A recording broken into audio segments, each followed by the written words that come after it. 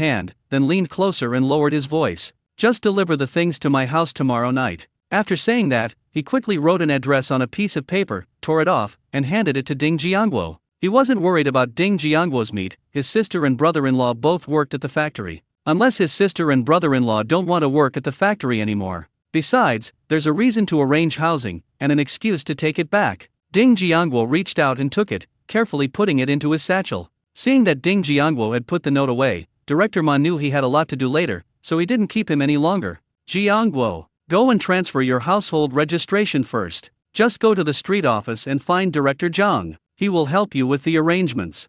I'll go talk to them for you later. Okay, I'll leave this to you, Director Ma. I'll be going now.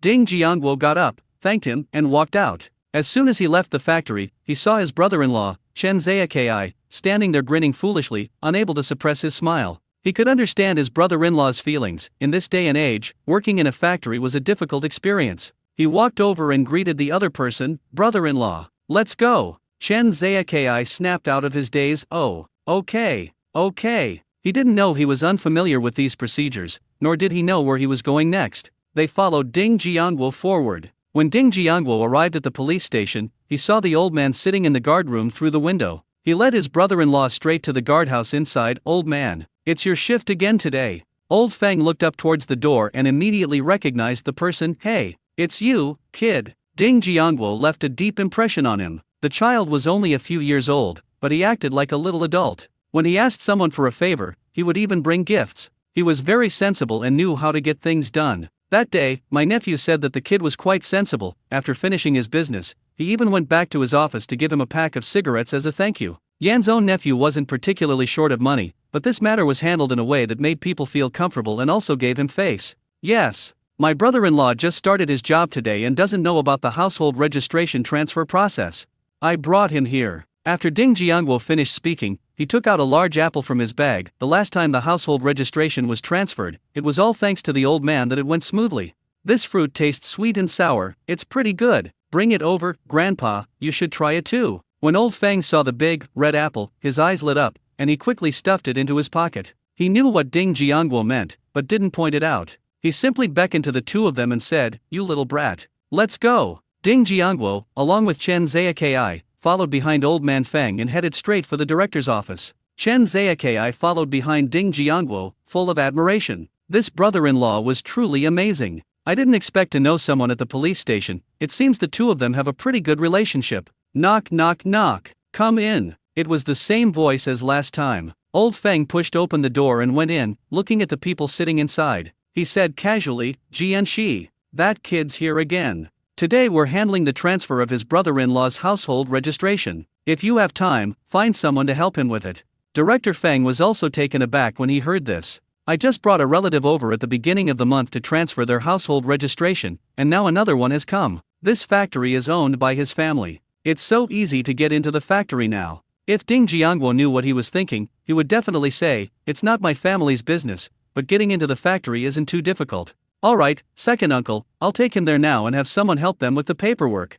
Director Feng chuckled and pointed at Ding Jiangguo with his finger. "You rascal. Let's go." Ding Jiangguo responded with a smile, "I'll have to trouble Director Feng again this time." Director Feng still arranged for the same clerk from last time to help them with the procedures. With the help of a leader and the assistance of an acquaintance, I went through the process smoothly and got my new household registration booklet. This time, they even transferred the eldest sister and two nephews over together. After getting the new household registration booklet, Ding Jiangguo asked his brother-in-law to wait outside while he returned to the director's office. Just like last time, he knocked on the door, went in, left a few large apples as a token of his gratitude, and then left. Once outside, the two headed towards the neighborhood office. On the way, Chen Ziyaki looked at Ding Jiangguo and said, "Jiangguo, I really didn't expect that the old man who guarded the gate was actually the director's relative." Ding Jiangguo responded with a smile, "Actually, I didn't expect that either. I brought my cousin Dachun over that day because I thought he was an insider and I wanted him to help me find out how to speed up the process.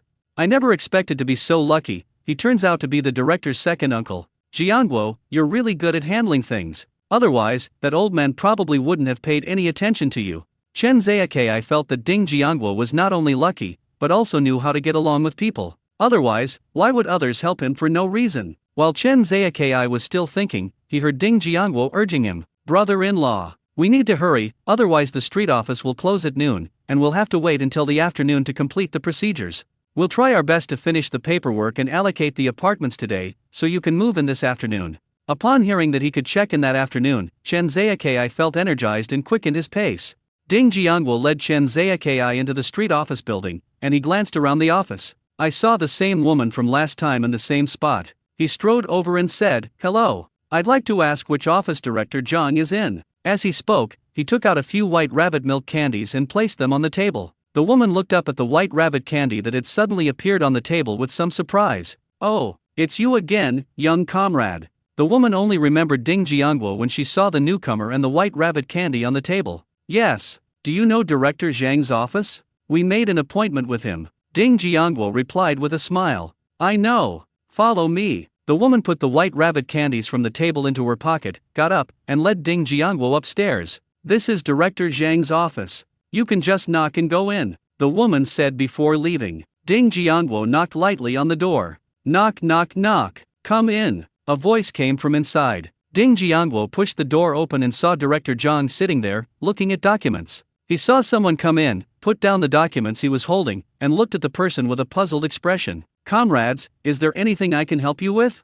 "Director Zhang, hello. We were introduced by Director Ma from the steel plant." When Director Zhang heard that it was Ding Jiangwo's answer, a smile immediately appeared on his face. "So it was you two that old Ma was talking about.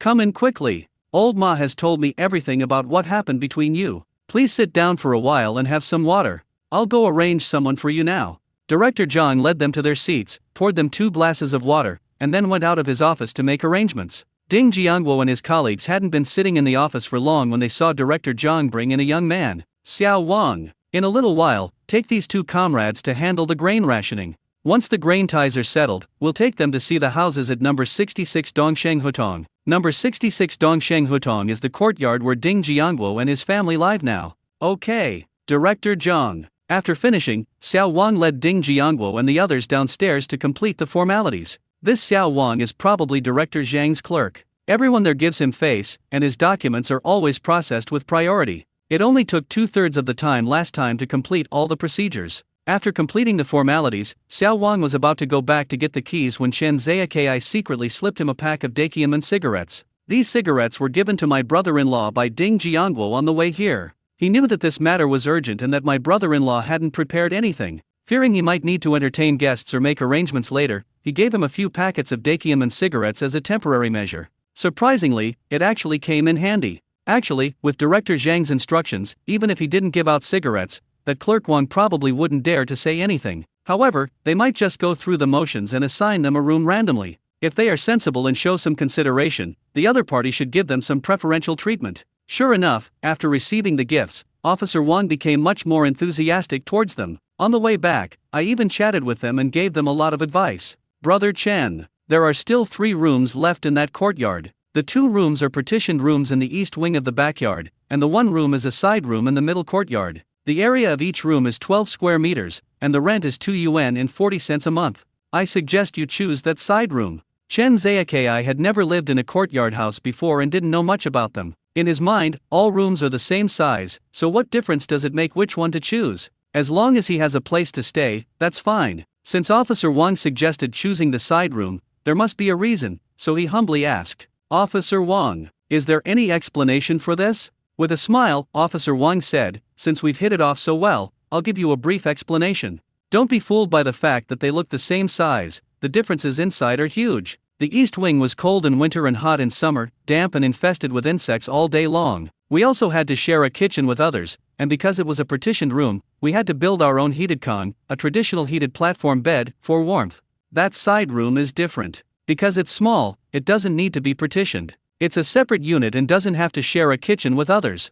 Individual electricity meters, unlike the east wing where 2 households share 1 meter, which often leads to disputes. Brother Chen, you've come at the right time, this side room is the most sought after. Just last week, the resident in that apartment was transferred to another job, so the room became available. Otherwise, it wouldn't be your turn at all." Upon hearing this, Chen Ziyake quickly offered the other person a pack of cigarettes to express his gratitude. If he hadn't listened to Officer Wang's introduction, he might have just randomly chosen a place and missed out on this great apartment. What he didn't know was that if it weren't for that pack of cigarettes, Officer Wang wouldn't have even told him about that empty side room. They had just returned to the courtyard when they saw the older woman sweeping the floor outside their door. Hung Mei, come here for a moment. Chen Zaikai saw his wife and quickly called her over. Choosing a house is a big deal, and he needs his wife's help to give him some advice. When Ding Hungmei saw her husband calling her, she put the broom back in its place and went over. Hungmei, this is Officer Wang. He's showing us the house. Officer Wang just gave me a suggestion. It's like this. Chen Zaikai then repeated what Officer Wang had said to Ding Hungmei. Good luck. I also think Officer Wang is right. Ding Hungmei agreed with the other party's suggestion after hearing it. Officer Wang was very satisfied with their attitudes, and then he smiled and suggested, don't rush, let me show you these 3 rooms first. Then you can make the decision. Wang Zaikai, okay. Then I'll trouble you, Officer Wang. It's all right. Come with me to the East Wing room first.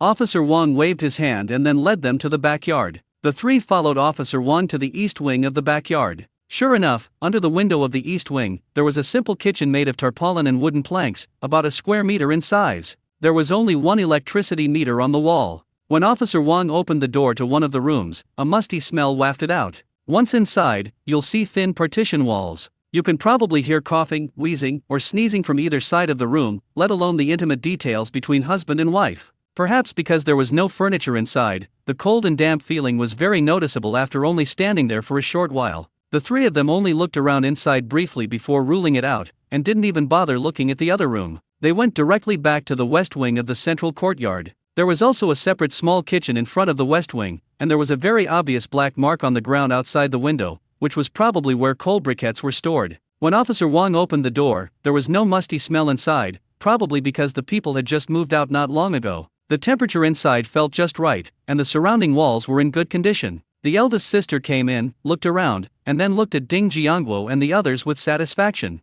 This is it. Just like Officer Wang said, it's really great. Okay. Here's the housing usage agreement, you sign it. This is the house key. The rent will be deducted directly from your salary. Chen Zaikai took the agreement and pen, signed his name, and handed it back. Officer Wang put the agreement and pen back into his bag. Everything's done. I'll be leaving now. Okay. Officer Wang, take care. Ding Jiangguo and the other 2 smiled and saw Officer Wang off. After seeing off Officer Wang, the 3 of them went back to their room to get their things and walked towards the side room in the middle courtyard, chatting and laughing. An older woman suddenly stopped them. You can't move in. This room is mine. I booked it a long time ago.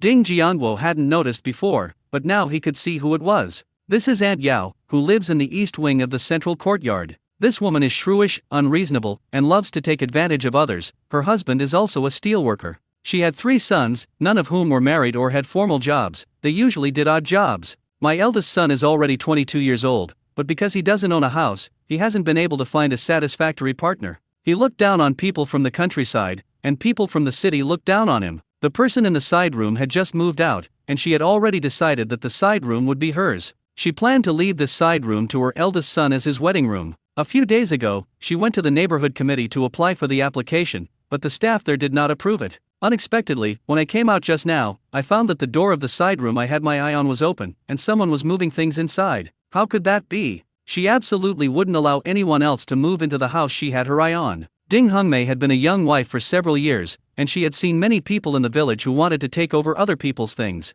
She wasn't afraid at all, and immediately launched into a tirade against Aunt Yao. Yours? Is your name on the house deed? How can you be so shameless? This was the first time Ding Jiangguo had ever seen such a feisty older sister. In his memory, his eldest sister was kind and honest, and she was always the one who suffered the most at home. Aunt Yao was stunned by Ding Hungmei's words. She had assumed that Ding Hungmei was an easy target since she was just a young woman. I never expected this young wife to be so fierce, daring to stand up to me. After Ding Hungmei finished speaking, she walked past her and started to move the things inside. When Yao Ma saw that Ding Hungmei was actually going to move the things inside, she quickly stood in the middle of the doorway and stretched out her hands to stop her. So what if my name isn't on the deed? I said I can't move, so I can't move. I've got my eye on this place. The neighborhood committee has agreed to allocate the house to me. Seeing that the person was still pestering her, Ding Hungmei didn't bother to talk to her. She grabbed the back of the person's collar and pulled hard. Aunt Yao was pulled to the ground. Ding Hungmei looked at Aunt Yao lying on the ground with disdain. You shameless old bastard, trying to bully me, the new resident? You must be blind. She ignored Aunt Yao lying on the ground and greeted Ding Jiangguo, who was still standing there in a daze. Jiangguo, Zaya Ki. Quickly move your things inside. Ding Jiangguo silently gave his older sister a thumbs up in his heart. It seems my eldest sister studied at Uncle Chen's house, she's quite capable. It seems that arranging for my eldest sister to stay in this courtyard was the right decision. Aunt Yao never expected that the other party would dare to make a move. She immediately flew into a rage, got up from the ground, and lunged at Ding Hongmei with bared teeth and claws. You heartless bastard, you dare to hit me. You despicable woman, how dare you lay a hand on me. Aunt Yao and the eldest sister were about the same height, but Aunt Yao was a bit stronger. Ding Jiangguo was worried that the eldest sister would suffer. He put down what he was holding and prepared to go up and help. Brother-in-law Chen Zayaki reached out to stop him. Don't worry, someone like her, your sister could take on 2 of them. You're too young, don't go, or you'll get hurt. Your older sister won't let me get away with it. Let's move our things inside first. Seeing his brother-in-law's confidence, Ding Jiangguo had no choice but to trust him and put the things inside. When he came out after putting his things away, he indeed saw Aunt Yao being straddled by the older sister, who was grabbing her hair and slapping her. You have such a big mouth. I've got my eye on you. Did you even enjoy that slap? Ding Hongmei had her own reasons for taking action this time. They had just moved here, and without their parents' help, and with their younger siblings still small, she wanted to make a scene. Let others know that she's new here, but she's not someone to be trifled with. How dare you assault someone in our compound? At that moment, an old man walked over from another room in the east wing. Ding Jiangguo curled his lip when he saw the person who came. It turned out to be Old Man Wei. This old man is hypocritical, likes to take advantage of others, and is stingy. He's the most annoying kind of person. Uncle Wei, please save me. This newcomer is bullying me. I came to help out of kindness, and she not only refused, but also hit me. It's outrageous. When Aunt Yao saw someone coming, she started shouting and accusing others first. Ding Hongmei wasn't going to let her get away with it, and slapped her twice more across the face, then looked up at Old Man Wei. What? You're her lover? You want to stand up for her? Old Man Wei was so frightened that he quickly waved his hands. Don't talk nonsense. We're just neighbors. Besides, you just moved in, can't you talk things out properly? Why did you hit someone? You're ruining our department's reputation. Aunt Yao quickly chimed in, that's right. Someone like you who ruins our neighborhood's reputation doesn't deserve to move in. Ding Hongmei ignored Aunt Yao, who was sitting down, and gave Old Man Wei a disdainful look. I just came from the countryside. I can't compare to you city folks. We generally prefer to use our hands rather than our mouths if we can do it. Besides, it's not your place to say whether it ruins my reputation. Old Man Wei wanted to say more, but Ding Hongmei's words suddenly silenced him. Hongmei? You're Hongmei. A familiar voice came from behind. Ding Hongmei turned her head and saw that it was Aunt Zhang who had called her. She smiled and replied, It's me, Aunt Zhang. Long time no see. How have you been lately? Aunt Zhang walked over with a smile. Yes. It's been almost a year since we last saw each other. After speaking, she looked at the people being pressed down with a puzzled expression. What's going on here? Ding Hongmei stood up with a smile and walked to the side. That old man has his eye on my house. He's blocking the doorway and won't let me move in. I pulled her away, and she got angry and tried to hit me. And then, what? You got this side room? Aunt Zhang asked with a surprised and somewhat uncertain expression. Are you going back to the city to work as a laborer? Ding Hongmei, yes. My husband works at a steel factory now. That's wonderful. Now you and your siblings can live in the same courtyard and take care of each other. Aunt Zhang was also very happy for them. You just wait. This isn't over. While they were talking, Aunt Yao threw down a harsh remark and hurriedly ran away. Aunt Zhang had always looked down on Aunt Yao's behavior, and she comforted Ding Hongmei. Hongmei, don't be afraid. If she dares to cause you trouble, go and call me. I'll curse this shameless man to death. It's one thing to take advantage of others in the courtyard all the time. I never expected that they would actually try to take over someone else's house. Why is her face so big? Ding Hongmei was deeply moved and thanked her, saying, Thank you, Aunt Zhang. Old Wei didn't leave. Seeing that Aunt Zhang seemed to know this woman quite well, he asked, Aunt Zhang, do you know this person? Aunt Zhang replied casually, Of course I know her. She's the eldest daughter of the family who lives across the street. Old Wei exclaimed with delight, So you're Wei Min's child. How come I've never seen you before? Aunt Zhang explained, She lives in the village and got married before moving to the city. She only comes over during holidays. It's perfectly normal that you haven't seen it before. Old Wei, adopting the demeanor of an elder, began to lecture. Aunt Zhang, you seem to know her quite well. You should talk to her when you have time. Try to talk things out calmly and don't resort to fighting all the time. Otherwise it will affect the reputation of our institute, which is not good for anyone. Aunt John was displeased by his words. All right, mind your own business first. Didn't you fight with them last time over a few lumps of coal?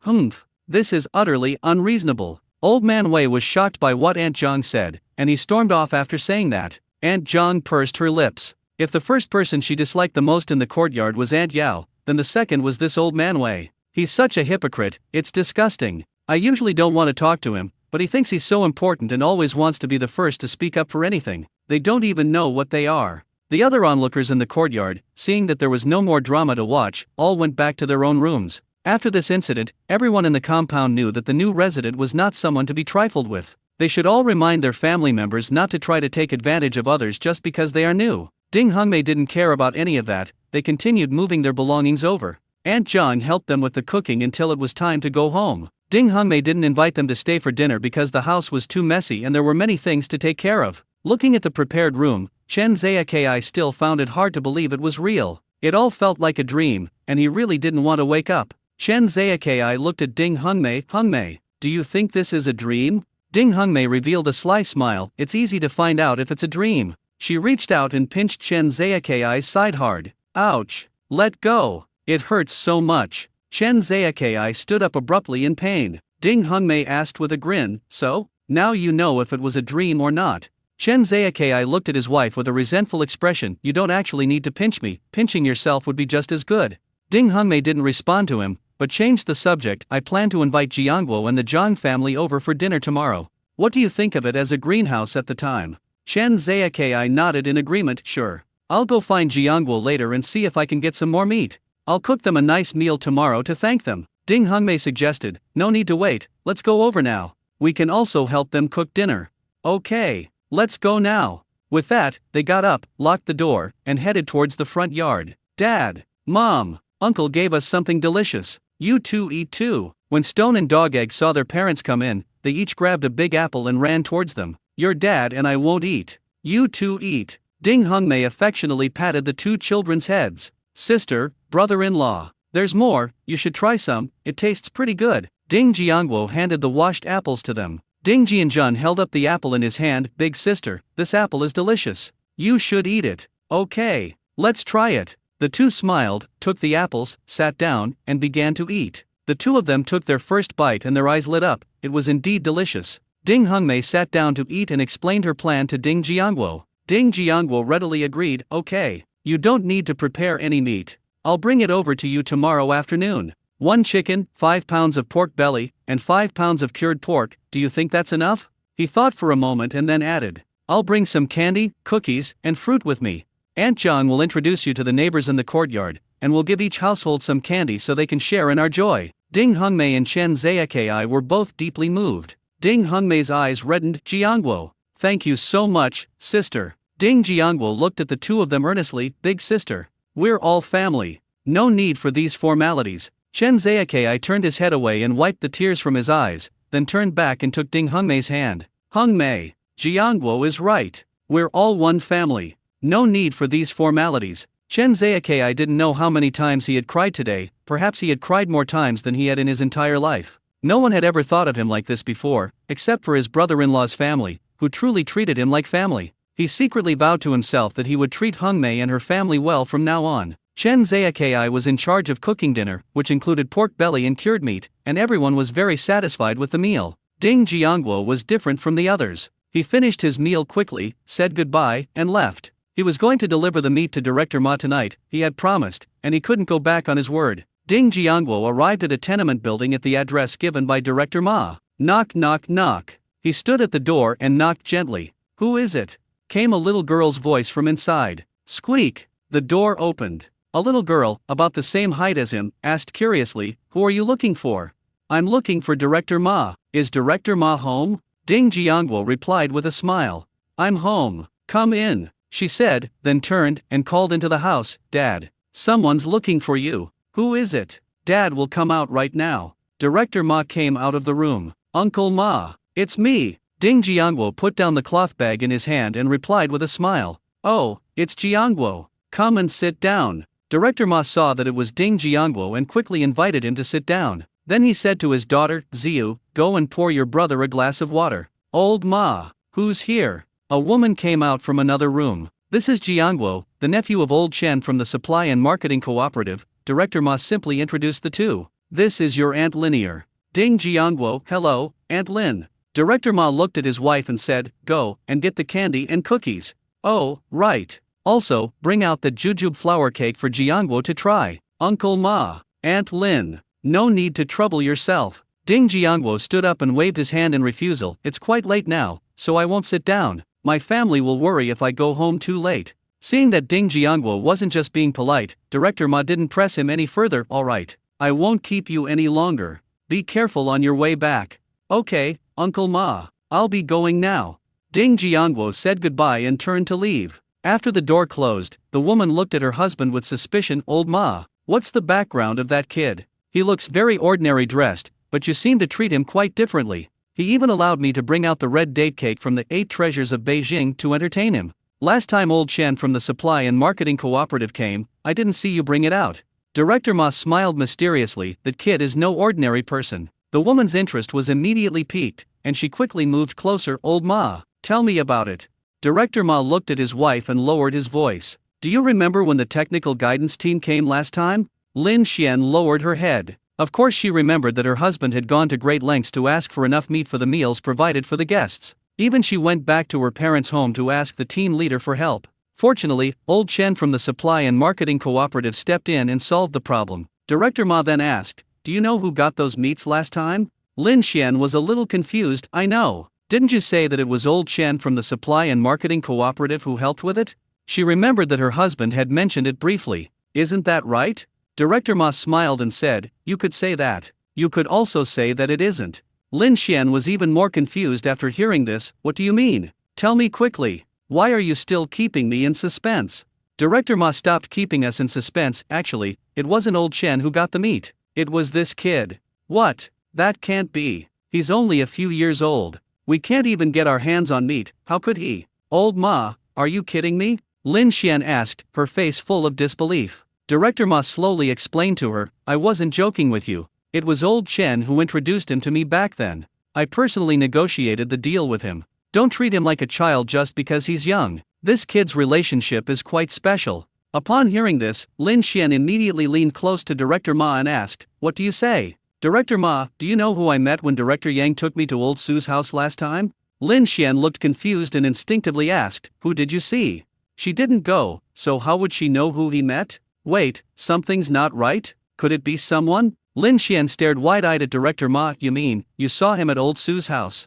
Director Ma smiled slightly and nodded. Lin Xian asked in disbelief, are you sure you're not mistaken? His clothes are covered in patches. Director Ma said with certainty, you read that right. Something else happened at the factory that afternoon, and I specifically confirmed it with him. Lin Xian's expression instantly became excited. Why didn't you say so earlier? If you had said so earlier, I would have brought out all the Beijing 8 treasures from home. As long as you maintain a good relationship with Old Su, you'll have a good chance of being promoted to deputy factory director. Lin Xian felt extremely annoyed when she thought about her less than enthusiastic behavior earlier. Why couldn't she have seized such a good opportunity? Seeing his wife's distressed expression, Director Ma offered her some words of comfort, finding it somewhat amusing. You don't need to be too deliberate. My relationship with him is fine right now. Director Yang also thinks highly of me. Lin Xian wasn't so upset. The thought that her husband had a chance to get in touch with Old Su and that she had a chance to become the factory director's wife made her overjoyed. Although nothing is even going to happen yet, it doesn't stop her from being happy right now. Looking at his wife's expression, Director Ma knew what she was thinking and couldn't help but smile and shake his head. The next morning, while Ding Jiangguo was still asleep inside, he heard someone shouting outside the courtyard. Brother Jiangguo, are you home? Ding Jiangguo yawned as he got out of bed and walked outside. Hey, Daz Wang, it's you. Daz Wang walked over with a smile. Yeah, Brother Jiangguo. Ding Jiangguo knew that old Lu must have sent him. Come inside. The two went into the inner room, and Daz Wang looked at Ding Jiangguo with a serious expression. Brother Jiangguo. Grandpa said, noon, number 30, Yaohua Street. We've arrived. Knock on the door 4 times.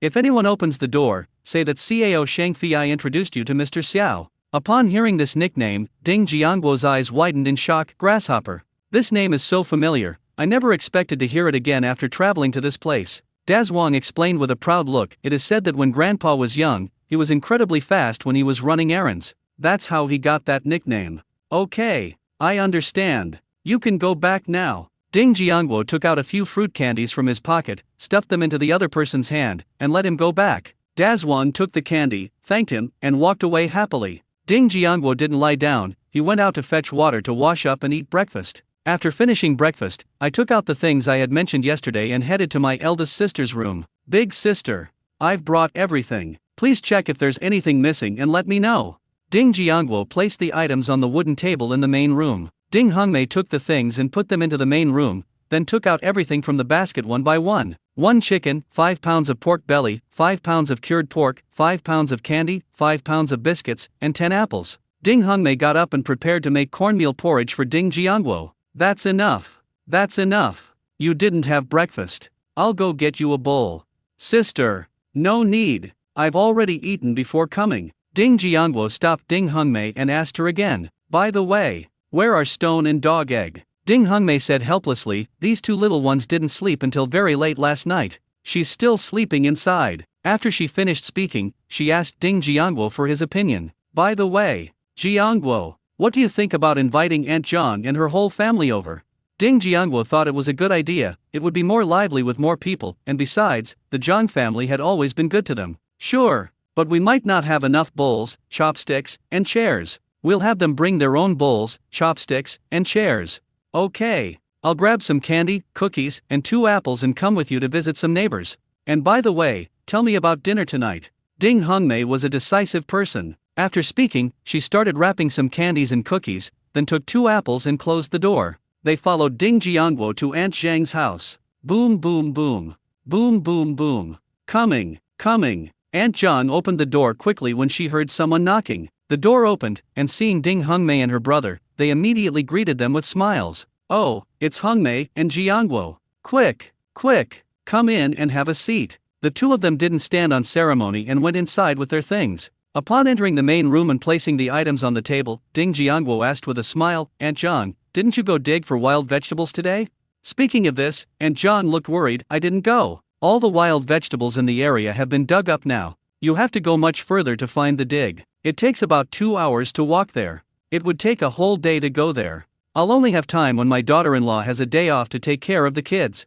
Ding Hongmei was also tempted. Aunt Zhang, next time you go foraging for wild vegetables, you can invite me too. We can all keep each other company. Sure, I'll call you in advance next time I go. After she finished speaking, she looked at Ding Jiangwo and said, Jiangwo, why don't you come along too? Ding Jiangwo was so frightened that he quickly waved his hands. Aunt Zhang, no, no, you don't need to call me. He quickly changed the subject and called out, Hey Aunt Zhang, my sister's housewarming party is tonight, and we'd love for your whole family to come and join the fun. See if you have time. Aunt Zhang hesitated. Everyone was having a hard time these days, and she didn't want to take advantage of Ding Jiangwo and his family. Forget about the whole family, or I can just go alone. Ding Hongmei immediately urged, Aunt Zhang, don't be shy, come on over. It'll be more lively with more people. As you know, our parents passed away early. We didn't have many close friends.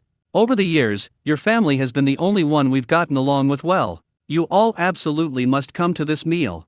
After hesitating for a while, Aunt Zhang finally agreed, okay. Remember to call me over to help when you're cooking this afternoon. Ding Hongmei didn't stand on ceremony with her, okay. Aunt Zhang. Ding Jiangwo spoke up from the side, Aunt Zhang, there's something else I need your help with tonight. Aunt Zhang asked with a smile, what is it? Tell me. Ding Jiangwo, I just wanted to ask you to introduce my sister and brother-in-law to the people in the compound tonight. Aunt Zhang readily agreed, sure. I know every single one of them. I'll take them over for a visit tonight. After she finished speaking, she looked at the things on the table and said, Hongmei, take all of these things back with you, they're gifts for visiting friends tonight. Ding Hongmei quickly refused, saying, Aunt Zhang, this is a gift for you when we visit. We've prepared gifts for everyone else. Wah, wah, Grandma. A child's cries came from the inner room. Ding Hongmei felt that it was about time, so she got up to say goodbye. Aunt Zhang, you go and comfort the child first, we'll head back now. Remember to bring everyone over for dinner tonight. All right, I won't keep you any longer. I'll definitely go back tonight. Aunt Zhang saw the two out of the house and then hurried back inside to coax her grandson. Ding Jiangwo left Aunt Zhang's house. Sister, is there anything else I can help you with? No, I'm going out to play. Go have fun. Just remember to come back for dinner tonight. Ding Hongmei waved to him and turned to go back. Following the address given by Das Wang, Ding Jiangwo arrived at a very small, detached courtyard. Looking at the address, Yelhua Street number 30, he didn't knock on the door. Instead, he walked around the area and left. It was still early, and he wondered if he should go to the river to catch some fish. I haven't used this ability to collect live creatures yet, but I can use it to collect fish. It's a good opportunity to catch some fish to cook together tonight. He acted on his impulse and immediately went back into his spatial dimension to buy a modern-day forging bucket. They excitedly set off for the outskirts of town with ordinary fishing bamboo rods, hooks, lines, wooden stools, lunchboxes, and bait. When he arrived at the riverbank outside the city, he found that many people were already sitting there, with a group of people gathered around one spot. As Ding Jiangwo walked past them, he heard someone say, "There are fewer and fewer fish here. I've been fishing for an hour and only caught 6 fish weighing a little over 2 pounds each. Fish are getting harder and harder to catch these days." That's what he said, but anyone could see the smug look on his face. People around him complimented him, saying, "Everyone around here who's fishing knows who Brother Wu is." Yes, Angkor Wat's fishing skills are amazing. Angkor Wat, please teach me. Angkor was basking in the praise of the crowd when he saw Ding Jiangwo walk past him. Thinking he was going to sit next to him and learn from him, he loudly shooed him away. "Kid, no one can sit here. Go fish somewhere else if you want to. Don't even think about sitting next to me and learning from me."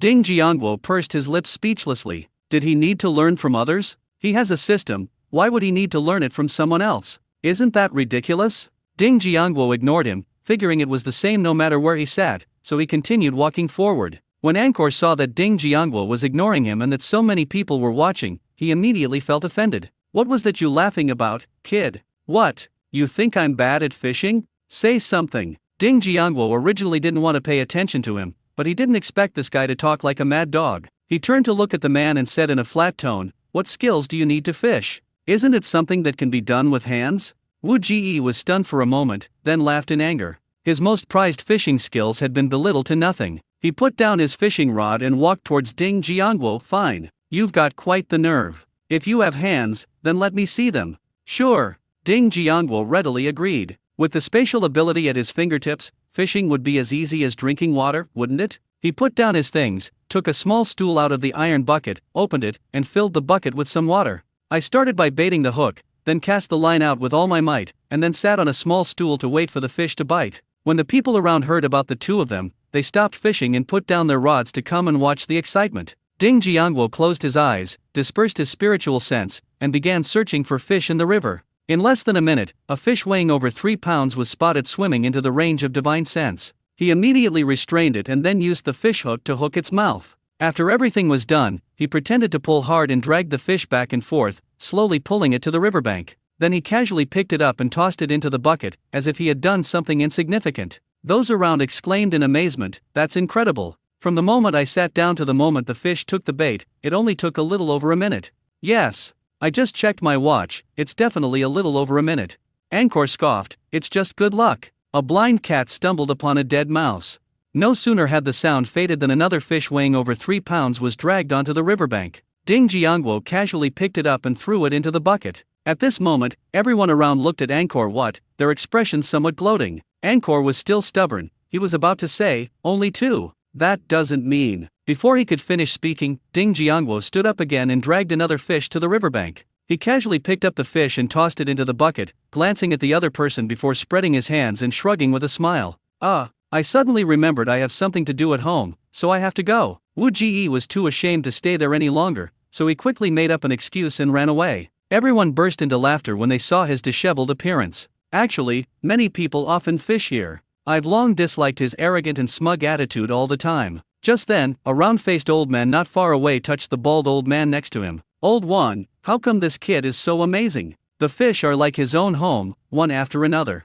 The bald old man glared at him irritably. "You scared the fish away." "How would I know? If you want to know, why don't you just ask?" He, ask away. I love learning the most." The round-faced old man walked towards Ding Jiangwo with a grin. Seeing that there were too many people around, Ding Jiangwo sat there quietly, but did not put any fish on the hook. He used his mind to select the larger fish that entered his consciousness and put them into his spatial storage. The crowd stood around Ding Jiangwo for a while and, seeing that no more fish were being caught, assumed he had just been lucky. They all left disappointed, having hoped to learn some skills from Ding Jiangwo. Ding Jiangwo breathed a sigh of relief when he saw everyone leave. He didn't want too much attention. If it weren't for that person causing trouble, he would have just planned to catch some fish to take home and add some vegetables to his family's meals. Keep the rest to exchange for other things. Little one. White rabbit milk candy. Want some? Suddenly, a large, fat hand holding a white rabbit candy waved in front of Ding Jiangwo. Ding Jiangwo looked up and saw a round-faced old man smiling at him.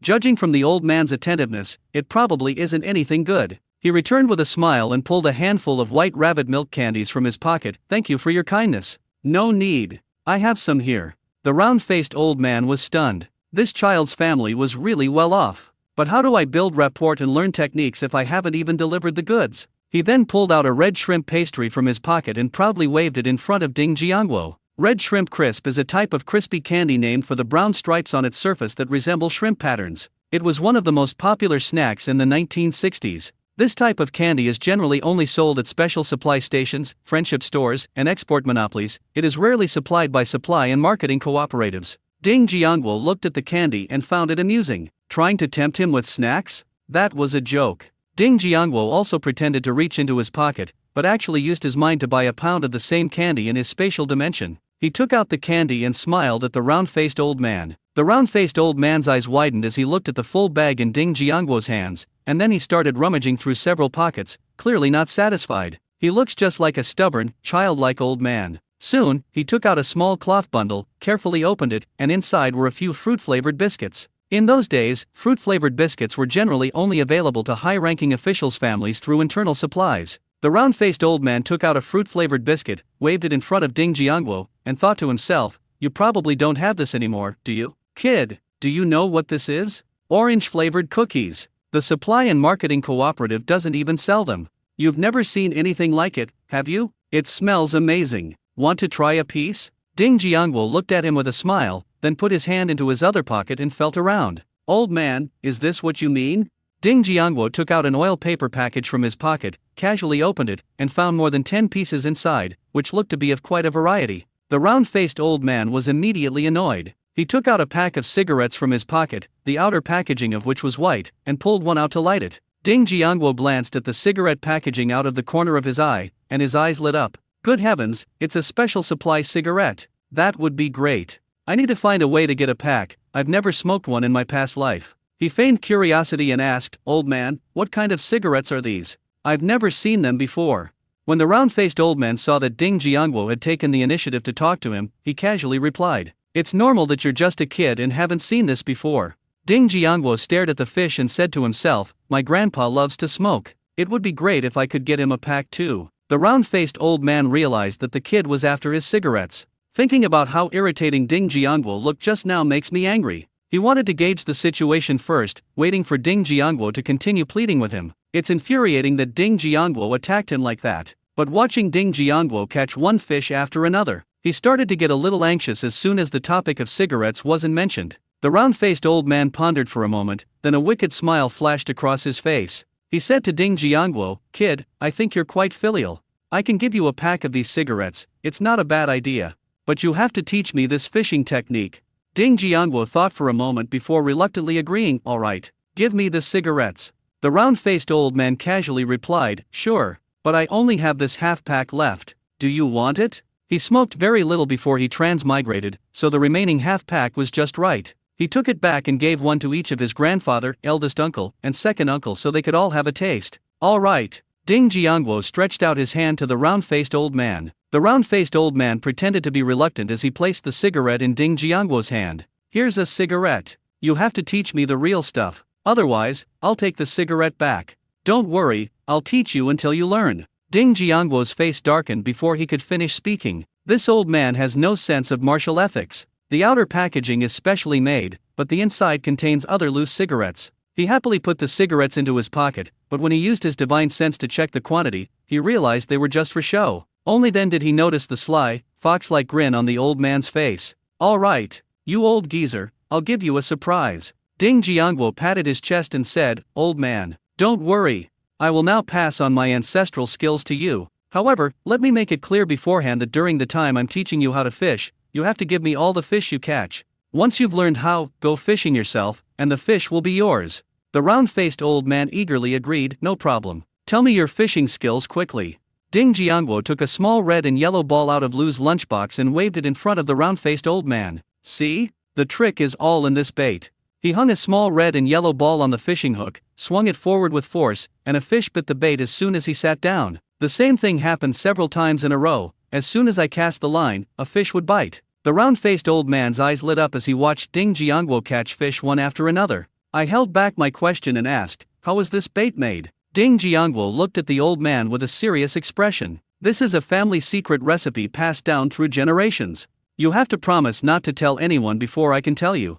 The old man solemnly stated that he would never tell anyone else. Ding Jiangwo nodded in satisfaction, but secretly he was laughing to himself. He beckoned to the old man, leaned close to his ear, and whispered, "I'll only say it once. The main ingredients are cornmeal, earthworms, and most importantly, the starter culture." At this point, Ding Jiangwo paused deliberately and looked around. "It's boy's urine. 100 grams of cornmeal, 30 grams of earthworms, add boy's urine, stir and let it dry." The round-faced old man's eyes widened upon hearing this, "Young master." Before he could utter the last word, Ding Jiangwo covered his mouth. Ding Jiangwo glared at him fiercely. "How could you forget what you just promised?" The round-faced old man looked at him with suspicion. "Is this true?" Ding Jiangwo handed him one with a disgruntled expression. "Just smell it, and you'll know, won't you?" The round-faced old man quickly waved his hand in refusal. "No need. I believe you. I believe you. He's not sick. Why would he smell that stuff? Come on. There are exactly 3 left, so let you try them too, otherwise you'll think I'm lying to you." Ding Jiangwo baited the hook, handed him the fishing rod, and stood aside to watch. The round-faced old man eagerly took the fishing rod and sat down on the small stool. Sure enough, the effect was obvious. He had only been sitting down for a few minutes when fish started biting. The same applies to the next 2 rods. After sitting for a few minutes, a fish will bite. Ding Jiangwo put all the fish into the bucket, packed up the stool, and prepared to go back. The round-faced old man, still feeling he hadn't had enough fishing, looked at Ding Jiangwo and asked, "Kid, what's your name? Come over again sometime, I want to go fishing together. My surname is Hao, and my given name is Tongzi. I come here to fish whenever I have free time. You can see me if you are here often." Ding Jiangwo thought to himself, "I can't come to this place again. If the old man finds out he's been tricked, he'll probably give me a beating." The round-faced old man expressed his sincere gratitude. "Thank you, Hao Tongzi. Teach me such amazing fishing techniques." "You're welcome. I'm leaving." Ding Jiangwo picked up the bucket and ran off without looking back. The round-faced old man watched Ding Jiangwo's hurried departure and murmured, "Truly, his name suits him perfectly, Hao Tongzi." Ding Jiangwo ran to a secluded place and put the items into his spatial storage. In the space, put on the ever-changing clothes and transform into a kind-hearted middle-aged man. He had just come out and was slowly walking towards the place where he was going to make the transaction at noon. When he arrived at number 30 Yawa Street again, he knocked on the door 4 times in a row. "Knock knock knock knock." "Coming," came an old man's voice from inside. Squeak! The wooden door was opened by a thin old man. He was wearing a faded old cloth shirt with several dark, symmetrical patches on the elbows and shoulders. Ding Jiangwo felt that he had deliberately sewn it on to show others. The old man looked thin, but he had a good complexion and was very neat and tidy. He was clearly a person who paid attention to detail. The old man looked at the honest-looking man outside the door and asked in confusion, "Who are you looking for?"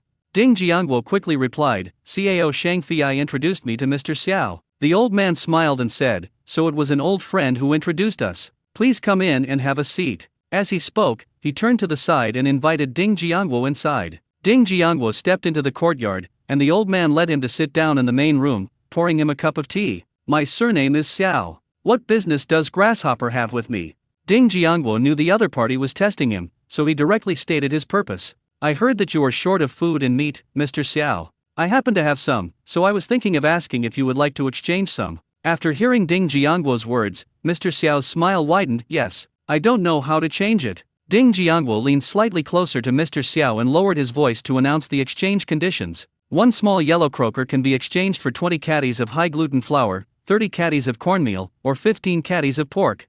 1 large yellow croaker can be exchanged for 10 times the amount of goods found in small yellow croakers. After saying that, he picked up his teacup and continued drinking tea, letting Mr. Xiao think about it first. Mr. Xiao did not show any surprise after hearing Ding Jiangwo's quote. He held a teacup in one hand and rested the other on his thigh, tapping his index finger rhythmically up and down. After a moment's thought, Mr. Xiao stated his needs. "The exchange conditions are fine. When will we receive the 15 caddies of pork?" Ding Jiangwo realized that he would be helping out at his older sister's place from the afternoon to the evening, and probably wouldn't have any extra time. He decided to call it quits. I should be able to get the stuff in about an hour. Are your things ready? A hint of surprise flashed in Mr. Xiao's eyes. He hadn't expected to get the items so quickly, but the sooner the better. The price of grain and meat changes daily and keeps rising, so it's better to get them sooner rather than later. He nodded slightly to Ding Jiangguo. Any time. Okay, I'll go get it now. I estimate I'll come back in about an hour. Ding Jiangguo didn't linger any longer and quickly got up and walked out. He found a secluded spot outside, returned to his room, lay down in a chair, opened his laptop, and watched a show until it was almost time to go out. An hour passed quickly. He carried a cloth bag, emerged from the space, and returned to number 30 Yahua Street. Knock knock knock knock. The door opened quickly, this time with a creak. Presumably Mr. Xiao had been waiting there for a while. Ding Jiangguo stepped inside and placed the pork on the table. Here's the stuff, weigh it. Mr. Xiao went into the inner room and took out a 10-pound wooden steelyard balance. Wooden balance scales like these were very common in people's homes at that time. Many families strictly control their daily food consumption. Before cooking each day, I weigh the grain according to the daily quota. After weighing the grain, they would grab a small handful of the weighed grain, put it back, and then use it to cook. That's so that we can hold out for a few more days. Mr. Xiao put the scale aside and took the oil paper package out of the cloth bag. Then the oil paper wrapping the pork was unwrapped, revealing 3 pieces of pork of uniform size inside. He picked up one of the scales and weighed it. 5 jin, 2.5 kilograms. 5 catties. 5 catties. After weighing the 3 pieces of pork, he contentedly took out a small yellow croaker from his pocket and handed it to Ding Jiangguo. Ding Jiangguo took it, weighed it in his hand, and actually used his divine sense to detect it. Finding it to be genuine and the weight correct, he tucked it into his pocket and prepared to leave. Seeing that Ding Jiangguo was about to leave, Mr. Xiao asked, "How can I contact you if I want to exchange something?" Ding Jiangguo stopped in his tracks. "Just stick something in the crack of the left door. Our people will see it and tell me." Mr. Xiao, okay. Ding Jiangguo left the courtyard and walked home happily. "This morning I caught over 200 fish in the river, weighing over 1,000 pounds. Now I've caught a small yellow croaker. Today's harvest is really good." Back in the alley not far from the courtyard, he found a secluded spot and entered the space. Inside the space, the ever-changing clothes that he had just worn were given to Boss Wang, the tool man, to wear, transforming him into a different appearance. "I bought a tricycle and 2 large iron buckets from the mall, and put the big fish inside." They told Wang Leida to ride his tricycle with the things inside into the yard and head straight to his eldest sister's house. When they arrived at the door of the eldest sister's house, Wang Leida carried down 2 large iron buckets. Big sister, come out quickly." Ding Jiangguo shouted loudly towards the door. What happened to Jiangguo? Ding Hongmei heard her younger brother's shout and hurriedly came out from inside. Ding Jiangguo pointed to the 2 large iron buckets on the ground. "Big sister, I caught a lot of fish today. We added an extra meat dish for dinner." When Ding Hongmei got closer, she saw that both large iron buckets were filled with fish, each of which looked to weigh about 7 or 8 pounds. There were probably 20 fish in those 2 buckets. She couldn't help but exclaim, "Jiangguo, you're amazing." After speaking, she looked at Boss Wang standing to the side and asked, "And who is this?" Ding Jiangguo introduced with a smile, "This is Uncle Lin. Thanks to Uncle Lin for lending us 2 big buckets and helping us bring the fish back. Otherwise, I wouldn't know what to do. Uncle Lin, thank you so much. Come in and have a glass of water." Ding Hongmei invited with a grateful expression. Old Wang waved his hand in refusal and prepared to leave on his tricycle. "No, I have to go now. Leave the metal bucket here for now, I'll come back to pick it up tomorrow." Ding Hongmei enthusiastically suggested, "That won't do. Why don't you pick a few fish to take home?" "No need. Jiangguo has already assigned me a few tasks. I'm not doing this for nothing. I'm leaving." With that, old Wang rode his tricycle out of the yard. Ding Jiangguo wiped away the sweat that hadn't been on his forehead. "Sis, I'm covered in sweat right now. I'll go back and change my clothes before coming back." Ding Hongmei smiled and waved. "Okay, go back and change your clothes first. Then bring them over and I'll wash them for you." Ding Jiangguo turned and ran back. "No need. I'm an adult now, I can wash my own clothes." Ding Jiangguo returned to the front yard and immediately walked outside, where Boss Wang was waiting for him. Once the two reached a secluded spot, Ding Jiangguo stored him and the tricycle into his spatial storage. With Boss Wang walking into the courtyard, the goods have been properly documented, so there's no fear of being reported. After watching her younger brother leave, Ding Hongmei went back into the house to get an enamel basin, preparing to wash his clothes later. After all, her younger brother had helped her family so much, and she couldn't give him anything in return, so she wanted to do something to help him. She came out with an enamel basin and saw an old woman reaching into the iron bucket. Ding Hongmei didn't rush to speak, she tiptoed over. Upon closer inspection, it became clear that the old woman was about to grab the largest fish from the bucket. Ding Hungmei approached her and asked softly, "Grandma, what are you doing here? Are you blind? Can't you see I'm catching fish?" The old woman replied habitually. After she finished speaking, she realized that someone had just asked her a question. She immediately withdrew her hand and looked up at Ding Hungmei. "Who are you?" Ding Hungmei was surprised that the other party not only showed no shame, but also dared to question her. "Who I am is unimportant. The important thing is that you were stealing my fish just now." Upon hearing this, the old woman immediately jumped up and pointed at Ding Hungmei in rebuttal. "Don't talk nonsense. You said I stole your fish. Who saw me?" Ding Hungmei stared at her hand that had just been put into the bucket. "If you hadn't reached in to steal my fish, why is that hand wet?" The old woman hurriedly hid her hands behind her back to explain. "Can't I wash my hands at home before coming out?" Ding Hungmei pressed on. "Do you keep fish at home? Where did the fishy smell on your hands come from?" When the old woman realized she'd been found out, she simply stopped pretending. "So what if I was just trying to take one? Can your family finish eating all that fish in the bucket? We're all neighbors, we'll only take one of your fish. Is it really necessary to be so stingy?" Ding Hungmei was so angry at her shameless statement that she laughed. "The bank has so much money, why don't you go and take some? The supply and marketing cooperative has even more stuff, why don't you go and get some? Just because I have a lot of things, does that mean I should give them to you? How can you be so shameless? Neighbors? I don't have neighbors like you." Upon hearing Ding Hungmei's words, the old woman immediately flew into a rage. "So what if you have a few fish? I'll teach you to be so cocky. Since that's how it is, you don't want things to go smoothly either." She immediately placed her hands on the two iron buckets and pushed forward, trying to knock them over. Unfortunately, she didn't manage to knock over the two iron buckets. She used too much force, lost her balance, and fell over. The old woman sat on the ground, throwing a tantrum and acting like a rogue. "Fine, your stuff knocked me over, so either pay me back or give me fish. Otherwise, I'll call the police and have you arrested and locked up." Ding Hungmei crossed her arms and looked at her nonchalantly. "Go. Hurry up. Mom, what's wrong with you? Who knocked you down?" Just then, a voice came from behind. Ding Hungmei looked up and saw who it was. She couldn't help but sneer. As expected, birds of a feather flocked together. It turns out the person who spoke just now was Aunt Yao. What a small world. She even wondered if they were in cahoots. Aunt Yao ran over quickly, helped her mother-in-law up, and glared fiercely at Ding Hungmei. "You knocked my mother-in-law down, and that's not enough to get an explanation. I'll report you to the police and have you arrested." Ding Hungmei frowned. She was still trying to extort money from her, but she wasn't afraid, since it wasn't her fault anyway. "Go call the police. Someone just tried to steal my fish. It would be good to catch that thief while we're at it." After Ding Hungmei finished speaking, she looked meaningfully at Aunt Yao's mother-in-law. "Yao Chunxiang, let's take old Lady Li back. I was doing laundry just now when I saw old Lady Li sneaking around by the iron bucket. I wondered what she was doing, but I didn't expect her to steal someone's fish." A woman came over carrying washed clothes. Aunt Yao angrily threatened, "So Hongying, you filthy woman, you're talking nonsense. If you keep talking nonsense, believe me, I'll tear your mouth apart."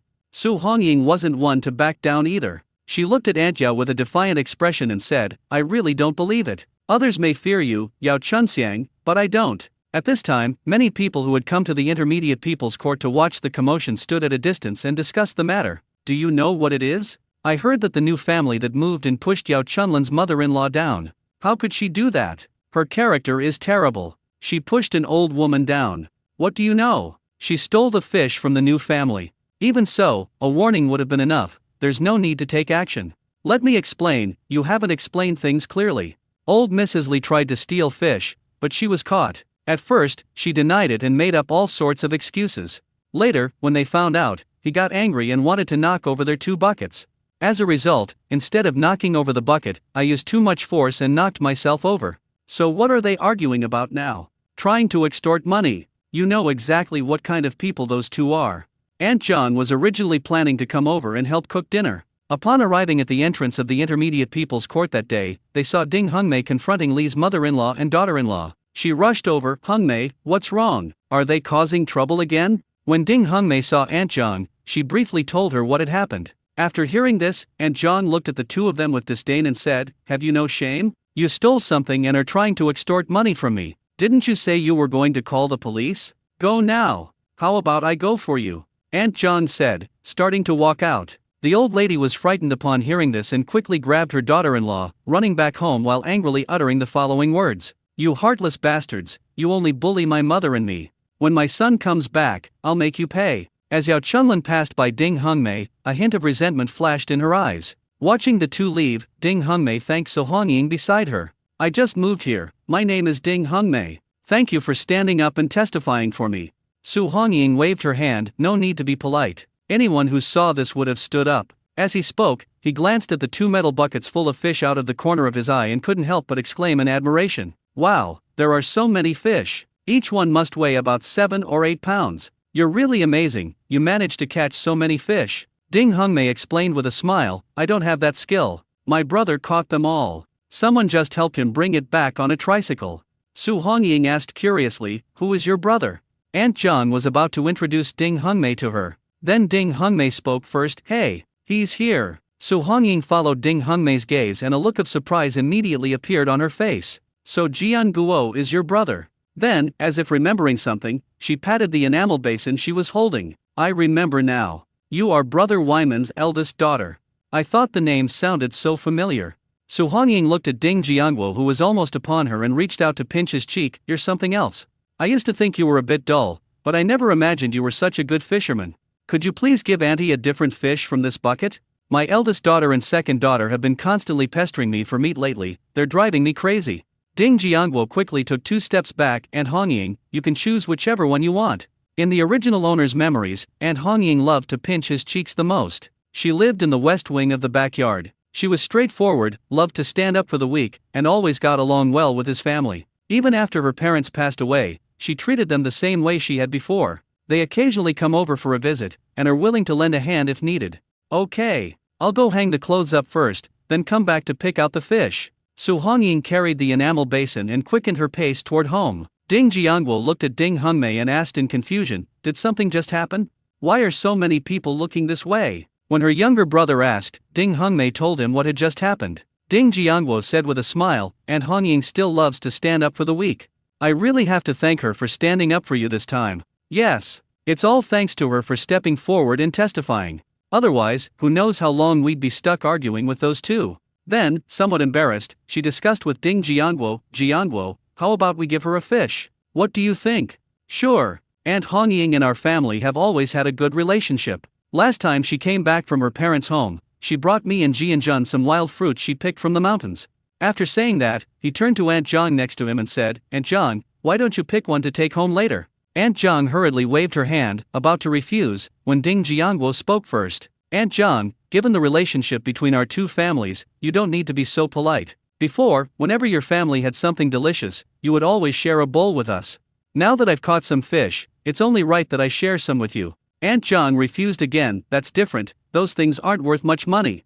This fish must cost at least 10 yuan. Ding Jianguo remained unmoved and patiently persuaded him, in our hearts, this fish is not as good as what you gave us back then. Because what's valuable isn't the things themselves, but the sentiment. We'll always remember it. Ding Jianguo never forgot that what Aunt Zhang brought back then was pork cracklings. In times of scarcity, that was an extremely precious thing. Before that, he hadn't touched oil in his mouth for almost 2 months. Last month, he was beaten unconscious and lay in bed. It was Aunt Zhang who secretly brought him an egg to help him recover. He has never forgotten these acts of kindness. Since Ding Jianguo had already said that, Aunt Zhang couldn't refuse anymore. She smiled and reached out to pat Ding Jianguo's head. Jianguo, you're a good boy. I won't stand on ceremony with you. Upon seeing Aunt Zhang agree, Ding Jianguo immediately flashed a bright smile. That's right. Come on, Aunt Zhang. Pick the big one. Aunt Zhang came to the bucket, scooped out a relatively small one, put it in the enamel basin that Ding Hongmei had brought, and then turned around and went back. As soon as Aunt Zhang left, So Hongying came over excitedly with an enamel basin. Jianguo, I've come to pick out the fish. Ding Jianguo greeted her with a smile. Sure. Aunt Hongying, why don't you pick one yourself? So Hongying didn't stand on ceremony and deftly picked out a large one from the bucket and put it in the enamel basin. Then, looking at Ding Jianguo, she asked, Jianguo, do you have a scale? Weigh it for me, let me see how many kilograms it is. I'll give you the money. How about 3.2 yuan per jin? Ding Jianguo looked at the people standing in the distance and quickly stopped her from speaking. No need to pay. Our two families have such a good relationship. They gave us a lot of fruit last time. You stood up for my sister again, so I'll give you this fish. Su Hongying immediately thought, how can that be? Wouldn't that be taking advantage of someone? She quickly refused, no way. I can't take advantage of you for nothing. You don't want money? Then I'll bring something else to exchange for it. Before she finished speaking, she had already picked up the enamel basin and ran back. Those watching from a distance were filled with envy and jealousy when they saw that Aunt Zhang and Sohongying had both taken fish home. Old Man Wei was the first to lose his composure. He thought the child was easy to fool, and he strode over to Ding Jiangguo's side in a few steps. Jiangguo, Grandpa Wei knows you understand the importance of respecting the elderly and caring for the young. There are still so many fish in this bucket, can I give one to your Grandpa Wei? No way. If you want fish, trade it for grain. Ding Jiangguo refused without hesitation. He thinks he's young and that if he comes over and says a few compliments, he can get his fish for free. He's probably still half asleep. Old Man Wei looked rather unpleasant after being rejected. He hadn't expected Ding Jiangguo to be so difficult to fool, so he turned his attention to Ding Hengmei. Just thinking about Ding Hengmei's behavior yesterday, I gave up on trying to find a solution from her, but I'm not willing to let him leave like this. Old Wei stood there, his mind racing, quickly figuring out how he could get a fish for free. There are people like him who want to get something for nothing. However, there are also those willing to exchange grain for it. Sure enough, a young man asked Ding Jiangguo, Jiangguo, how do I exchange this fish? He came here with Old Man Wei just now. He overheard their conversation and felt that exchanging grain for fish was still acceptable. When Ding Jiangguo heard that someone was actually willing to exchange grain for fish, he was delighted. This grain could be left for his older sister and the others to eat. He offered his terms, 2 pounds of grain in exchange for 1 pound of fish. Go pick out the fish, weigh them here, and then go back to get the grain to exchange for them. Okay, I'll switch. After saying that, the young man walked over to the 2 iron buckets to pick out fish. Those who were just watching the spectacle are now eager to participate when they learn that they can exchange grain for fish. However, not many people actually go to exchange them. Many families don't even have enough food to eat these days, so how can they have extra to exchange for fish? They could only stand there, watching enviously as their neighbors traded in fish and carried them away. Yao Chunxiang soon found out about this too. Mom, do you think what they're doing counts as speculation and profiteering? How about we report them? The old woman glanced at her with disdain. What kind of situation is this now? Neighbors exchanging things is tacitly approved by the authorities. Now, in which courtyard haven't the neighbors exchanged things? You haven't changed your mind. If you report her today, can't she report you tomorrow? So you're not going to change your things anymore? Besides, if you report them and word gets out, who will dare to associate with our family? Who would dare to trade with our family now? What a pig brain. He's always coming up with these ridiculous ideas. Yao Chengxiang's eyes darted around, and suddenly, as if she had thought of a good idea, she leaned close to Grandma Li's ear and whispered, Hey, Mom, how about we go and change into a different one? Old Li glared at her impatiently. We don't even have enough food at home, what are you going to do to exchange it? Yao Chunxiang revealed a sly smile. Mom, you forgot. Don't we still have about 10 pounds of soybeans that have been eaten by weevils? Many of those soybeans were hollow and had a strange taste. How about we trade them for fish, Mom? What do you think? Grandma Li thought about it for a moment and thought it was a good idea. Okay, before you take it, mix the soybeans you've already prepared on the upper bunk into it, just to be on the safe side. Yao Chunxiang flattered, Mom, you're so smart. This time we must make them suffer a great loss. At this moment, the area in front of Ding Hengmei's house in the middle courtyard was very lively. Those whose families were slightly better off were already picking fish from the bucket with enamel basins. Some families with limited means but who still want to eat fish cleverly find familiar neighbors to exchange fish with them. Xianlin, how about we exchange a fish between our 2 families later and cook it for our families tonight to help them recover? Okay, Chun Ping, let's go pick one out too. Of course, there were also families who were genuinely short of food and couldn't bear to exchange their fish for other things, so they just watched the spectacle. Some even offer advice and strategies, hoping to make a living in the process. An elderly woman wearing patched clothes pointed to a fish in a bucket. Jinhua, look how big this fish is, it must weigh almost 10 pounds, hurry up and scoop it out.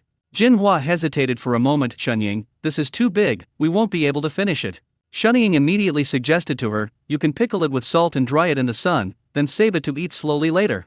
Jinhua's eyes lit up. That's right. I really didn't think of that otherwise, thanks to your reminder. I'll bring you a bowl tonight when I've prepared the fish. Shenying was overjoyed. How could I accept this? You traded all of this for grain. Jinhua didn't care at all. Given our relationship, it's just a bowl of fish soup. Seeing that she had achieved her goal, Shenying quickly agreed. Then I won't be polite. Aunt Zhao happened to pass by them and thought it made sense. It was a rare opportunity to exchange fish. Or she could get a bigger one and marinate it later to eat slowly. Thinking of this, she quickly squeezed in, afraid that if she was too slow, the big fish would all be taken. A young woman, barely able to contain her complaint, said, "Aunt Yao, don't push. How am I supposed to catch fish if you keep pushing like this?" Aunt Yao turned her head and glared at the woman. Song Xiaping, you're always making trouble. How is my standing here affecting your fishing? Besides, this isn't your home. You can stand here, but I can't? Song Xiaping was still young and shy, so she changed her fishing spot. When Aunt Yao saw people being pushed away by her, she raised her head with a smug expression, like a victorious rooster. Ding Hongmei happened to come out of the main room and saw this scene, and was immediately disgusted by it. She immediately decided that she would rather throw the fish away than give it to Aunt Yao. Aunt Yao was unaware that she had already lost her eligibility to fish. He was excitedly reaching into the bucket to scoop fish out of the water. She had her eye on a large fish weighing over 10 kilograms.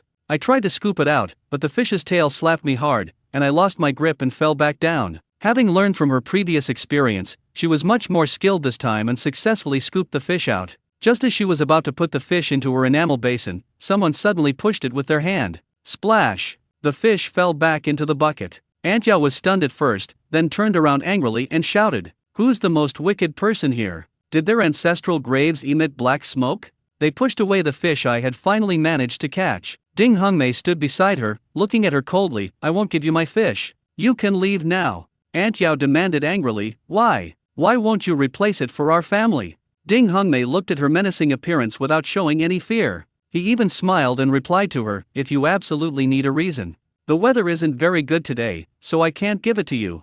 Are you satisfied with this reason?" Aunt Yao kept repeating, "The weather is bad, so I can't change? What does the bad weather have to do with me?" When the people around saw that Aunt Yao was actually seriously analyzing the reason, they couldn't help but laugh. When Aunt Yao saw everyone laughing, she realized what was happening and instantly flew into a rage. "You're kidding me. They deliberately didn't exchange it for me.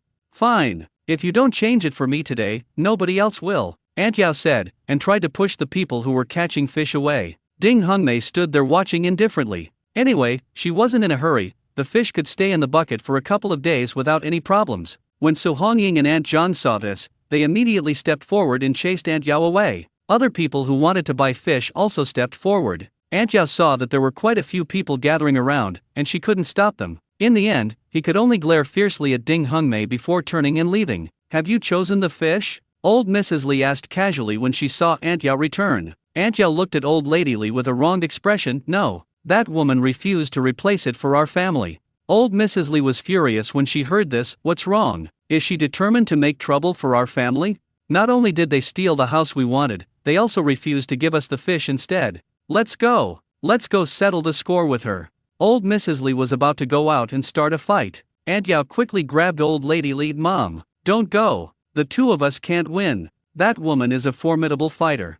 Now that Su Hongying and Zhang Yui are helping her, we are even less likely to win."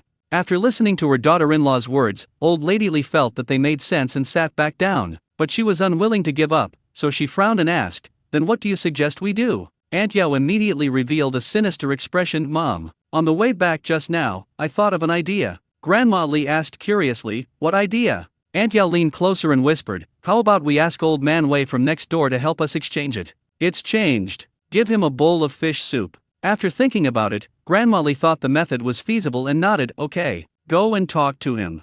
Aunt Yao didn't get up and leave immediately. She watched as Old Lady Li continued to voice another idea. "Mom, I just had another idea. I just saw them weighing the items. They just opened the bag to look inside and then put it away. I think we could mix some small stones, yellow soil, and bran into that bag of bad soybeans. If you add some good soybeans on top, you can get a bigger fish in return.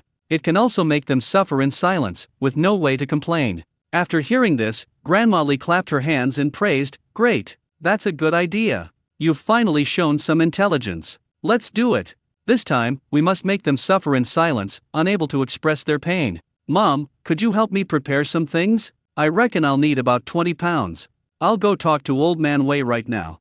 Aunt Yao immediately got up and went to the next room to find him. At this moment, old man Wei did not go back. He remained standing to the side, his eyes scanning over everyone. I was thinking to myself, tonight I'll go to someone's house and get a free bowl of fish. Suddenly, out of the corner of his eye, he saw Aunt Yao hiding at the entrance of the central courtyard, peeking out her head and looking at him, gesturing towards him with her mouth. Old Wei knew she wanted him to come over. He didn't know what she wanted to see him about. "Never mind, I'll go take a look first." So he walked over with a puzzled look on his face. "Xiao Yao, did you need something from me?" Aunt Yao smiled and waved to him, "This way. I have good news for you." Aunt Yao felt that her actions were completely unnoticed. In fact, Ding Jiangguo had already seen it all from a distance. Why is Aunt Yao sneaking around to see old man Wei? Is something going on? Ding Jiangguo couldn't help but gossip to himself. However, he soon noticed that old man Wei was acting strangely. Old Wei went out and returned shortly after, carrying an enamel plate. Unlike before, when he just watched others choose fish, he actually reached into the bucket to scoop fish out himself. This is unlike his stingy nature. He's actually willing to exchange fish today instead of mooching from someone else. Ding Jiangguo remembered that Aunt Yao had been sneaking around calling him out earlier, and he felt that something was wrong. What exactly is wrong? Just as Ding Jiangguo was still wondering what was wrong, Old Wei had already scooped out a large fish weighing over 10 pounds and put it into an enamel basin. He was excitedly carrying it over to weigh it. 12 catties. Wow! Old Wei, you've really gone all out today. Willing to trade over 10 pounds of fish. Aunt Zhang helped Old Man Wei weigh the fish, and didn't forget to tease him. Old Man Wei looked at Aunt Zhang and said arrogantly, "Everyone has their good times. This is nothing. If this wasn't the biggest one, I would have picked an even bigger one." After saying that, Old Man Wei walked home with his head held high and chest out. Not long after I went in, I saw him come back carrying a cloth bag. Ding Jiangguo also noticed that there seemed to be someone following him just now, but they didn't come in with him. He immediately spread his divine sense over and discovered that it was actually Aunt Yao. Now everything makes sense. This is probably because Aunt Yao gave Old Man Wei a small favor to help him exchange it. Before Old Man Wei arrived, Ding Jiangguo ran off to tell his eldest sister about it. After thinking about it for a while, the older sister decided to replace it for Old Man Wei. Aunt Yao wanted to take over her house, and Old Lady Li wanted to steal her fish. Everyone in the courtyard knew about these things, and they all understood why she wouldn't sell them fish. She didn't like Old Man Wei's personality either, but it wasn't to the point of making enemies with him. However, knowing that the items belonged to Aunt Yao, she became more cautious. "This is 24 caddies of soybeans, weigh it for me." Old Man Wei placed the cloth bag at Su Hongying's feet. "Okay, Uncle Wei, please wait a moment," Ding Hongmei said as she squatted down, and using the opening of the cloth bag as an excuse, reached inside and rummaged through it. She became increasingly angry as she searched, thinking that the other party might be trying to sabotage the food. "I never expected the other party to be so ruthless." These soybeans were mostly eaten by insects. They crumbled with the slightest touch. There were even small stones, loess, and bran inside. "Isn't this just like eating dead people?" Ding Hongmei retied the cloth bag and handed it to Old Man Wei. "Take it back. These things can't buy fish." Old Man Wei was immediately displeased. "Why can't I exchange them? You exchange other people's sweet potatoes, but you won't exchange mine for soybeans. Aren't soybeans better than sweet potatoes?" Ding Hongmei knew that Old Man Wei had also been deceived, otherwise he wouldn't have questioned her. However, she still didn't want things to get too ugly between her and her neighbors. "Uncle Wei, you'll know once you take it back and see for yourself." Old Man Wei, remembering the bowl of fish that Aunt Yao had promised him, insisted, "Just say what you have to say here, no need to take it back." Ding Hongmei could only helplessly open the cloth bag. "Uncle Wei, look what this is." "And what's this?" Old Man Wei's face immediately turned red when he saw the handful of soybeans that Ding Hongmei had grabbed. He smiled apologetically at Ding Hongmei, then picked up his cloth bag and hurriedly left. At this moment, Aunt Yao, who was standing in the front yard with an expectant look on her face, saw Old Man Wei carrying a cloth bag and asked with some confusion, "What's wrong?" Old Man Wei threw the cloth bag on the ground and glared at her fiercely. "Don't come to me with such shameful things in the future." Hearing his words, Aunt Yao knew she had been found out, so she could only give an awkward laugh. Then she picked up her cloth bag and slipped away. Grandma Li looked at Aunt Yao returning with a cloth bag and asked with some confusion, "You didn't give the things to Old Man Wei?" "I gave it to them, but someone saw through it. I can't exchange it for fish now." Aunt Yao put the cloth bag on the ground and asked with a distressed expression, "Mom, what should we do with this bag of soybeans?" Old Mrs. Li asked impatiently, "What should we do? Just pick out the soybeans one by one yourself.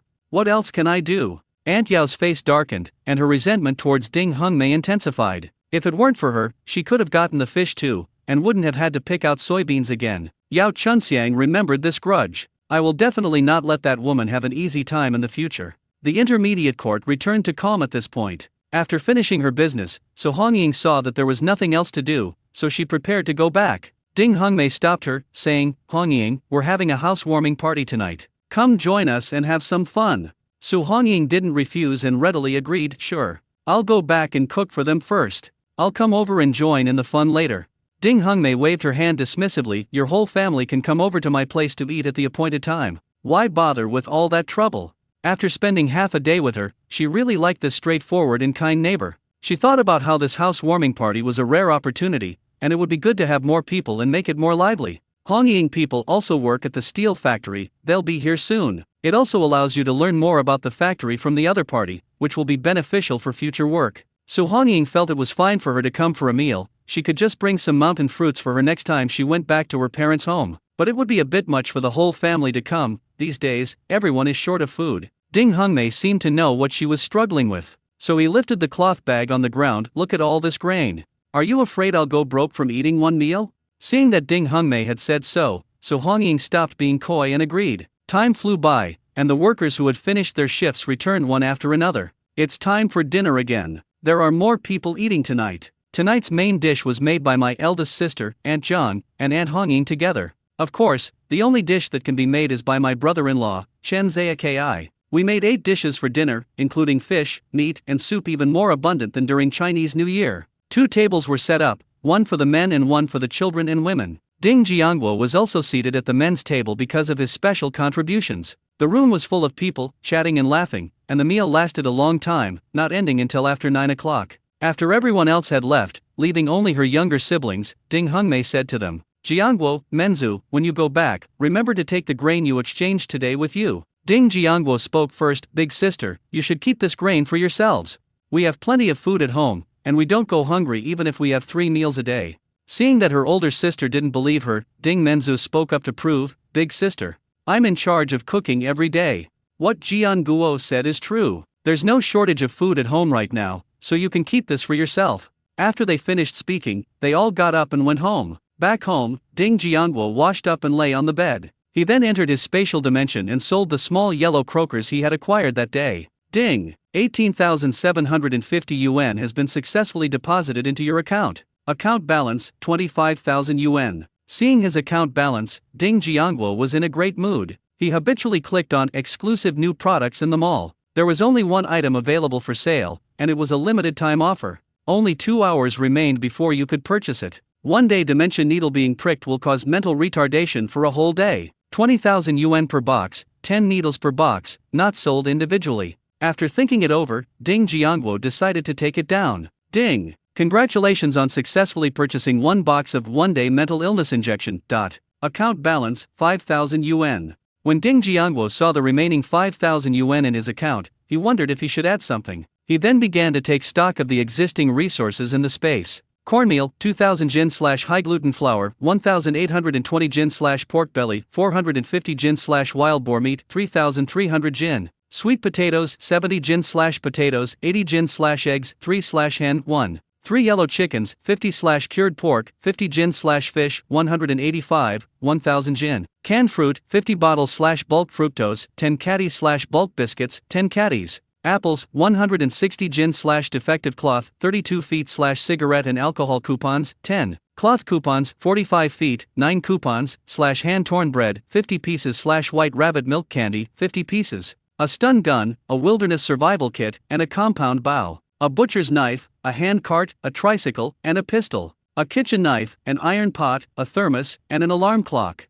1 bolt of defective cloth, a batch of oil paper and hemp rope. German Shepherd, 1 won k. Cash, 199 yuan. Exclusive new products for the mall, 7 types. Ever-changing outfits, 7 pieces, available for 168 hours. Tool Man, Boss Wong, available for 100 hours. Power Needle, 9 needles. Truth Needle, 9 needles. Line Needle, 10 needles. Reverse Injection, 10 vials. 1-day mentally retarded injection, 10 vials. Account balance, 5,000 yuan. He was somewhat surprised to find that some items were missing when he saw the list of supplies. Upon closer reflection, I realized that I had sold a lot of resources to buy the ever-changing outfit and the toolman Boss Wong, as well as to give him time to recharge. After figuring out the number, he saw that it was getting late and he was sleepy, so he went to sleep. Ding Jiangguo was very busy for the next few days. Alternatively, you could stay at your older sister's house and help her take care of her children, or go fishing to improve the family's meals. The fish have now been stored, more than 400 fish, weighing more than 5,000 jin. He secretly went to that fishing spot twice last time, but I wonder if the old man managed to get the bait. These past few days, Grandpa Lu has introduced another client. However, this time the client was far less wealthy and generous than last time. That small yellow croaker was probably his last possession. He traded it for 30 caddies of cornmeal and wanted to add 5 caddies of pork, but Ding Jiangguo resolutely refused. Seeing Ding Jiangguo's firm stance, the man had no choice but to replace him in the end. Ding Jiangguo's account balance has now become 23,750 yuan. The only regret these past few days is that there has been no movement from the black market. He then extended his divine sense into the room. The furniture was still there, but he found no one inside and had no idea what was going on. Those people didn't move away, did they? He decided to go check again tonight, and if there was still no movement, he would make other plans. Uncle! Uncle! I want to ride a big horse. A child's shout quickly brought Ding Jiangguo back to reality. Go Dan hugged Ding Jiangguo's leg with both hands, looked up at him with longing. Ding Jiangguo squatted down with a look on his face that said, "This is too much for me."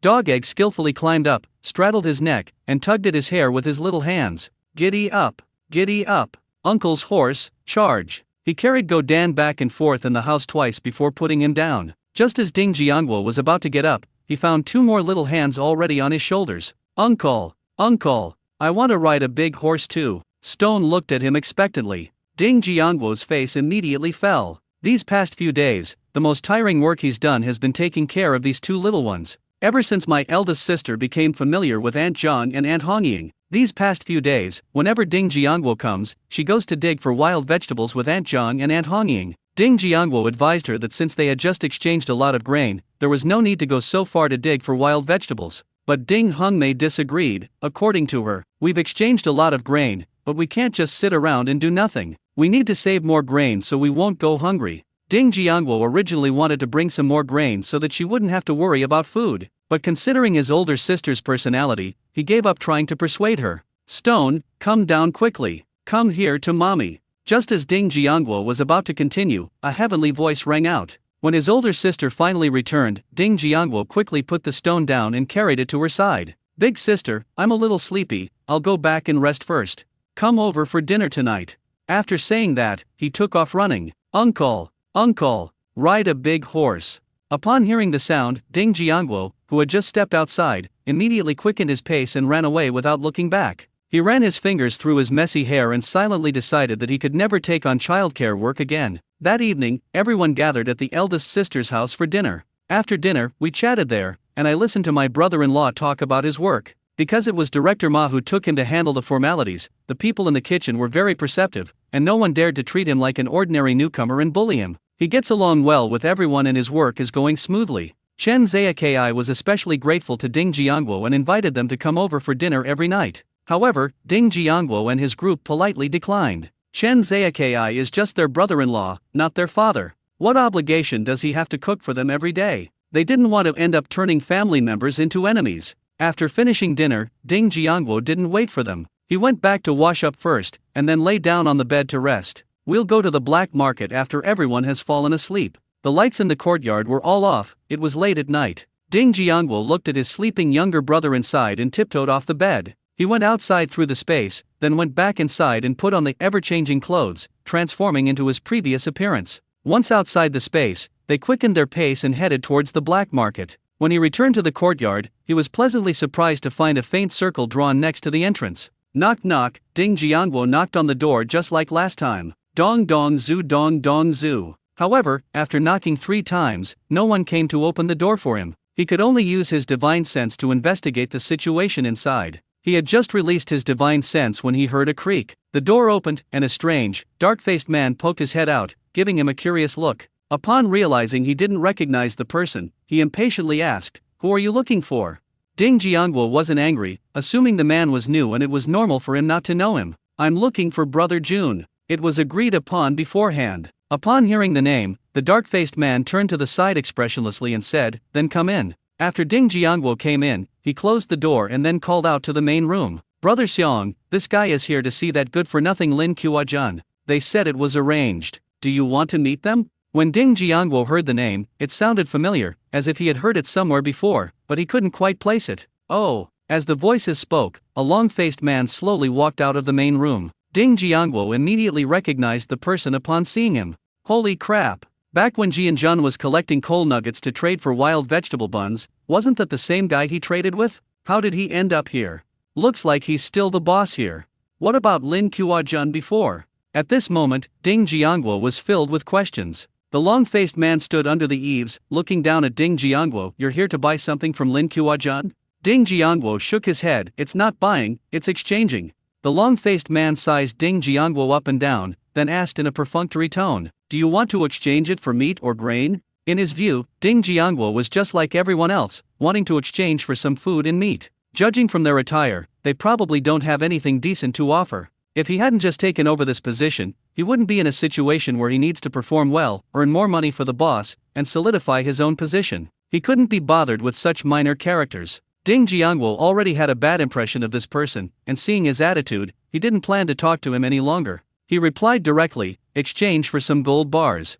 If the other party has it, I'll exchange it, if not, I'll leave immediately." The long-faced man thought he had misheard, and he repeated it uncertainly. "You mean you want to exchange gold bars with me?" Ding Jiangwo looked at him with some impatience. "Yes." The long-faced man's eyes flashed with a sharp light. "I have. What will you offer in exchange?" Ding Jiangwo listed the items he could exchange for. "Rich flour, cornmeal, pork are all fine." The long-faced man immediately became enthusiastic and quickly walked up to Ding Jiangwo. "Brother, please come in and have a seat. Let's sit inside and chat." Ding Jiangwo waved his hand. "No need for that trouble. One small yellow croaker can be exchanged for 20 caddies of high-gluten flour, 30 caddies of cornmeal, or 15 caddies of pork. One large yellow croaker can be exchanged for 200 caddies of high-gluten flour, 300 caddies of cornmeal, or 150 caddies of pork. If we can exchange it, then we'll talk about it. If we can't, then let's not waste everyone's time." The long-faced man looked very conflicted. He couldn't make much money at that price. He lowered his head and thought for a moment before looking up at Ding Jiangwo. "Okay, I'll take the loss this time. Consider it making a friend. I want 150 caddies of pork. When can we expect to receive the goods?" Ding Jiangwo replied without hesitation. 1 hour later. Long-faced man, "Fine. I'll send someone back to get the gold bars right now."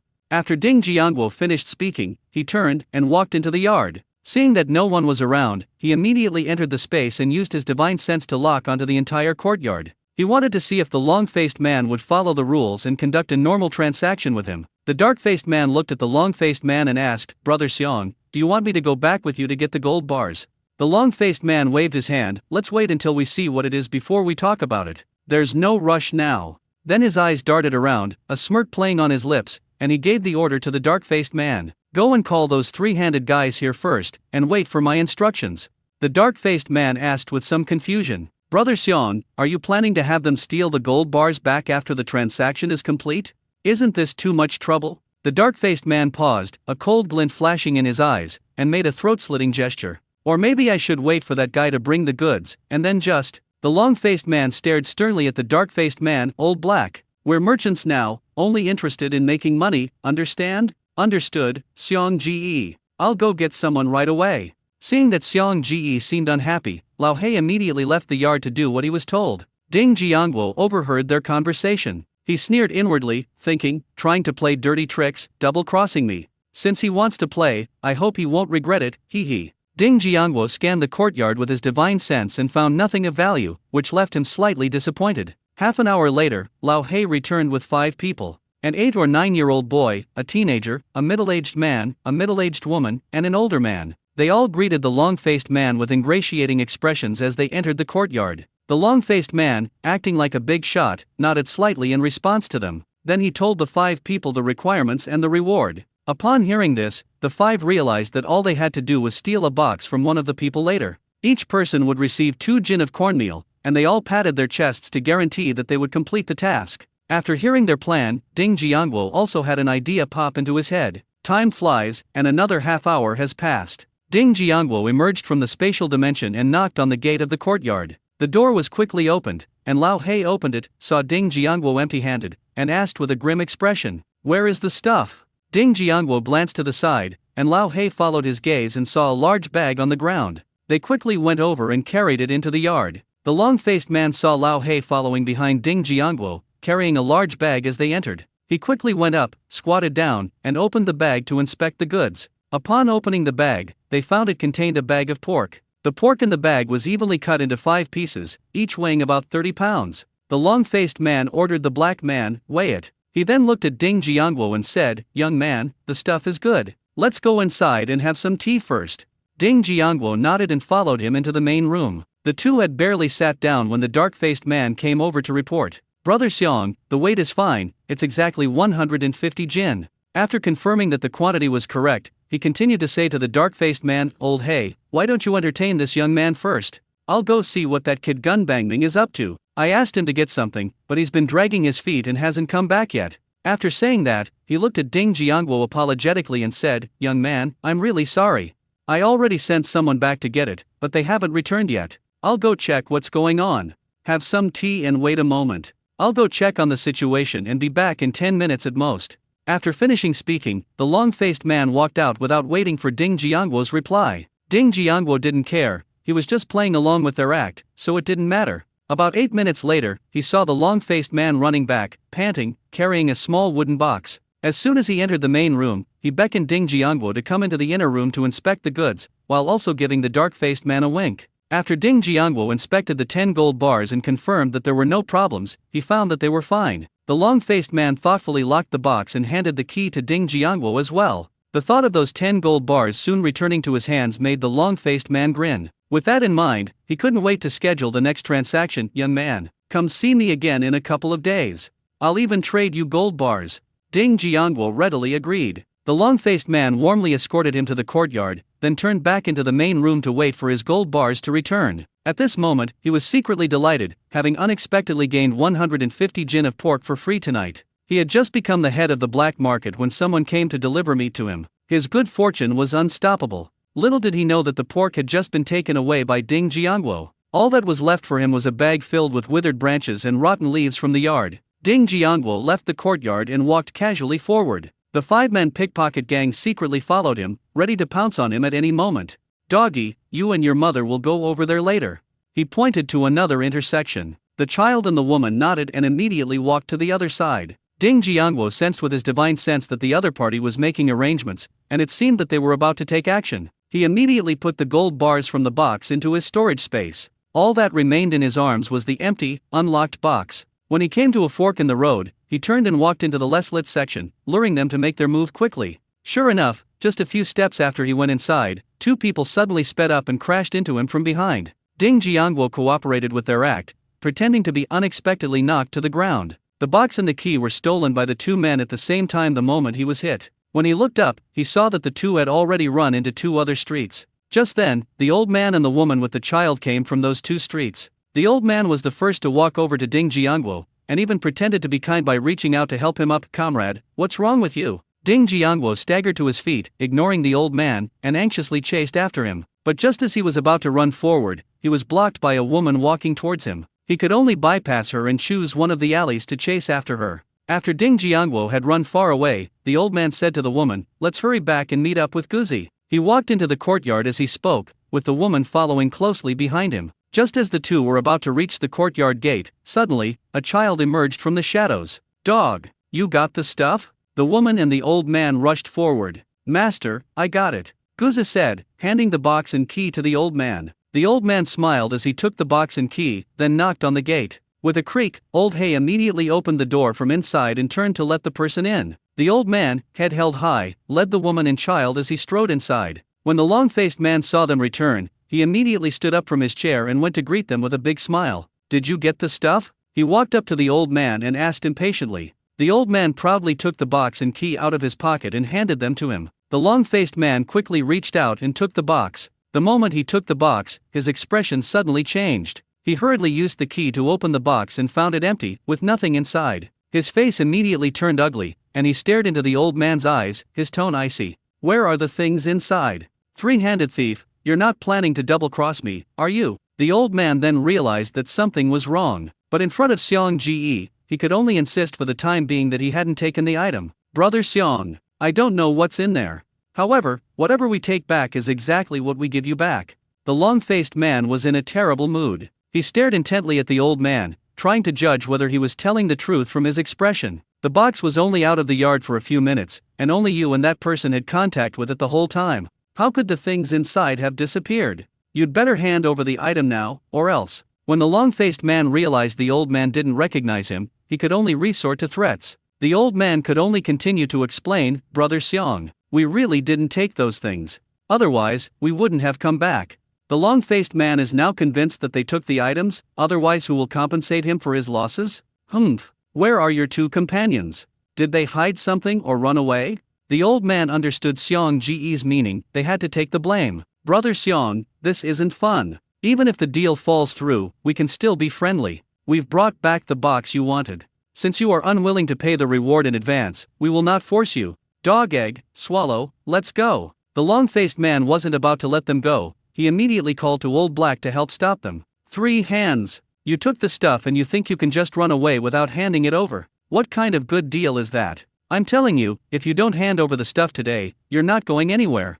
Just then, there was a knock on the door. The old man guessed that their people had returned, and he immediately gave the dog a meaningful look. The dog understood and immediately crawled between the two people to open the door. Master! Master! The two returned and walked into the courtyard with smiles on their faces, when they suddenly realized that the atmosphere inside was a bit strange. The master was leading his men in a standoff with Xiong Ji and his group, and it looked like a fight was about to break out. The two of them quickly stood next to the three-handed man and asked in a low voice what had happened. The dog quickly explained the situation to the two of them. Their expressions immediately turned grim. After working hard for most of the night, not only did I not receive any payment, but I also had to pay compensation. This is just too much of a bully. The middle-aged man calmed down a bit and whispered, Master, it seems we've been tricked this time. Judging from the bear's expression, it wants us to take the blame for this loss.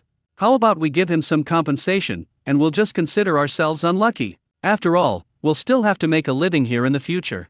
The old man thought about it and agreed that his eldest apprentice made sense. So he looked at the long-faced man and said in a softer tone, Brother Xiong, we really didn't take anything. However, we messed it up. We're willing to offer some compensation, just draw a path for us. The long-faced man scoffed, compensation? 10 small yellow croakers, can you afford to pay that? The 5 people stared wide-eyed, never expecting that there were actually 10 small yellow croakers inside. The group exchanged glances, knowing that this matter was beyond resolution and that their only option was to escape first. Suddenly, the old man pulled out a package from his pocket and threw it directly at the 2 long-faced men. A cloud of yellow flour instantly scattered, catching the 2 long-faced men off guard. They were covered in it, unable to open their eyes for a moment. Run! The old man shouted at the other 4. The 4 men prepared to run away upon hearing the sound, but the old man's voice gave them away. Based on the location of the sound, Lao Hei pounced on the old man with his eyes closed, knocking him to the ground. The other 4 saw this and rushed over to help, but old Hei held onto the old man's hand and refused to let go. The young man looked anxious. He pulled a dagger from his leg, preparing to stab the back of old Hei's hand. In the ensuing chaos, the needle was plunged directly into Old Black's neck. Blood gushed from his neck immediately, and Old Hei instinctively let go of his hand to cover it. Seizing the opportunity, the group immediately dragged the old man out from under him, then carried him away. Leng, run! The woman saw the young man still squatting there blankly and quickly shouted loudly. The young man immediately came to his senses, quickly drew his dagger, and ran towards the woman. Not long after the person left, the long-faced man was able to barely open his eyes as he prepared to get up and chase after them. They then discovered that Old Hei was lying on the ground, already dead. He looked at his dirty clothes and couldn't help but frown. I was about to go inside to change my clothes before calling someone. As he walked under the eaves, he caught a glimpse of a bag containing pork out of the corner of his eye. He secretly rejoiced. Thankfully he only lost the gold bars, and having the pork meant it wasn't a complete loss. As for Lao Hei's death, it's just a matter of replacing him with someone else who's more obedient. It's nothing serious. It's not necessarily a bad thing if we can get Three-Eyed and his gang to extort another sum of money from us. Just as he was about to step into the main room, he stopped and, as if possessed, walked toward the bag. He wanted to open it and see the pork inside to cheer himself up, but when he opened the bag, his mouth dropped open and his eyes were fixed on what was inside. He reached in incredulously and grabbed at the contents, only to find withered branches and rotten leaves inside. He jumped up instantly, his expression contorted in rage. 3 hands! I won't let you get away with this. After shouting, he stared at the bag and muttered to himself. My gold bars are gone. My pork is missing. As he was speaking, his vision suddenly went black, and he fainted. Ding Jiangguo was completely unaware of what was happening here. He was searching for someone on the black market. Ding Jiangguo wandered around the black market but didn't see any familiar faces, not even the old man who sold old items. The person who used to weigh people was also a stranger. It's true that every new emperor brings a new court, it's the same everywhere. Just as he was about to head home, he saw a burly man deliberately bringing a small cloth bag closer to him. Young man, want some cornmeal instead? The burly man stared intently at his face as he spoke to him. Ding Jiangguo thought this person was strange. If he was just selling something, why was he staring at him, a grown man? But when he saw the burly man's appearance clearly, his face lit up with joy. Wasn't this the guy who had weighed scales for people before? Yes. We'll talk over there. Ding Jiangwo looked towards a secluded spot not far away. The burly man nodded in agreement, and then the two of them walked in that direction. When they arrived at the location, Ding Jiangwo tentatively asked, "Didn't you used to make scales for people? Why are you selling things yourself now?" Without much thought, the burly man explained, "The boss here has changed, and I've been replaced. I have no choice but to do this to make a living." Ding Jiangwo confirmed that it was the person he was looking for and quickly asked, "Brother, do you know where Jun Ji is right now? I need to talk to him about something." Upon hearing that the man was looking for Jun Ji, the burly man immediately became wary and began to scrutinize Ding Jiangwo, finding him somewhat familiar. Suddenly, he remembered the task that Brother Jun had given him to stay here. With a somewhat excited expression, he grabbed Ding Jiangwo's arm. "Are you Brother Tai Tou?" Ding Jiangwo didn't say anything, but smiled at him. Once the burly man confirmed that it was the person they were waiting for, he immediately and enthusiastically led Ding Jiangwo away from the black market. During their conversation on the way, Ding Jiangwo learned from the other party about the recent events in the black market. Jun's boss was recently sent to jail, and those who used to work for him have all gone into hiding. Because of their departure, this place was quickly taken over by other bosses. This man happened to be Xiang Ji's former boss. He seized the opportunity and gave a lot of gifts to get this territory. Jun also wanted to get in touch with this person, but the other party didn't dare to accept him, fearing that his boss's enemies would cause trouble. Not long after, Jun got in touch with a powerful boss. Only then did he dare to reunite with his former brothers and find a place outside the city to start a black market. The burly man, delighted at the reward Jun Ji had promised, chuckled and said, "Brother Tai Tou, you have no idea how long we've been looking for you." Ding Jiangwo asked with a puzzled expression, "You've been looking for me all this time?" The burly man looked at Ding Jiangwo, spitting as he spoke, "That's for sure. On the day we moved out, Jun Ji arranged for Little Monkey to hide near that yard every day and wait for you. My job is to keep cats in the black market." He grinned and said, "If they say they didn't find anything in your yard, they'll definitely come here." Just as I suspected, he was right. Ding Jiangwo also gave a thumbs up. "Your Jun Ji is this one." The burly man looked proud, of course. Otherwise, no one would follow him. The two walked for almost an hour before the burly man pointed to a place in the distance. "Brother Iron Head, he's right there." Ding Jiangwo looked in the direction his finger was pointing and saw a small grove of trees. You can still vaguely see scattered lights inside. When Ding Jiangwo and his companion arrived at the entrance to the woods, just as they were about to go in, two burly men blocked their way with tree branches. "Buy or sell? What's wrong with you two? Don't you recognize me?" The burly man pushed the tree branch aside in annoyance. "Hey, Dong Ji, weren't you at the black market over there? Why are you back? Are you missing women?" One of the burly men joked with him. "But there aren't any women here today," another burly man chimed in. "Get out! Get out! Get out! I don't have time to waste on your nonsense." After saying that, he led Ding Jiangwo along the road into the interior. Walking into the woods, we found a clearing that had just been cleared. At the edge of the open space, only a few people were leaning against the tree trunks, setting up stalls. There weren't many people buying things inside. At a glance, there were probably only about 10 people, and it was quite deserted. Compared to the bustling black market over there, it's like night and day. Walking through the open space, I saw 3 people sitting under a big tree. They were swatting mosquitoes and chatting idly. Brother Jun, look who I've brought." Before the burly man even arrived, he excitedly waved and shouted at Lin Kuo-jun. "Dongzi, why are you back?"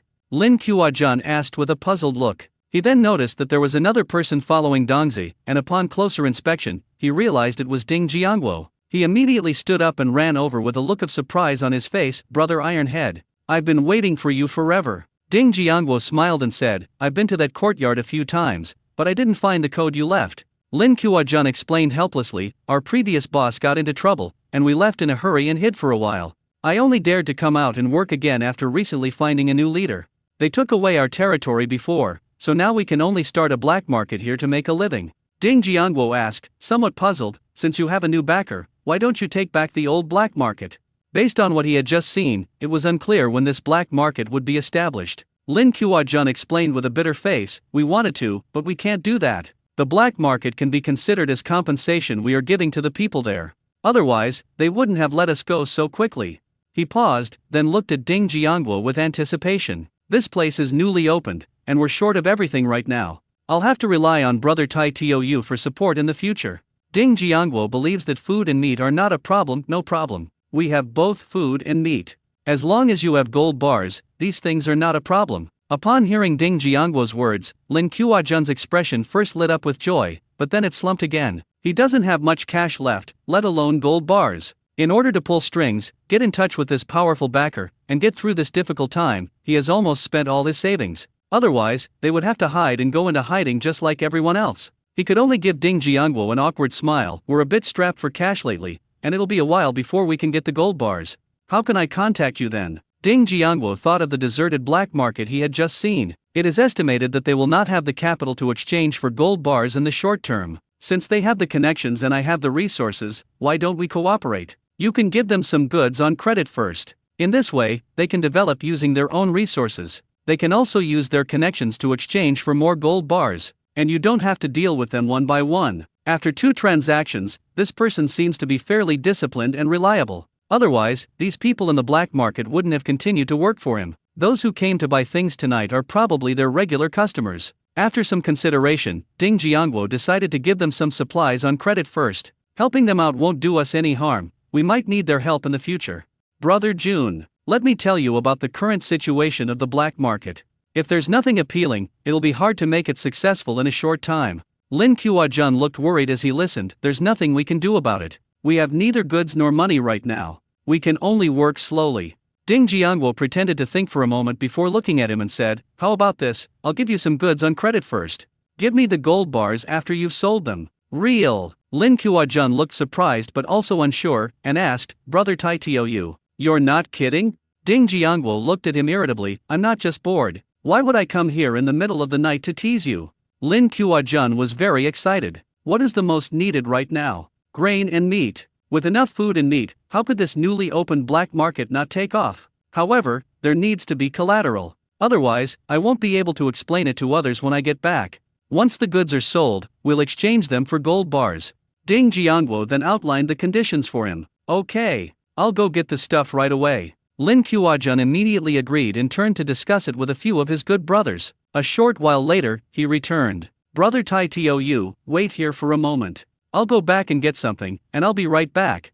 After saying that, he rushed out before Ding Jiangwo could react. Ding Jiangwo wasn't in a hurry, so he just sat there chatting with Xiao Suanpan and Daniu. About an hour later, Lin Qiujun came running back, panting. Little Monkey and Dongzi came with him. He approached Ding Jiangwo, took out a small box from his pocket, opened it, and took out a yellowed piece of paper. Then he gently opened it and handed it to Ding Jiangwo. This is a 60 square meter independent courtyard. The courtyard has 3 main rooms and a separate kitchen. It's also the most valuable thing I have right now. I know houses can't be bought or sold right now. I'm going to use this as collateral. You can decide how much I can buy on credit. Little Suanpan also took out a palm-sized silver abacus from his pocket and handed it over with a reluctant expression. This is the only family heirloom, and his most cherished possession. The little monkey then took a silver ingot out of his pocket and handed it over. He exchanged these silver ingots 2 years ago, intending to keep them for emergencies. He only took it out after Dongzi told him that Jun Ji urgently needed money. If it weren't for Jun Ji taking him in back then, he would have starved to death somewhere long ago. Seeing everyone taking out their things, Daniu chuckled and pulled a dagger from his inner thigh. Then he gripped the handle and handed the knife to Ding Jiangwo with the tip pointing at him. Ding Jiangwo hadn't been paying attention, but suddenly saw Daniu pointing the knife at him, and instinctively took a step back. Seeing Ding Jiangwo retreat, Daniu gripped the knife and pushed it forward a little more. Brother Tai Tou, you take it. This is my most valuable possession. After Ding Jiangwo understood what he meant, he accepted the gifts with a speechless expression. Who hands out a knife like that?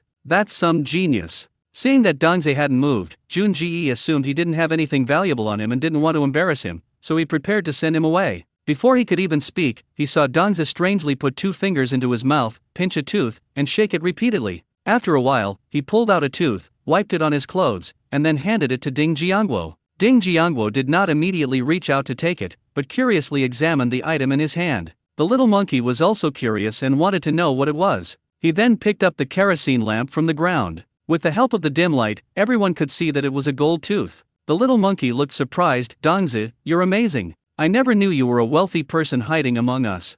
Even their teeth are made of gold. I was wondering before, since you usually like to eat alone. So you were afraid we'd discover your gold teeth. After saying that, he leaned forward a little, looking at Dongzi with anticipation. Dongzi, open your mouth wide. Let me see how many there are. Dongzi glared at him fiercely. Get lost. There's only one. My dad got it for me. They say the escape route is dangerous, but the safest place is in Jinzanji Alley. With this thing, we won't starve to death on the road. Lin Kuo-jun walked over and patted him on the shoulder, then looked around at the group with a solemn expression. Thank you for everything you did today. From now on, I will set aside a separate portion for you from the black market. Just as the little monkeys were about to refuse, Lin Kuo-jun interrupted them first. Don't refuse, this is all you deserve. Let's settle this matter here. Little Monkey and Dongzi were both surprised by the unexpected joy and were overjoyed. Ding Jiangguo saw all of this, which further proved that his previous decision was correct. This group of people is united, loyal, and capable. Investing in them will not result in a loss for you. After accepting the gold tooth, he said to Lin Kuo-jun, although these things aren't worth much money, but I have faith in you. I believe you'll be able to get your things back soon. He paused, then continued, I've decided to give you 100 jin of high-gluten flour, 100 jin of cornmeal, and 100 jin of pork on credit. The price remains the same as last time, 15 gold bars. That's great. Everyone was instantly excited upon hearing this. With this batch of goods, they can make a fortune. They can also keep some to attract others to their black market. What is the most lacking now? It must be grains and meat. With these two things, the black market can be set up quickly. They can go back to their old life. Lin Kuo-jun knew that this was Ding Jiangguo's special care for them. Thinking of this, he made a grateful promise. Brother Iron Head, thank you so much. Don't worry, we will definitely get the gold bars back for you within a week. Ding Jiangguo believed they would definitely be able to exchange the gold bars within a week. These people have been operating in the black market for a long time, so they must have some big clients. 15 gold bars may seem like a lot, but when distributed among their major clients, it's not much. Ding Jiangguo smiled and waved his hand. No need to thank me. We are friends, it's only right that we help each other. Lin Kuo-jun laughed even harder. Brother Tai Tou is right. We are friends. A very good friend. Ding Jiangguo, seeing that it was about time, said, Where are you going to put the things? I'll go back now and arrange for someone to deliver them.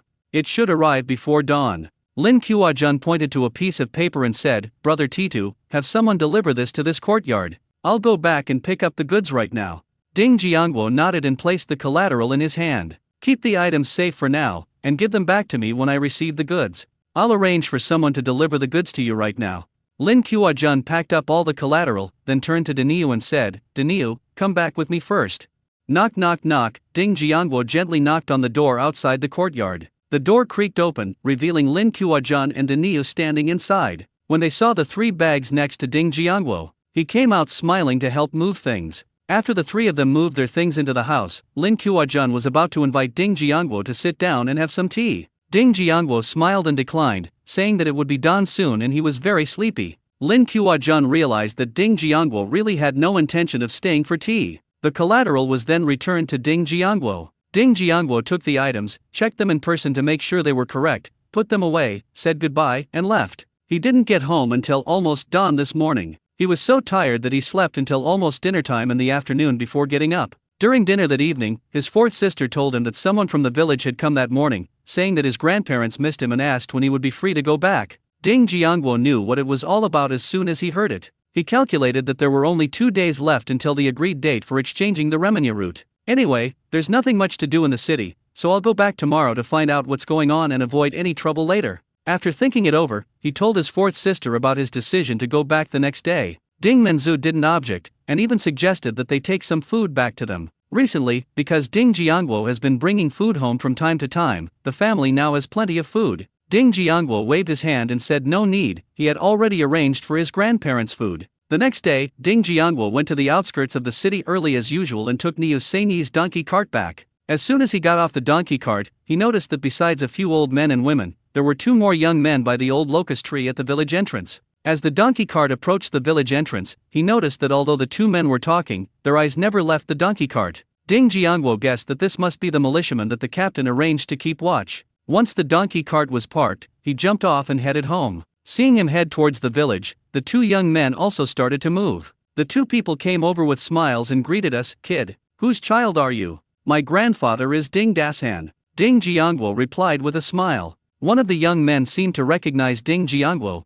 and became more enthusiastic. I know you. Your name is Jiangguo, right? Your dad used to be very capable. He was the first worker to leave our village. That's a pity. Do you remember where you live? Do you want me to show you the way? Ding Jiangguo raised his hand and pointed to a spot at the end of the village. Thank you. No need. My grandfather's house is right there, I remember.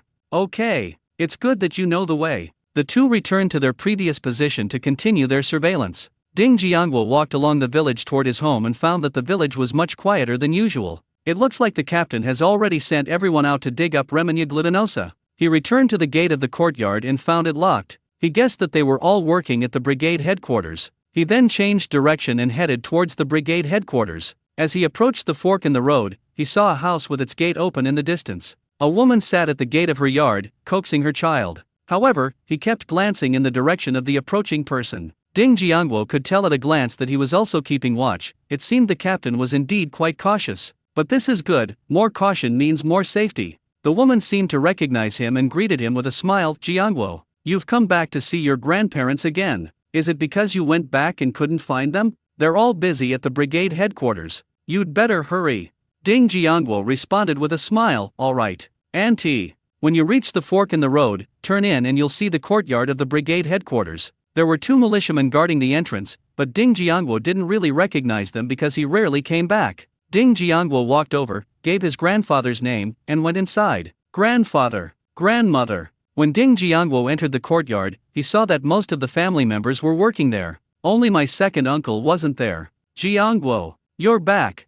Are you hungry? I'll make you something to eat when we get back. The old lady looked up when she heard the voice and saw Ding Jiangguo. She happily put down her work, got up and walked over, took Ding Jiangguo's hand, and prepared to go back to cook. Ding Jiangguo was also a little hungry, so he let the old lady pull him back. Back in the courtyard, Ding Jiangguo helped start the fire, the old lady cooked, and the two chatted in the kitchen. Jiangguo, Ding Swu, you know him, right? The old lady suddenly asked. Ding Jiangguo feigned ignorance and asked, of course I know. What's wrong? What kind of trouble has he been causing lately? The old woman said with a sigh, he's dead. He was trampled to death by a wild boar. It was so tragic. When does it happen? Ding Jiangguo asked cooperatively. The day you returned to the city. I heard that the village militia saw him that night when they were on patrol. We advised him not to go there, but he wouldn't listen and ended up being trampled to death by a wild boar. After the old lady finished speaking, she grabbed Ding Jiangguo's hand and instructed him, remember, never go that way again. Otherwise, if something happens, your grandfather and I won't be able to face your parents when we go down in the world. Ding Jiangguo patted the back of her hand and assured her, Grandma, don't worry, I will definitely not go there. The old lady was satisfied after hearing this and let go of his hand to continue cooking. Ding Jiangguo asked, somewhat puzzled, why didn't I see my second uncle just now? He remembered that his grandfather had talked to the team leader, Ding Yade, before, and asked his whole family to be responsible for the later processes and not to dig up the Remenya root. The old lady said in a low voice, your grandfather's good brother of several decades. He found a place on the mountain where a lot of Remenya glutinosa grew. The Remenya glutinosa there was also particularly large. Your second uncle went up the mountain with him early this morning to take a look. Grandpa's best friend of decades? Didn't the information leak from him before? Ding Jiangguo asked uncertainly. I remember my grandfather saying that his best brother in the village was Ding Chunkayo. The old lady said with a wry smile, he said he didn't know how the news got out. He knew this had a big impact on us, and he came to our house several times to beg your grandfather for forgiveness. He was willing to tell us about that place this time in order to get your grandfather's forgiveness. Your grandfather didn't blame him. He also believed that he didn't do it because it wouldn't have done him any good. Ding Jiangguo also agreed with the old lady's statement. He was just curious about who spread the news first. The courtyard gate creaked open, and old man Ding walked in. The old lady glared at him with disdain. The food isn't ready yet. Why are you back so early? Old man Ding wasn't angry at all, and said cheerfully, my grandson is back, can't I come back to keep him company? There's always work to be done, I can go after lunch. After the food was brought into the main room, Ding Jiangguo placed 5 jin of pork and 5 jin of cured meat on the table. Grandpa, Grandma, this is the meat I brought back. You can keep it at home and eat it slowly. Old man Ding and his wife were both surprised to see so much meat. Jiangguo, where did you get so much meat? Before Ding Jiangguo could answer, the old lady reached out to put the things back. We still have plenty of food at home, and we're doing well. You don't need to worry about us. I'll keep this for you first, and you can take it all back with you when you return to the city. You 2 brothers are still young and growing, so keep it for yourselves. Ding Jiangguo quickly hid his backpack behind his back. Grandma, we still have enough meat at home, enough for us to eat. Ding Jiangwo wasn't lying to his parents, he had left 3 jin of pork for his 4th sister last night. However, there were too many people and too many eyes in the courtyard, which might arouse suspicion, otherwise, he would have liked to stay longer. Old man Ding looked at him curiously. Where did you get so much meat? He had already come up with a reason last night. I will definitely continue to bring things to my grandparents' house in the future. Fortunately, he now has a pretty good relationship with Lin Kuo-jun and the others. The things I brought back were, in a sense, earned by working for the black market. Even if his grandparents suspected something, with the existence of a black market and Wang Leiata's cooperation, he wasn't afraid of being exposed. However, he guessed that his grandparents wouldn't actually go with him to verify it. Having figured this out, he got up, closed the door to the main room, sat down next to the two of them, and whispered, "This is all money I earned working for the black market."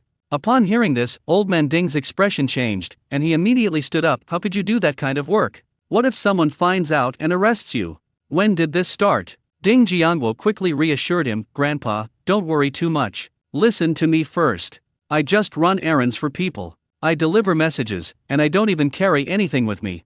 I've been doing this job for almost a year now. Actually, the big boss I mentioned last time was a lie. At that time, you weren't in good health, so I lied to you so you wouldn't worry. Old Ding pressed on, and what about De Chun's job? The information came from the black market management. The jobs are obtained by exchanging money for meat. I also helped the black market obtain the Remania glutinosa. Since things had come to this point, Ding Jiangwo simply pushed everything onto the black market. Since it's not actually being sold on the black market, there's no risk involved, so he's not afraid. Just then, the ever-calm old lady finally spoke. Do your 3rd and 4th sisters know about this?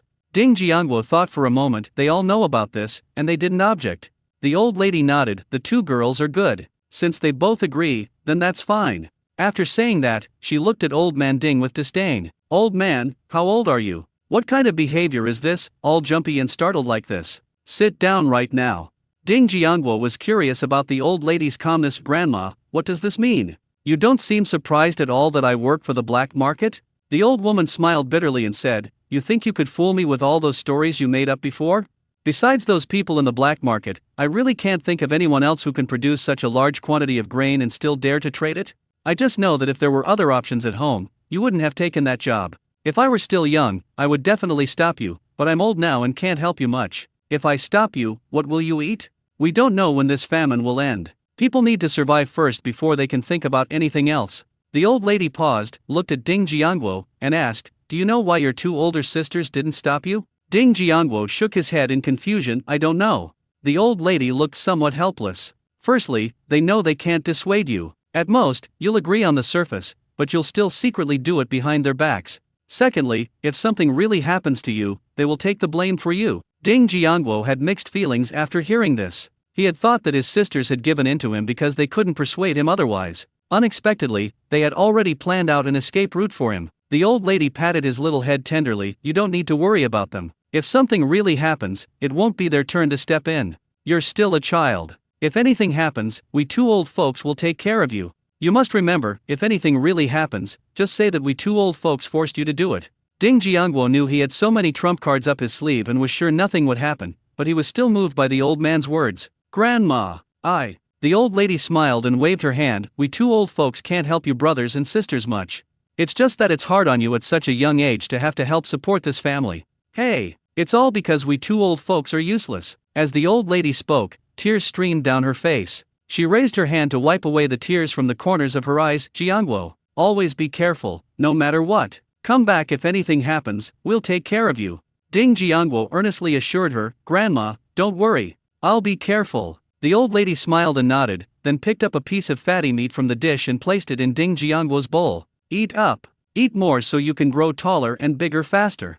Seeing that the old lady didn't object, Old Man Ding stopped trying to persuade her. The old lady has always made the decisions in this family, and he just needs to listen and do as she says. They ate and chatted. During their casual conversation, he learned a lot about the village's recent situation. For more than 10 days, the entire village has been under closed management. No one was allowed to leave the village. Even if someone came to visit relatives, someone would accompany and receive them. All of them arrived on the same day and were sent away on the same day. Someone is stationed at the village entrance to keep watch every day. Except for those in the village who are truly unable to work, the team leader and village officials have already organized and involved them. The village is now mainly divided into 4 groups of people. A group of people were specifically tasked with searching for Remenya glutinosa in the mountains. A group of people were responsible for digging up the Remenya root and transporting the materials back. A group was responsible for cleaning and bagging the area in the team headquarters courtyard. The last group was responsible for surveillance and relaying messages. The team worked together, and each person was paid according to work points. Once the grain was exchanged, it would be distributed according to the work points. This allocation method doesn't have the same level of incentive as the method where digging more leads to exchanging more. However, it can prevent some people from seeking help from outsiders in order to exchange for more grain, thus preventing the information from being leaked. Another issue is that they fought over Remenya glutinosa. Father, mother, are you home? Ding Angwi's voice suddenly came from outside the courtyard. Ding Jiangwo quickly got up and opened the door. Second uncle, grandpa and grandma are home. So it's Jiangwo, you're back. Second uncle greeted him with a smile as he entered the courtyard. Old Ding looked at his second son as he entered and said, "Second son, you've come at a bad time. We just finished eating." "It's all right, Dad. I'll go back after I finish talking to you. I've made dinner at home." Ding Angwi took a stool and sat down to the side, looking at the two elders with excitement. "Father, mother, I went to see the place. There are indeed a lot of Remenya glutinosa there. They are all long and big, probably weighing half a pound each. I roughly counted, and I estimate that we can dig up more than 1,000 caddies of Remenya glutinosa there. We're all experts now, and we can dig up more than 10 kilograms in an hour. We can finish digging it in a day." Uncle Chu said that the Remenya will be left to our family. He won't get involved, it's considered compensation for what happened last time. After Ding Angwi finished speaking, he looked at Old Man Ding. Old Ding pulled out his pipe, took a puff, and then exhaled a heavy smoke ring. "That's what they say, but I know the information definitely wasn't leaked by Brother Chu. He discovered this place, we can't let him work for nothing. When the grain is exchanged, we should give him a share, no matter what." Ding Angwi nodded in agreement and continued to explain his thoughts. "When I came back, I heard that the team would give everyone a day off the day after tomorrow. We'll bring our own food and head up the mountain early the day after tomorrow. We'll try to dig up all the Remenya in one day and bring it all back by night."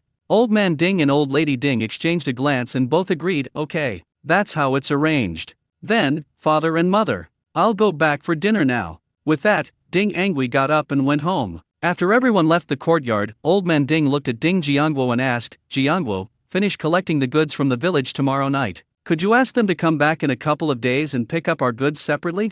Ding Jiangwo immediately assured him, "No problem. I'll find an opportunity to talk to that person tomorrow night." "That's good. We can't keep Remenya glutinosa at home. If someone sees it and misunderstands that we took it from the collective, that would be a miscarriage of justice." Old Man Ding finally breathed a sigh of relief after hearing Ding Jiangwo's reply. After finishing their meal, everyone rested in the room for a while before returning to the brigade headquarters to work. Ding Jiangwo had nothing to do, so he went to work in the yard with them. That evening, after confirming that no one was outside the courtyard, Ding Jiangwo immediately released Wang Leida, arranged for him to confirm the quantity and transaction process with the team leader. Wang Leida understood Ding Jiangwo's thoughts and raised his hand to give him an okay sign. They headed towards the team leader's house. Knock knock knock. Old Wang arrived at the team leader's house and gently knocked on the courtyard gate. "Coming. Who is it?" "You're kind, I'm Lao Wang." Lao Wang replied with a smile. As Ding Yude walked, he muttered to himself, "Old Wang? Which old Wang? There's no one with the surname Wang in the village." When he opened the courtyard gate and saw who it was, his expression instantly became excited. "Oh, it's Brother Wang. Please come in and have a seat." Boss Wang quickly waved his hand. "It's inconvenient. Let's find a place first to finalize things for tomorrow night." "All right, this way."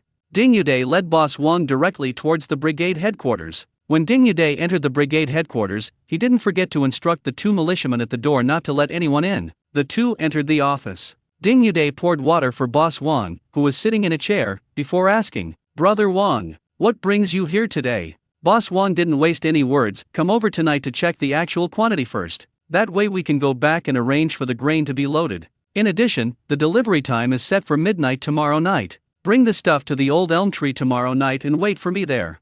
Ding Yude readily agreed, "No problem." Boss Wang didn't waste any time and immediately asked to see the goods. Ding Yude had no objection, and he led Wang Leida to count the bags one by one in the yard. "There are 90 bags of Remenya here, each bag weighs 100 caddies, which is 9,000 caddies.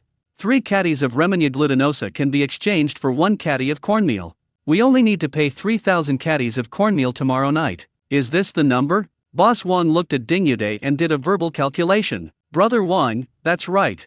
Ding Yude was overjoyed when he heard the number. Since there are no problems, I'll be going now. After saying that, Boss Wang turned and left. Before we knew it, it was almost night the next day, and there was only 1 hour left until the delivery time. While his grandparents were asleep, Ding Jiangguo arrived early at the old elm tree outside the village. He began searching for a hiding place in the vicinity. Looking around, he found a large tree not far away that was perfect for him to hide in. He quickly walked to the big tree. Then they heard footsteps coming from a distance. He turned his head and looked closely, and saw that it was the captain leading people to move things over. He immediately entered the space and sold the 10 small yellow croakers that Xiang Ji had given him. Ding! 187,500 yuan has been successfully deposited into the online store account. Account balance, 192,500 yuan. He checked the remaining cornmeal inventory, 1,870 jin, not enough for tonight's transaction. I spent 10,000 yuan to buy 4,000 jin of cornmeal. The current cornmeal inventory has reached 5,870 jin,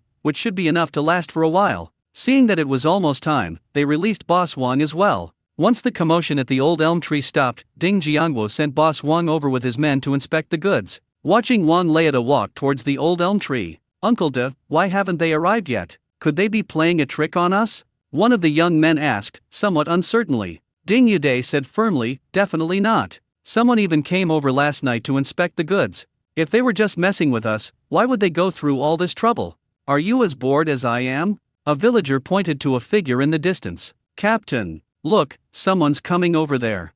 Ding Yude followed the direction he pointed and found that the person who came was none other than Boss Wang. He immediately ran over. "Brother Wang, you've finally arrived. Come over here quickly, everything has been moved in, please check it out." Ding Yude excitedly led Wang Leida to the place where the remenya root was piled up. First, Boss Wang counted them. There were 90 bags in total, and the number was correct. He then took a small handful from each bag, checked them, and found that none of them were adulterated. Then they were asked to come over and weigh it on the spot, and each bag cost a little over 100. Only then did Boss Wang nod in satisfaction. "Take the wooden scale and come with me." After saying that, he turned and walked towards Ding Jiangguo. Ding Yude, along with 5 villagers who were slightly stronger and more robust, followed closely behind. When Ding Jiangguo saw people coming from afar, he piled up 30 bags of cornmeal, each weighing 100 jin, 50 kilograms, on the ground. When Ding Yude arrived, he saw the large bags piled on the ground and immediately went to open one of them. Then, shining a flashlight inside, he saw that it was all high-quality cornmeal, and he could no longer suppress the smile on his face. He quickly instructed the 5 men to take the cornmeal he had inspected and weigh it one by one. This is the result of the hard work of the entire village over this period of time. There absolutely cannot be any problems, otherwise he would have let down all the villagers. Check everything. He looked at Boss Wang again, his face full of solicitousness. "Brother Wang, where do you need us to move those Remenya glutinosa plants over there?" Boss Wang shook his head. "No need. Just arrange for someone to move the grain back. We will have someone go and take away those Remenya roots. Tell your people not to hide nearby, to avoid any misunderstandings or accidents. They're not as easy to talk to as I am, they just resort to violence." Ding Yude quickly spoke up. "I understand, don't worry. Once the stuff is moved, I'll immediately bring everyone back." After weighing all the bags, the 5 villagers each carried 2 bags and headed back into the village. A short while later, 5 people were seen pushing 3 carts back. They parked the cart to the side and began loading all the remaining grain onto it. The young man who had been guarding the Remenya glutinosa there also came over and helped push the things back. After watching all the goods enter the village, Ding Yude picked up a flashlight and shone it on 2 places. 2 groups of people quickly got up from the ground, carrying guns, and rushed to the village entrance. After they had all gathered, Ding Yude turned to Boss Wang and said, "Brother Wang, I'll be going now. Now all my men have left, so you can take care of your belongings yourselves." He turned around and went back to the village entrance, leading the militia back to the brigade headquarters. Once they were out of sight, Ding Jiangguo came out and went to collect all the Remenya glutinosa into his spatial storage. Resold 9,000 jin for 144,000 yuan. Account balance, 321,500 yuan. He was overjoyed to see his account balance soar. Ding Jiangguo wasn't the only one in a good mood. The team leader and the villagers from earlier were also in high spirits. They probably wouldn't be able to sleep tonight. They just didn't know it. Beside a dilapidated house in the village, a pair of eyes were secretly watching them as they moved back and forth. Those eyes were filled with resentment.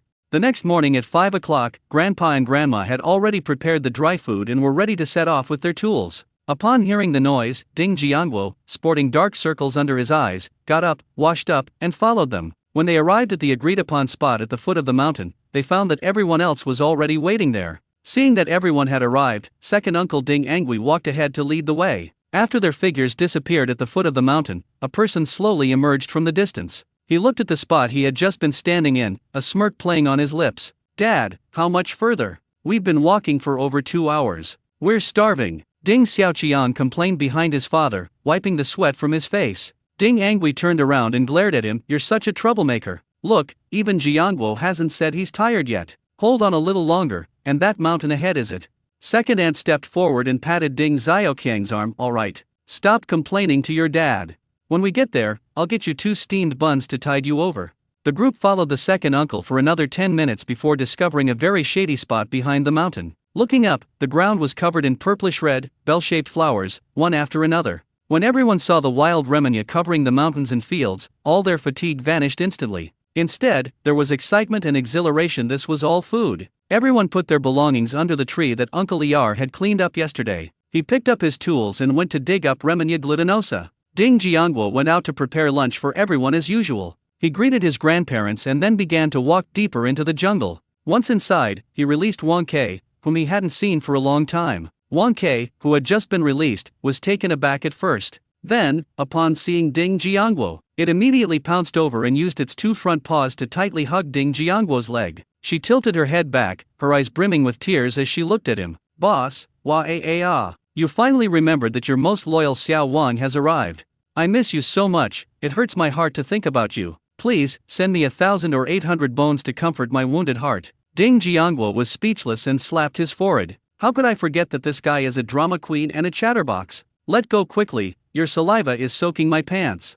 Ding Jiangguo forcefully shook it off his leg and quickly moved to the side. Wang Ke rolled on the ground, then got up and looked at Ding Jiangguo with a resentful expression. Ding Jiangguo couldn't stand its gaze, so he quickly threw it a bone. When Wang Ke saw the bone thrown at it, a look of joy flashed across its face, but it quickly hid it again. It pretended not to look at the bones lying on the ground, feigning disdain. Its expression seemed to say, "You think you can get rid of me with just a bone?" Ding Jiangguo wasn't going to tolerate it. He lifted his foot and walked towards the bone, bending down as if to pick it up. "Wang Ke, since you don't like it, I'll just take it back." Whoosh! A gust of wind swept past him, and the bone was being carried by Wang Ke not far away. "I like it. Duo likes it too." Ding Jiangguo crossed his arms and looked at it with amusement. Wang Ke seemed to realize that his trick had been exposed, and quickly changed the subject. "My greatest master, please do whatever your most loyal Xiao Wang needs to do." Ding Jiangguo nodded in satisfaction. This was the right way to do it. He instructed Wang Ke, "Go and scout around quickly, and take me there if you find any wild animals." Wang Ke looked up at Ding Jiangguo with a confident expression. "Okay, boss. Don't worry, as long as I use my dog's nose, none of the wild animals in the mountains can escape. I feel incredibly strong right now. Woof woof." As soon as he finished speaking, Wang Ke shot off like an arrow. Result? With a loud bang, the force was too great and the speed too fast, and it couldn't stop in time, crashing directly into the big tree in front. Is this what terrifying strength is? Ding Jiangguo was speechless. Where did this idiot come from? He even suspected that the mall had secretly replaced the goods. The old Wang Ke was so much better, he was obedient, did what he was told, and didn't talk nonsense. Look at this one, it's unbearable to look at. Wang Ke shook its head, pretending not to see Ding Jiangguo, and slowly got up. Then, wobbling and pretending to sniff around, it began to do so. Ding Jiangguo didn't expose him and followed closely behind. For safety, he dispersed his divine sense. To avoid being scammed by this unreliable guy again, like last time, the man and the dog wandered one after the other through the depths of the jungle. Another rabbit. Wang Ke, you don't seem to be up to the task. It's almost noon, and we've only found a few rabbits.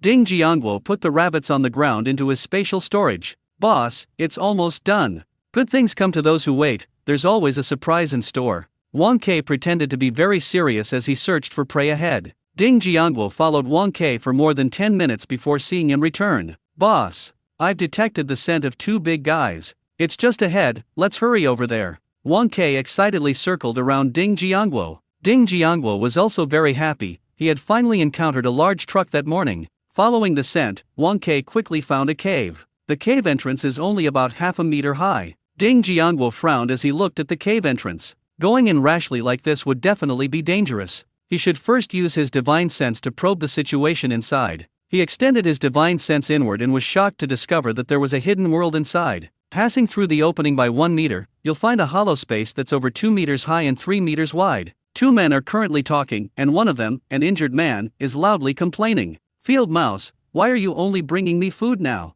If you had come 2 days later, I would have starved to death here. Another man quickly explained, Poison wolf, I didn't want to either. This month, the village suddenly organized people to dig up remenya root in exchange for grain. To prevent the news from leaking out, the team has forbidden villagers from going out during this period. The village is patrolled by militia members every day, and there are also many hidden sentries. It's so far from the village, and it's inconvenient to come over at night. If something goes wrong along the way and attracts attention, you and I will be in trouble. After saying that, he handed over the cloth bag on his chest. I didn't rest even though it's a holiday today. I rushed over to deliver food to you at dawn. Poison Wolf's expression softened slightly after he took the cloth bag containing the food. Seeing that the wolf's expression wasn't so bad, the man finally voiced his concerns. Poison Wolf, you might need to move out quickly. Based on the team's progress, they should arrive here in a few days. Poison Wolf stared at Field Mouse with a mocking smile. Don't worry about me. I'll leave in a couple of days once my leg injury has healed. I wonder who that bastard called Shadow is. What a terrible offline user they found. They didn't even hide the stuff properly. They didn't even notify us when they were exposed. I was doing a good job of lying low in that courtyard. Their commotion has ruined everything for me. The Field Mouse pretended not to hear his complaint. He was just an unofficial member who was recruited during the escape. It's normal that these people look down on him, but there's nothing he can do. He killed someone back then and made a pledge of allegiance. These people have all the leverage over me, so I have no choice but to listen to them. His greatest hope now is to get the person away safely so he can continue living his peaceful life. Ding Jiangguo stood outside the cave, seeing everything. He was surprised that there were enemy agents infiltrating his village. He locked onto the 2 people with his mind and instantly brought them into his space. When he arrived in front of the 2 men, he was surprised to find that the man with the field mouse was actually Wang Leka. Fortunately, the 2 were unconscious in the space, otherwise they would have been even more surprised. Why do I have such a deep impression of this person? As Ding Xiaoqiang had mentioned before, this man had become the laughingstock of the whole village last year because he hadn't been able to sell much of the remenya root he dug up. Now, upon further reflection, Ding Jiangguo realized that perhaps he wasn't really after all trying to dig up remenya glutinosa to sell for money. Rather, it was just an excuse, like today, to provide cover for some enemy agent. Ding Jiangguo scanned the cave entrance again with his divine sense and found nothing of value. However, the gun and bullets, a dagger, and a small bag of dry food that the 2 men had were worth some money. Now that the person has been caught, it seems a bit wasteful to kill him directly. How can we maximize the benefits? After pondering for a long time, Ding Jiangguo finally came up with a solution. The more he thought about it, the more feasible it seemed. He put Wangke back into his spatial dimension and then turned back to the place where his family was digging for remenya glutinosa. When he returned there, he saw his grandparents digging up remenya root. He quickly shouted to his grandparents, Grandpa and Grandma, "Come here quickly. I have something important to tell you." "What's wrong?" The 2 elders rushed over when they heard that something important had happened. Ding Jiangguo and the other 2 came up to them and then told them what had happened. "Grandpa and Grandma, I saw Wang Leka on that hill over there, sneaking into a cave all by himself. I followed them out of curiosity. When I got to the cave entrance and peeked inside, I heard something about the party and the state. They said they'd continue their sabotage. They'd move to another location in a couple of days once my leg injury healed. I suspect there might be enemy agents inside." Old Ding asked incredulously, "Is old man Wang a spy?" "That can't be. I remember he fled here with us back then." The old lady frowned and thought for a while before saying to Ding Jiangguo, "Enemy spies are no good. If Wang Leka is really an enemy agent, then our whole village will be in danger." As she spoke, she called over Ding Xiaoqiang, who was standing some distance away. "Jiangguo, take Xiaoqiang to familiarize yourself with the location, then immediately go back and tell the captain about the situation so he can make arrangements. If the captain sends someone to lead the way, let Xiaoqiang bring people up, and you don't need to come along. Remember, just point out the location to him from a distance, but don't get close or linger. Also, if the captain asks how we found it when we get back, just say that the 2 of us went hunting in the mountains and Xiaoqiang found it by accident." Ding Jiangguo was delighted to hear this, as attributing the credit to Ding Xiaoqiang was part of his plan. Ding Xiaoqiang stood aside with a puzzled look on his face. Ding Jiangguo didn't care what he thought and directly told him to walk out. I told him what happened as we walked. The old lady looked at Old Man Ding and said, "Old man, have everyone pack up, we'll leave right away. We'll hide the things in our old cave for now, and then come back tonight to move them back." Old Man Ding immediately began to arrange for everyone to pack their belongings and move. As for why the old lady didn't arrange for someone to keep an eye on them, because they have no tools, they'd just be delivering food to the enemy if they went. She didn't want to be the one to outlive her child. Ding Jiangguo and Ding Xiaoqiang ran all the way to the cave. When they were almost at the cave, Ding Jiangguo pointed out the location to him from a distance. Ding Xiaoqiang was still young and adventurous, and after learning the location, ignoring Ding Jiangguo's advice, he cautiously walked towards the cave entrance. As he approached the cave, he pricked up his ears and peered into the entrance, trying to hear what was happening inside. Seeing his reaction, Ding Jiangguo had no choice but to grant his wish. He walked over to Ding Xiaoqiang and secretly put Wang Leida inside. Have Boss Wang imitate the way enemy agents speak in the dialogue. Upon hearing that there were indeed enemy agents inside, Ding Xiaoqiang excitedly pointed in a direction to Ding Jiangguo. He walked straight in that direction, with Ding Jiangguo following closely behind. The two ran and stopped in the jungle, and it took them more than an hour to get back to the village. They returned to the village and, without pausing, ran straight to the brigade headquarters. Ding Xiaoqiang walked into the office and saw Ding Yude sitting in a chair, his face filled with excitement. Uncle duh, there's an enemy agent. I'm telling you. Ding Yude got up and gently patted his back to help him catch his breath, saying, Xiaoqiang, don't panic. Tell me slowly. Seeing Ding Xiaoqiang like this, Ding Jiangguo could only explain the situation for him from the side. After listening to Ding Jiangguo's account, Ding Yude's expression turned serious. Is what you're saying true? Ding Xiaoqiang nodded quickly. I heard it with my own ears while standing at the cave entrance. All right, Xiaoqiang, sit down for a bit. I'll gather the militia and we'll go up the mountain with you right away. After Ding Yude finished speaking, he turned and left. Ding Jiangguo thought he should return to the vicinity of the cave in advance to make preparations. He greeted Ding Xiaoqiang and then pretended to go home first. Ding Xiaoqiang is now obsessed with catching enemy spies and becoming a hero. He didn't even pay much attention when Ding Jiangguo greeted him just now. Ding Jiangguo left the brigade headquarters and headed towards the cave. He ran all the way until he reached a place quite far from the cave before stopping to rest in the space. 2 hours later, Ding Xiaoqiang arrived with 2 teams of militiamen. At this moment, Boss Wang had already put on the 100 transformations clothes and transformed into the appearance of Old Man Wang, squatting outside the cave entrance. Just until Ding Xiaoqiang and the others could see him. Only then did Old Wang pretend to be panicked and flee into the jungle. The commotion of their escape successfully attracted the attention of Ding Xiaoqiang and his group. Militiamen quickly spotted them and shouted, Look, isn't that Wang the Stingy? He's trying to escape. Chase after him. Don't let him get away. Ding Xiaoqiang immediately grabbed his gun and rushed forward, followed by the crowd behind him. As militia captain Ding Yangjun passed the cave entrance, he gave instructions to the 2 militiamen behind him. Iron Ox, Skinny Monkey, you 2 guard the cave entrance.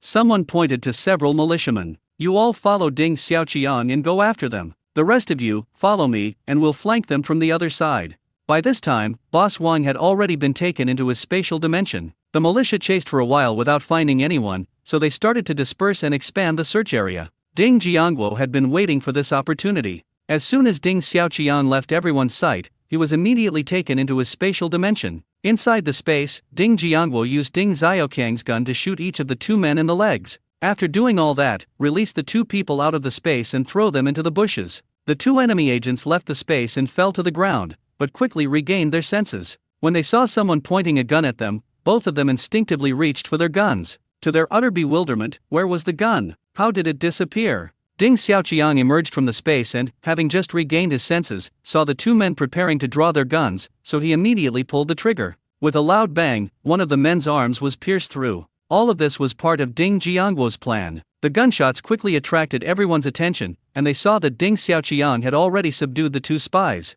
They all cast envious and jealous glances their way. Ding Xiaoqiang, however, was still completely bewildered, standing there dumbfounded with his gun raised. He muttered to himself, what on earth happened? Seeing that half of the plan was complete, Ding Jiangguo secretly left to begin the other half. After arranging the other half of the plan, Ding Jiangguo continued on his way home. When he got home, he saw his grandparents chatting with people. Grandpa was chatting with an old man, probably an old friend, and they seemed quite engrossed in their conversation. Even when Ding Jiangguo returned, he didn't notice. It was the old lady next to her who first noticed someone had come in. She turned her head and saw that it was Ding Jiangguo who had returned. She quickly got up, stepped forward, and took his hand, her face full of concern. Jiangguo, where have you been? You must be starving. There's still some food left for you in the kitchen. I'll go heat it up for you now. Ding Jiangguo had been busy and hadn't noticed anything, but his grandmother's reminder made him realize he was actually quite hungry. Entering the kitchen, I took the food my grandmother brought out and ate it happily with a small bowl of stewed cabbage and pork. After finishing their meal and returning to the main room, they found only Old Man Ding there, smoking his pipe. Ding Jiangguo found a stool and sat down next to him. "Grandpa, who was that person just now? I saw you chatting with him quite happily." Old Ding gently exhaled a smoke ring, put away his pipe, and looked on with a sigh. "That's Grandpa's best brother. Your Grandpa Chiu. If it weren't for him risking his life to carry me around looking for doctors back then, Grandpa would have lost his life long ago." Ding Jiangguo was surprised to see this person. He asked curiously, "Grandpa, what's he doing here?" Before Old Man Ding could answer, Old Lady came in from outside. "He came to ask how the digging for Remenia glutinosa is going? Do you need any help?" No sooner had the old lady finished speaking than Old Man Ding chimed in. "I told him that he had dug enough. There was no need to trouble him. When we get the grain, we'll share some with him too." The old lady felt worried when she thought about the enemy spies. Xiao Qian went with the captain to capture enemy agents, but I don't know how things went. Seeing his grandmother's worried face, Ding Jiangguo quickly tried to comfort her. "Grandma, don't worry. I saw the captain lead more than 20 militiamen up there. There are only 2 of them, and one of them is injured. Brother Xiao Qian, he'll definitely be all right." To avoid worrying his grandmother further, he quickly steered the conversation back to the food exchange from the previous night. "Grandpa, Grandma, I have some good news to tell you. Last night, the village exchanged 9,000 jin of Remenia glutinosa for grain. Our people have already exchanged 3,000 jin for the team leader and taken it away. This time we have an extra 1,500 caddies of grain. We'll exchange it for Remenia glutinosa in a couple of days, and it will be brought over together." I also told them the approximate quantity that my second uncle mentioned last night. Old Man Ding and Old Lady Ding's expressions first lit up with joy, but then slowly turned to one of reluctance. Old Ding finally spoke up. 1,500 caddies of grain, isn't that too much for us? How about we return 1,000 jin to the village and keep 500 jin for ourselves? Ding Jiangguo immediately tried to dissuade him. "Grandpa, you must not do this. Even if we return 1,500 jin of grain to the village, we still won't be able to explain it. The villagers won't believe us, nor will they thank us. They will only become more suspicious that we haven't paid enough, and then our whole family will become the enemy of the village." The old lady glared at Old Man Ding fiercely. "You think you're so high and mighty? I think you've been eating too well lately and have forgotten what it's like to be hungry. If you hadn't leaked the information, we would have earned that much grain long ago. Aren't we worth this much grain if we give up our livelihood to the village?" Seeing the old lady's angry face, Old Ding quickly lowered his head and silently smoked. Seeing that the atmosphere was getting tense, Ding Jiangguo quickly stepped in to smooth things over. "Grandma, don't be angry. Grandpa, now that you've realized your mistake, please forgive him." Ding Jiangguo nudged Old Man Ding with his foot, and Old Man Ding immediately looked up, his face full of flattery, at the old lady. "Old woman, I was wrong. I'll do whatever you say about things at home. I won't mention what happened just now again." Seeing his fawning expression, the old lady sighed helplessly. "I really don't know how I ever fell for a brainless idiot like you back then." Seeing that the old lady's anger had subsided, Old Man Ding also started joking. "Hee, what's there to be afraid of if you don't have a brain? I'm just lucky. Look, isn't this just foolishly picking up the best old woman in the world?" The old lady glared at him again. "How old are you? Still making such witty remarks? Aren't you ashamed? Instead of making witty remarks, you should be thinking about where to hide those 2 batches of grain when they come back." Old Ding suddenly straightened his back and looked at the old lady with a smug expression. "Don't worry, I thought of this a long time ago. Some time ago, I took my eldest and second eldest sons and set up another fake grave. That place can easily hold 3 to 5,000 caddies of grain." The old lady looked Ding up and down with some surprise. "You old man, how come you've suddenly become so insightful? You can even think ahead of time now."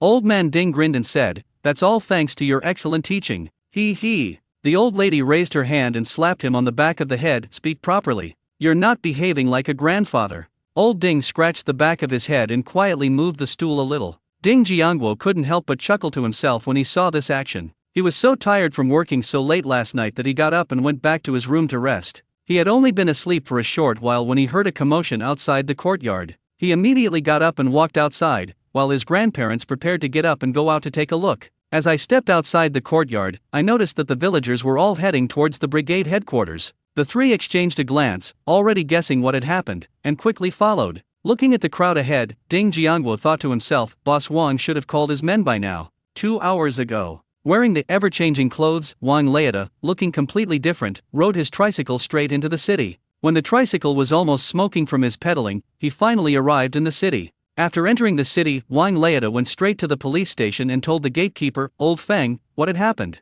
Old Feng quickly led him to the director's office. This time, Old Man Feng didn't knock, he just pushed the door open and went in. Jianxi, do you remember that kid named Ding Jiangwo from before?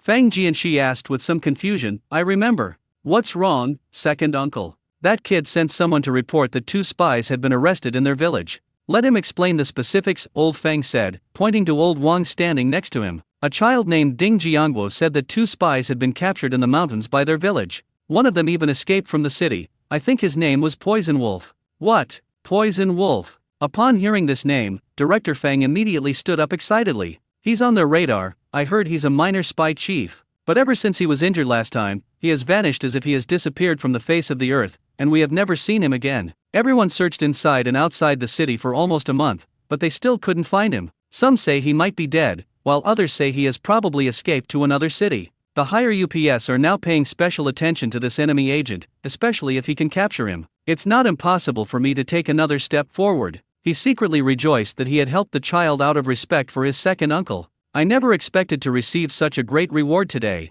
Boss Wang added, also, I heard that person's leg was injured. Now Feng was even more certain that the man was the enemy agent they were looking for. Director Feng looked at Boss Wang with approval. Comrade, thank you for delivering the message. What's your name? Which organization do you work for?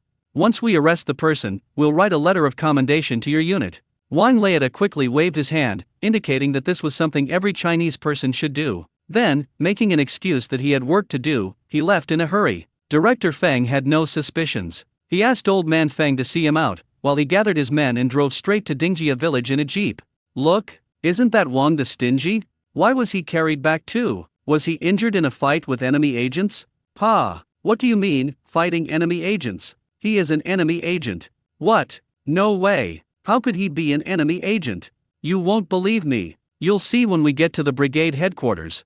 As they discussed it, the group hurried toward the brigade headquarters. When Ding Jiangwo arrived at the brigade headquarters, he saw Ding Xiaoqiang surrounded by a crowd. He was speaking animatedly about how he discovered the enemy agents and how he led the militia to capture them. If Ding Jiangwo hadn't known the inside story, he would have believed it to be true. It seems he made the right choice. Ding Xiaoqiang is indeed very adaptable and intelligent. Not to mention the crowd around him, even Ding Xiaoqiang now believes that he really did it himself. Old Wang and Poison Wolf were tied to the ground separately, and Grandpa Lu was stopping their bleeding again. Wang Lika's wife, son, and daughter-in-law were also tied up in the yard. They all stared intently at Wang Lika, but couldn't utter a sound because their mouths had been stuffed with something after the commotion. Old Wang hung his head dejectedly, lost in thought. The wolf, however, looked at the villagers who were cursing and throwing stones at him with disdain. Upon seeing that the enemy agents and their families had been apprehended, Ding Yude sent someone to deliver the message. Yang Jun, now ride your bicycle to the county's public security bureau and report the matter to the police officers there.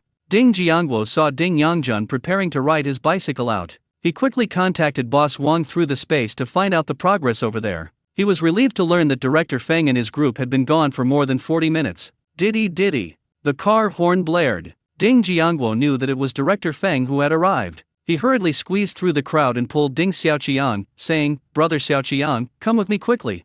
Ding Xiaoqiang was somewhat reluctant. He was speaking enthusiastically, but then he remembered that it was Ding Jiangwo who had discovered the enemy spy. If you count the credit, half of it was given to him by Ding Jiangwo. He followed Ding Jiangwo out of the crowd. As soon as Ding Jiangwo stepped out of the yard, he saw a jeep parked outside. Feng Suochen opened the door and came down from upstairs. Ding Jiangwo hurriedly ran towards Feng Suo, and Ding Xiaoqiang, unaware of what was happening, followed behind. Ding Jiangwo greeted him first. Director Feng, you finally arrived. Feng replied with a smile, Jiangwo, we're not late, are we? Not too late, you've arrived just in time. This is my cousin, Ding Xiaoqiang. He's the one who discovered the enemy spy, and he's the one who came back and led the militia up the mountain to capture the enemy spy. He captured the last 2 enemy agents all by himself. He is a model militia member in our village and has always wanted to catch more bad guys like you. Ding Jiangwo quickly finished speaking and then pulled Ding Xiaoqiang over. Brother Xiaoqiang, this is Chief Feng of our district police station.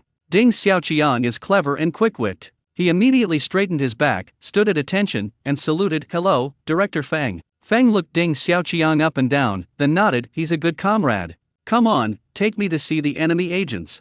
Okay, Director Feng, please follow me. Ding Xiaoqiang enthusiastically led the way. Ding Yangjun, who was about to ride his bicycle out, was surprised to see the police arrive so quickly. However, seeing that Ding Xiaoqiang seemed to know people well, he didn't think much of it and returned the bicycle to the yard. As soon as Feng entered the courtyard, he recognized the enemy agent at a glance, Poison Wolf. When Poison Wolf saw the newcomer, he still wore the disdainful expression. At this moment, Ding Yude walked towards them, and Ding Xiaoqiang quickly introduced them. "Captain, this is Director Feng, who came all the way from the city." "Director Feng, this is our village team leader, Ding Yude." Upon hearing that it was the director from the city, Ding Yude quickly extended his hands. "Welcome Director Feng to come and guide our work." Feng Suo smiled and shook hands with him, saying, "Comrade Yude, your villagers are truly enlightened and have a strong fighting spirit." 2 spies were caught in one go. Especially this poisonous wolf, who had been hiding in the city, was later discovered and injured, so he went into hiding. "We've been looking for this person, and we never expected you to catch him today. When I get back, I will definitely report to the higher UPS about your capture of the enemy agent and ask for your commendation." Ding Yude didn't understand the rest, but he understood the words "report to the higher UPS" and "recommend them for merit." He was overjoyed and warmly invited Feng to come inside. However, Feng declined, saying that time was of the essence and he needed to take the person back for interrogation immediately, to prevent his accomplices from getting wind of it and fleeing in advance. Upon hearing this, Ding Yude immediately handed over the enemy agent and his family to them to take away. They were worried about wasting time, so they only brought one jeep, which couldn't fit so many people. In the end, they had no choice but to take the 2 enemy agents back with them. The families of enemy agents will be temporarily held by the militia, and someone will be arranged to come and take them away later. Before leaving, Director Feng pulled Ding Jiangguo aside and patted his little shoulder. "I understand what you meant. I'll accept this favor. It's just that there aren't any officially established positions available in the institute right now. For now, we can only give him one temporary worker position. An older colleague will be retiring at the end of the year. I'll help him get a permanent position." Ding Jiangguo did some mental calculations. It was the end of October, and there were only 2 months left until the end of the year. He was officially hired 2 months later and was quite satisfied, so he quickly expressed his gratitude. Seeing that he agreed, Feng continued, "Okay, then bring him to my office in a couple of days." After saying that, he got back into his car and left in a hurry. As soon as the car drove away, Ding Xiaoqiang rushed over and asked impatiently, "Jiangguo, what were you talking about with Director Feng just now?" Ding Jiangguo lied in a serious tone, "We didn't talk about much. He just asked me about old Wang's family situation." Ding Xiaoqiang looked at Ding Jiangguo with suspicion, "That's all." Ding Jiangguo shrugged, "Nothing. I'm just a kid, what else could I talk to people about?" "No, it's definitely more than that." Ding Xiaoqiang looked at Ding Jiangguo with certainty. Ding Jiangguo knew he couldn't fool him, so he briefly explained the situation to him. When Ding Xiaoqiang heard that he could go to the city to become a policeman, he jumped up with joy. Ding Jiangguo quickly pulled him back, "Don't spread this around yet, lest it cause trouble and you'll have nowhere to cry later." Ding Xiaoqiang had no choice but to suppress his joy and go back to his grandfather's house with Ding Jiangguo. Back in the courtyard, everyone was there, and he couldn't help but want to share the good news with them. But remembering Ding Jiangguo's words, he forced himself to hold back. Ding Jiangguo watched him pacing back and forth in the yard, sometimes sitting and sometimes standing, and guessed that he was feeling uncomfortable. Seeing him like this, his second aunt thought he might be sick, so she quickly went over to him. "Xiaoqiang, what's wrong? Are you feeling unwell?" The others then noticed Ding Xiaoqiang's unusual behavior. "Yes. Xiaoqiang, tell us what's wrong. We'll take you to the hospital to get checked out." Ding Xiaoqiang didn't speak, but he secretly glanced at Ding Jiangguo. Not knowing what was happening, everyone followed his gaze and looked towards Ding Jiangguo. Ding Jiangguo rolled his eyes in annoyance. "Just say what you want to say, why are you looking at me?" With Ding Jiangguo's permission, Ding Xiaoqiang finally couldn't resist anymore. He immediately shared the good news. Everyone was happy for him, though some were envious. Grandpa was overjoyed when he heard the news. Their family even has a government employee. From now on, anyone who wants to bully them will have to think twice. Second aunt grabbed Ding Jiangguo and said, "Jiangguo, thank you so much for thinking of your brother Xiaoqiang when such a good thing happened." Ding Jiangguo smiled and said, "Second aunt, we're all family, no need to be so formal. This job is mainly because Xiaoqiang is quite capable. If he hadn't made contributions, he wouldn't have had the opportunity even if it was available." The old lady then came over and said, "Second son's family, you just need to remember the good things about Jiangguo. There's no need to say anything else." Second aunt quickly reassured everyone, "Mother, don't worry, we will always remember Jiangguo's good deeds." The old lady greeted everyone, "All right. Everyone, come inside with me, I have something to tell you." Everyone obediently followed the old lady into the house. Once everyone was seated, the old lady closed the door and gave a serious look as she surveyed the crowd. Last night, all the remenya seeds in the village were replaced with grain. As you all know, in the village, 3 caddies of remenya glutinosa can be exchanged for 1 caddy of grain. We exchanged 2 caddies of remenya for 1 caddy. The missing pound of remenya glutinosa was withheld by Jiangguo for everyone. After the old lady finished speaking, she paused for a moment and then continued. The portion that was withheld was approximately 1,500 jin of cornmeal. I plan to divide this 1,500 jin of grain into 4 portions. 1 portion for the eldest son's family, 1 portion for the second son's family, 1 portion for the third son's family, and 1 portion for the 2 of us elders. 375 jin per household. Do you have any objections? Everyone looked at each other, shook their heads, and indicated that they had no objections. Since it's all free, what complaints could I possibly have? The old lady was quite relieved to see that no one else had left. Everyone in the family was considerate. However, we cannot give you food for the time being. Everyone remembers the last time we were reported and our homes were searched, right? We'll hide all the grain this time. We'll distribute it separately each month. Eldest brother, second brother, when the grain comes back tomorrow night, go with your father to hide it properly. I'm telling you this today so you'll have a clear understanding of the situation. You won't have to go hungry to save food. The old man tapped his pipe and said with a smile, the remenya we dug up today can be exchanged for 300 jin of grain. The village will also give us some more. This amount of grain is enough for everyone to eat until the summer harvest. So starting today, everyone should not starve themselves to save food. Eat when you should, just be careful not to be too ostentatious. Seeing that she had said enough, the old lady gave a final instruction: everyone, keep your mouth shut once you leave the house. Otherwise, we'll all get killed. After the old lady finished speaking, she took a special look at Old Man Ding. Everyone else tacitly shifted their gaze to Old Man Ding. Old Man Ding, somewhat embarrassed and angry, stood up and shooed them away. Why aren't you going back to make dinner? There's food for those who stay here. Go back quickly, have a meal and rest. We still need to move the remenya route tonight.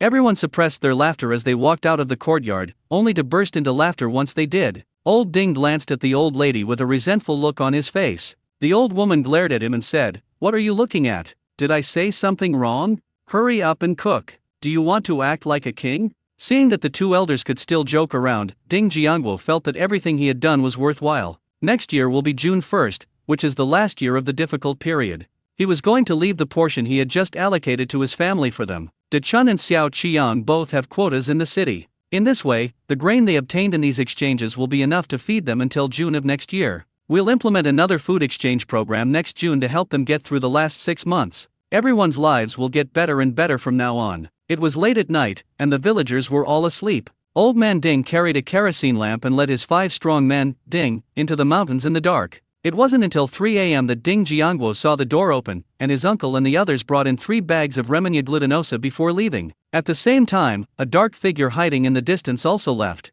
Seeing that his grandfather had arrived home safely, Ding Jiangguo felt relieved and quickly fell asleep. The next morning, the team notified each household to send a representative to the brigade headquarters to collect grain. As soon as the news spread, the whole village became lively. Everyone carried bags and hurried towards the brigade headquarters. When everyone arrived at the courtyard, they saw that more than 20 bags of grain were already piled up there. In the center of the courtyard, there was a table where the team's accountant was sitting, preparing to make a registration. When the team leader saw people rushing in, he immediately shouted, "Each household representative come in, everyone else wait outside. Anyone who doesn't follow the arrangements will be given the money in a few days."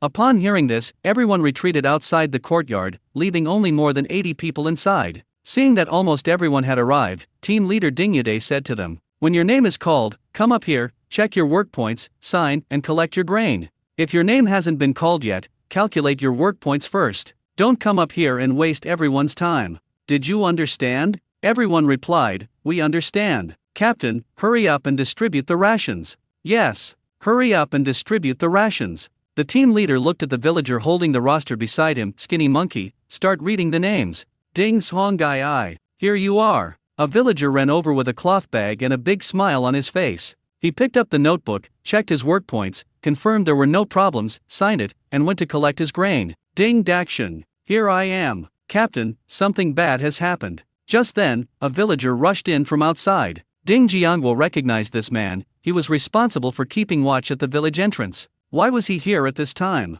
Ding Jiangguo frowned immediately, a bad feeling creeping into his heart. The captain, seeing the newcomer, didn't have time to think and hurriedly asked, "Daijin, What's wrong? That old bastard Ding Chunkaya was just leading people from the speculation and profiteering office into the village. How dare he do this? Ding Yuday was shocked. The accountant chimed in, equally puzzled. That's right. Everyone signed the joint statement. Reporting us is just reporting himself, isn't it?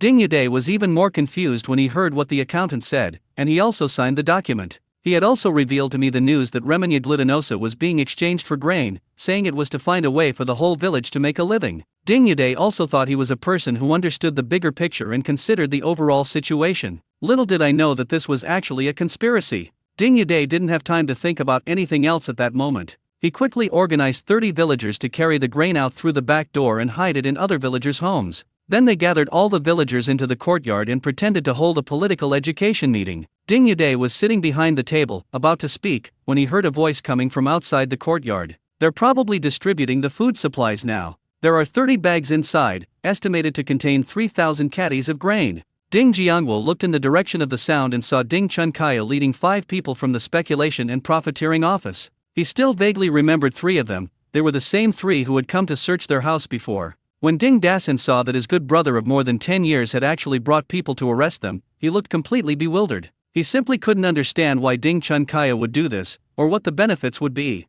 Ding Yuday, your secret organization of villagers to dig up Remenya root in exchange for grain has been exposed. Hurry up and confess. Where are those 30 bags of grain? Hand them over right now. As soon as Ding Chunkaya entered the courtyard, he pointed at Ding Yuday and gave orders, just like a victor. Ding Yuday frowned, feigning ignorance. Uncle Chu, are you having another episode? Why are you talking nonsense?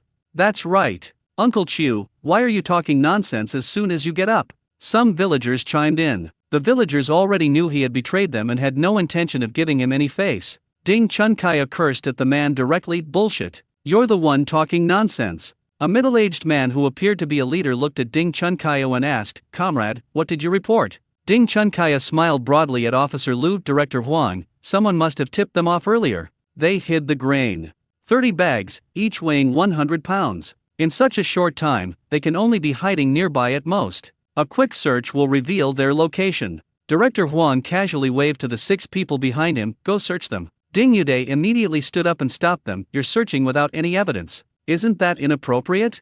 In fact, Ding Yuday knew he couldn't stop these people, as that would only arouse more suspicion. He did that just to buy himself some time. Just now, when Ding Chunkaya suggested searching the nearby courtyards, he winked at the skinny monkey next to him, signaling him to notify people to move the grain. We need to buy them some time. The 6 officers from the speculation and profiteering office all adopted a very tough stance because Director Huang was present. If someone reports it, we have to conduct a search. There's nothing wrong with that. Please do not obstruct us from performing our duties, or we will take you away as well. Ding Yuday feigned displeasure. A search is fine, but it must be conducted with our people present, otherwise who will be responsible if anything is lost? This request was reasonable, and the other party did not refuse. Soon, the people from the speculation and profiteering office began searching the yard. However, it was obvious that the 30 bags of grain were not found. Just then, a small-eyed man with an ordinary appearance, dressed similarly to the villagers, ran in. He quickly walked over to Director Huang and whispered a few words to him. Director Huang's face immediately showed a disdainful expression. He immediately shouted to the 6 people who were searching, "Let's go. Let's search somewhere else." After saying that, she followed the small-eyed man out. Ding Jiangwo saw all of this and thought to himself, oh no, the skinny monkey must have been followed by the small-eyed man. Ding Jiangwo quickly followed. He couldn't let the other party find the item, or everyone would be in trouble. The man with small eyes pointed to the courtyard in front of him. Director Huang, this is the courtyard. When the skinny man saw the courtyard the small-eyed man was pointing to, he hurriedly ran to the captain's side and whispered, Captain, something's wrong. We've been discovered. Upon hearing this, Captain Ding Yuday's pupils shrank immediately. You mean the thing is hidden inside? The skinny monkey nodded in alarm. Director Huang waved to the 6 people behind him. Let's go. Let's go in and take a look. The group entered the courtyard and saw a woman washing clothes. A flicker of panic crossed her eyes when she saw someone come in. He quickly regained his composure and asked the newcomers, Who are you? Director Huang smiled and said in a gentle tone, Hello, comrade, we are from the speculation and profiteering office.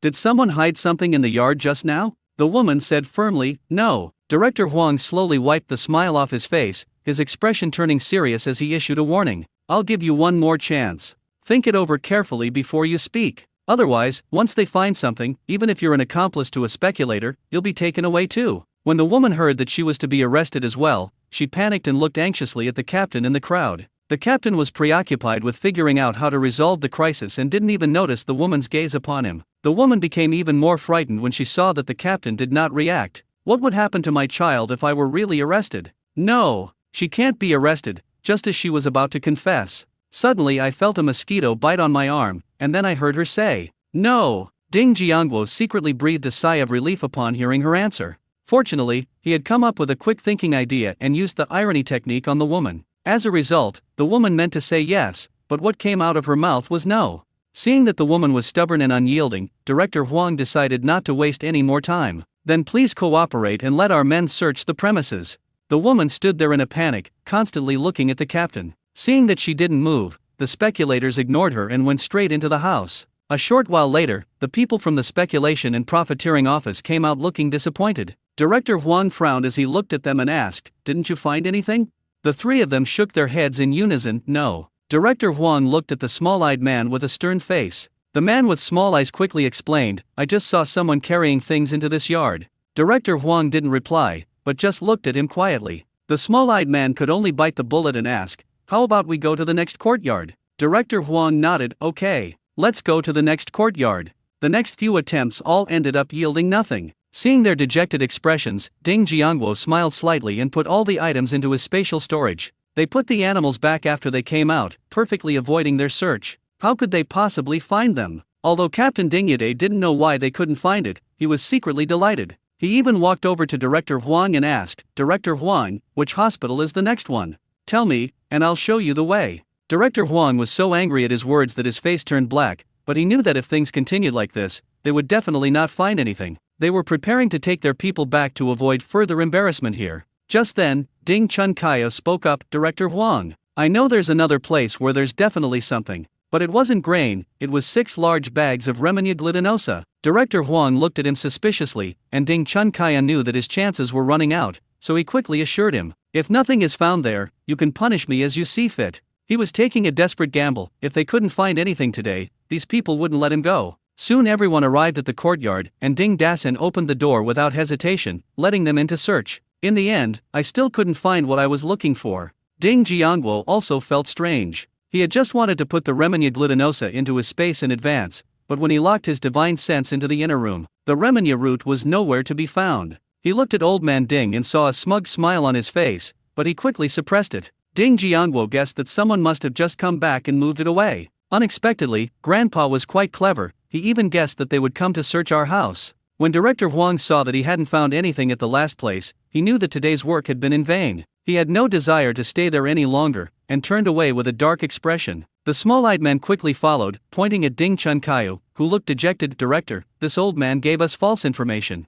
We've wasted so much of everyone's time, should we take him back and lock him up?"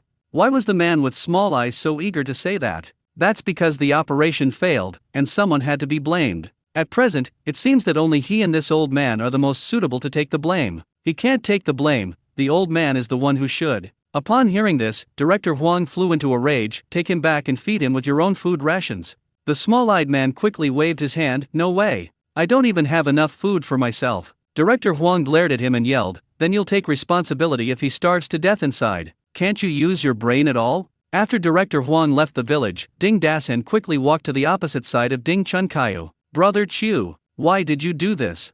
Ding Yude also walked over here, eager to know why. Ding Chunkaya looked at Ding Dasan with a sarcastic expression. "Why? You still don't know why?" "Ha ha," Ding Dasan asked, looking completely bewildered. "I really don't know. We've been brothers for over a decade. I really don't remember ever offending you in any way." Ding Chunkaya waved his hand dismissively. "No way. I can't be your brother. Your brother is Ding Lefu." Ding Yude, who was watching the drama unfold, never expected that his father was involved. Ding Dasan also had a temper. Constantly being mocked, he couldn't help but question them. "Even if we're not brothers, I, Ding Dasan, have never offended you over the years, have I?" Ding Chunkaya's eyes held a hint of resentment. "Of course you haven't offended me, you've only betrayed me." Ding Dasan was completely bewildered. "When did I ever betray you?" Ding Chunkaya's expression was cold. "It seems you've forgotten all these years. Then let me remind you properly. When we were electing the village chief, didn't you promise me you'd vote for me?" Ding Dasan tried hard to recall, and then remembered that there seemed to be such a thing. "Yes," Ding Chunkaya said angrily, And what was the result? Did you vote for Ding Lefu? You promised to vote for me, but you voted for Ding Lefu instead. Isn't that a betrayal? Ding Dasan struggled to recall the events of that year, and soon found a fragment in his mind. Yes, I did tell you I would vote for you, but you said it's a democratic vote, everyone chooses voluntarily, and they don't necessarily have to vote for you. If it's discovered that we're colluding in private, it will have a negative impact. Upon hearing this, Ding Chunkayo immediately exploded. I was just saying that to others. Don't you understand? Are you out of your mind? He still wasn't satisfied with that, and continued to hurl insults at Ding Dasan. You ungrateful wretch. If I hadn't saved you back then, you'd be buried somewhere by now. Do you know that I wouldn't have become the village chief if it weren't for your vote? Ding Dasan also felt wronged. If you want to be the one, just say so. Why make it so complicated? Who understands? Ding Yade also felt that he was innocent, as he was taking the blame for his deceased father. Ding Chunkaya seemed to want to say everything he had kept inside for so many years. Do you know that my grandfather was the village chief of Dingjia village in the past? My father is also the village chief of Dingjia village? This village chief position should have been mine all along. As he spoke, he looked at Ding Yade and asked, what is your father, Ding Lefu, anyway? He only married into the family and later changed his surname. Why did he take away the village chief position that rightfully belonged to me? Ding Yade was immediately displeased when he heard him speak of his father in that way. Ding Chunkayo, the village chief back then, was elected by all the villagers. The fact that they chose my father proves that he is more suitable to be the village chief than you. Ding Chunkayo retorted loudly, what do you know? If it weren't for that scoundrel Ding Dasan betraying me back then, how could your father possibly become the village chief? When Ding Yade saw that Ding Chunkaya was already obsessed, he felt that there was no point in discussing the issue any further. He waved to the two militiamen, tie him up first and lock him in the cowshed. We'll deal with him after we've discussed it and come to a decision. Let's go back and discuss the next steps. Ding Yade gathered the village officials present and led them back to the brigade headquarters. Ding Chunkaya was quickly dragged away by two militiamen, and the others dispersed as well. Only Grandpa remained standing there, staring blankly in the direction Ding Chunkaya was being dragged away. He noticed Ding Jiangguo approaching and suddenly blurted out, Jiangguo, do you think I really made a mistake back then? Ding Jiangguo did not answer directly, but instead asked him in return, Grandpa, how do you think the villagers have fared during the years that Grandpa Lefu has been the village chief? Old Ding thought about it carefully. Lefu, you have done your best all these years, trying every possible way to help everyone live a better life. When it's busy, he leads everyone to work in the fields. When it's not busy, he goes outside to find work for everyone. Ding Jiangguo then asked, if it were Ding Chunkayu, could he do that? Old man Ding instinctively shook his head. He can't do it. He'll just stand on the sidelines and tell everyone what to do. He couldn't bring himself to go outside and get work for everyone. This time, Ding Jiangguo didn't say anything more, giving the old man time to think it over himself. This is something that only he can figure out for himself, no one can do it for him. Old Ding was in low spirits that day, sitting alone by the door, leaning against the wall and silently smoking his pipe. The team also reached a conclusion in the afternoon. The team planned to distribute the grain to the villagers in several installments to prevent it from being discovered by those investigating speculation and profiteering, which would leave them with no way to explain themselves. At the same time, the number of undercover agents was increased and the surveillance area was expanded so that there would be more time to deal with the situation next time. The villagers all agreed with the team's decision, mainly because they actually received the grain. In the evening, Ding Jiangguo also asked Ding Xiaoqiang to go to the team leader and get a certificate. When the captain learned that Ding Xiaoqiang was going to the city to become a policeman, he was filled with envy. He also chatted enthusiastically with Ding Xiaoqiang for quite a while. In the afternoon, Wang Leida also returned from the city. Ding Jiangguo walked to a deserted spot outside the village and put him and the tricycle back into his spatial storage. It was late at night, time to change the grain again. Ding Jiangguo knew they would spend a lot of time hiding grain tonight. He deliberately sped up the process of changing the grain. The grain and the 1,500 jin they exchanged this time were not brought back. Grandpa, along with his eldest and second uncles, moved directly to that fake grave and hid it. In this transaction, Ding Jiangguo sold 600 jin of Remenya glutinosa, and his account received another 9,600 yuan. The account balance is now 187,000 yuan. The trip back was quite fruitful. It solved the family's food shortage problem all at once. From now until June next year, there will be no need to worry about food shortages for the family. They also helped Ding Xiaoqiang find a job, which fulfilled their promise to their second aunt. The next morning, Ding Xiaoqiang arrived at the courtyard early to wait for Ding Jiangguo. Because his job hadn't been officially confirmed yet, he didn't ask everyone to come and give him a big send-off. Only his second uncle and aunt came to see him off this time. No one else was allowed to come. Ding Jiangguo got up and walked out of the yard, where he saw his second aunt holding Ding Xiaoqiang's hand and talking non-stop. This scene reminded him of his first time working away from home in his previous life. His mother was like that back then, constantly nagging him in the station lounge. At the time, he was only focused on his expectations for the big city and didn't pay any attention to his mother, who was always caring for him. I also found her nagging and annoying, and all I wanted to do was get on the bus quickly so I wouldn't have to listen to her nagging. He can no longer hear that nagging and those annoying sounds. But for some reason, I inexplicably started to miss those nagging words. Remember to eat on time. Drink more water in this hot weather. Go to bed early and don't stay up late. Remember to buy more clothes when it gets cold, so you don't get cold. When Ding Xiaoqiang saw Ding Jiangguo come out, he felt like he had seen a savior. He quickly shook off his second aunt's hand and walked towards him. He looked at Ding Jiangguo expectantly. Jiangguo, I'm all ready. Ding Jiangguo said while washing his face with a towel, I'll have breakfast and then leave. Okay. Jiangguo, what do you think of my outfit today? Do I look smart or not? Ding Xiaoqiang proudly showed off his clothes with only 2 patches in front of Ding Jiangguo. Ding Jiangguo retorted irritably, Brother Xiaoqiang, you're going to work, not on a blind date. Ding Xiaoqiang was somewhat unconvinced. Isn't it all the same? You have to give people a good impression, right? Ding Jiangguo nodded vigorously in exasperation. Yes. What you said makes so much sense. You're a genius. Right. I think so too. Ding Xiaoqiang, true to his loyalty, patted Ding Jiangguo on the shoulder. Once you're a police officer, if anyone bullies you, just tell me, and I'll arrest them. Okay. With you protecting me from now on, I'll be able to do whatever I want in that area. Come and eat. Ding Jiangguo went into the kitchen, picked up the steamed cornbread his grandmother had made, and ate it with some vegetables. Ding Xiaoqiang also joined the battle without hesitation. The two quickly finished breakfast, then grabbed their things and prepared to leave. Everyone came out to see them off, but what puzzled Ding Jiangguo was that his grandfather wasn't there today. The old lady seemed to guess what he was thinking, and explained in a somewhat sad tone. Your grandfather went to Uncle Chu's house to help with his funeral arrangements. Ding Jiangguo didn't react for a moment and didn't understand what the old lady meant. Ding Xiaoqiang, standing to the side, quickly recounted the story to him. It turns out that Ding Chunkayu, who was locked in the cowshed last night, escaped into the mountains when no one was paying attention and was killed by wolves. The person has now been sent home to handle the funeral arrangements. Grandpa was grateful for the life-saving grace he received years ago, so he went to help early in the morning. Hearing this news, I couldn't help but feel a sense of regret, and at the same time, I was a little suspicious that things happened so coincidentally. But what does this have to do with him? The old lady led a few people and wanted to take them to the village entrance. However, Ding Jiangguo decisively dissuaded him. I'll go with Brother Xiaoqiang, you don't need to see us off, too many people will attract attention.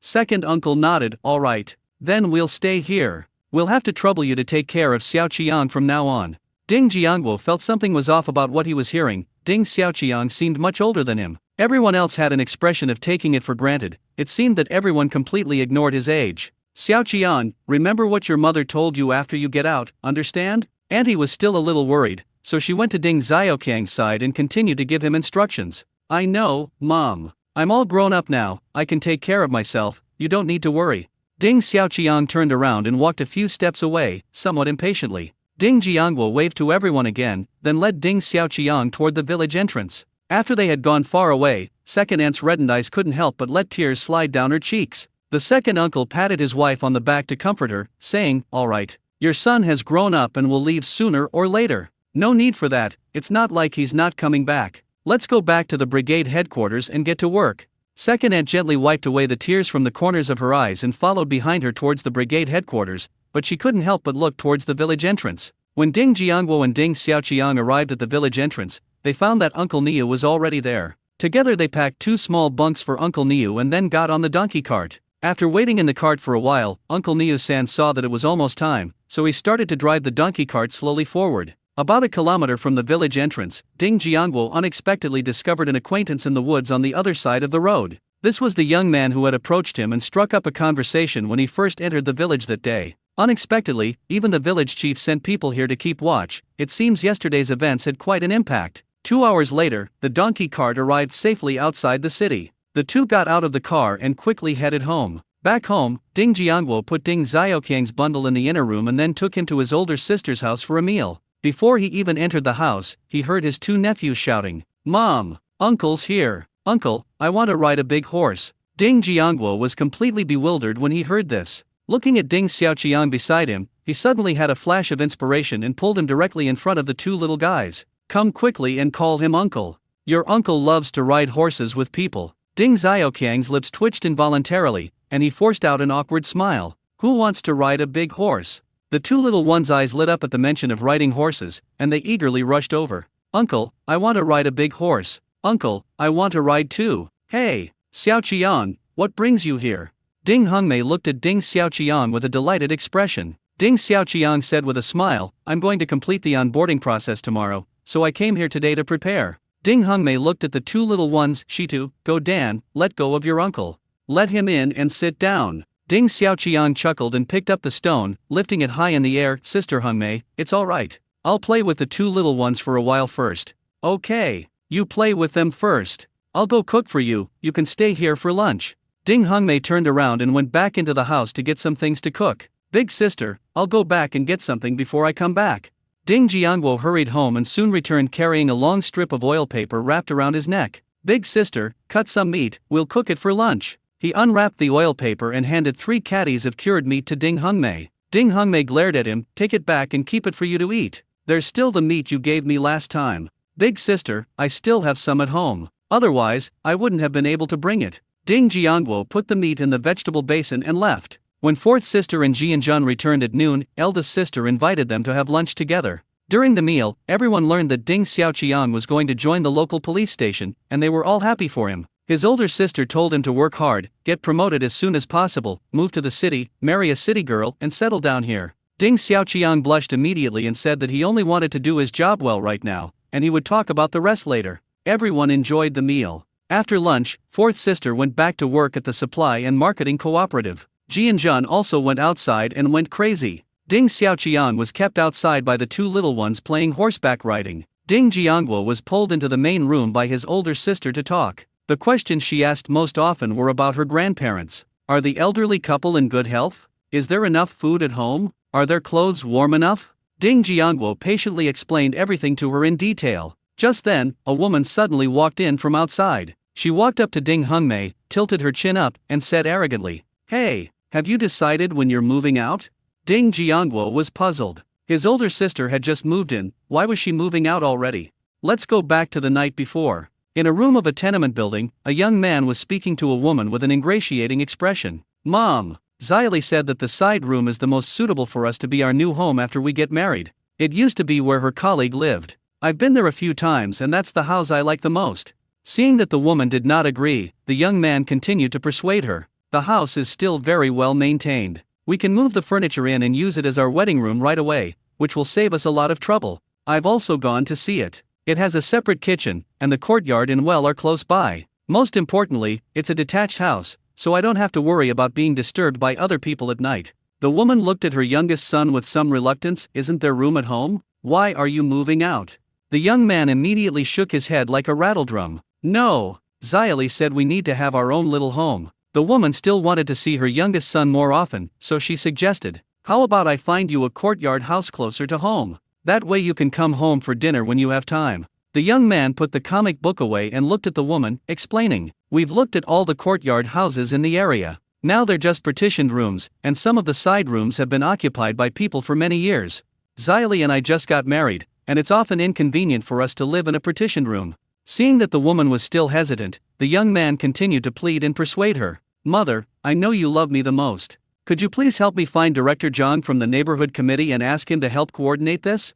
The woman, worn down by his nagging, had no choice but to agree. "Okay, I'll go see Director Zhang tomorrow and ask him to arrange another room for that family to move out, and then you can move in. But you must come back to visit your mother more often in the future." The young man immediately assured her happily, "Mom, don't worry, I'll come back to be with you whenever I have time. Mom, remember to tell them to move quickly. Xylee and I are getting married next month. We still need to spend some time decorating the new house."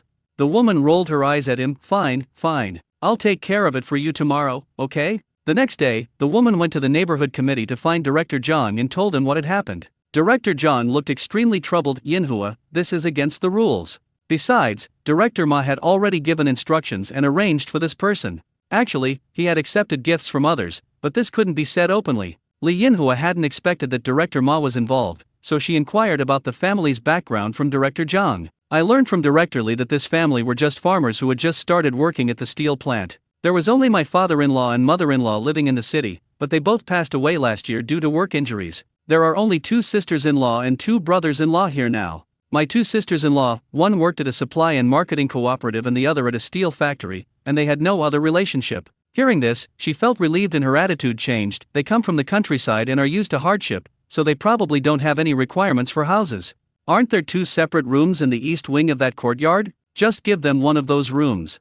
Director Zhang pretended not to hear, staring at the notebook on the table without saying a word. It's disgraceful to cause trouble for others who have already given gifts. Besides, it's not his son's wedding, so what business is it of his? Seeing that Director Zhang didn't speak, the woman knew that he wouldn't help her unless she offered something in exchange. Director Zhang, don't worry, I won't let you help for nothing. I heard your son wants to run for group leader? I'll talk to Lao Xiao when I get home tonight and ask him to make a recommendation. Director Zhang was immediately tempted upon hearing this, but he didn't want to offend anyone, so he came up with a solution. We certainly can't step in and force them to change rooms. However, you can try to communicate with them. As long as they are willing to make the change, I will immediately arrange for someone to help you with the procedures. 2 members of their family work at the steel mill. If you just revealed Director Xiao's identity, would they dare not change him? Li Yinhua thought about it and felt that what Director Zhang said made sense. Apart from the factory director and deputy director, which leader in the steel plant didn't give her husband, Lao Xiao, some face? Let alone 2 ordinary workers. As long as Lao Xiao's identity is revealed, they'll have no choice but to obediently give up the house. After figuring it out, she immediately got up and hurried towards the courtyard house. Director Zhang watched her leave with a face full of disdain. Inside the courtyard, Ding Hongmei was playing with Go Dan and Shi Tou outside. The woman entered the central courtyard and immediately saw the side room her son had mentioned. She stood not far away, constantly looking at the house, and occasionally a satisfied expression would appear on her face. Ding Hongmei had already spotted the woman, but since the woman hadn't come over, she pretended not to see her. However, Ding Hongmei mistakenly thought that the person was mentally ill because of the expressions she occasionally showed. Fearing that the man might actually have a seizure and hurt Go Dan and Shi Tou, she quickly led the 2 of them into the house. Unexpectedly, as soon as she entered the house with her 2 children, the woman followed her in. She stood inside the house as if it were her own, looking around without any restraint. Ding Hongmei instinctively shielded the 2 children behind her, picked up a broom from the side, and pointed it at the woman. Who are you? Why are you in our house? The woman saw Ding Hongmei holding a broom and staring at her warily. She frowned, looking displeased, and said arrogantly, You must be Ding Hongmei. Your husband's name is Chen Zia, and you have a younger sister named Ding Kaiju. They both work at a steel factory, right? Upon hearing this, Ding Hongmei became even more wary. So what if it is? What do you want? The woman raised her chin slightly. My husband, Lao Xiao, also works at the steel factory, but he's just a lowly workshop foreman. She paused, then added, In a way, she and your husband are colleagues. When Ding Hongmei heard that it was the wife of a factory leader, she didn't dare to offend her, for fear of causing trouble for her husband and sister. She forced a smile and said, I'm really sorry about that. Comrade, is there anything I can do for you today? The woman said in a calm tone, I'm here today because I need your help. Ding Hongmei didn't know what kind of help she wanted from them, but if even a director can't handle it, how could they possibly do it? So they smiled and declined, saying, We just came from the countryside to the city, we probably can't be of much help to you. The woman interrupted with an unhappy expression, You may not be able to help with other things, but you can definitely help with this one. Ding Hongmei was also a little confused at this point. How could they possibly be of any help? So, out of curiosity, I asked, What kind of help are you in? The woman then slowly began to explain the purpose of her visit. My youngest son is getting married next month, but we haven't been able to find a suitable wedding house yet, which is really worrying Lao Xiao and me. We also suggested several locations for them, but they weren't very satisfied. Ding Hongmei's heart skipped a beat when she heard this. Could it be that he had his eye on her house? Sure enough, the woman continued. Later, his girlfriend said that her former colleague had lived in this house, and she had been here a few times and quite liked it.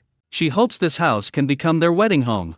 The woman paused, smiled slightly, and said, I hope you can show some generosity and give this room to them. I will ask Director Zhang of the neighborhood committee to arrange a new place for you to live in the compound. Ding Hongmei's face turned very ugly upon hearing this, and she couldn't help but curse the woman's ancestors in her heart many times over. However, not wanting to cause trouble for her family, she could only force herself to listen to her continue. The woman ignored Ding Hongmei's expression and instead chose to paint a rosy picture for her. Don't worry, we won't let you help us for nothing. As long as you are willing to vacate the house for us, my husband Lao Xiao will definitely be grateful to you. Maybe I can help if anything happens in the future.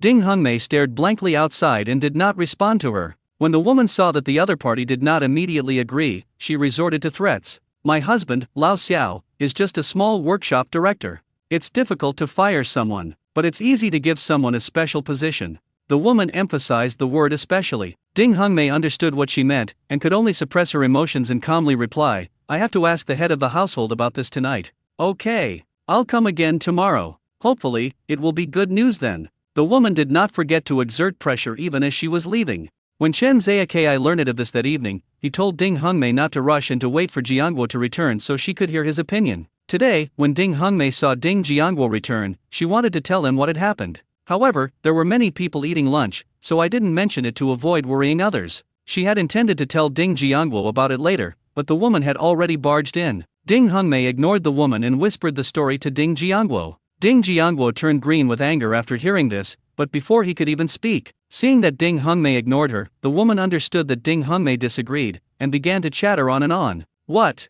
You don't want to move out? Do you want your man and your sister to switch to a special position? Believe it or not, my husband Lao Xiao can just say hello to someone and immediately get your man a different job. As she spoke, she deliberately slowed her pace, looking at Ding Hongmei with a mocking expression. What's it like working as a steel rolling mill operator? A few months ago, a worker in this position had his hand bitten by the rolling mill and was immediately disabled. That man was sent back to the factory, where he only received a monthly pension of 15 yuan. His wife and 4 children had to dig for wild vegetables to make a living. I ran into them last week, and they looked so pitiful. The whole family was so hungry that they had edema, and their legs were swollen as thick as water buckets. Tisk tisk tisk, it's really heartbreaking to watch. If you know what's good for you, come with me to the neighborhood committee to complete the house exchange procedures. Otherwise, Ding Jiangguo could no longer hold back and shouted, whose dog is not leashed and is barking and yelling here? We're not going to change it, what are you going to do about it? The woman was furious upon hearing this. She pointed at Ding Jiangguo and said, is your family so ill-mannered? No wonder they're all orphans. Slap. The woman had barely finished speaking when Ding Hongmei slapped her hard across the face. Ding Hongmei finally couldn't hold back any longer. She shook off the hand that had just hit the woman and fiercely rebuked her. Watch your mouth. You're the one who's an orphan. If you dare say that again, I'll slap your stinking mouth to pieces. You can get out of here now. This is my home. I wouldn't trade it even if the King of Heaven himself came. This was the first time the woman had encountered something like this. Usually, others would fawn over her. No one had ever dared to lay a hand on her, and she didn't know what to do. You just wait, this isn't going to end like this. Leaving behind a harsh remark, she covered her slapped cheek and hurriedly ran away. Ding Jiangguo's eyes sparkled as he looked at his older sister with admiration, thinking to himself, she's really fierce. She starts fighting without warning. Ding Hongmei felt a little embarrassed under Ding Jiangguo's gaze. It's her fault for calling you a wild child. I don't care what she says about me, but she can't say those things about you. Just then, Ding Xiaoqiang returned with the 2 little ones, who had gotten tired of playing in the yard. As soon as he entered the room, he noticed the strange atmosphere and asked with concern, what's wrong? Ding Jiangguo then recounted what had just happened to him. Upon hearing this, Ding Xiaoqiang flew into a rage and turned to go out and teach the woman a lesson. However, Ding Hongmei held him back tightly. In the end, Ding Xiaoqiang had no choice but to give up. However, he also said that he would keep an eye on that family after he joined the company. Whenever there's a chance, we'll arrest them, teach them a lesson, and vent our anger for our older sister. Ding Jiangguo was very pleased to hear this, and it was worth all the effort he had put into getting this job for him. Once Xiao Qiang becomes a formal police officer, there will be far fewer of these kinds of troublesome things. Ding Hongmei looked at Ding Jiangguo with a worried expression. Jiangguo, will your brother-in-law and Kaiju really be transferred to different positions? Ding Jiangguo reassured her confidently, sister, don't worry, it'll be alright. I'll handle this. Ding Jiangguo had decided that since they like to use their power to intimidate others, he would let them experience what it was like to be intimidated. The woman grew angrier the more she thought about it on her way home. Ever since Lao Xiao became the workshop director, no one had dared to treat her like this. She was determined to make that woman pay the price this time, no matter what. The woman did not go home, but went straight to the steel mill. When she arrived at the steel plant, the security guard saw it was her and immediately opened the gate and let her in. Fortunately, the handprint on her face has faded considerably. She lowered her head slightly, walked quickly to the door of the workshop director's office, and pushed the door open to go inside. When Director Xiao saw his wife suddenly arrive, he asked with a puzzled look, Yinhua, what brings you here? Old Xiao, you have to stand up for me. Li Yinhua closed the door behind her and ran over, her face covered in tears. What happened? Who bullied you? Director Xiao asked anxiously. Look, this is the slap I gave someone just now. It's still fresh in my mind. Li Yinhua said with a look of anger and grievance. Who's so bold as to hit you? Wait a minute. I'll call the police right now and have her arrested. As Director Xiao spoke, he was about to go back and make a phone call. Li Yinhua immediately stopped him, as this was, after all, not something that could be discussed openly. No need to make a phone call. Just help me get Chen Ziyaki and Ding Kaiju into the steel rolling mill jobs. Director Xiao frowned, thinking there must be something else going on. He looked at Li Yinhua. Tell me the whole story from beginning to end. What exactly happened? Li Yinhua dared not hide anything, but she embellished the story she told. After hearing this, Director Xiao curled his lip. After nearly 20 years of marriage, he knew that this woman was definitely not telling the truth. But none of that matters. What matters is that the woman hit his wife, which is slapping him in the face. If the other party still dares to attack after I've identified myself, then that's a provocation. If he doesn't respond, he'll become a laughingstock. Without sufficient justification, it's definitely not feasible to directly transfer someone to another department. However, he could first find a reason to bring people over to support production. Once people are in his department, he has the final say on what to do next. Thinking of this, he said to Li Yinhua, who was standing beside him, "You go back first. I will definitely help you get revenge." Li Yinhua was somewhat reluctant, but she also knew Lao Xiao's difficulties. What she said to Ding Hongmei before was just to scare her. Adjusting someone's position in a factory isn't something you can do on a whim, it takes time. Of course, the main reason is that his husband, Lao Xiao, is just a workshop director, not a factory manager. Otherwise, this kind of thing could be accomplished with just a word. Then remember to get it done as soon as possible. Also, you should talk to Director Zhang about the house and ask him to help us find a way to get it for us. As for that crazy woman and her family, let them share a dormitory with other people. Don't give them a single private room. After saying this angrily, Li Yinhua left the office and went home. When she opened the door, she saw her youngest son lounging on a bench reading a comic book. "Son, why aren't you at work today?" "Xylee is off work today, so I took the day off to go shopping with her." "By the way, Mom, when are we moving there?" Xiao Li asked me again when she was shopping, Xiao Bing asked expectantly. Li Yinhua touched her still sore face and said in a harsh voice, "Not yet. That family doesn't know what's good for them. They'll probably only vacate the house obediently once your dad has subdued them." The young man put down the comic book he was holding, sat down, and asked with a puzzled look, "Mom, didn't you mention who Dad is?" Li Yinhua laughed self-deprecatingly, "Of course I mentioned it, but they said it wouldn't matter who came." The young man stared wide-eyed in surprise. "So powerful? A relative of the factory manager?" Li Yinhua pursed her lips. "I heard from Director Zhang of the neighborhood committee that when the houses were being arranged, it was Director Ma of the logistics department who made the arrangements."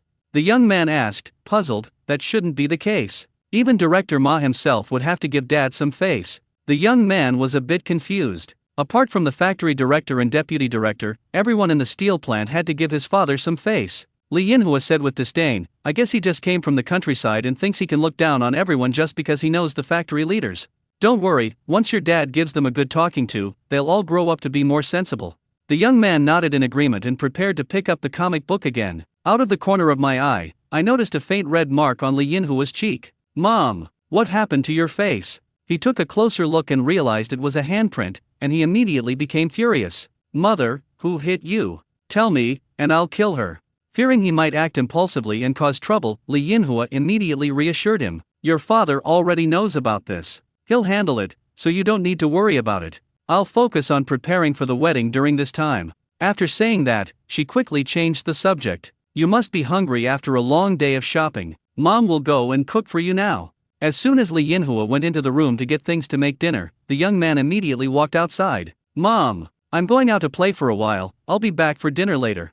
Xiao Bing had already guessed from Li Yinhua's words that the slap was probably delivered by that family. In this area, only Xiao Bing bullies people. "I never expected that someone would dare to hit his mother today. This is outrageous. This can't just be left like this. If we don't make the other party pay us a few hundred yuan, then that slap in the face was for nothing. I've been spending a lot of money with Xylee lately, and now I only have a few dollars left. I don't know where I'll get the money for my next trip. That would be a good opportunity to get some money from that family." Ding Jiangguo and Ding Xiaoqiang stayed at their elder sister's house in the courtyard for a while before leaving. Ding Jiangguo thought that Ding Xiaoqiang would probably have to move to the dormitory tomorrow, so we went with him to the supply and marketing cooperative to buy some daily necessities. When the two entered the supply and marketing cooperative, they saw fourth sister and sisterly chatting leisurely behind the counter. When they reached the counter, fourth sister and sisterly subconsciously looked up. "Xiao Jiangguo, long time no see. Wang Li was delighted to see Ding Jiangguo and quickly walked out from behind the counter. She habitually reached out to pinch Ding Jiangguo's face. Ding Jiangguo quickly pulled Ding Xiaoqiang over. Ding Xiaoqiang was caught off guard and pulled, and he and Wang Li barely touched each other before quickly stepping back. Ding Jiangguo quickly stepped aside, saying jokingly, "Sister Li, this is my cousin, Ding Xiaoqiang. I was just about to introduce you to him, you don't need to be in such a hurry." Wang Li blushed and hurriedly retreated behind the counter, glaring fiercely at Ding Jiangguo. Ding Xiaoqiang, his face flushed, lowered his head and stammered an apology to Wang Li. This lady, I bumped into you just now, I'm really sorry." Wang Li was a straightforward person, and she quickly waved her hand, "It's okay. It's not your fault, it was all this kid's fault." Ding Menzu said to Ding Jiangguo with a reproachful look, "Jiangguo, you're really being ridiculous. Hurry up and apologize to your sister Li."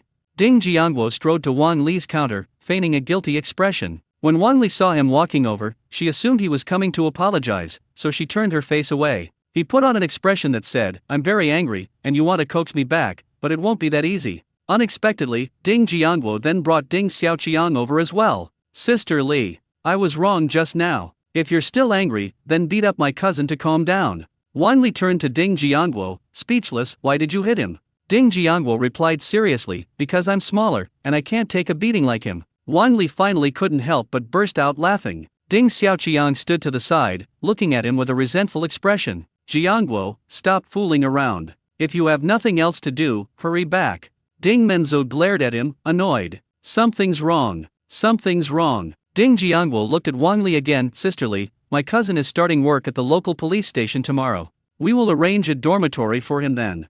Could you please help him see what items he needs?" Ding Jiangguo urged Xiaoqiang. "Brother Xiaoqiang, hurry up and see with Sister Li what we need to buy. Let's go home as soon as we finish shopping."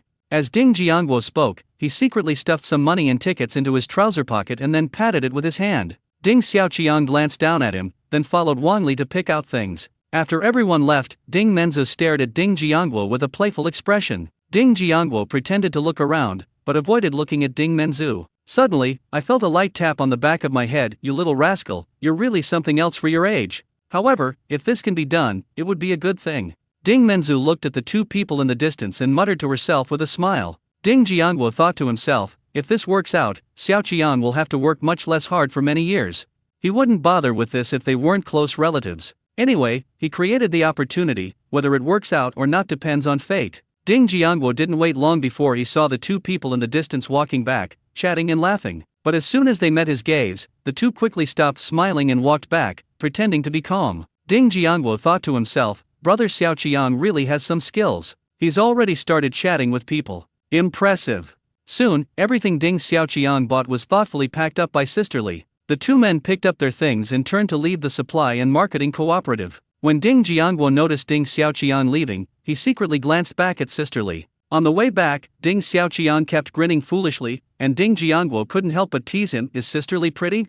"It looks great," Ding Xiaoqiang replied instinctively, but quickly realized his mistake and hurriedly explained, blushing, "What I mean is that Wang Li is a good comrade." As Ding Jiangguo walked, he muttered to himself, "I also think Wang Li is a good comrade." Ding Xiaoqiang didn't want to discuss this topic, so he deliberately quickened his pace to overtake Ding Jiangguo and rush into the yard. Ding Jiangguo followed closely behind and deliberately called out, "Brother Xiaoqiang, slow down, let's talk about Sister Li again."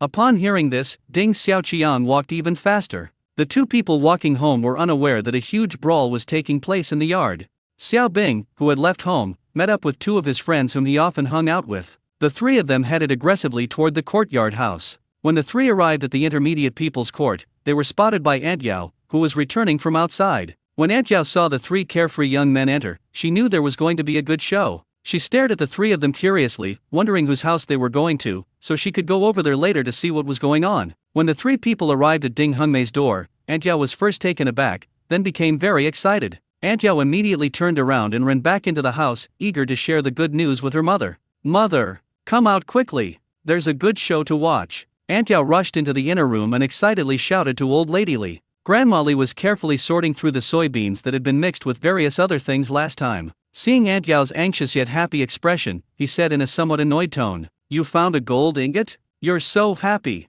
Aunt Yao excitedly pulled Grandma Li towards the door. "Mom, this is much happier than finding gold ingots.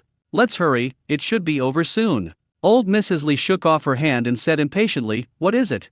Seeing that old lady Lee wasn't leaving, Aunt Yao became a little anxious, worried that if she arrived late the show would be over, so she quickly said, I just saw 3 thugs standing menacingly in front of Ding Hungmei's house. Grandma Lee repeated the name with a bewildered look. Are there 3 street thugs standing at the door of Ding Hungmei's house? Aunt Yao thought she didn't know who Ding Hungmei was, so she quickly explained. Mom, it's that guy who won't give us a replacement fish. Old Mrs. Lee waved her hand to interrupt her. You mean, there are 3 street thugs who are going to cause trouble for the people in our compound? Aunt Yao said in a hurried tone. Yes, Mom. Let's go. The show will be over if we're late. Old Mrs. Lee suddenly yelled angrily, you pig brain, quickly grab your weapons and come with me to help. Aunt Yao stood there, looking puzzled. Mother, that girl is good at fighting, but she can't beat those 3 street thugs. We don't need to go and help her, do we? Old Mrs. Lee shouted in exasperation. Who said we were going to help those 3 street thugs? Aunt Yao was even more confused now. Mother wouldn't be thinking of helping that Ding Hungmei, would she? Grandma Lee said with a serious expression and a firm tone. No matter how bad our relationship is, it's still a matter between neighbors in the same courtyard. It's a different story if outsiders bully our people. I often take advantage of everyone, so why has no one ever mentioned kicking us out?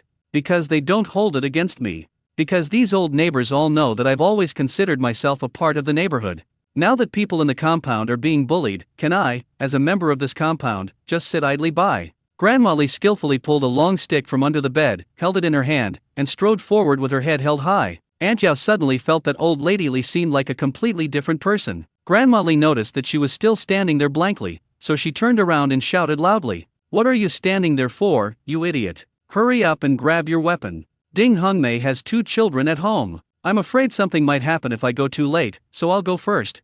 Once you've grabbed the things, come and help right away. After saying that, old lady Lee ran out. As soon as she stepped out the door, she saw Grandpa Wei from the next room dragging a stool out of the house. The two exchanged a glance and said in unison, what a coincidence. After they finished speaking, they both smiled knowingly. Old Wei, go and call for help. I'll stall them for now. Old lady Lee threw down a sentence, picked up her long stick, and rushed towards the 3 streets. Grandpa Wei carried the stool and walked briskly towards the front yard, muttering to himself. After all these years, nothing has changed. Just now, Ding Hungmei saw that it was almost time, so she went inside to get some things to prepare for cooking. Unexpectedly, as soon as I came out, I saw 3 young men who looked like street thugs standing at the door. One of them looked somewhat familiar. It was none other than Xiao Bing. He was pinching and twisting the cheeks of Shi Tou and Go Dan with his hands. The 2 little ones immediately burst into tears of pain and kept hitting Xiao Bing with their hands. Upon hearing her son's cries, Ding Hungmei immediately dropped what she was holding and rushed over to him. What do you want?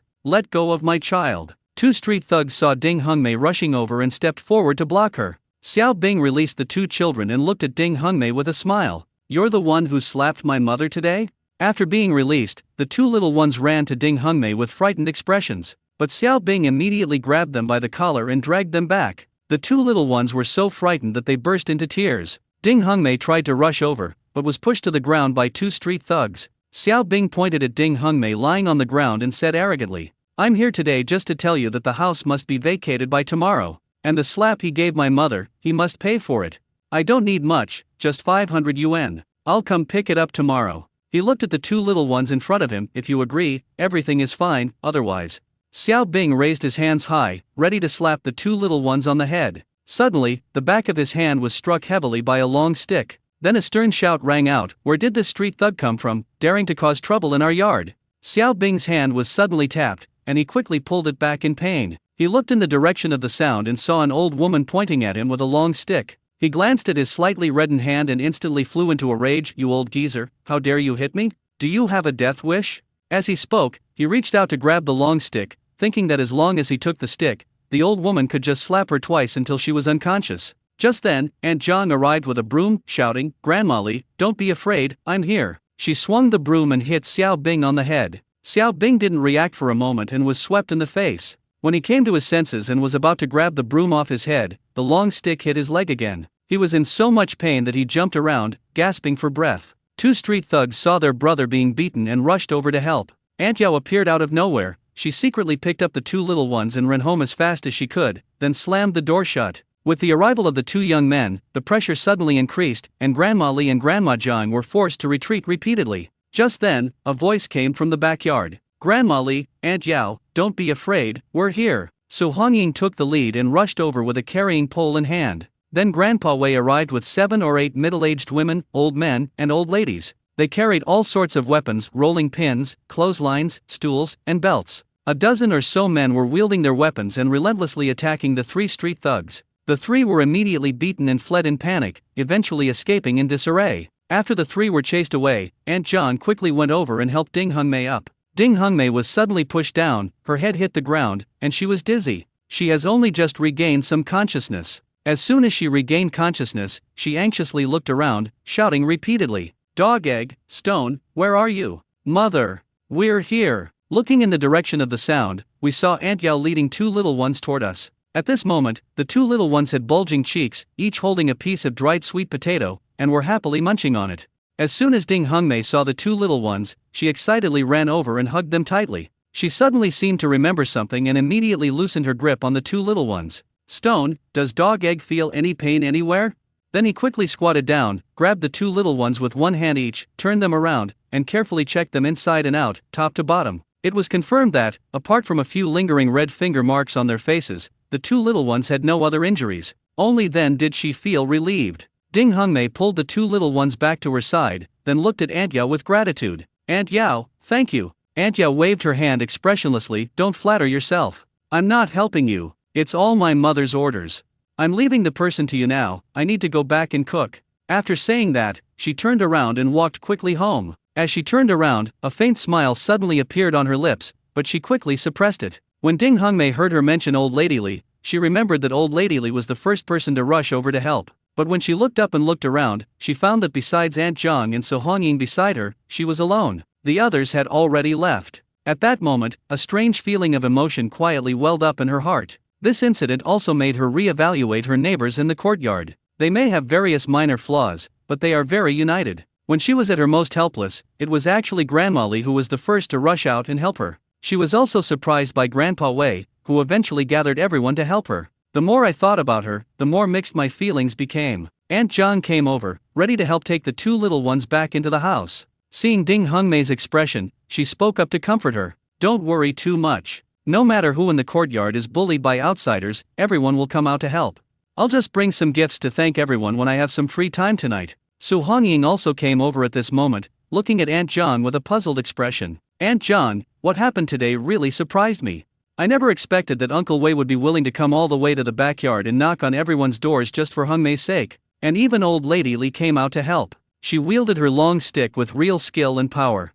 Su Hongying's words seemed to evoke memories of the past for Aunt Zhang. "Of course, I remember when I first moved here, I would occasionally see her practicing with a stick in front of the house by herself." Seeing Su Hongying's curious expression, Aunt Zhang continued. "I heard from the old neighbors here that Li Yakin wasn't like this before." "Oh right. Li Yakin is Grandma Li. The longtime residents of this courtyard say that Li Yakin was a beautiful woman who spoke softly and was very polite to everyone. Just like a lady from a respectable family. How did it become like this?"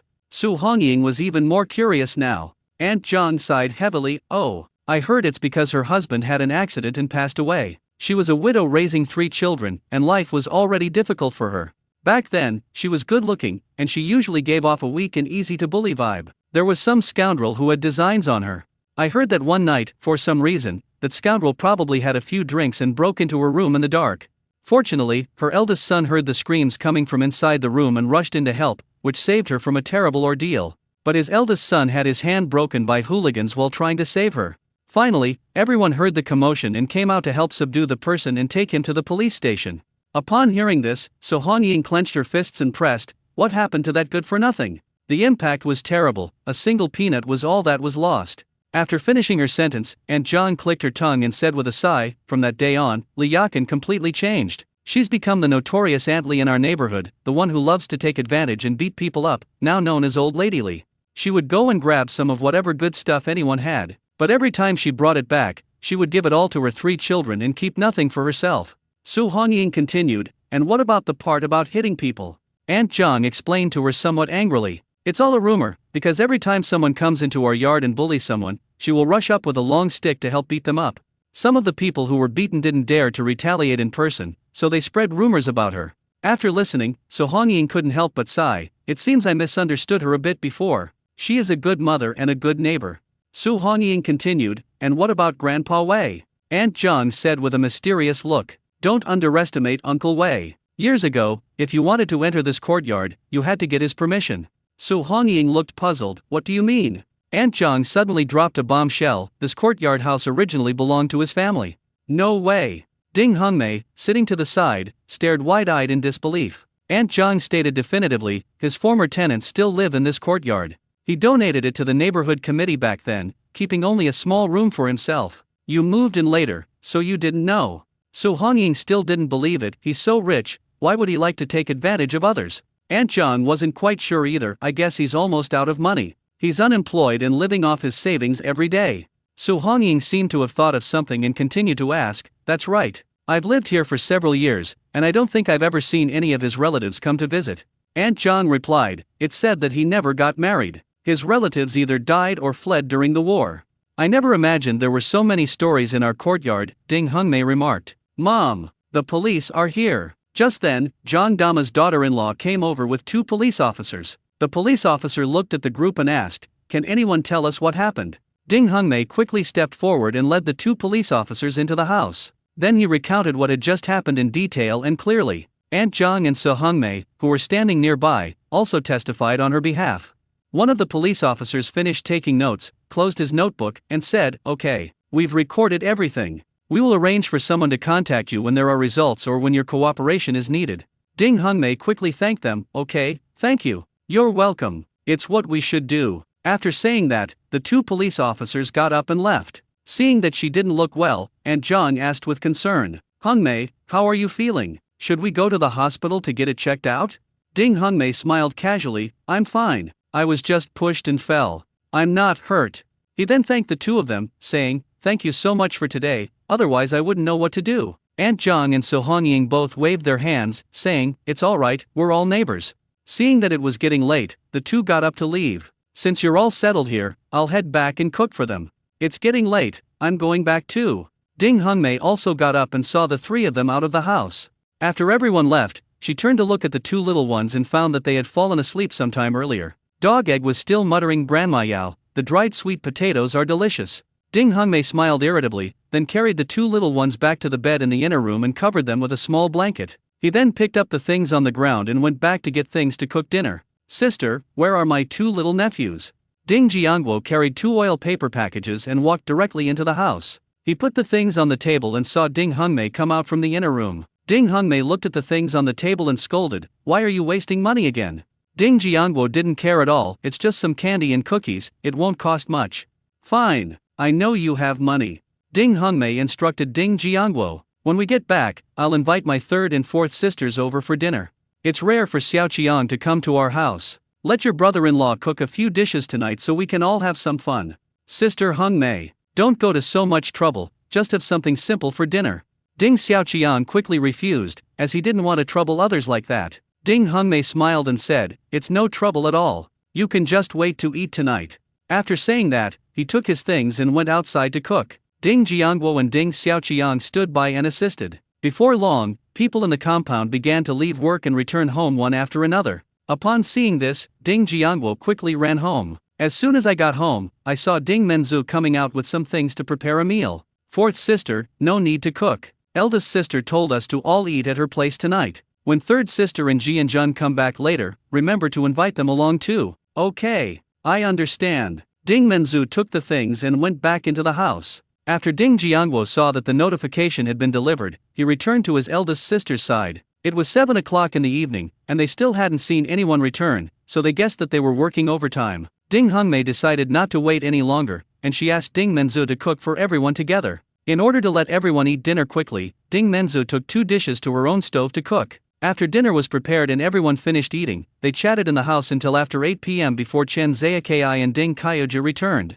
Seeing the 2 of them come in, Ding Hongmei asked with concern, why are you 2 so late? Before Chen Zayaki could speak, Ding Kaiuji interrupted. My brother-in-law and I were both seconded to the workshop by the workshop director this afternoon to help out. Because it's quite busy there, they required me to get off work overtime until now. Ding Hongmei suddenly had a thought, and she tentatively asked, is the workshop director who was transferred their surname Xiao? Chen Zayaki and Ding Kaiuji looked surprised, how did you know? Ding Hongmei slammed her hand on the table angrily. It really was him. She got up and brought the food over, saying, "Eat while I talk to you." Just as Ding Hongmei placed the food on the table, she saw two people walking into the house. Chen Ziyaki, standing at the door, quickly spotted the person who had arrived, Director Xiao. "What brings you here?"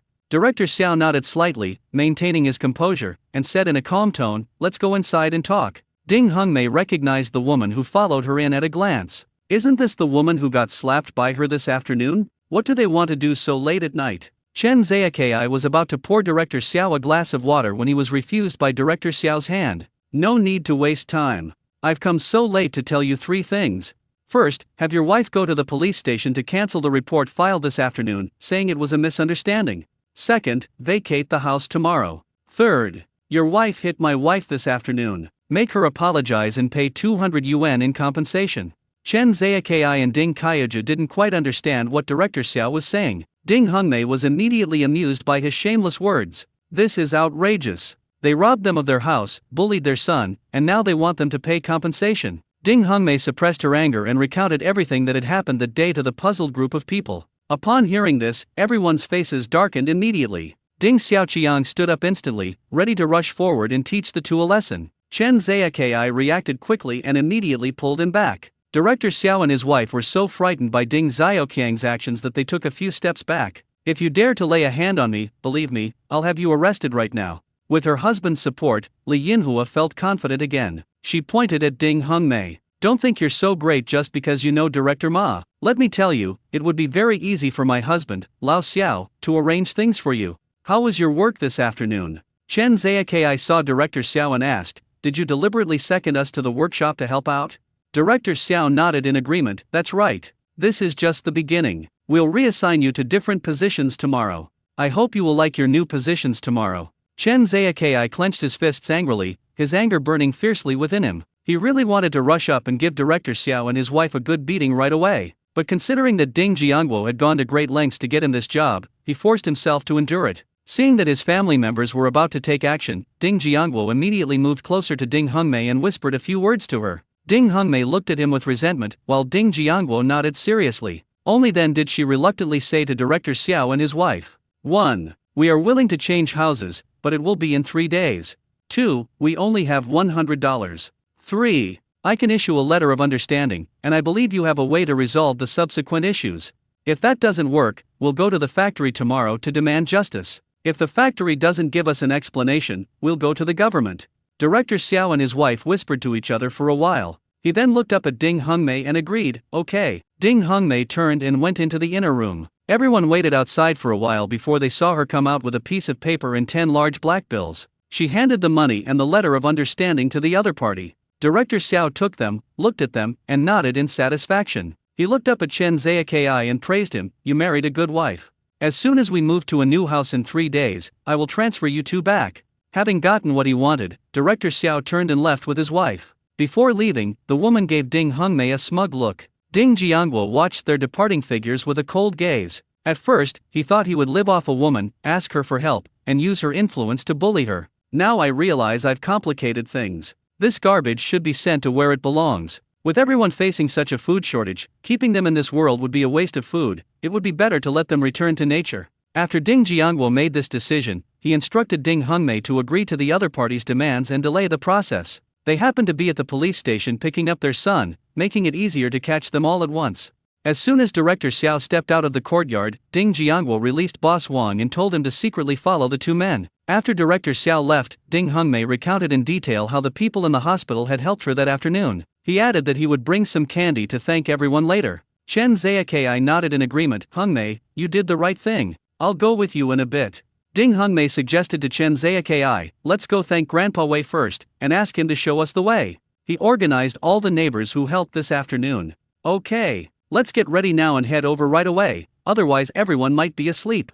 Chen Ziyaki got up to get a basket, filled it with candy, and prepared to distribute some to each household. "Big sister, brother-in-law, is there enough candy? If not, I'll go back and get more." Ding Jiangguo got up and went over to ask. Ding Hongmei replied with a smile, "There was still a lot left before, but you bought quite a lot today, so it's enough. You all sit inside. Your sister and I will go and get back to work." After packing the things, Chen Ziyaki and Ding Hongmei headed towards Grandpa Wei's house. Knock knock knock, knock knock knock. Ding Hongmei and her companion knocked twice on the door before they heard a groggy voice coming from inside. Here it comes. Who is it? The door creaked open slowly. Grandpa Wei was somewhat surprised to see Ding Hongmei and her husband arrive. He learned that Ding Hongmei and her husband had come to thank him for his help that afternoon. He waved his hand generously. You're being too polite. We're all from the same compound, anyone would help if they saw this. With a grateful look on her face, Ding Hongmei grabbed a handful of fruit candies from the basket and stuffed them into Grandpa Wei's pocket. Thank you so much, Grandpa Wei, for today. If you hadn't brought so many neighbors over, I wouldn't know what to do. Grandpa Wei felt the weight of the candy in his pocket, and couldn't suppress the smile on his face. But he was still saying, you're all too kind. We're all neighbors, you can't do that again. Seeing that the atmosphere was good, Ding Hongmei took the opportunity to say, many of the neighbors who came to help Grandpa Wei this afternoon are people I don't know. Could you please show us the way? We'd like to thank them in person. Grandpa Wei readily agreed, sure. Shall we go now? Ding Hongmei and her husband immediately replied, then we'll trouble you, Uncle Wei. We'll be on our way now. Grandpa Wei took the two of them to the neighbor's house to thank them for their help that afternoon. Since Ding Xiaoqiang still needs to complete the onboarding process tomorrow, Ding Jiangguo and the others went back to wash up and go to sleep first. Only Ding Menzu was left there to help take care of Shitu and Godan. Ding Jiangguo waited until Ding Xiaoqiang and Ding Jianjun were asleep before secretly leaving through the spatial dimension. Following the address provided by Boss Wang, he quickly arrived at the entrance of Director Xiao's tenement building. Boss, they live in room 207. Xiao Bing has already been brought back from the police station. When Boss Wang saw Ding Jiangguo, he immediately came over to report. Ding Jiangguo nodded and put Wang Leida back into his spatial storage. He quickly went up to the second floor, and immediately entered the space at the door of 207. He enveloped the entire room with his divine sense and began to lock onto the people inside. Xiao Bing touched the bump on his forehead and shouted loudly, Father, Mother, we absolutely cannot let that family get away with this. Li Yinhua glared angrily at Director Xiao. Old Xiao, are you a dead man? Did you hear what your son said? We must not let that peasant family get away with it. Tomorrow, we'll transfer those two to work as steel rolling mill workers. They're newbies, their procedures aren't always standard, so it's normal for accidents to happen. Director Xiao's face was grim, and he looked at the two of them in a cold tone. Don't worry, once they vacate the house, I'll transfer them there immediately. He paused, then squinted, and murmured. There are two machines in the workshop that we've been wanting to replace with new ones but haven't been able to find a reason. What if something goes wrong during their operation? This can serve as an excuse to get two new ones. Li Yinhua said fiercely. Old Xiao, do it this way. Don't let them die easily, it's better if they're crippled and a burden to their whole family. Is that so? Ding Jiangguo appeared out of thin air in front of them, expressionless. The three men were stunned for a moment, then their hair stood on end, and they instinctively wanted to shout. What terrified them was that they couldn't make a sound at all. Ding Jiangguo first used the truth needle on Xiao Bing to find out the addresses and current situations of the other two accomplices. Then, he controlled a knife and stabbed it directly into Xiao Bing's back. Xiao Bing felt death drawing ever closer. Fear and endless regret welled up in his eyes. Li Yinhua and Director Xiao looked extremely anxious. Both men turned their gazes to Ding Jiangguo, their eyes filled with pleading. Ding Jiangguo seemed to understand their meaning, and the tip of the knife suddenly stopped moving. Both of them secretly breathed a sigh of relief, thinking that Ding Jiangguo was willing to let his son go. But they soon realized they were wrong. Ding Jiangguo brought Li Yinhua to Xiao Bing's front. Her hand involuntarily gripped the hilt of the knife stuck in Xiao Bing's body. Under Xiao Bing's incredulous gaze, Li Yinhua slowly pushed the knife in. Then the light in Xiao Bing's eyes gradually disappeared, and he soon lost all signs of life. Ding Jiangguo turned his gaze from Xiao Bing to Director Xiao. All I could see was a pleading expression on his face. Director Xiao doesn't want to die. He really regrets it now. Why did he have to provoke that family? Unfortunately, there's no medicine for regret in this world. Ding Jiangguo ignored Director Xiao's pleas and forced him to pick up a knife. It also pierced directly into Li Yinhua's heart. He then controlled Li Yinhua's hand,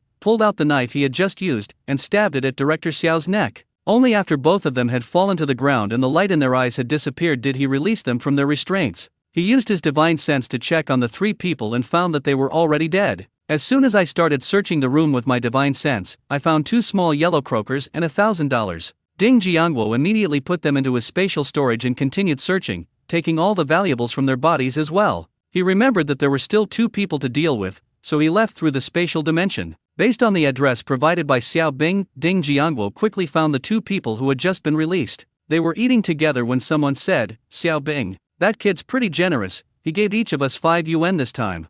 "Yes. If there's another job like this next time, I'll definitely go." Ding Jiangwo thought to himself, "Since you two like being together, I'll send you to team up with him." He directly stored the person in his spatial storage and returned to the Xiao family. At the Xiao family's residence, he used a knife on the ground to stab someone to death from behind in the space. He threw the body on the ground and rearranged it to make it look like a murder scene. Then, they went out of the city, broke the neck of one of them, and threw him into the river.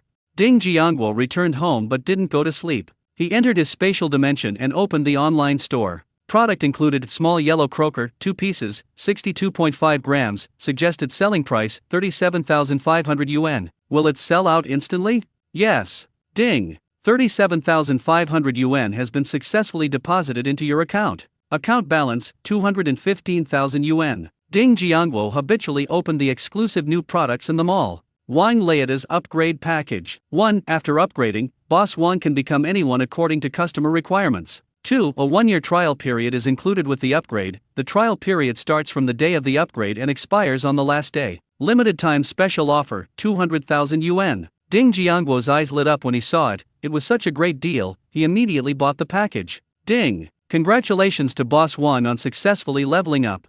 Thank you, boss. Boss Wang thanked Ding Jiangwo with a look of surprise and delight. Ding Jiangwo looked Wang Leita up and down, and an idea suddenly popped into his mind. Anyway, since Boss Wang has a year of free time, leaving it in the space would be a waste. Why not let him replace Director Xiao at the steel plant? That way, the plant will have someone who's truly one of our own. With Director Xiao protecting my brother-in-law and third sister, it will be easier for them to be promoted and evaluated in the factory in the future. Boss Wang, show me what you look like, Director Xiao, Ding Jiangwo instructed Boss Wang. Boss Wang spun around on the spot, and in an instant, he transformed into Director Xiao. Even their clothes and expressions are exactly the same. Ding Jiangwo looked him over and couldn't find any flaws. He then nodded in satisfaction. All right. From now on, you'll be Director Xiao. From now on, you'll pretend to be Director Xiao. When you're working at the factory, please take care of my third sister and eldest sister's husband. Boss Wang pondered for a moment. Boss, I need to go back and read his memories.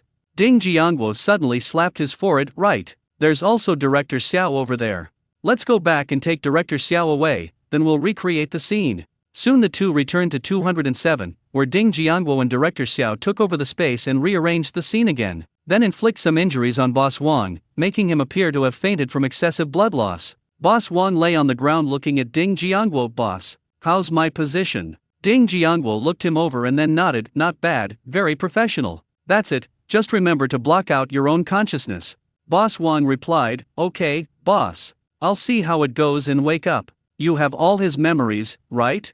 Ding Jiangwo asked again to confirm. Boss Wang replied confidently, got it, boss. Can you read anyone's memories? Ding Jiangwo asked curiously. The eldest brother replied, only those who have just died can. Ding Jiangwo instructed Boss Wang, all right. You'll probably be very busy these next few days. Once you're done with your work, find an excuse to move to the courtyard house next to mine. Boss Wang, yes, boss. The next morning, Ding Jiangwo and Ding Xiaoqian got up early, ate breakfast, and headed out to the police station. Good morning, Uncle Feng. Ding Jiangwo greeted Uncle Feng with a smile as he looked at him in the guardhouse. Grandpa Feng chuckled and teased him, so it's you, kid. What's up? Bringing people here again to transfer your household registration. Ding Jiangwo smiled awkwardly, there are quite a few this time. I brought my cousin here today to have him join the company under Director Feng. Grandpa Feng looked Ding Xiaoqian up and down, so the construction project was referring to you. Not bad, young man. You captured 2 enemy agents single-handedly.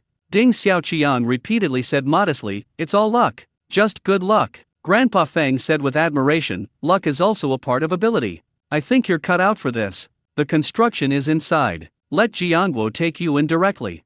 Okay, Uncle Feng. Ding Xiaoqian followed Ding Jiangwo inside. The two arrived at the door of the director's office, and Ding Jiangwo gently knocked on the door. Knock knock knock. Come in. A familiar voice came from inside. Ding Jiangwo pushed the door open and found that there were other people inside. He felt like he'd seen this person somewhere before, but couldn't quite place him. Jiangwo, Xiaoqian, you've come at the perfect time. We were just discussing Comrade Xiaoqiang's arrangements.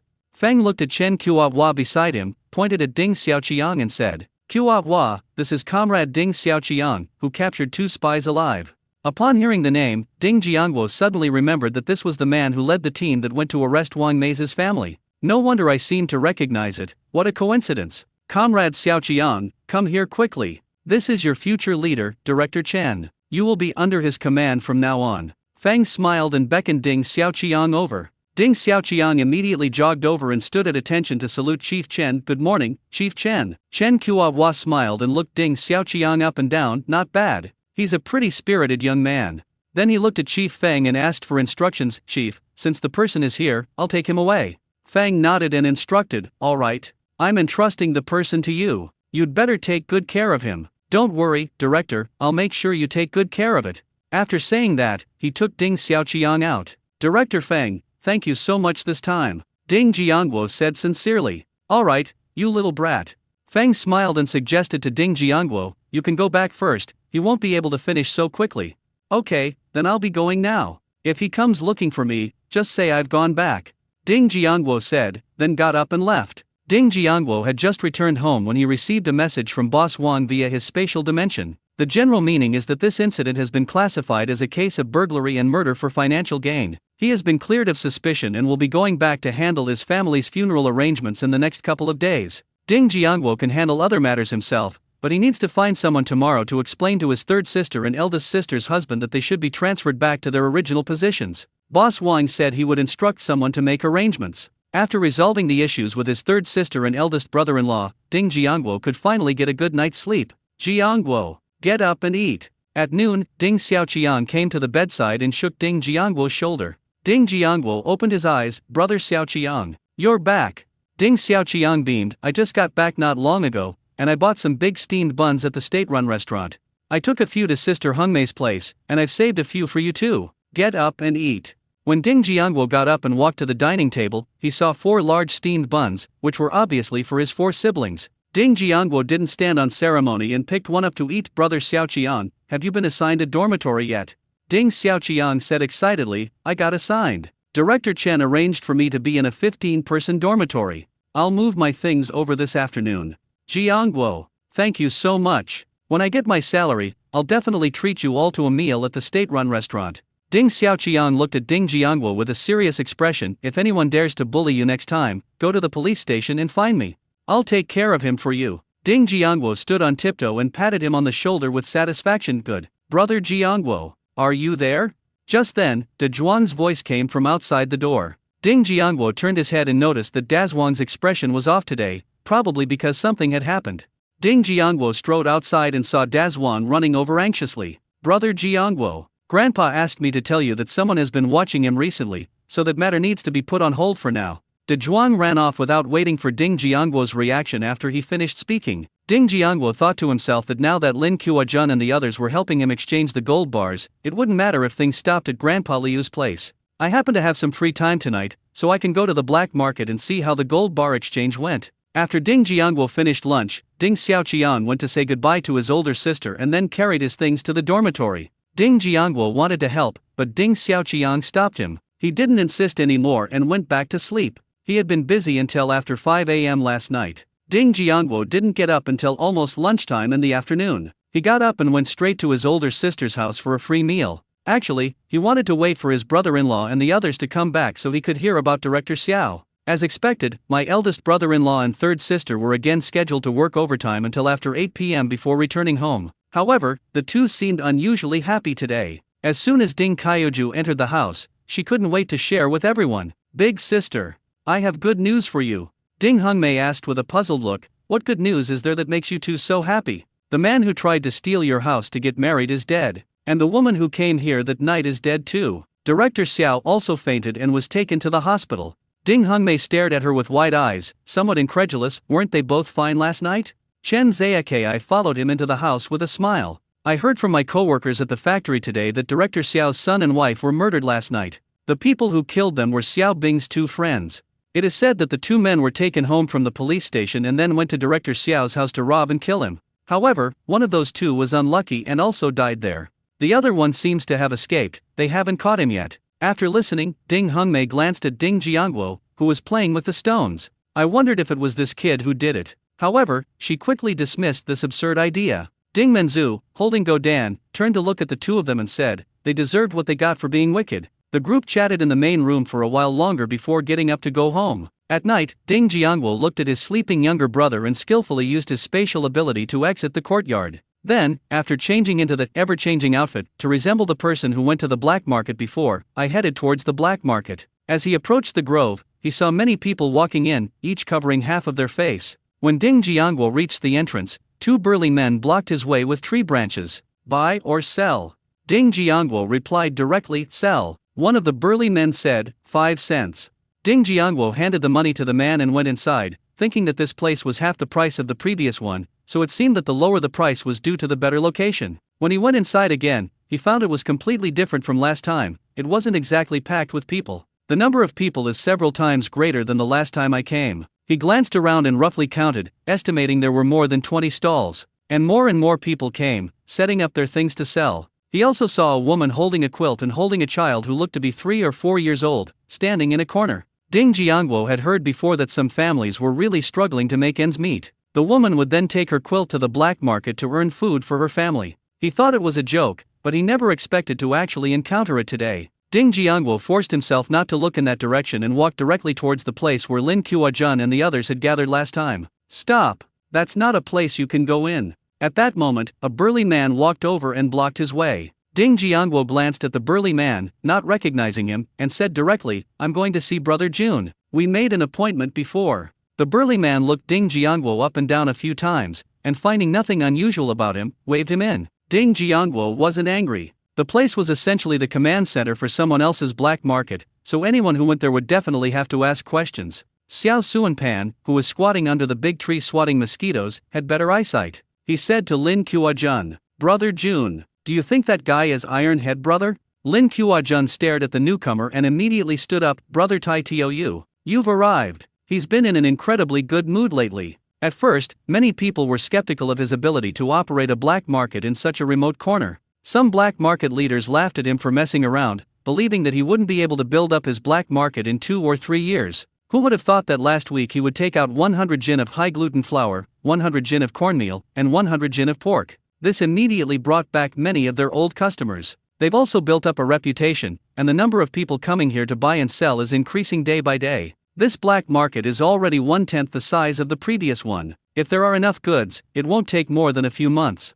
This is where we can compete with the black market from before. In fact, after they got the items that night, they exchanged them for 15 gold bars the very next day. Unable to contact Ding Jiangwo, they could only wait on the black market. I never expected that the person would finally arrive today. Ding Jiangwo smiled and congratulated him, Brother Jun. I see your business is getting better and better. We are where we are today because of your care, Brother Titu. Lin Kuo-jun looked at Ding Jiangwo with gratitude. We're just getting what we need, so you don't need to worry about it too much.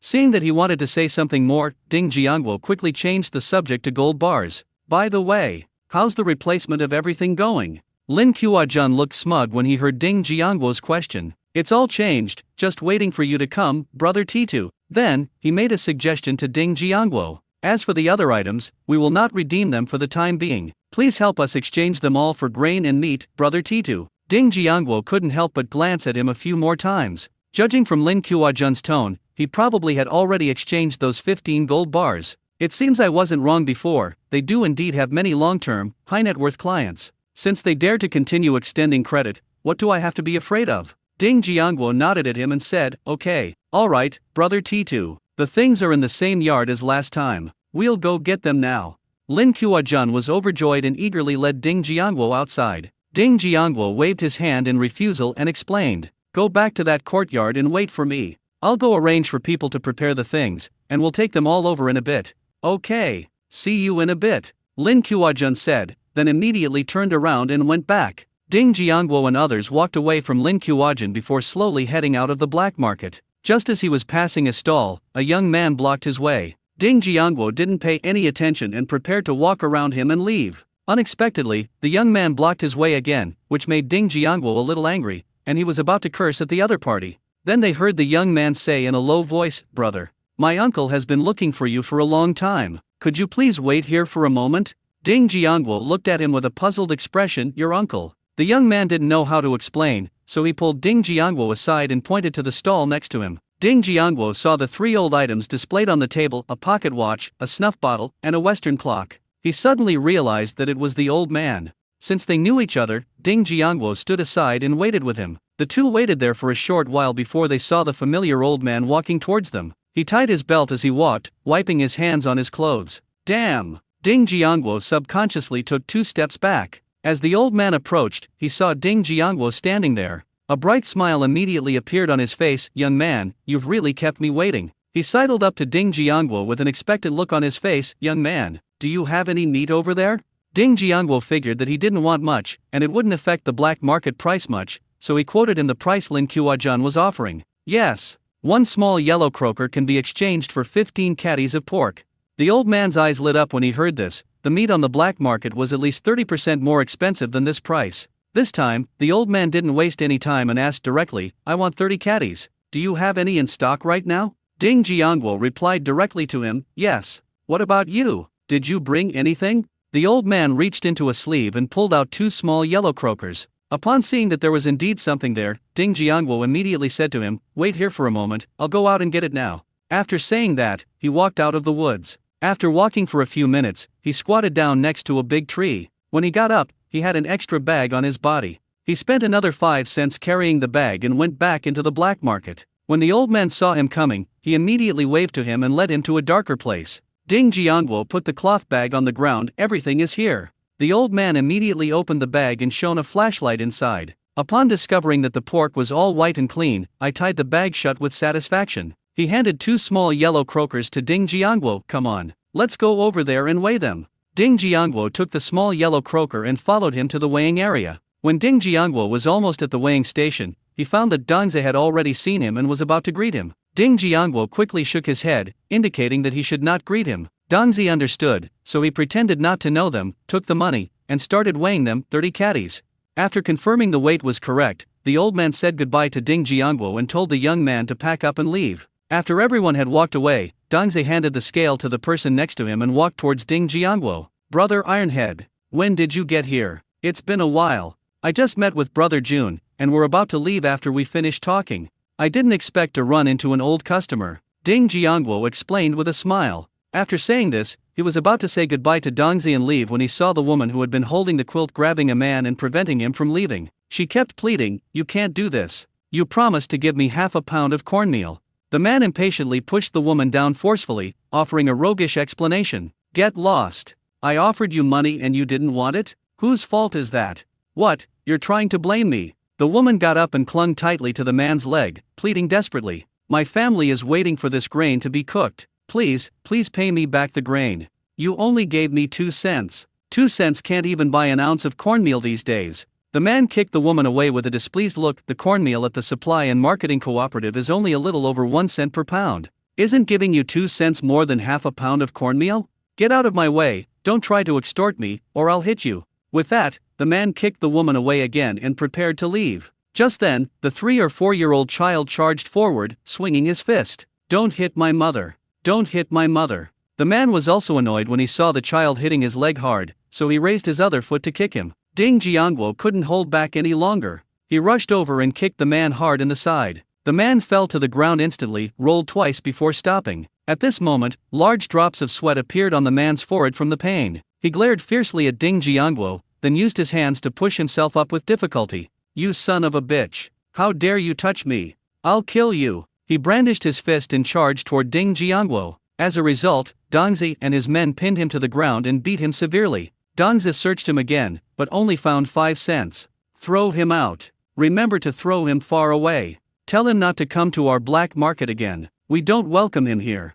After giving the instructions, he took out $2 from his pocket, put them together with the 5 cents, and handed them to the woman. Take this, go buy some grain, and head back early. Thank you so much. The woman took the money and bowed repeatedly in thanks, then limped off to buy grain with the child in her arms. Seeing the woman's condition, he sighed softly and decided to help her out, but only after she left the black market. Ding Jiangwo, realizing he would be exchanging things with Lin Kuo-jun later, decided not to waste any more time and said goodbye to Dongzi before leaving. After Ding Jiangwo walked away, someone curiously approached Dongzi. Brother Dong, who is that guy? You seem to respect him quite a bit. Dongzi glanced at the other person and said unhappily, "Do your own thing. Don't ask questions you shouldn't ask." The man quickly smiled and nodded in agreement, but when he lowered his head, a hint of barely perceptible joy flashed in his eyes. Ding Jiangwo hadn't gone far from the black market when he sensed someone hiding ahead. He immediately spread his divine sense and saw a man staring at him with a venomous look on his face. It turns out to be that piece of junk from before. It's like choosing the path to hell when there's a way to heaven. Since that's the case, then I'll grant your wish. He happened to be within Ding Jiangwo's spiritual sense range. Ding Jiangwo first restrained him, then kicked him to the ground. Then, he kicked a certain part of his genitals several times in succession. Because he was restrained, the man was unable to make a sound. At this moment, his eyes were in so much pain they were almost bulging out. Ding Jiangwo still felt unsatisfied and kicked him a few more times. He was only taken into his spatial storage after he passed out. Just then, the woman came out of the black market. The little boy was seen walking ahead, carrying a small cloth bag. He was still tied with a hemp rope. The other end of the rope was tied to the woman's body. The woman, struggling to carry the quilt on her back, followed behind with a limp.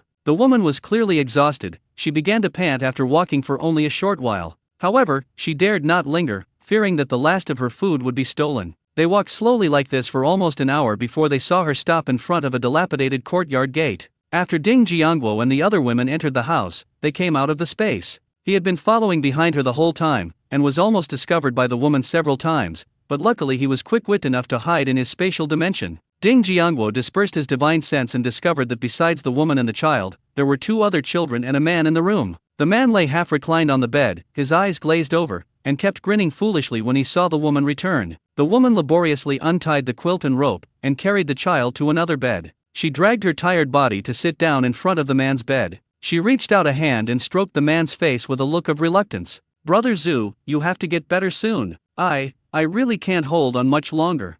Knock knock knock. Knock knock knock. Suddenly there was a knock on the door. The woman was startled by the knocking. She immediately grabbed a wooden stick from beside the bed and shielded her children and husband behind her. She stood trembling by the bed, staring at the door with a wary and frightened expression. She stood there, gripping the wooden stick tightly with both hands, until several minutes passed and she heard no more knocking. She slowly loosened her grip, then collapsed onto the edge of the bed like a deflated balloon. Actually, on her way back, she felt like someone was following her. She just didn't dare to alert the other party, fearing that her child would be harmed. Unexpectedly, this person actually followed me home. She didn't know if the other person would break in and hurt her husband and children if she didn't open the door. This is a private courtyard with no neighbors nearby. The nearest house is a 10-minute walk away. What should we do if the other party insists on breaking in? We can't let him hurt his own child. She can't let him hurt her husband. We'll fight him to the death. The woman gritted her teeth, picked up a wood-chopping knife from under the bed, and cautiously walked step by step behind the door.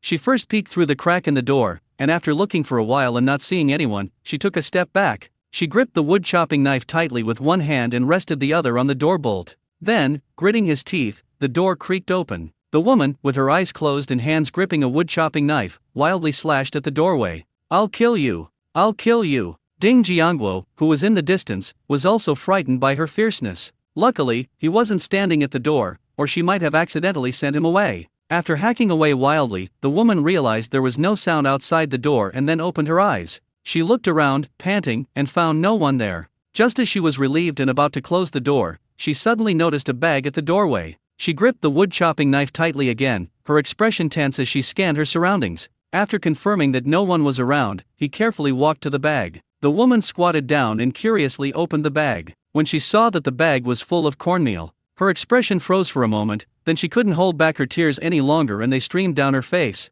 She suddenly looked up and scanned her surroundings again, finally seeing the figure disappearing into the distance. With a thump, he knelt down on both knees and shouted in the direction the figure had disappeared, "Thank you." He kowtowed 3 times in a row before getting up, dragging the bag into the house, and quickly bolting the door shut. Upon hearing the thank you, Ding Jiangwo couldn't help but laugh at himself. 100 jin of cornmeal. He couldn't help but lightly slap himself, cursing inwardly, "Serves you right for being so overly compassionate." After leaving this place, Ding Jiangwo hurried towards Lin Kuo-jun's courtyard. At this moment, the big ox in the yard paced anxiously back and forth inside the house. "Brother Jun, you think Brother Tai Tou hasn't come for so long? Could something have happened to him?" Lin Kuo-jun was also somewhat worried, but he pretended to be calm and reassured him. "Don't worry. You know what kind of people Ironhead and his gang are capable of. I guess there's a lot of stuff to do today, which is why I wasn't here so quickly." Just then, there was a knock on the door, 2 long knocks followed by 1 short one. Lin Kuo-jun and Daniil exchanged a glance, both seeing surprise in each other's eyes. "Let's go. It's probably brother T2." Lin Kuo-jun immediately called to Daniil and they walked quickly toward the courtyard gate. Squeak! The courtyard gate opened, and sure enough, Ding Jiangguo was standing at the door. "There were 6 large bags at my feet. Brother Ironhead, you've worked hard. Please come in and have some tea. We'll carry your things." Lin Kuo-jun and Daniil stepped aside to let Ding Jiangguo in. Ding Jiangguo ignored them, picked up a bag and went inside. Lin Kuo-jun and Daniil also hurriedly came out to move things. The 3 of them carried all the belongings into the yard in a few trips. Lin Kuo-jun then invited Ding Jiangguo in for tea again. This time, Ding Jiangguo did not refuse. He followed Lin Kuo-jun into the main room. Daniil didn't go in with them. He squatted down to check the contents of each bag and weighed everything. After finishing, he went inside to report Brother Jun, "The quantity of everything is fine." Lin Kuo-jun feigned displeasure. "Brother Tita's stuff is definitely fine. You don't need to tell me that. You put everything in the warehouse, and then carry 50 pounds of pork to the black market." "Okay, Jun Ge." Daniil turned around and moved the things to a separate room next door. "Brother Ironhead, here are 15 small yellow croakers. Check them out." Lin Kuo-jun laid out the small yellow croakers he had prepared earlier on the table. Ding Jiangguo didn't mind and put the small yellow croaker in the cloth used to wrap it into his pocket. He had already used his divine sense to check the small yellow croakers and confirmed that they were all genuine, so he didn't bother to check them one by one. Lin Kuo-jun was initially surprised to see him so casual, but considering that the other party frequently changes these things, it's not surprising. Perhaps to others, this is just like a deal worth $1 or $2. Ding Jiangguo accepted the gifts without lingering, got up, said goodbye to Lin Kuo-jun, and left. Lin Kuo-jun didn't try to stop him. He was already used to Ding Jiangguo's decisive and efficient way of doing things. Upon returning to the outside of the courtyard house, Ding Jiangguo immediately entered the space and sold all 17 small yellow croakers. "Today I harvested 17 small yellow croakers, earning a total of 318,750 yuan. Current account balance, 323,750 yuan. After a busy night, I made over 300,000 yuan, which is a pretty good result." The next day at noon, when I got up for lunch, I received a message from Boss Wang via his online space. Director Xiao returned to the factory early this morning and transferred his third sister and eldest sister's husband back to their original positions. Then he asked for leave to go back and handle the funeral arrangements for the 2 men. He estimated that it would take a few more days before he could apply to the neighborhood committee to move to the neighboring yard. Ding Jiangguo was worried that he would give himself away, so he told him not to rush and to just proceed step by step. Now he can be considered to have a complete ally among the steel plant's cotters. It will be much easier to arrange for people to enter the factory in the future. After Wang Leita finishes his family affairs in a few days and goes back to work, he will be asked to start preparing for the job at his second sister's house. After having lunch, Ding Jiangguo was about to go for a walk when he saw Daz Wang running towards him in a panic. "Brother Jiangguo, let me go inside and hide for a while." Daz Wang bypassed him and rushed into the house to hide. Before Ding Jiangguo could react, he saw 3 teenagers, around 15 or 16 years old, run in. They saw Ding Jiangguo walking out, and one of the boys, who was about 1.6 meters tall, blocked his way. "Hey kid, did you see a kid about your height run in just now?" Ding Jiangguo pretended to be too scared to make a sound, and just kept shaking his head. When the boy saw that Ding Jiangguo did not reply, he looked displeased and raised his hand to slap him. Just then, Aunt Zhang came out of the house. She saw someone about to hit Ding Jiangguo, so she ran towards them, shouting at them, "What do you want to do?" One of the boys saw Aunt Zhang running over and immediately said to his companion, "Hey, don't cause trouble. Let's go." That guy probably ran to another courtyard. Even the impatient monkey knew it couldn't act recklessly, so it turned around and ran after them out of the courtyard. But as he was leaving, he didn't forget to glare fiercely at Ding Jiangguo. Aunt Zhang ran up to Ding Jiangguo with a concerned look and asked, "Jiangguo, are you all right?" Ding Jiangguo smiled and shook his head. "Aunt Zhang, I'm fine. Thank you for your concern. It's good that you're all right. Try not to go out too much lately, there are a lot of shady characters around here, it's not safe." After confirming that Ding Jiangguo was all right, Aunt Zhang gave him one more piece of advice before leaving the yard. Ding Jiangguo nodded, went back inside, and bolted the door. He went into the inner room, came to the bedside, and whispered under the bed, "Daz Wang, everyone's run away. Come out here." Only after hearing Ding Jiangguo's words did Daz Wang crawl out from under the bed. After Daz Wang stood up, he asked, puzzled, "What exactly happened? Why did those people arrest you?" De Zhuang shook his head, a hint of fear in his eyes. "I'm not sure either. I overheard them saying that if they caught me, Grandpa would obediently listen to them. Thinking about how he had just evaded their pursuit, he said with relief, I bet they wanted to kidnap me to blackmail Grandpa. That's why I ran away beforehand. After listening to his words, Ding Jiangwo frowned and pondered. Someone must have their eye on Grandpa Lu, trying to blackmail him through Dazwang and then find him. The other party's ultimate goal is to achieve their own ends. It seems he's going to Dazwang's house tonight to find out the specifics of the situation and discuss a solution with Grandpa Lu. I originally wanted to find him a way to survive, but I couldn't let him end up with a dead end instead of a way to survive. Dazwang, it's not safe for you to go out right now. Why don't you stay here with me for the next couple of days? I'll talk to the people over there about this, and you can go back after they've dealt with things with your grandfather. Dazwang sensibly declined Ding Jiangwo's offer. Brother Jiangwo, this is too much trouble for you. I'll go home and hide now. With my grandfather protecting me, they can't catch me. Ding Jiangwo continued to patiently persuade him. Dazwang, you should listen to me and stay. If you go back now, what if they're waiting for you outside your compound? Dazwang thought it made sense and hesitated. Before he could even speak, Ding Jiangwo tempted him, listen to me, you won't regret it. Let's go to my older sister's house. We'll have dinner there tonight. My brother-in-law is a chef, and his cooking is amazing. Dazwang's eyes lit up at the mention of the word cook, and he followed Ding Jiangwo outside with anticipation. When the two arrived at Ding Hungmei's house, they saw her playing games with the two little ones. Ding Jiangwo came in and introduced the two of them to each other. When Ding Hungmei learned that this was her younger brother's good friend, she warmly offered him candy and cookies. Dazwang was about to be polite when Ding Jiangwo grabbed a handful of candy and biscuits and stuffed them into his hand. Seeing what he had in his hand, Dazwang couldn't resist. He could only thank them and then stuff everything into his pocket. Then take one out, unwrap it, lick it a few times, rewrap it, and put it in another pocket. He knew that Dazwang was reluctant to eat it and wanted to save it for later, but he didn't try to persuade him otherwise. This way of eating was very common in those times of scarcity. The whole afternoon, probably because everyone there was a child, Dazwang quickly got into playing with the two little ones. The three of them had a lot of fun playing together in front of the house. Knowing that Dazwang was eating at home, Ding Hungmei prepared his meal in advance. My brother-in-law finally got off work on time tonight. When he learned that Ding Jiangwo had invited his friends to try his cooking, he was overjoyed. He happily went to cook for the group. When Ding Jianjun returned and saw Dazwang there, he was overjoyed and pulled him outside to play. Finally, everyone enjoyed a delicious meal at the eldest sister's house that night. Ding Jiangwo thought to himself that he had been coming to his older sister's house for meals too often lately, and he should control himself in the future. Ding Jiangwo ate quickly tonight, he finished quickly and got up to leave. Before leaving, he made sure to tell Ding Jianjun to take Dazwang to wash up and to sleep with them that night. Upon hearing this, Ding Jianjun nodded repeatedly with a joyful expression. The fourth sister asked for the reason with some doubt, but Ding Jiangwo didn't want her to worry,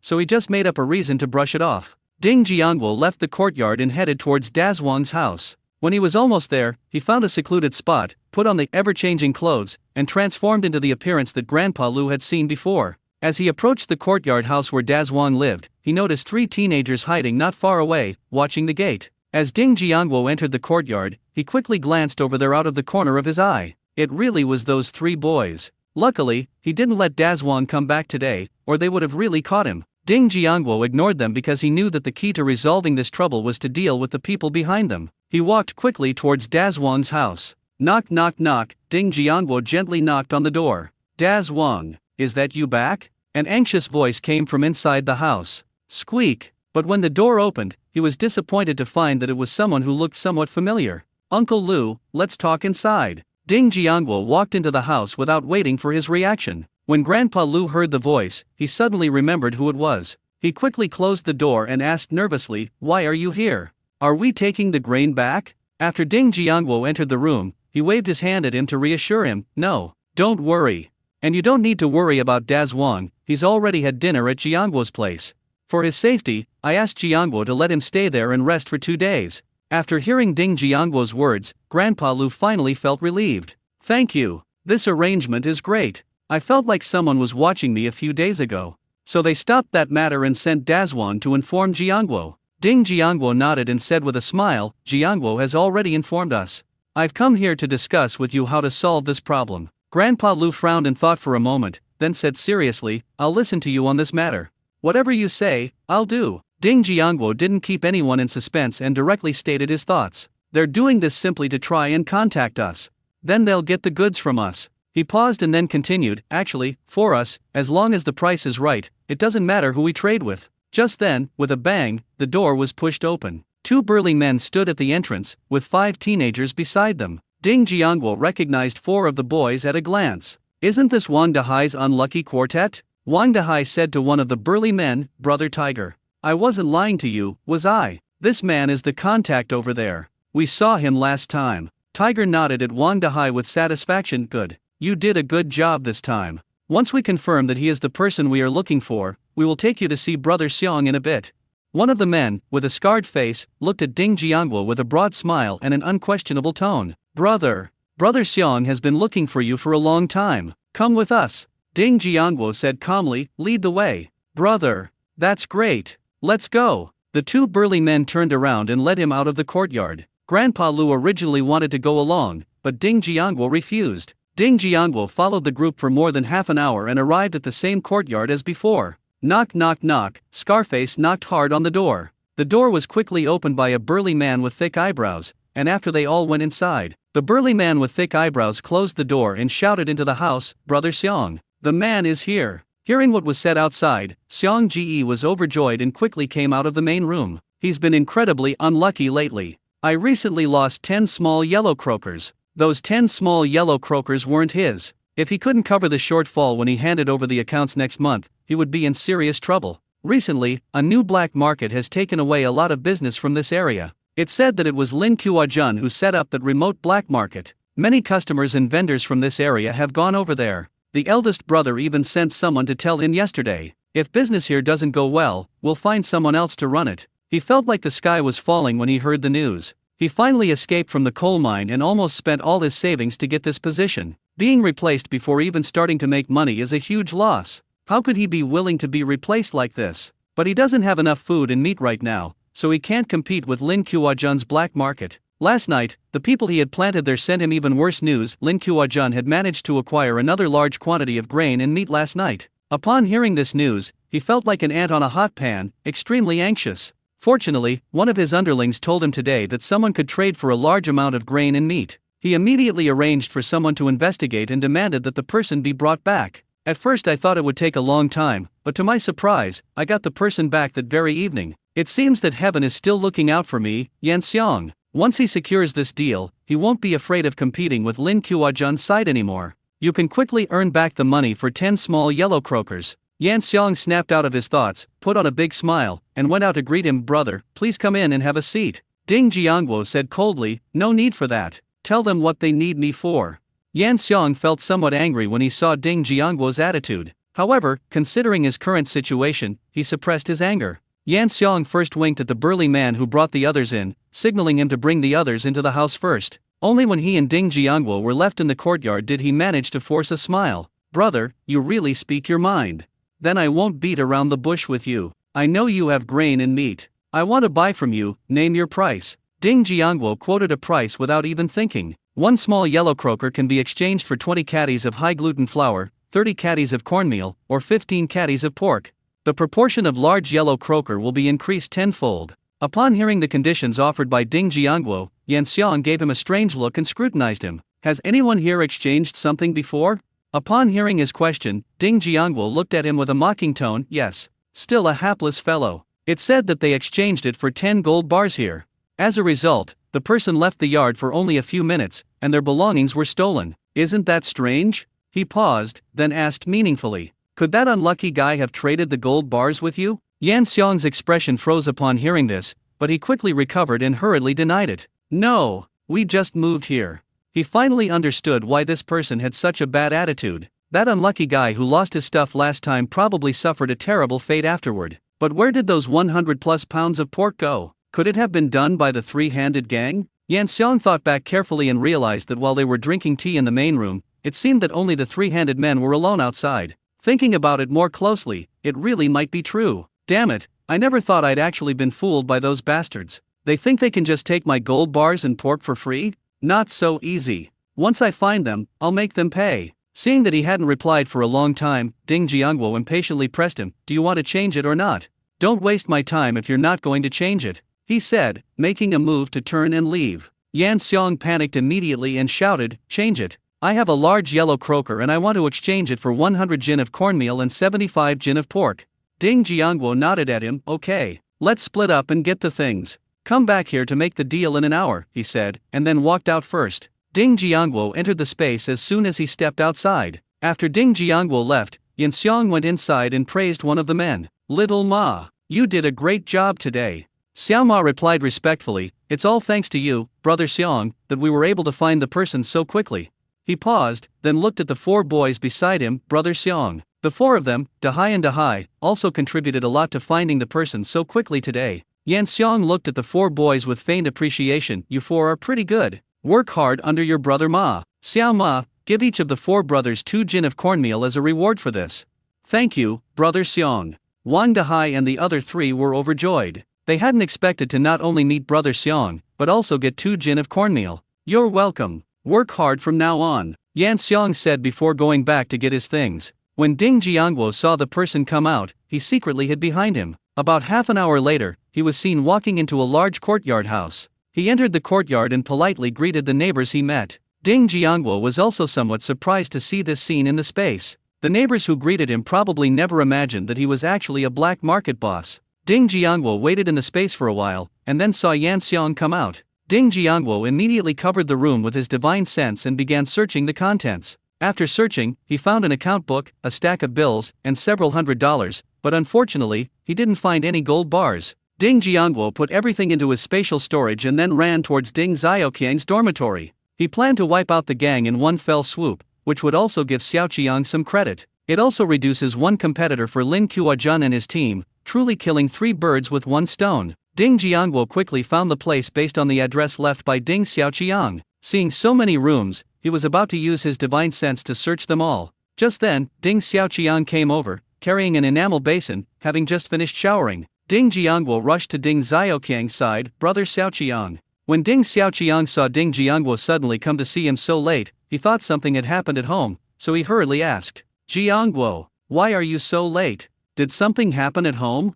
Seeing the concern on his face, Ding Jiangguo felt that his trip had not been in vain. He pulled Ding Xiaoqiang aside and quickly began to explain. Brother Qiang, everything's fine at home. Everything's alright. Ding Xiaoqiang breathed a sigh of relief upon hearing that everything was alright at home, then looked at Ding Jiangguo with some confusion. So you came here so late, is there something else? Ding Jiangguo nodded, looking at him seriously. Brother Xiaoqiang, this is a black market boss's hideout. They'll be making a deal with someone in the yard at 11 p.m. tonight. After saying that, he stuffed a note into Ding Xiaoqiang's pocket. The note had the exact address of that courtyard. He wrote this in advance in case Ding Xiaoqiang was unfamiliar with the area since he had just arrived in the city. Brother Xiaoqiang, this is an opportunity, you must seize it. If someone asks you where you got this information, make up an excuse yourself, but remember not to expose me.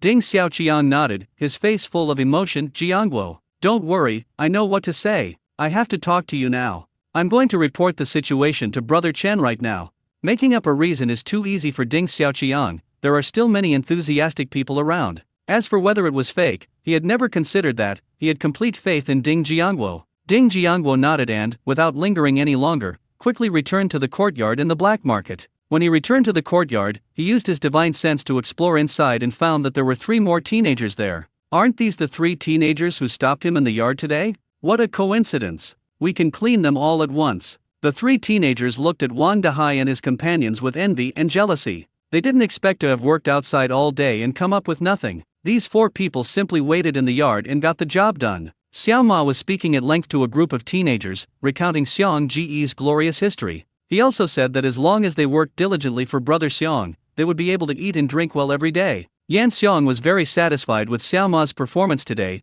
and he decided to focus on training him in the future. Ding Jiangguo felt that the time was almost up, so he immediately put all 11 people inside into his spatial storage. He began to search these people with his divine sense and found 2 daggers, a short gun, and a large yellow croaker. The 2 daggers belonged to the 2 men who brought Ding Jiangguo back, and the pistol belonged to Yan Xiang. In the space, Ding Jiangguo controlled 2 men wielding daggers to stab all 7 teenagers and the burly man with thick eyebrows to death. Control Yan Xiang, holding a short gun, to kill one of the 2 men in the space. In the end, only Yan Xiang and Scarface remained. Ding Jiangguo manipulated Scarface to stab Yan Xiang in the heart with a dagger. Then, the gun controlled by Yan Xiang was pointed at the scarred man's forehead. He picked out some of the rare tickets and put them away, then stuffed the rest into Scarface's arms. After doing all that, he dumped the bodies in the yard. They threw 2 large bags of high-gluten flour into the yard, making the scene look like 2 groups of people were rigging a fight and then killing each other. He suddenly remembered that there was another very important ledger,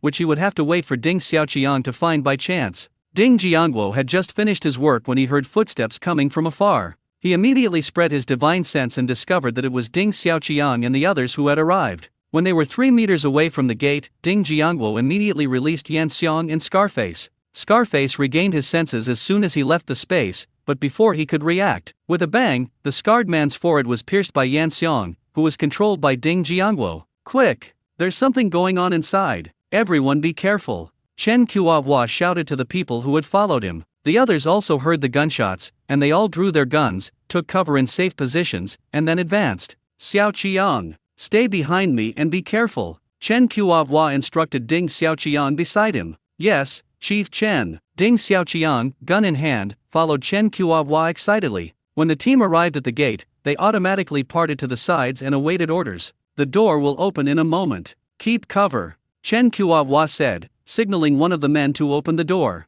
The man reached the doorway, took out his tools, fiddled with the door a few times, and then retreated to the side. He had just stepped aside when the person behind him kicked the courtyard gate open. The others pressed themselves against the gate, guns raised, and rushed inside. They expected a major battle, but instead found only corpses lying scattered everywhere. Chen Kuo winked at the 2 people next to him. The 2 men exchanged a knowing glance, raised their guns, and shouted into the house, "You're all surrounded. Put down your weapons and come out to surrender." They called out several times, but no one came out of the house. Chen Kuo ordered the crowd, "Go in and search. Be careful and provide cover." Upon hearing this, everyone immediately rushed into the 3 rooms to search them. Ding Xiaoqiang followed the others into the house to search. Ding Jiangguo kept his divine sense locked on Ding Xiaoqiang, waiting for an opportunity to naturally deliver the account book to him. When he saw Ding Xiaoqiang find a box and was about to open it, Ding Jiangguo immediately put the account book inside. "Ha! What's this?" Ding Xiaoqiang opened the box and found something that looked like a book inside, which he found rather strange.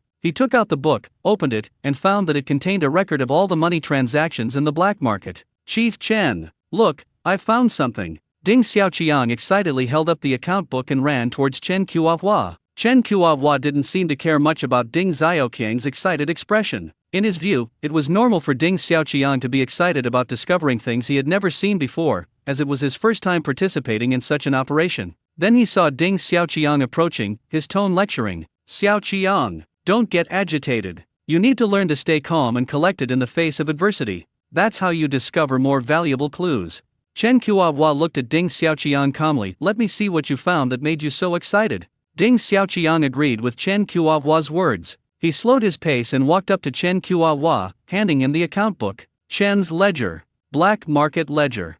Upon hearing that it was an account book, Chen Kuo's expression immediately became excited. He snatched the ledger and quickly flipped through it. The more he looked, the more uncontrollably excited he became. Ding Xiaoqiang stood by and waited for a while before Chen Kuo finally closed his notebook. He reached out and patted Ding Xiaoqiang on the shoulder hard. "Good lad. You've done a great job this time." Just then, the others came over to report the results of the search. "Chief Chen, we found a large stack of tickets and money on one of the bodies. It turns out that 200 kilograms of enriched flour were discovered. There was another room filled with a large amount of stuff." Chen Kuo gave instructions to Li Hunky. "Hunky, you stay here and lead everyone to continue the search." Li Hunky immediately responded, "Yes, Chief Chen." After saying that, he looked at Ding Xiaoqiang and said, "Xiaoqiang, you're coming back with me now. I need to report this situation to the bureau immediately." After settling things here, Chen Kuo took Ding Xiaoqiang and rode a sidecar motorcycle towards the station. Seeing that there was nothing more for him to do, Ding Jiangguo quickly used his spatial ability to leave the courtyard and go home. November arrived in the blink of an eye. Ding Xiaoqiang was promoted ahead of schedule and became a formal police officer because he made a great contribution by finding the ledger in the last operation, and with the help of Director Fang, he was promoted to a regular police officer. Lin Kuo also profited greatly. Since his black market den was shut down, the people behind it were also implicated and removed from their posts. He quickly absorbed all the customers from the other side. In addition, Ding Jiangguo provided him with grain and meat. This black market is even more popular than the previous one. Ding Jiangguo also found a reason not to let Grandpa Lu return the grain. However, he was no longer allowed to risk doing that job. Fortunately, Grandpa Liu's legs have fully recovered, and he can now work normally, hauling goods for others to earn a living. Director Xiao Wang Leida did a very good job, and no one noticed any flaws in his actions. Using his power, Wang Leida secured a job at a steel factory by paying Ding Jiangguo only 50 jin of pork. Ding Jiangguo thought to himself that it was time to bring his second sister's family back to the city. I'll let my second brother-in-law go to work and earn money then. My second sister stays home to take care of the children and cook, and she can also chat with my eldest sister when she has free time. Once the children are older and can go to school, we'll arrange a job for each of them, and that will be perfect. Ding Jiangguo snapped out of his reverie and looked at the system shop. His account balance was now 717,500 yuan, and he felt quite pleased with himself. Just then, his heart seemed to be clenched by something, and he fainted from the pain. While he was unconscious, he vaguely saw an old woman with white hair being wheeled into the emergency room by several doctors and nurses. Following behind the doctor, a man in his 30s cried out in panic, "Mom, you have to hold on." He recognized the voice, but couldn't quite place it. When he tried to see the man's face clearly, he felt dizzy and fainted. "Jiangguo, get up and eat dinner. Are you sick? You look terrible, and you've been sleeping all day." Ding Menzu touched Ding Jiangguo's forehead and asked with a worried expression. Ding Jiangguo smiled and looked at his fourth sister, I guess it's because you didn't sleep well last night. I'm all better now, don't worry. Go eat first, I'll be there in a bit.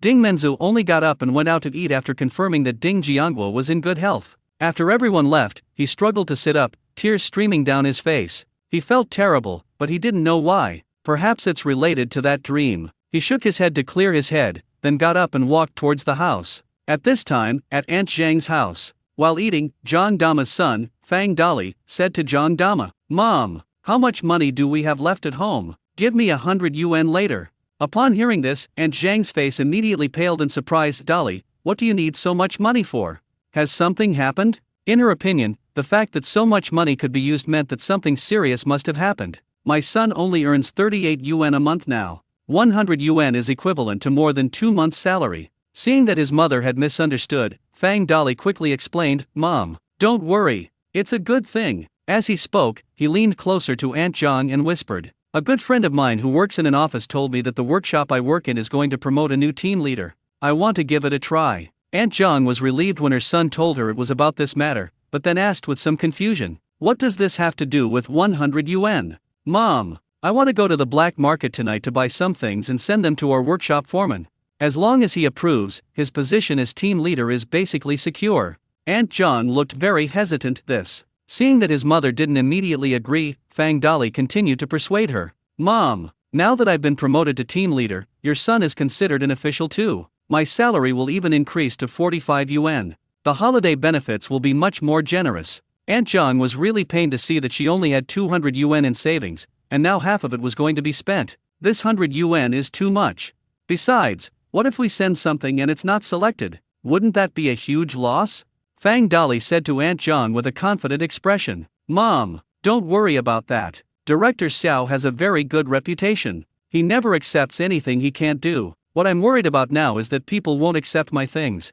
Thinking of her son's future, Aunt Zhang gritted her teeth and agreed. "Okay, I'll give you the money after you finish eating. Since you have this opportunity, let's give it a try." "Thank you. You're so kind, Mom," Fang Dali said excitedly upon hearing his mother's reply. Li Kexia sat there quietly eating her meal. She was also very happy to hear that her husband would soon be promoted to team leader. Aunt Zhang was a quick and efficient person. After dinner, she gave him 10 large black 10 bills. Fang Dali took the money and carefully hid it in his pocket, preparing to go to the black market to buy things late at night. The next morning, Fang Dali, who hadn't gotten enough rest the night before, went to work with dark circles under his eyes. He was very sleepy, but the thought of what he bought last night instantly perked him up. "Last night I spent 100 yuan on the black market to buy 10 jin of pork and 5 jin of high-gluten flour." He was in high spirits all morning and worked with great energy. Fang Dali, who had been in a good mood, was having lunch at the steel plant canteen. He suddenly saw his arch-nemesis, Fan Xihui, sitting with Director Xiao from the workshop, chatting and laughing as they ate. When Fan Xihui saw Fang Dali looking in their direction, he raised his eyebrows in a provocative manner. Fang Dali's good mood vanished instantly. Seeing how familiar he was with Director Xiao, I figured I couldn't compete with him. Fang Dali sat down in a corner with his food and ate it silently, looking dejected. "Hey, Dali, why are you eating here in hiding? I'm telling you about that. Are you ready?" At this moment, a young man dressed neatly sat down. Brother Weiguo, it's you. Fang Dali looked up at the person who spoke. Upon recognizing his good brother, Su Weiguo, he managed a forced smile and greeted him. What's wrong with you? Why are you looking so dejected? Su Weiguo asked with a puzzled look. It's nothing. Thank you for telling me, but I probably won't have a chance, Fang Dali replied somewhat dejectedly. What do you mean? It hasn't been announced yet. How do you know you have no chance? Su Weiguo was even more puzzled now. Fang Dali offered a somewhat complaining explanation. I just saw Fan Xiui having dinner with Director Xiao. The two were chatting and laughing, and seemed to know each other very well. I reckon Director Xiao will promote this guy, who has no skills but is a relative, to be the team leader this time. After hearing his words, Su Weiguo could only offer words of comfort. It's all right. I'll let you know next time there's another opportunity like this. That man was the nephew of Director Wei of the Transportation Department. Even his good brother couldn't compete with someone else. Fang Dali had no choice but to accept this cruel reality. He spent the entire afternoon in a daze at work, only managing to get through it until he got off work and went home. Dali, dinner is ready. Come and eat. Let's go to Director Xiao's house early, otherwise everyone might be asleep. When Aunt Zhang saw her son come home, she brought out the food and invited him to eat. Fang Dali said somewhat dejectedly, Mom, don't worry. Director Xiao lives in the courtyard next to ours, we can go later. Besides, it doesn't really matter whether we go or not. Looking at his listless appearance, Aunt Zhang was somewhat puzzled. Weren't you fine last night? Why are you saying it's not worth it now? When his mother asked, Fang Dali had no choice but to tell her what had happened at noon. Aunt Zhang frowned after hearing this. Hearing her son say this, she realized that her chances were indeed slim. However, considering that this was a rare opportunity, I decided to send the item over, and if the other party refused to accept it, I could simply take it back. Since we've already bought the things, if Director Xiao really doesn't accept them, we can keep them to eat and it won't be a loss. Dali, we still have to give this gift. You said Director Xiao has a very good reputation. No favors, no gifts. Then go deliver it. If he doesn't want it, you can bring it back and we can eat it ourselves. Aunt Zhang watched as Fang Dali persisted in trying to persuade him. Mom, that man is Director Wei's nephew from the Transportation Department. I saw them chatting quite a bit at noon. Do I even need to try? Fang Dali was reluctant to go, feeling it would be a waste of time. The position of team leader was probably already decided long ago, it's just a matter of going through the motions. Aunt Zhang said firmly, listen to Mom. Let's go, we won't lose anything. Fang Dali thought about it and felt that he would be unwilling to give up if he didn't give it a try. Thinking back to when the two of them entered the factory in the same year, Fan Xiui liked to slack off and often pushed all the work onto him. At first, he thought it was fine for co-workers to help each other out, so he didn't argue with him. As a result, this person went even further, basically forcing him to do most of the work. They even dumped the damaged products at his place, causing him to get criticized. I spoke to him politely several times, but he still mocked me. He finally couldn't hold back and started arguing with Fan Xiui. From then on, the two were like oil and water. However, this person, because he had an uncle who was a director, was able to become a third-level worker just like him. But with his skills, he might not even be able to reach the level of a second-grade worker. He felt indignant at the thought that someone like that could be a team leader. Just then, Aunt Zhang suddenly asked, is the Director Xiao you're talking about someone who just moved to the courtyard next door? She had heard from Hung Mei that Jiangguo had been playing chess at the neighboring courtyard, at the home of the newly moved-in Director Xiao, lately. I wonder if Jiangguo can put in a good word for Dali. Mom, you know Director Xiao? Fang Dali asked with some surprise. Aunt Zhang shook her head, I don't know him. I heard from Hung Mei that Jiangguo has been playing chess with Director Xiao from the neighboring courtyard a lot lately. I was just thinking of asking Jiangguo to put in a good word for you. Fang Dali pouted, Mom, it's no use even if Jiangguo says nice things about this. Why would Director Xiao care about what a child like Jiangguo said? You're right. I misunderstood just now. Aunt Zhang also realized that her thoughts had been somewhat naive. Mom, you don't need to worry too much. I'll go to Director Xiao's house later and give it a try. Like you said, we won't lose out no matter what, Fang Dali reassured his mother. Fourth sister, I'm going to play chess with Uncle Xiao in the next courtyard. I'll be back later. After finishing his meal and saying goodbye to Ding Menzu, Ding Jiangguo headed outside. In reality, Ding Jiangguo wasn't actually playing chess, he was just creating a false impression. He wanted others to believe that Director Xiao was a good chess friend and a close friend despite their age difference. That way, if anything happens in the future, it will be only natural for Director Xiao to help him. This plan was recommended by Boss Wang based on Director Xiao's original interests. Okay, remember not to stay out too late. Come back to sleep early. Ding Menzu didn't stop her, she habitually gave her a word of advice. Recently, Ding Jiangwo has been going to play chess at Director Xiao's house, which recently moved to the next courtyard, every night. They were quite surprised when they first heard about it. Director Xiao had previously had a falling out with their family over a house issue. I never imagined that the two of them would be able to sit together and play chess now. Judging from recent events, Jiangwo seems to be getting along quite well with other people. According to my eldest sister's husband and third sister, Director Xiao is taking good care of them at the steel plant. Director Xiao also had Ding Jiangwo bring back the 100 yuan that had been taken earlier for his elder sister. They all guessed that Director Xiao was probably upset by the sudden departure of his wife and son, which caused him to become like this. Fortunately, the change in Director Xiao was a good thing for them. At this moment, Fang Dali was carrying the things he had prepared and walking out of Aunt Zhang's house. He entered the courtyard and found Director Xiao's house based on the location his mother had told him. The lights were on in Director Xiao's house at that moment, and it sounded like there were people talking inside. He kept thinking about what he should say to Director Xiao when he met him later. They didn't notice that there were other people in the room at that time. Just as he was carrying his things and preparing to knock on the door, with a creak, the door was opened. A young man walked out from inside with a big smile on his face. When he saw Fang Dali standing at the door carrying things, his expression froze for a moment, then a mocking smile appeared on his lips as he brushed past Fang Dali. "Hey, you want to compete for team leader too? Let's not waste our time. I'll deal with you slowly once I become the team leader."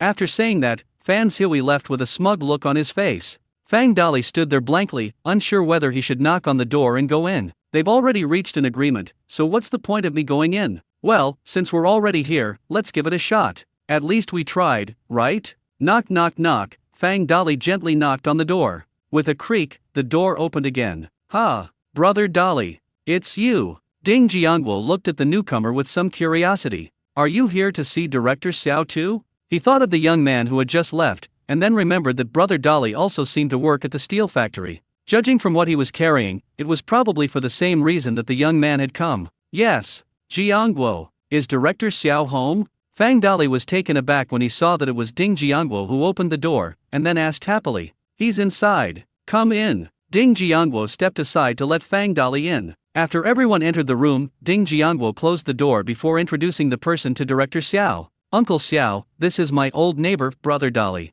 After Ding Jiangwo finished introducing them, Fang Dali placed the things he had brought on the table. "Director Xiao, hello. I'm Fang Dali from Workshop 2. I'm sorry to bother you so late." Director Xiao smiled and gestured for Fang Dali to sit down. "So it's Xiao Fang. Please sit down, don't be shy." After Fang Dali sat down, Ding Jiangwo poured him a glass of water, then said goodbye to the two of them and left. Not long after Ding Jiangwo left, Fang Dali also came out of Director Xiao's room. He was just not in a good mood because Director Xiao hadn't accepted the gifts. Sigh. It seems that if the relationship isn't strong enough, even if I have gifts, I can't give them away. Actually, he didn't know that it wasn't because the relationship wasn't good enough. Ding Jiangwo prevented Boss Wang, who is now Director Xiao, from accepting his gifts. Fang Dali opened the door to his house, carrying his belongings and looking disappointed. The lights were still on at the house. Aunt Zhang and Li Kexia hadn't gone to sleep and were sitting in the main room waiting for him. When they heard the door open, they both looked up at the same time. When he saw Fang Dali come in dejectedly carrying his things, he knew that the plan had failed. Aunt Zhang quickly offered words of comfort. "Dali, get some rest, don't think too much. Mom will make dumplings and braised pork for you tomorrow." She got up, took the things from Fang Dali's hands, and went into the inner room. Li Kexia also came over and stopped her husband's hand. "Dali, it's okay. Let's try our best to work hard, and the salary will be about the same if we get promoted to the 4th level." Fang Dali didn't want his wife to worry, so he forced a smile. "That's right. As long as I work hard, I'll still get 45 yuan even if I'm promoted to level 4. The next morning, Aunt Zhang specially prepared a bowl of noodles for Fang Dali. After finishing his noodles, Fang Dali composed himself and went to work. "Hey, isn't this our team leader, Dali?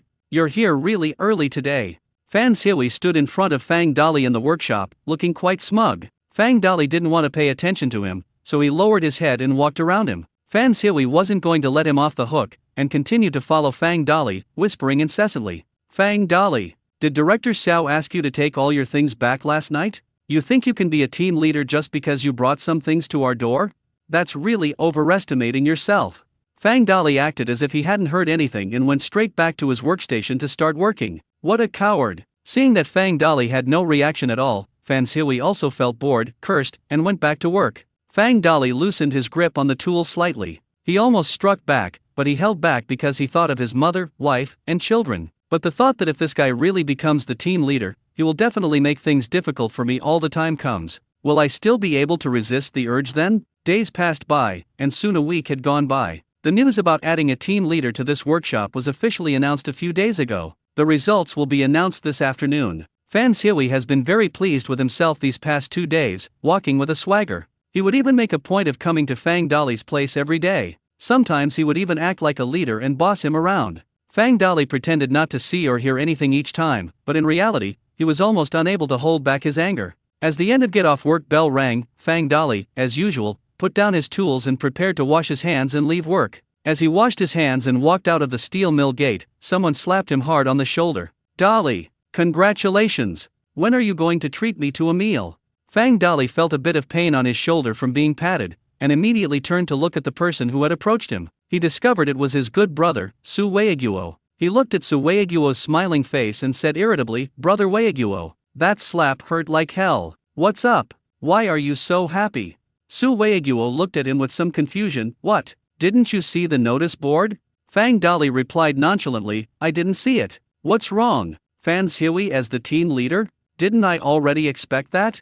Su Weiguo kept everyone in suspense. "It wasn't him." Fang Dali asked, somewhat incredulously, "Not him? You must be mistaken. Who is that? Tell me." Ha ha ha. He felt a surge of satisfaction when he thought about how Fan Xihui, who had been so smug these past few days, had failed to become the team leader. He couldn't wait to find out who had taken Fan Xiui's place. Su Weiguo smiled mysteriously. "Go see for yourself. It's someone you'd never expect." This piqued Fang Dali's curiosity. "Brother Weiguo, wait for me here. I'll be right back." Fang Dali returned to the factory with a curious look on his face and ran to the bulletin board. As he hurried forward to look for the announcement about the promotion of team leaders, he suddenly noticed a familiar name, Fang Dali. Upon seeing the contents, he stood there dumbfounded, completely incredulous. Team leader of Group 3, Workshop 2, Fang Dali. I've actually become the team leader? I really became the team leader. Fang Dali exclaimed excitedly, turning and running towards the door. Fang Dali patted Su Weiguo's arm hard. "Brother Weiguo, I actually became the team leader. I know you've become the team leader. You don't need to hit me." Su Weiguo looked at him with a resentful expression. "Sorry, I was just too excited." Fang Dali smiled awkwardly. "All right, go home and tell your family the good news as soon as possible. I'm off. Remember to treat me to a meal." Su Weiguo waved goodbye to him, got on his bicycle, and left. Fang Dali hurried home with a big smile on his face. "Mom, wife, I'm home," Fang Dali shouted as he opened the door. "Dali, what's making you so happy?" Aunt Zhang asked curiously, looking at her son's beaming face. "Mother, daughter-in-law, come and sit down. I have some good news to tell you." Fang Dali walked in, deliberately keeping everyone in suspense. "What is it? Speak quickly. I still need to bring over the food I'm about to eat." Aunt Zhang glared at Fang Dali with annoyance. "Mother, daughter-in-law, listen up. I've been promoted. I'm now the team leader of Group 3 in Workshop 2. I'm a junior coder now." Fang Dali blurted out the news in one breath. "What? You got promoted? Director Xiao returned everything you took. How is that possible? Are you talking nonsense because you've been traumatized? Don't scare your mother." Aunt Zhang immediately stood up and nervously grasped her son's hands. "Yes, Dali. Even if you don't become the team leader, your salary will be enough for our family to live on. Let's not compare ourselves to others, let's just live our own lives well." Fang Dali's wife, Li Kexia, also got up and helped Fang Dali. Fang Dali never expected his family to react this way. He looked at the two of them, speechless yet touched, and then pulled them down to sit down. "Mom, I'm not lying to you. It's all true. I saw it myself on the factory's bulletin board. Didn't Director Xiao confiscate our things?" Aunt Zhang was also a little puzzled. She had never seen someone help others without accepting gifts. "I don't know either." Fang Dali himself couldn't figure it out either. He doesn't believe that he was promoted because of his outstanding abilities or because his superiors noticed him. There must be something he doesn't know. After confirming that this was true, Aunt Zhang didn't forget to remind her son. "In any case, Director Xiao probably did some work. After you finish eating, take some gifts to their house to thank them." "Mother, I understand. I'll go after I finish eating," Fang Dali replied with a smile. Fang Dali ate dinner early and went to prepare things to thank them when he went to their house. Fortunately, most of the pork I bought last time was marinated by Aunt Zhang. He had more than 7 pounds of cured meat and more than 4 pounds of high-gluten flour left. After thinking about it, he decided to take out 6 pounds and 3 pounds of high-gluten flour. Then he took out the bottle of Zifeng liquor that he had been reluctant to drink. After securing everything, he carried it out to Director Xiao's house. Knock knock knock. This was his second time visiting Director Xiao's house, but this time his mood was completely different from the last time. Welcome. Who is it? Director Xiao opened the door in response. Upon seeing that the visitor was Fang Dali, he greeted him warmly. Oh, it's Dali. Come in and sit down. Fang Dali immediately thanked him and went inside with his things. He placed the things on the table, his face full of gratitude. Director Xiao, thank you for your promotion. I will get the team up and running as soon as possible. I will do my job well and live up to your trust in me. Dali, we're at home, no need to be so formal. Please sit down. Director Xiao asked Fang Dali to sit down and then poured him a glass of water. Fang Dali quickly stood up and accepted the gift with both hands. Thank you. Director Xiao looked at Fang Dali with a smile. Actually, I know why you came here tonight. Fang Dali was about to speak when he was interrupted by Director Xiao. He said with a smile, actually, among those promoted this time, your advantage isn't the greatest. He knew what Director Xiao was talking about. Fan Xihui was the one with the biggest advantage this time. In truth, he was very confused as to why he was the one who was ultimately promoted. Fang Dali looked at Director Xiao with a puzzled expression and listened quietly to what he had to say. Director Xiao didn't keep him waiting long. You're one of the candidates for promotion this time too. I was torn between choosing from several people, wondering which one to pick. Jiangguo has told me a lot about you these past few days and has said a lot of good things about you. That's what made me finally decide to choose you. If you want to express your gratitude, you should thank the founding of the nation.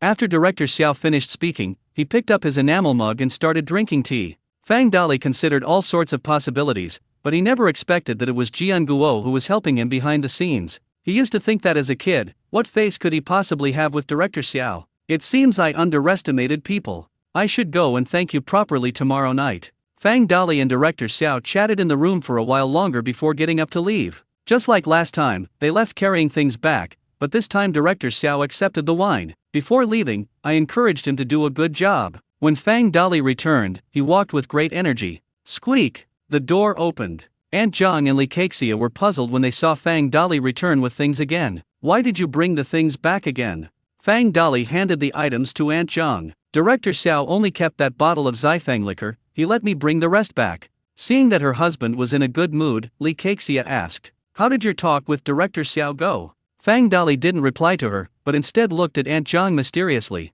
Mom, do you know why I was able to become the team leader this time? Aunt Zhang said irritably, I'm just an old woman who stays at home, how would I know? It's because someone helped out, and you know that person too. Fang Dali continued to keep them in suspense. Aunt Zhang pondered for a while, eliminated a few people, and finally shook her head. I can't think of anyone who can help our family with this matter.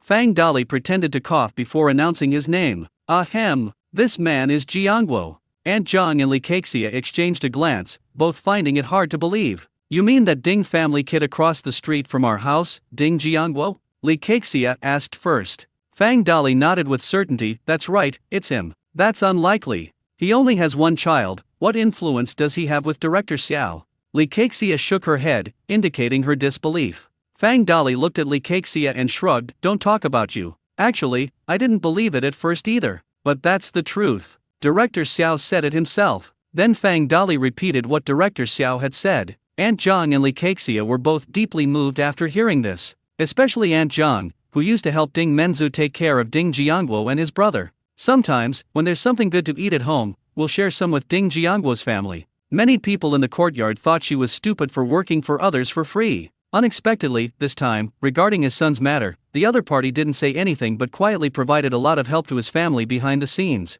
This proves that everything I've done over the years has been right. If those in the courtyard who had secretly mocked her knew about this, they would be thoroughly humiliated. Dali, since Jiangguo has helped you with this matter, remember to buy something tomorrow so you can thank them properly when you visit. Aunt Zhang looked at her son and gave him some instructions. Dali, mother is right. We really should go and thank Jiangguo properly this time. Li Kexia chimed in, but she had more on her mind. Since Jiangguo had influence with Director Xiao, she was thinking about how things were going to turn out this way. In the future, if we need anything from Director Xiao, it will be easier to get things done if Jiangguo can put in a good word for us. Ding Jiangguo was unaware of what had happened at Aunt Zhang's house. He's on his way to the black market now. It's been over a week since I last went to the black market. I wonder if they managed to exchange their gold bars. He was already a regular here, and Lin Kuo-jun had also spoken to the ticket collector. Ding Jiangwo is now a VIP on the black market and doesn't need to pay. As he entered the black market and walked in as usual, he found that Danzi was the only person under the tree.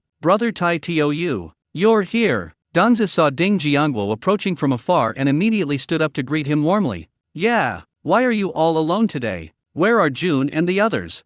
Ding Jiangwo asked Danzi curiously. Brother Ironhead, you don't know yet. Brother June has already retrieved that black market from before. They've all gone back to the black market over there now, Danzi said, his face full of excitement. Ding Jiangwo never expected that his accidental actions would allow Lin Kuo-jun and his group to reclaim their territory in the black market. Aren't there other black market people in charge over there? Ding Jiangwo asked, pretending not to know. Danzi waved his hands excitedly. I heard it was a case of black market people trying to double-cross each other, and the person in charge was killed. Their ledgers were also found by the police who suddenly arrived, and as a result, the boss over there was also arrested. The current boss decided this was an opportunity, so he sent Jun Ji back with his men to find a new location and set up the black market. Ding Jiangwo nodded after listening, and then asked, do you know where they recently opened? I know where it is. Brother Ironhead, wait here for a bit. Let me explain to the brothers first, then I'll take you there. As Danzi spoke, he turned and walked to the side. After Danzi finished explaining things to the people, he came back and took Ding Jiangwo to the new black market. The two walked for more than an hour, and Danzi pointed into the distance. Brother Ironhead, that's the newly set up black market. Ding Jiangwo looked in that direction and saw that it was an abandoned factory. The walls have all collapsed, leaving only an abandoned warehouse. The warehouse was riddled with holes, and a faint light flickered inside. Ding Jiangwo had just entered the factory area when two people stopped them. Buy or sell? Wang Wu, Lu Ziyi. Are you two collecting money here tonight? Danzi greeted them proactively. Brother Dong, what brings you here? The two men asked with a smile. If someone is looking for Brother June, I'll show them the way. After saying that, he led Ding Jiangwo inside. Upon entering the black market, one sees many people with their faces half covered, searching for what they want to buy. This place truly lives up to its reputation as a city. The flow of people here is incomparable to that of the suburbs. Danzi led Ding Jiangwo toward a small room in the corner. As they approached the door, they saw Lin Kuo-jun arguing with two people inside the room. Danzi and Ding Jiangwo immediately stopped in their tracks and did not go over. The two found a place to stand and wait for a while. They watched the two men leave with gloomy faces before they walked over there. Jun Ji, look who's here. Danzi called out to Lin Kuo-jun as he walked into the house. Lin Kuo-jun looked up and saw that the person who came was Ding Jiangwo. His originally unpleasant expression instantly disappeared. He immediately flashed a big smile and greeted Ding Jiangwo warmly. Brother Tai Tou, you're here. This is his lucky charm, so he has to be very attentive to him. Brother June, this place is great. It's only just started, and it's already so popular. Ding Jiangwo said with a smile. It's all right. Lin Kuo-jun appeared modest, but was actually quite pleased with himself. Lin Kuo-jun had just been kicked out, but less than a month later, he returned. Among those who followed the same boss in the past, none of them could have achieved such success as him. He manages both black markets by himself, and even the current boss values him highly. Just thinking about those two disgusting things from earlier instantly ruined his good mood. One of the two men was the younger brother of the eldest brother's mistress. This person is arrogant and domineering, incompetent, and greedy. The boss originally wanted Lin Kuo-jun to mentor him. Once this brother-in-law is familiar with how the black market operates and has accumulated enough experience, he will be assigned a black market to manage. Unexpectedly, the person immediately asked him to hand over the black market upon arrival. Lin Kuo-jun would definitely not agree to this. He had finally managed to reclaim this black market. Even if he agrees, his men won't. There was nothing he could do but politely decline, which made the other person furious and they started arguing.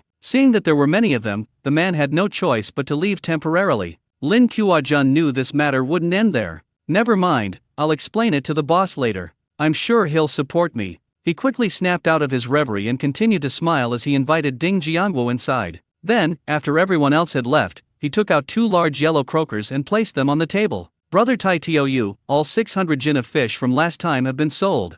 One large yellow croaker can be exchanged for 300 catties of fish meat. Here are two large yellow croakers. You can check them. Ding Jiangwo didn't stand on ceremony. He picked up the two large yellow croakers, examined them carefully in his hand, and then nodded and put them in his pocket. Brother Tai Tou, are there any more fish? Lin Kuo-jun asked quickly when he saw that Ding Jiangwo was satisfied. Yes. I'll arrange it when I get back. Ding Jiangwo replied with a smile. Okay. How much is it this time? Lin Kuo-jun hurriedly asked. Still 600 jin. You can go back to the yard to pick up the goods. Ding Jiangwo gestured to him. All right. I'll have Donzi entertain you here. I'll go back and wait for the goods. As Lin Kuo-jun spoke, he got up to go and call Donzi. No need. I need to go back and make arrangements too. Ding Jiangwo waved his hand in refusal. Lin Kuo-jun didn't dwell on it any longer and immediately got up and left. After he left, Ding Jiangwo also got up and slowly walked outside. As he approached the exit, an older woman stopped him. Young man, I've finally found you. Ding Jiangwo thought the voice sounded familiar, and he also vaguely recognized the woman, but he couldn't quite place who she was. Who are you? Ding Jiangwo could only ask. It's me, Aunt Wang. Do you remember me? Aunt Wang quickly approached him and whispered. Aunt Wang, it's you. What a coincidence. Ding Jiangwo was very happy to see Aunt Wang. Although his son was a scoundrel, Aunt Wang was still one of his original shareholders, and their transactions had always been quite pleasant. Young man, I've been looking for you for ages. Come on, let's talk over there. Aunt Wang gestured to a secluded corner. Okay. Ding Jiangwo agreed and followed Aunt Wang to that corner. When the two arrived at the corner, Aunt Wang apologized first. Young man, I'm so sorry about what happened last time. I never expected that idiot Daniel would do something like that. Thank you for sparing his life. Grandma Wang still feels terrified when she thinks about it now. She never imagined that her foolish son would dare to arrange for someone to ambush them. Fortunately, no one killed her, otherwise she would have had to bury her child.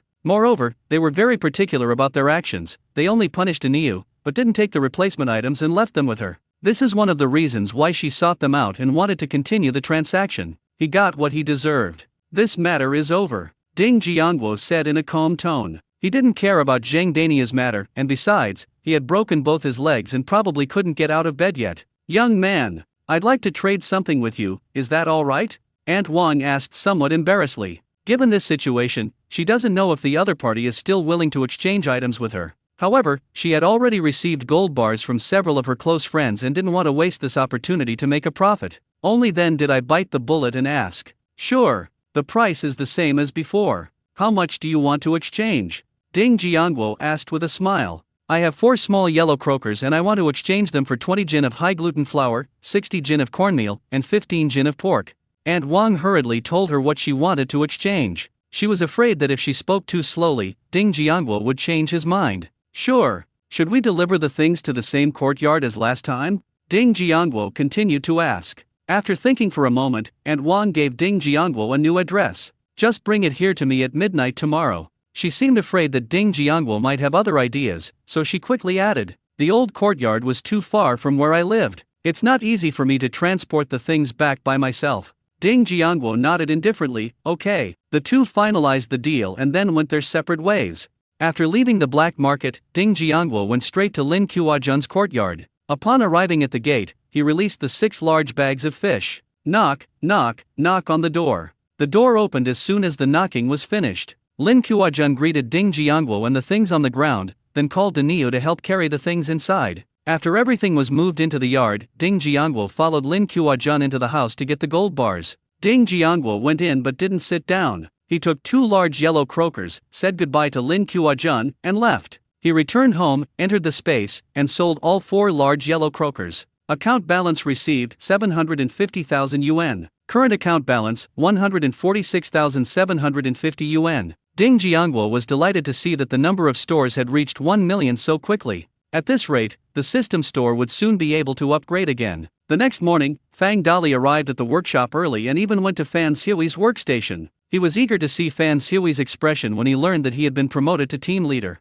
Unfortunately, no one came even after I waited until I went to work. Then he asked around and found out that the guy had been temporarily transferred to the transportation department. Fang Dali immediately understood what was going on. Fan Xiui was definitely not coming back from his temporary assignment. Fang Dali looked at the empty workstation and couldn't help but sigh. Those with connections really know how to have fun. At that moment, he deeply understood the benefits of having connections. Time flies, and before I knew it, it was time to leave work late. After dinner, Fang Dali carried the things he had brought back from Director Xiao. I followed Aunt Zhang to Ding Jiangwo's house to express my gratitude. Aunt Zhang, Brother Dali, what brings you here? Ding Menzu was the first to see the two people who walked in. Aunt Zhang took the things from Fang Dali's hands and placed them on the table. Looking at Ding Menzu, he said, "Your brother Dali was just promoted to team leader in the workshop yesterday. Your brother Dali was able to get promoted this time thanks to Jiangguo saying a lot of good things to Director Xiao." As she spoke, Aunt Zhang turned to look at Ding Jiangguo. "So today I brought Dali here specifically to thank the founding of the nation." Ding Jiangguo quickly waved his hand and said modestly, "Aunt Zhang, you're too kind. This is mainly because brother Dali usually performs well, it has little to do with me." Ding Menzu agreed, picked up the item, and prepared to put it back into Aunt Zhang's hands. "Yes, Aunt Zhang, this actually has little to do with the founding of the nation. You should take your things back." Fang Dali also spoke up, advising, "Xiaozu, just accept the things. I know my own limitations. If it weren't for Jiangguo putting in a good word for me with Director Xiao, I definitely wouldn't have been elected this time." When Aunt Zhang saw that Ding Menzu was about to push the things back, she pretended to be angry. "Xiaozu, Jiangguo, do you think the goods are not good enough and refuse to accept them? If that's the case, I'll buy a better one and send it over tomorrow." "No, absolutely not. Aunt Zhang, what are you saying?" Ding Menzu hurriedly waved her hands in denial. "If you don't have it, why won't you accept it?" Aunt Zhang continued. Ding Menzu didn't know what to do for a moment, so she turned to look at Ding Jiangguo. When Ding Jiangguo saw her looking over, he could only nod helplessly. Now that things have come to this point, what can he do? If he backs down now, he'll offend someone. Seeing that Ding Jiangguo nodded, Ding Menzu accepted the gifts. She put the things back on the table and then invited Aunt Zhang and Fang Dali to sit down. Ding Jiangguo and the other person sat down, and he poured them both a glass of sugar water. This was something used to entertain distinguished guests in this era. Aunt Zhang sat down happily and drank the sweet soup after seeing that Ding Menzu had accepted it. When she discovered that sugar had been added to the water, she couldn't help but scold, "Jiangguo, why did you pour sugar water into my water? We're all on the same side, just pour us some plain water." Ding Jiangguo said with a grin, "It's alright. We still have sugar at home. When we visit you, don't you always give us sugar water? Why can't we pour it for you when you come to our house? Aunt Zhang, the sweet soup is so delicious. You should drink it." Aunt Zhang patted Ding Jiangguo's head with eyes full of satisfaction. Jiangguo has grown up. He's become sensible too. And so, everyone sat in the house chatting for quite a while before Aunt Zhang and Fang Dali got up and went back. After everyone left, Ding Menzu discussed with Ding Jiangguo, "Jiangguo, aren't we going back to see our second sister the day after tomorrow? How about we cut half of the meat here and take it with us?" Ding Jiangguo shook his head, "We'll keep the food that Aunt Zhang brought at home. I'll bring back the things I took to my second sister's house tomorrow, so you don't need to worry about that." Seeing that Ding Jiangguo had already made arrangements, Ding Menzu didn't say anything more and carried the things back into the house to put them away. As night fell, Ding Jiangguo changed into his previous night's attire and headed towards the address given to him by Aunt Wang. After walking for about an hour, we finally arrived at our destination. This was an old courtyard house. Ding Jiangguo went straight to the gate as soon as he arrived. As he approached the courtyard gate, a figure suddenly darted out. Ding Jiangguo looked closely and realized it was Aunt Wang. Aunt Wang beckoned to him and whispered, "This way." Ding Jiangguo followed her to the back gate of the courtyard house. At that moment, a woman was anxiously looking around at the back gate of the courtyard. As the two approached, the woman saw Ding Jiangguo arrive empty-handed and turned to Aunt Wang, asking, "Where are the things?" Before Aunt Wang could speak, Ding Jiangguo interrupted, "Where are you planning to put your things? Take me there first." After I confirmed the location, I went to get the things. The items are just lying around here. The woman waved to Ding Jiangguo, "See that side room? We'll be waiting for you there. The door's open for you, but you'd better hurry." After the woman finished speaking, she led Aunt Wang quickly toward the side room. After the two entered the house, Ding Jiangguo turned around and found a secluded spot to enter his spatial dimension. He stayed in the space for a while before coming out. After coming out, he carried his things and walked towards the side room. The door to the side room was ajar, not closed tightly. He gently pushed it open and went inside. When Aunt Wang and the other woman saw the door being pushed open, they instinctively took a step back. When they saw that it was Ding Jiangguo, they breathed a sigh of relief and quickly closed the door. Aunt Wang whispered to Ding Jiangguo, "Young man, could you please put your things in the inner room?" After saying that, he turned to the woman next to him and said, "Mylan, come in and help weigh the things." "Okay." The woman replied and followed her inside. The three of them weighed everything in the inner room to make sure there were no problems. Aunt Wang then said to the woman, "Mylan, divide the things into several portions. I'll take this young man out first." "Okay. Be careful. Make sure no one sees you." The woman gave a word of advice and then began to divide the items into several portions. Aunt Wang led Ding Jiangguo to the doorway and quickly stuffed 4 small yellow croakers into his hands. Ding Jiangguo took the small yellow fish, quickly scanned it with his divine sense, found no problems, put it in his pocket, and prepared to leave. Seeing him about to leave, Aunt Wang hurriedly asked, "Young man, how can I contact you next time I need to exchange goods?" Ding Jiangguo thought for a moment and said to her, just like before, "Leave a secret signal in that courtyard." Okay. After saying that, Aunt Wang immediately turned around and went back into the house. The next day at noon, Ding Jiangguo put all the things he was going to take to his second sister's house the next day into the inner room and then went out to play. Ding Jiangguo was about to turn around and leave the house when he remembered that there were still 4 small yellow croakers left to sell last night, so he entered his spatial dimension. He sat in front of his laptop, skillfully clicking the mouse to sell items in seconds. Account balance received 75,000 yuan. Current account balance 1,542,500 yuan. Seeing the $1 million balance, he remembered that there was still one item he hadn't finished buying, so he opened the exclusive new products in the mall again. Versatile clothing, 10,000 yuan per piece, 91 pieces in stock. This thing is so useful that he immediately spent 910,000 to buy up all the stock. Ding! Congratulations! You have successfully purchased 91 pieces of the versatile clothing collection. Ding Jiangguo looked at the remaining 95 ever-changing clothes, which would last for 2,280 hours, and decided to use them as needed and then stop. These 2,000 plus hours, if used sparingly, can last for quite a long time. The remaining balance is 63,250 yuan. I thought to myself that I need to earn more money, this money is going to disappear too quickly.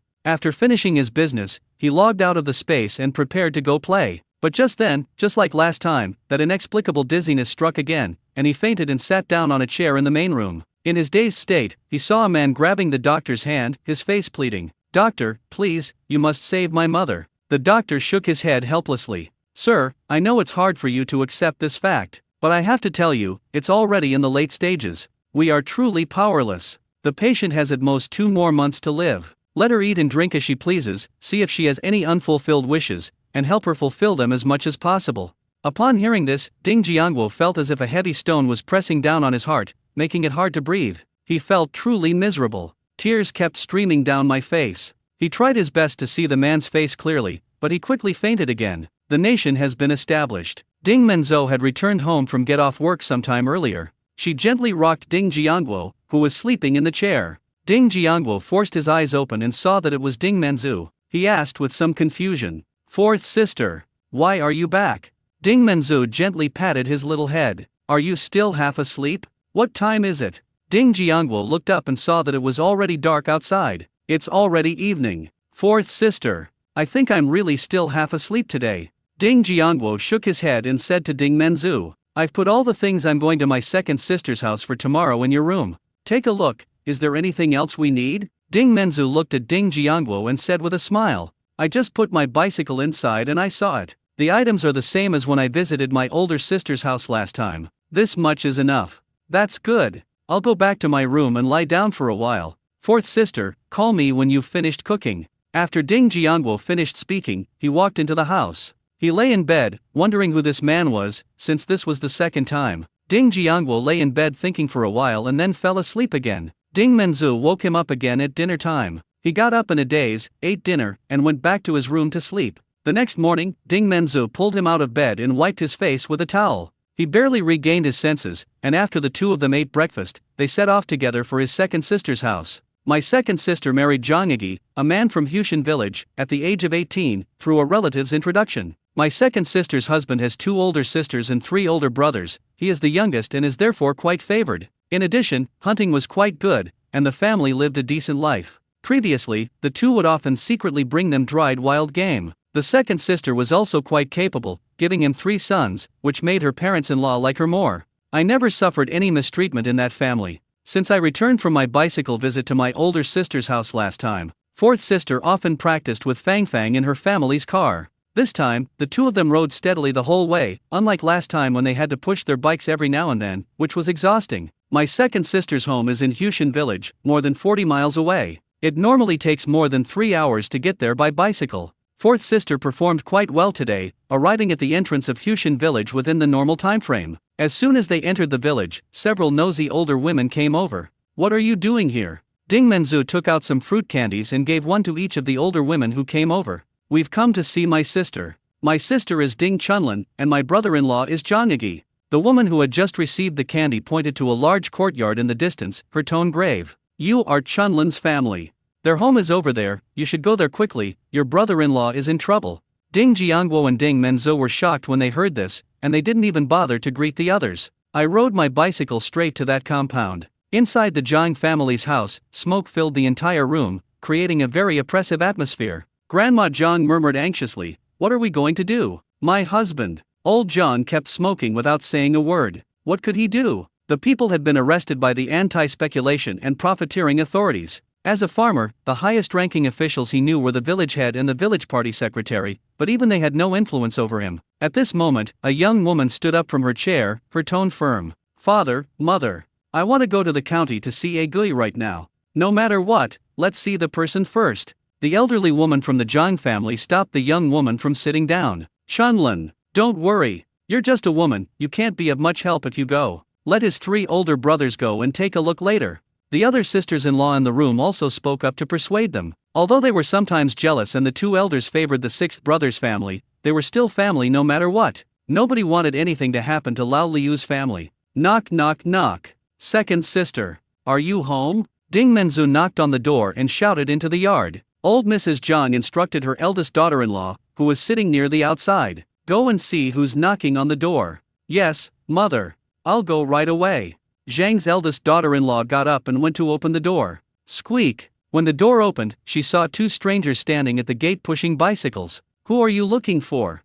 she asked, somewhat curiously. "Sister-in-law. It's me, Ding Menzu. My second sister is Ding Chunlin." Ding Menzu immediately replied that she had been here a few times before, so she remembered who she was. "Oh, it's Menzu. Come in quickly. Your sister is inside." Ding's eldest daughter-in-law only remembered who this person was when she heard the name of the 6th son's wife. She quickly pushed the door open and stepped aside to let the 2 of them in. After she closed the door, she shouted into the house, "Chunlin, your sister and brother are here." Upon hearing this, Ding Chunlin immediately stood up and walked outside. Upon seeing Ding Menzu and Ding Jiangguo, he asked anxiously, "Menzu, Jiangguo, what brings you here? Has something happened at home?" In her opinion, since her home was so far away and it wasn't a holiday, her younger sister and brother's sudden visit must mean something had happened at home. Ding Menzu parked her bicycle and quickly went over to pull Ding Chunlin along. "Second sister, everything's alright at home. Jiangguo and I haven't seen you in so long, so we thought we'd come and check on you." As he spoke, he took the things off the car and handed them to Ding Chunlin. Ding Chunlin glanced at the things she had brought, 2 bottles of canned fruit and 2 cloth bags.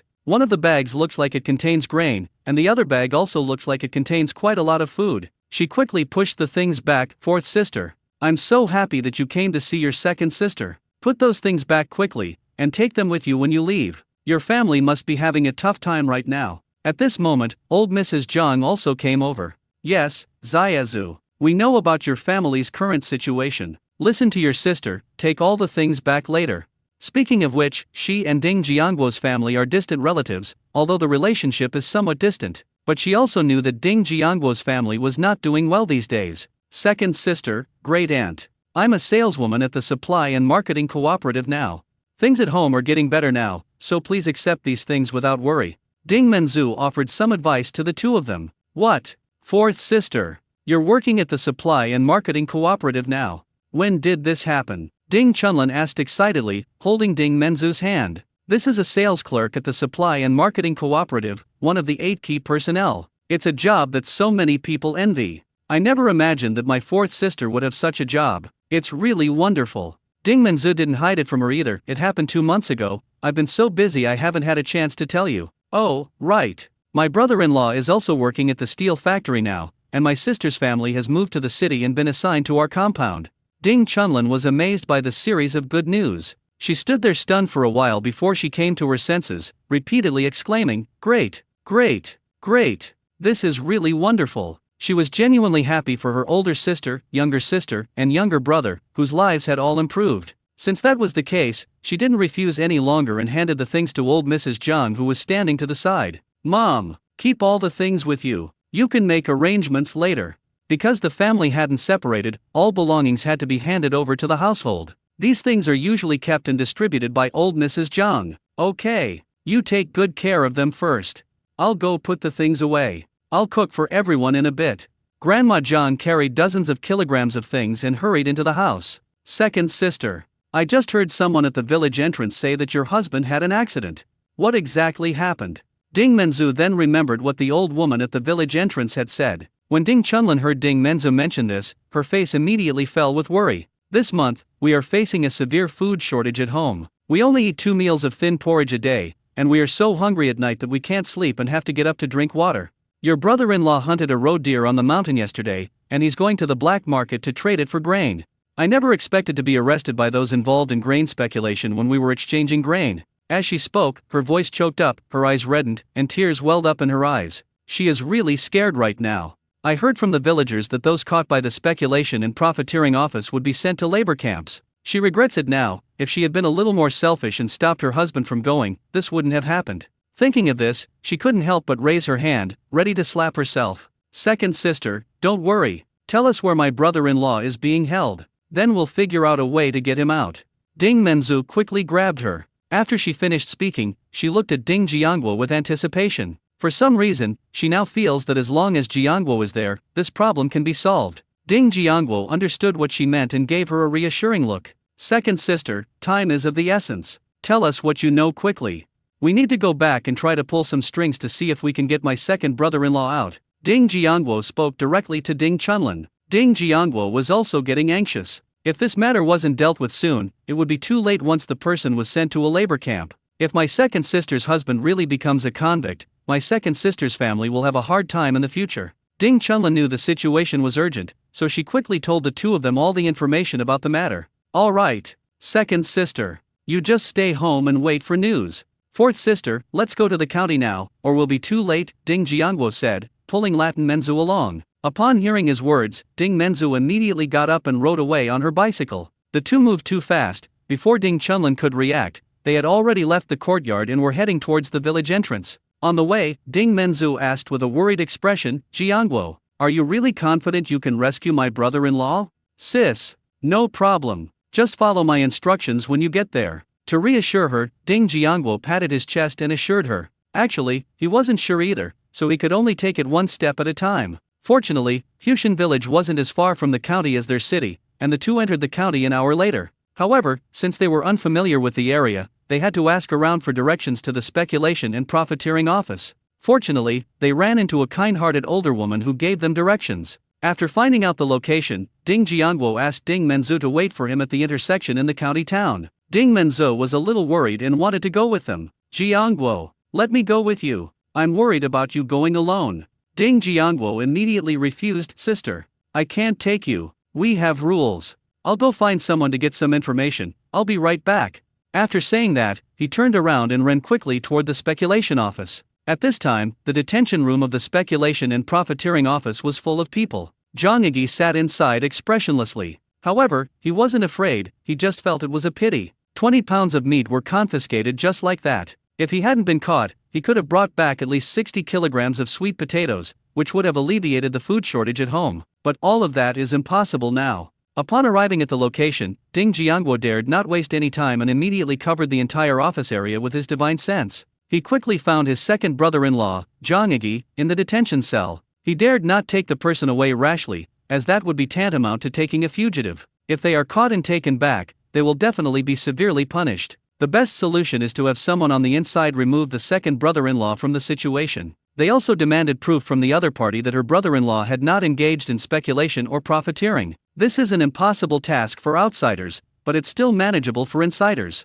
Ding Jiangguo's mind raced. Who should he ask for help? How could he get that person's help? Just when he didn't know who to look for, he suddenly saw a familiar figure. Ding Jiangguo was overjoyed and muttered to himself, "You're the one. Isn't this Director Huang who led the team to arrest people in Dingjia village last time? This guy has a fat head and big ears, he's obviously made a lot of money. As long as we have leverage over him, how can we not rescue my brother-in-law?" Ding Jiangguo watched him enter the office, close the door, and immediately put the man into his spatial storage. Inside the space, Ding Jiangguo used the truth needle on him. Under Ding Jiangguo's deliberate guidance, Director Huang instinctively confessed all the bad things he had done. Having obtained the information he wanted, Ding Jiangguo put it back in its original place. He donned the ever-changing clothes and transformed into an unremarkable young man, swaggering towards Director Huang's office. Knock knock knock, Ding Jiangwo knocked politely on the door. Come in. Upon hearing the sound, Ding Jiangwo immediately pushed the door open and went in, then closed it behind him. When Director Huang saw the person who had arrived, he searched his memory but couldn't place him. He frowned and asked, "Comrade, is there something you need?" Ding Jiangwo chuckled and brought over a chair, sitting down casually opposite him. "I need your help. I need your assistance." Director Huang said with displeasure, "Comrade, you've got the wrong person. I can't help you with anything. Please leave. This guy is really funny. He doesn't even know me, yet he asks me for help. Besides, why would someone come empty-handed to ask for help? I don't know what they were thinking." Director Huang, don't be in such a hurry. Let me tell you a few things first. I'm sure you'll be happy to help me after you hear them. On October 27, 1958, during the crackdown on speculation and profiteering, you took 100 jin of flour and 50 jin of pork by yourself. Two of your subordinates, Li Ming and Zhang San, were involved at the time. On May 23, 1959, during a crackdown on the black market, you took $1,000. On July 11, 1960, you arrested a speculator named Yang Tianming, but after taking 800 yuan from him, you let him go. And there's number 78, street name. Ding Jiangwo gave a meaningful smile and then stopped talking. This is the address of one of Director Wang's mistresses and illegitimate children. At this moment, Director Wang's face was pale, and large drops of sweat were streaming down his forehead. His face was filled with fear, and his voice trembled as he pointed at Ding Jiangwo. Who exactly are you? How did you know that? Ding Jiangwo looked at Director Huang and said in a calm tone, "This is only a small part. If you're interested, I'd be happy to tell you everything you've ever done." Director Huang waved his hand in fright, quickly forcing an ugly smile onto his face. "No need, brother. I love making friends. Just tell me what you want me to do. I'll definitely get it done for you." Ding Jiangwo smiled broadly, speaking as if to an old friend. "Actually, I really enjoy making friends. Since we're all friends, I'll speak then. It's actually quite simple, just release a man named Zhang Yi. Also, could you please arrange for someone to take him back and explain to the officers and the team that it was a misunderstanding?" After Ding Jiangwo finished speaking, he looked at him quietly and said nothing more. Director Huang breathed a sigh of relief upon hearing this. "All right. I'll arrange for someone to take care of it right away." After saying that, he looked at Ding Jiangwo with a somewhat hesitant expression. Ding Jiangwo understood what he meant and said with a smile, "Don't worry, since we are friends, we will definitely keep it a secret for our friends." Upon hearing Ding Jiangwo's words, Director Huang immediately smiled and said, "Yes. I'm your friend. Brother, if you ever need any help in the future, just let me know." "Okay. Go and make the arrangements. I'm leaving. I forgot to remind you, remember not to try anything funny. Otherwise." Ding Jiangwo got up and left before he could finish speaking. Director Huang watched Ding Jiangwo's retreating figure, his expression shifting several times, but in the end he slumped back down. He didn't know who the other party was, but he knew that these people were definitely not people he could mess with. The most urgent task now is to do the job that person asked us to do perfectly. Thinking of this, he immediately opened the door and walked towards the detention cell. After Ding Jiangwo left the speculation and profiteering office, he found a secluded place and restored everything to its original state. Then we headed towards the intersection of the county town road. "Fourth sister. Let's go back."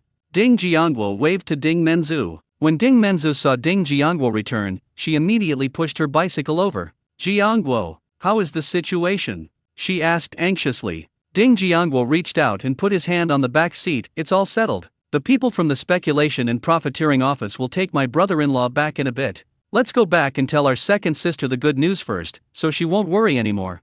Ding Menzu was still not quite convinced, and asked again, "Jiangwo, you can't lie. If we tell my second sister like this, and she doesn't come back, we'll be in a very difficult position." Seeing that Ding Menzu didn't believe him, Ding Jiangwo could only suggest, "How about we wait here for a while? I reckon they'll be passing by here soon, then you'll see if what I'm saying is true." "Okay, let's wait here for a while, it'll be safer that way." Before Ding Menzu could finish speaking, she saw a young cotter riding a bicycle toward them. "Fourth sister, do you think that second sister's husband sitting on the back of the bicycle?" Ding Jiangwo pointed to the man on the back of the bicycle. Ding Menzu looked in the direction Ding Jiangwo was pointing and exclaimed, "It really is my second brother-in-law." "All right, let's wait until they're far away before going back. Remember not to greet him, just pretend we didn't do it."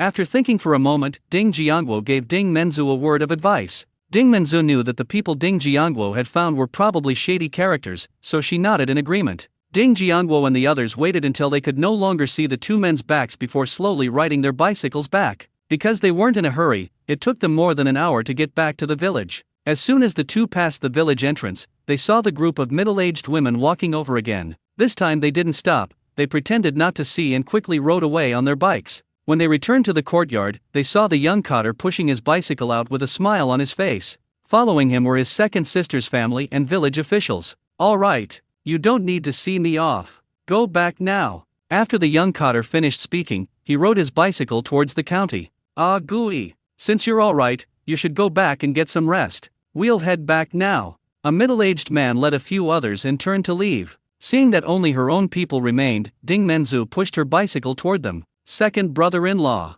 you're back.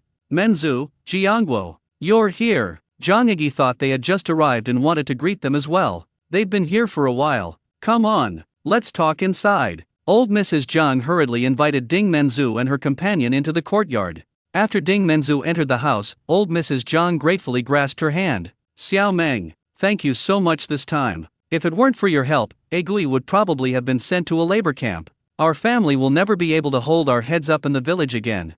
Ding Jiangguo quickly interrupted, "Grandma, we're all family. We don't need to be so formal. Besides, since the officials have said it was a misunderstanding, then my brother-in-law definitely didn't do anything illegal. That's why they were sent back." Old Mrs. Zhang understood immediately, and she quickly corrected herself. Yes, our Egui didn't do anything. Those people are mistaken, it's all a misunderstanding." Zhang Yi finally realized what was going on. He had felt something was strange when he was released. He was caught making a transaction on the spot, so how did he suddenly get acquitted? The people in charge of speculation even sent someone to escort him back to explain to the village. It turned out that the sister-in-law had found someone to help her. "Xiao Meng, thank you so much." After learning the truth, he sincerely thanked Ding Menzu. "Brother-in-law, we're all family, no need to be so polite."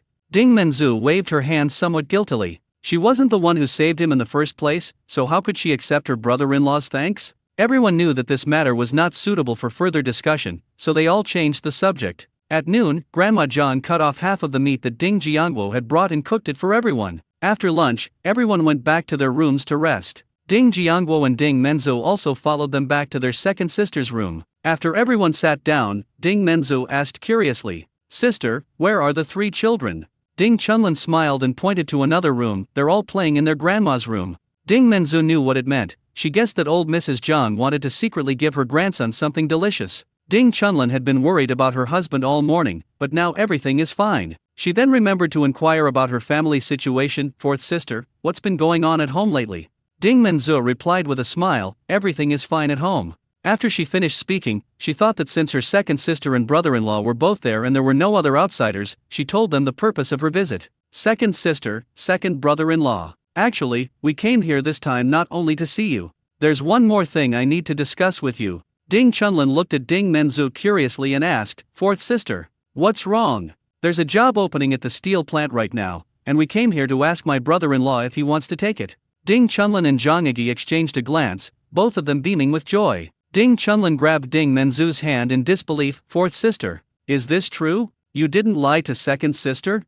This must be real. How could it be fake? If you want to go, decide sooner rather than later, otherwise if the spots are gone, you'll have to wait for the next one." Ding Menzu replied affirmatively. "Go. Of course I'll go." Ding Chunlin waved her hand and made the decision immediately. However, Zhang Yi, the second brother-in-law, looked somewhat conflicted at this moment. Ding Chunlin looked puzzled. "What's wrong with Egui? Don't you want to go?" Zhang Yi explained in a low voice, looking somewhat embarrassed. "I want to go, but I just arrived, and I probably won't get a room. I'll have to stay in a dormitory. You and your child can only stay at home and suffer." Ding Chunlin held Zhang Yi's hands, her face full of affection as she offered words of comfort. "It's okay, Agi. As long as you do well, it's all worth it. When you get there, work hard and try to get a room as soon as possible, then we can be reunited as a family." Ding Jiangguo felt like he had suddenly been force-fed a handful of dog food, a Chinese slang term for witnessing public displays of affection. Ding Menzu looked at the two of them with envy, without saying a word. Ding Jiangguo couldn't take it anymore and broke the atmosphere by speaking up. "Second sister. Second brother-in-law. You don't need to worry about this. We happen to have 2 empty rooms in our courtyard. You can choose one when the time comes. We've smoothed things over between the factory and the neighborhood." "Really? Fourth sister, is what Jian Guo said true?" Ding Chunlin looked at Ding Menzu, hoping to get a positive answer from her. Ding Menzu didn't speak, but just smiled and nodded. This is wonderful. It's truly thanks to my parents' blessings from heaven. Agui, our family doesn't have to be separated anymore. Ding Chunlin excitedly hugged Zhang Agui. She just said she could stay home to take care of the children and then move to the city to live with her husband after they have their own separate rooms. But since we live apart, we still feel a little reluctant to part. Second brother-in-law, take this work introduction letter to the team leader to get a certificate later. Pack your things and move them directly into our yard tomorrow. You can leave your things at our house or your older sister's house for now, and move them in after you start your new job and get your own apartment. Ding Jiangwo took an envelope out of his backpack and handed it to Zhang Agi. Okay, I'll go right now. I'll also borrow the production team's donkey cart from the team leader so he can help us haul our stuff into town tomorrow. Zhang Agi took the letter of introduction, got up, and went out to the brigade headquarters. After Zhang Agi left, the second sister finally snapped out of her reverie. Fourth sister, how did you get these job openings? Ding Chunlin asked Ding Menzu with a puzzled look. Ding Menzu could only look to Ding Jiangwo for his opinion. Ding Jiangwo figured they would be living together for a long time, and many things couldn't be kept secret for long. He then used the excuse of running errands for the black market. When Ding Chunlin heard that he was working for the black market, her expression immediately turned ugly. Fortunately, Ding Menzu was there to tell her about the things that had happened in her family over the past few months. She slowly came to accept this fact. Finally, her eyes reddened, and she hugged Ding Jiangwo tightly. Jiangwo, you've really suffered. Ding Jiangwo gently patted her back. It's alright, second sister. We're all better now, aren't we? Compared to the warmth inside the house, the village is much more lively now. The story goes that Zhang Agi was arrested in the morning for speculation and profiteering, but was brought back at noon as a misunderstanding. Now there are rumors that he's going to go to the city to work as a laborer. These news reports keep coming one after another, leaving people overwhelmed. However, everyone knows that Zhang Agi is really going to rise up now. As soon as Zhang Agi returned to the courtyard, villagers came to congratulate him. This is in stark contrast to the deserted courtyard that no one dared to approach in the morning. Zhang Agi smiled and thanked the villagers who came to congratulate him. He sneered inwardly, thinking that since the incident last night, no one had come to ask about him until he returned at noon. Now that they know they're going to the city to work as laborers, they all want to follow them, but it's too late. Ah Gui, what's going on? Old Mrs. Zhang asked, puzzled, when she saw so many villagers arrive. Mother, let's go inside and talk.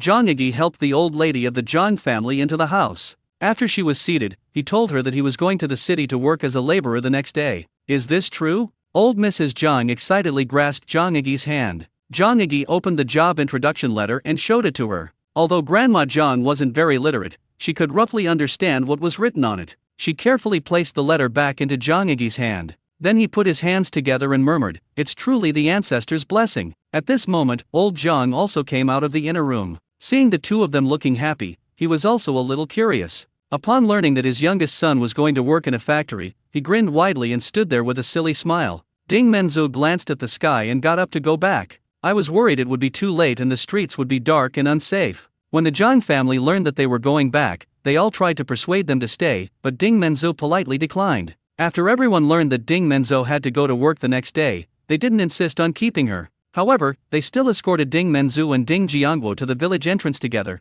and only returned after the others had gone far away. On the way back, Ding Menzu rode very fast and finally arrived home in the evening. They went straight to their eldest sister's house for dinner after returning to the courtyard. She figured she wouldn't have time to cook when she got back, so she told her older sister yesterday that she would be having dinner at her place that night. During dinner that evening, the older sister told them some good news. The day after tomorrow, my cousin Dachun is bringing his girlfriend home for dinner. Dachun's cousin even specifically reminded Jiangwo to meet him as well, and to give him some advice. Ding Jiangwo nodded in agreement without much thought. The next day, around noon, my second sister's family arrived in a donkey cart. Today, Ding Jiangwo knew that his second sister's family would be coming, so he didn't go anywhere and just sat at the door of his house to wait. When she saw the donkey cart coming in, she waved to them and said, "Second sister, come with me. Leave your things at my sister's house for now. My older sister has already started preparing lunch. We'll eat there for lunch." As he spoke, Ding Jiangwo quickly led the way for them. "Big sister, second sister and the others are here." He led the donkey cart to the door of the side room and shouted into the house. Upon hearing the shouts, Ding Hongmei jogged out of the house. "Chunlin, you've arrived. Bring the child inside first, then we'll put our things inside." Ding Hongmei helped carry the people into their bed, and then went back to help move their things. The four of them worked for a short while and finished unloading everything from the donkey cart. "Ah Gui, Now that you've finished your work here, I'll head back now. The middle-aged man driving the donkey cart greeted them and prepared to drive away. Ding Hongmei immediately said to Zhang Igi, hurry up and let the person stay for lunch before you leave. Uncle Gangzi, don't go yet. It's almost lunchtime now, let's eat lunch before going back. Zhang Igi immediately walked over and invited the middle-aged man. No, the village is waiting for the donkey. I'll head back now. The middle-aged man smiled and refused, then drove the donkey cart out of the yard. Seeing this, Ding Hongmei stopped trying to persuade her and immediately turned around and went inside. A moment later, she came running out with 3 steamed buns in her hand. She stuffed 3 steamed buns into Zhang Igi's hands. Take these to your uncle quickly. Zhang Igi ran over with 3 steamed buns in his hand and shoved them into the middle-aged man's arms. Uncle Gangzi, I'm back in the village. Could you please let my parents know I'm safe and sound and tell them not to worry? Don't worry. When we get to the village, I'll go to your house first to let your parents know I'm safe.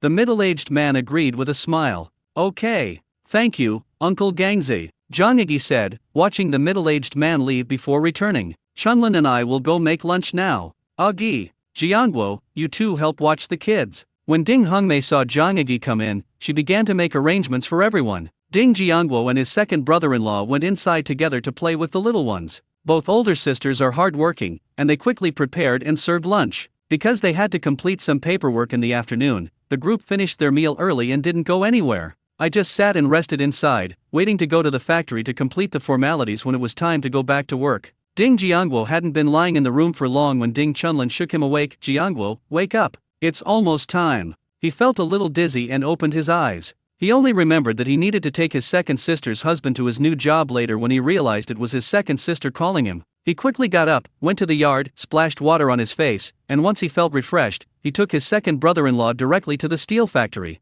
Ding Jiangguo was a familiar face here. He told the gatekeeper he was looking for Director Xiao, and the gatekeeper opened the gate and let him in. After thanking the security guard, he led his second brother-in-law toward Director Xiao's office. Upon arriving at Director Xiao's office, he knocked on the door and waited for someone inside to call out before leading his second brother-in-law inside. Once inside, after introducing themselves to each other, they sat in the office and waited for the two to complete the formalities. Shortly after, Director Xiao returned with his team after completing the formalities. After thanking him again, Ding Jiangguo took his second brother-in-law to the police station and then to the street. This time when he went to the police station, he went directly to Brother Xiao Qiang and asked him to take people to complete the procedures. He then went to chat with Grandpa Feng, leaving him 2 apples when he left. Of course, Feng Suana didn't miss anything either. He just went in, said hello, left his things, and left. He arranged for Director Xiao to deliver meat to Director Zhang in advance, and the housing allocation went very smoothly this time. Because their courtyard only has the east wing partition room left, the area is relatively small. In Director Xiao's courtyard, there is a main room with a bedroom and a hall, which is larger than the east wing room in Ding Jiangguo's courtyard. After discussing it, the second sister and her husband decided to choose the partitioned room in the main room because they have 3 children. The house is too small, I estimate it won't be enough to live in for more than a few years. Ding Jiangguo didn't care about this, it was just a few steps away anyway. After confirming the room, signing the agreement, and receiving the keys, they started cleaning and moving their belongings. The group worked on their tasks until everyone else had gone home from get-off work, and they were still not finished. Everyone started dividing up the tasks when they got home from get-off work. My eldest sister's husband prepared dinner for everyone, while my third and fourth sisters helped with moving and cleaning. The group worked until after 7 p.m. before finally finishing. After everyone had dinner at the eldest sister's house, they all left to go home. After washing up, Ding Jiangguo lay on the bed and felt very relaxed. More than 3 months after he transmigrated, he finally managed to settle his family down. As long as I go back to the village in a few days and harvest the last batch of remania, my grandparents won't have to worry anymore. He could just lie down and relax, and the thought of that made him inexplicably happy. Just then, the dizziness returned, and he felt as if he had entered a dream. This time he saw 2 people, but the image was very blurry, and he could only roughly make out that the man squatting by the bed was the same man from last time. Lying in bed was an elderly man with white hair. The man held the old woman's hand, comforting her with a firm tone. "Mom, don't worry, I heard there's a hospital that's really good at treating this kind of disease. I'll take you to see it in a couple of days." "No need. I know my own situation, there's no need to waste that money. Death is not scary, what's scary is having attachments. The only thing I can't let go of right now is you. I can't help you anymore. From now on, you'll have to rely on yourself to get married and have children." The woman spoke with a smile, yet her words were filled with sadness. "Mom, The man's voice was choked with emotion, as if he wanted to say something but couldn't get the words out. The old man on the bed reached out with difficulty to touch the man's head. "Don't be sad. You're not a child anymore. Take good care of yourself from now on. Get married and settle down as soon as possible. Then I'll be at ease. Before I leave, I have one more wish. I want to visit your brother. Talk to your brother and tell him to wait for me downstairs. He's the kind of person who's terrible at taking care of himself. I'm still worried without me by my side." The man sobbed as he agreed. "Mom, I'll take you tomorrow." As soon as he finished speaking, Ding Jiangwo fell into a coma again, but this time he did not cry. The next day, my cousin Dachun was bringing his girlfriend home for dinner. The eldest and second eldest sisters were busy preparing dinner. I was determined to make my cousin Dachun proud. Ding Jiangwo was not stingy at all. He brought home a 3 yellow chicken, 3 catties of pork belly, and a 5 catty fish. This was the young lady's first time visiting, and her brother-in-law was very accommodating. He took the afternoon off to cook at home. As darkness fell, people in the courtyard gradually returned home from get-off work. Everyone knew that my cousin Dachun would be bringing his girlfriend over today, so my third and fourth sisters rushed back after get-off work. Ding Xiaoqiang rushed over as soon as he got off work. The room is bustling with activity now. Everyone is curious about what Ding Dachun's girlfriend looks like. Ding Dachun didn't keep everyone waiting long. Just as his brother-in-law brought the last dish to the table, he then brought his girlfriend over. This was the first time the two had met since Ding Jiangwo sent Ding Dachun to the factory. Ding Dachun got a side-parted haircut today. He was wearing a workwear jacket, and a pen was tucked into his left breast pocket. The shirt she was wearing underneath was actually made of dacron. This one costs 19 yuan, which is almost a month's salary for him, and he also needs a ration coupon. Ding Dachun has only been working at the factory for a few months and he's already wearing dacron fabric. That's quite a generous move. Looking closer, he was wearing blue overalls, white socks, and a pair of canvas shoes. Liberation shoes were expensive too, 10 yuan a pair, and you needed a coupon. This kid probably went to the black market, otherwise where would he get the tickets? Where did Ding Dachun get so much money? At this moment, Ding Jiangwo suddenly remembered that they had agreed to pay off the money for the job in monthly installments. It seems like he hasn't given me a single penny. No way. I need to find a chance to ask him if he's forgotten about this, since he's spending money so extravagantly. Only then did Ding Jiangwo take a good look at Ding Dachun and discover that he had changed a lot. Unlike his previous dejection after being jilted, he is now full of vigor and high spirits. His gaze toward the people in the room always carried a hint of condescending detachment. Ding Jiangwo was very disappointed in him. He had originally intended to bring his relatives to the city so that they could look after each other, but he had misjudged the situation this time. Ding Jiangwo stopped looking at Ding Dachun and instead turned his gaze to the woman. This woman had an oval face, almond-shaped eyes, a slender figure, and looked very delicate. The moment Ding Jiangwo saw this woman, he felt that she was not as weak as she appeared. In his previous life, he was involved in business for a period of time and frequently visited various places. This woman gave him the feeling of being a bit of a pure, innocent lotus flower.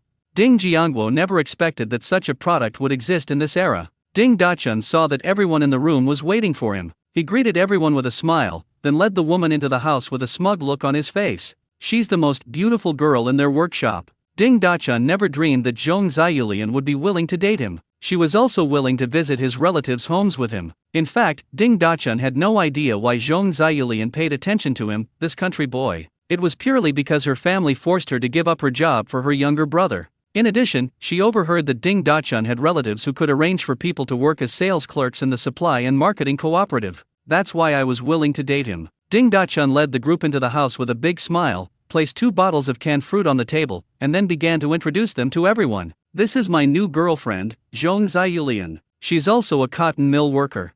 This is my eldest cousin, Ding Hongmei. This is my second cousin, Ding Chunlin. This is. After introducing everyone in the room, he casually sat down in the main seat. Upon seeing this, Ding Jiangwo frowned immediately. This person was truly inconsiderate. However, he didn't correct him, still giving his partner some face. There were quite a few people eating tonight, so my brother-in-law divided the table into 2. Ding Jiangwo originally wanted to go to the children's table, but Ding Dachun dragged him to sit at the same table with him. Not wanting to embarrass Ding Dachun in front of his girlfriend, Ding Jiangwo sat down at the same table. And so, everyone ate together, chatted, and shared their recent experiences. The atmosphere was fairly harmonious. During the conversation, Ding Jiangwo learned that Ding Dachun was under the care of Director Li. Now he's doing very well, and nobody dares to bully him. Some people tried to curry favor with Director Li in order to get on his good side. Ding Dachun also accepted gifts from some people in private. He also successfully helped several workers get in touch with Director Lee. One of the workers got in touch with Director Lee through him.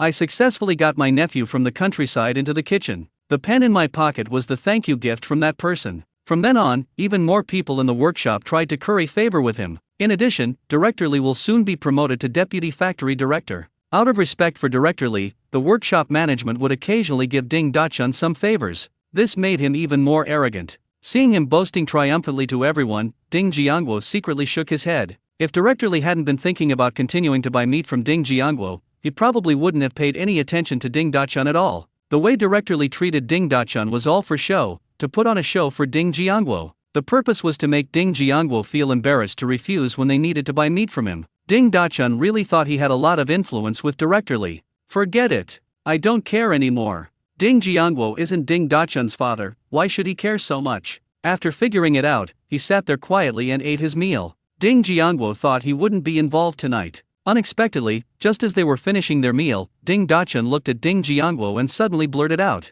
"Jiangwo, your sister Xiaolian wants to work at the Supply and Marketing Cooperative. Do you know any connections?" Ding Jiangwo was immediately displeased upon hearing Ding Dachun's words. Is it appropriate to ask this in front of outsiders? However, he suddenly remembered that this woman worked in a cotton mill. Why go to the Supply and Marketing Cooperative? He casually asked, "Brother Dachun, doesn't Sister Xiaolian work at the cotton mill?" Ding Dachun smiled and explained, "Your sister Xiaolian has a younger brother who is already 20 years old and still doesn't have a job. If you don't have a job, it's hard to find a partner. Your sister Xiaolian is kind-hearted and worried that her younger brother will never be able to find a wife if he continues like this. She was prepared to give the job to her younger brother." Ding Jiangwo curled his lip upon hearing this, guessing that her family had forced her to give up her job. She actually turned it into a touching story of sacrificing herself for her brother. Ding Dachun didn't notice the change in Ding Jiangwo's expression, he just looked at him expectantly. "Jiangwo, didn't you arrange for Menzu to work at the Supply and Marketing Cooperative? I was thinking, could you arrange for your sister Xiaolian to be included as well? She wanted to work as a sales clerk in a supply and marketing cooperative since she was a child. It wasn't too difficult to get Zhong Xiaolian into the Supply and Marketing Cooperative. There are so many supply and marketing cooperatives in the city, if he just throws meat at them, he'll definitely be able to carve out a place for himself. But why should I help her? Just because she's a pure and innocent person?" Ding Jiangwo didn't refuse outright, thinking of telling him the price for the job, wondering how Ding Dachun would react. So Ding Jiangwo looked at Ding Dachun and deliberately raised his voice, saying, "Working at the Supply and Marketing Cooperative doesn't come cheap. A sales clerk would probably charge 1,500 yuan. Upon hearing that there was an opportunity, Zhong Xiaolian turned her head and looked at Ding Dachun with deep affection, hoping that he could help her. As for the money needed to buy a job, she automatically filtered that out. Ding Dachun was captivated by Zhong Xiaolian's affectionate gaze. He immediately turned to Ding Jiangwo. "Jiangwo, could you let your sister Xiaolian start working first? The money for the job can be paid off in monthly installments." When Zhong Xiaolian heard that the money for buying the job would have to be paid in monthly installments, she immediately became unhappy. "When I first started working as a sales clerk at the Supply and Marketing Cooperative, I only earned 25 yuan a month. She wouldn't do it if she didn't eat or drink for 5 years to pay off 1,500 yuan. However, she didn't refuse directly. Instead, she looked at Ding Dachun with a wry smile. "Brother Dachun, thank you for helping me find a job. But the job is too expensive, I can't afford it. Maybe I should ask Ming Ji for help. Don't worry about my work." Ding Dachun immediately became anxious upon hearing this. "Why are you looking for that guy? Don't you know he's been eyeing you all along? Didn't you say that becoming a sales clerk at the Supply and Marketing Cooperative was your dream? How can you give it up like this?" "Don't worry, let me think about it. I'm sure I can come up with a solution." Ding Jiangwo watched Bai Lianhua perform quietly, secretly admiring her skill. At the same time, he was also very curious about what good ideas Ding Dachun could come up with. Suddenly, Ding Dachun slapped his thigh hard. He looked at Zhong Xiaolian with excitement. "Xiaolian, I've thought of a great idea." Ding Dachun looked at everyone excitedly, eager to share his thoughts. "Old Ma from our workshop is about to sell his job. He only needs about 600 yuan. We bought his job and gave it to Menzu. After Menzu starts working at the cotton mill, you can give her job at the Supply and Marketing Cooperative to Xiaolian. This way everyone has a job, and we can save a lot of money. Aren't I smart?" "Dachun, what are you saying?" Ding Xiaoqian was the first to lose his composure. He never expected Ding Dachun to say such shameless things. Ding Dachun felt utterly disdainful when he saw Ding Xiaoqiang actually question him. I am a proud worker, and my monthly salary is higher than his, plus bonuses. He only needs to work 8 hours a day, unlike others who have to be on call 24 hours a day. I am much better than him, what right does he have to question me? He looked at Ding Xiaoqiang with a sarcastic tone. What's this? Now that you're a policeman, you're even meddling in your family affairs? What business is it of yours if I'm talking to Jiangguo? After he finished speaking, he ignored Ding Xiaoqiang and turned to look at Ding Jiangguo and Ding Menzu with anticipation. Jiangguo, Menzu, what do you think of this suggestion? Ding Jiangguo was so angry he laughed. Had he been too lenient with him? He actually had designs on his sister's job? Ding Jiangguo stared into his eyes, pointed to the door, and uttered a single word, get out. Upon hearing Ding Jiangguo's words, Ding Dachun was initially taken aback, but quickly recovered. He immediately pointed angrily at Ding Jiangguo. Ding Jiangguo, how dare you talk to me like that? Am I not your cousin anymore? Seeing that the atmosphere was not right, Zhong Ziyulian began to perform. She first looked at Ding Jiangguo and pretended to apologize, trying to calm things down. Jiangguo, little brother, don't be angry. Dachun misspoke in the heat of the moment. I apologize on his behalf. As Zhong Ziyulian spoke, she then looked at Ding Dachun with feigned remorse. Dachun, don't be angry. Quickly apologize to your cousin. I'll figure out how to handle the work situation myself. I don't want my situation to cause any unpleasantness among you all. I'll head back now. You stay here and have dinner with your older sister and the others. See you tomorrow. As she spoke, she got up and walked outside. When she reached the door, she even wiped the corner of her eye with the back of her hand. Ding Dachun was heartbroken to see this scene. Ignoring the reactions of the people inside, he hurriedly chased after them. Everyone looked at each other, unsure of what to say. They could only silently pick up their bowls and chopsticks and continue eating. But after a short while, Ding Dachun returned. As soon as he entered the room, he pointed angrily at Ding Jiangguo. It's all your fault. Ziyulian is ignoring me now. You're going to ruin my perfectly good relationship. You're happy now. You're satisfied now. Didn't you tell me to try to find a city girl to marry? I found it now, so why aren't you supporting me anymore? Ding Dachun, still seemingly unsatisfied, turned to look at Ding Menzu. And you, Ding Menzu, if you had just agreed to give the job to Ziyulian, then nothing will happen, right? It's not like I'm taking your job for free. Going to the cotton mill is also a job, isn't it? I just don't understand why you're so stingy. Seeing that no one in the room spoke up for him, he yelled at the others in the room. Since you don't treat me like family and don't want me to have a good life, once I've made it big, don't come crawling back to me. He walked quickly to the table, picked up the 2 cans of fruit, and headed out. Even now, everyone in the room is still in a daze. They are all shocked by Ding Dachun's shamelessness. Ding Menzu was the first to react, and her face was full of anger. She never expected that Ding Dachun, who used to seem kind and honest, would turn out like this after just a few months. In order to win over his girlfriend, he asked her cousin to give up her job at the supply and marketing cooperative. I really don't know where he gets his confidence from. Where does he get the nerve to do that? Ding Jiangguo acted as if nothing had happened, quietly picking at his food and eating the remaining half bowl of cornmeal porridge. No one in the room spoke. Everyone was watching Jiangguo's reaction. Although Ding Jiangguo was only 9 years old, no one in the house really dared to treat him like a child.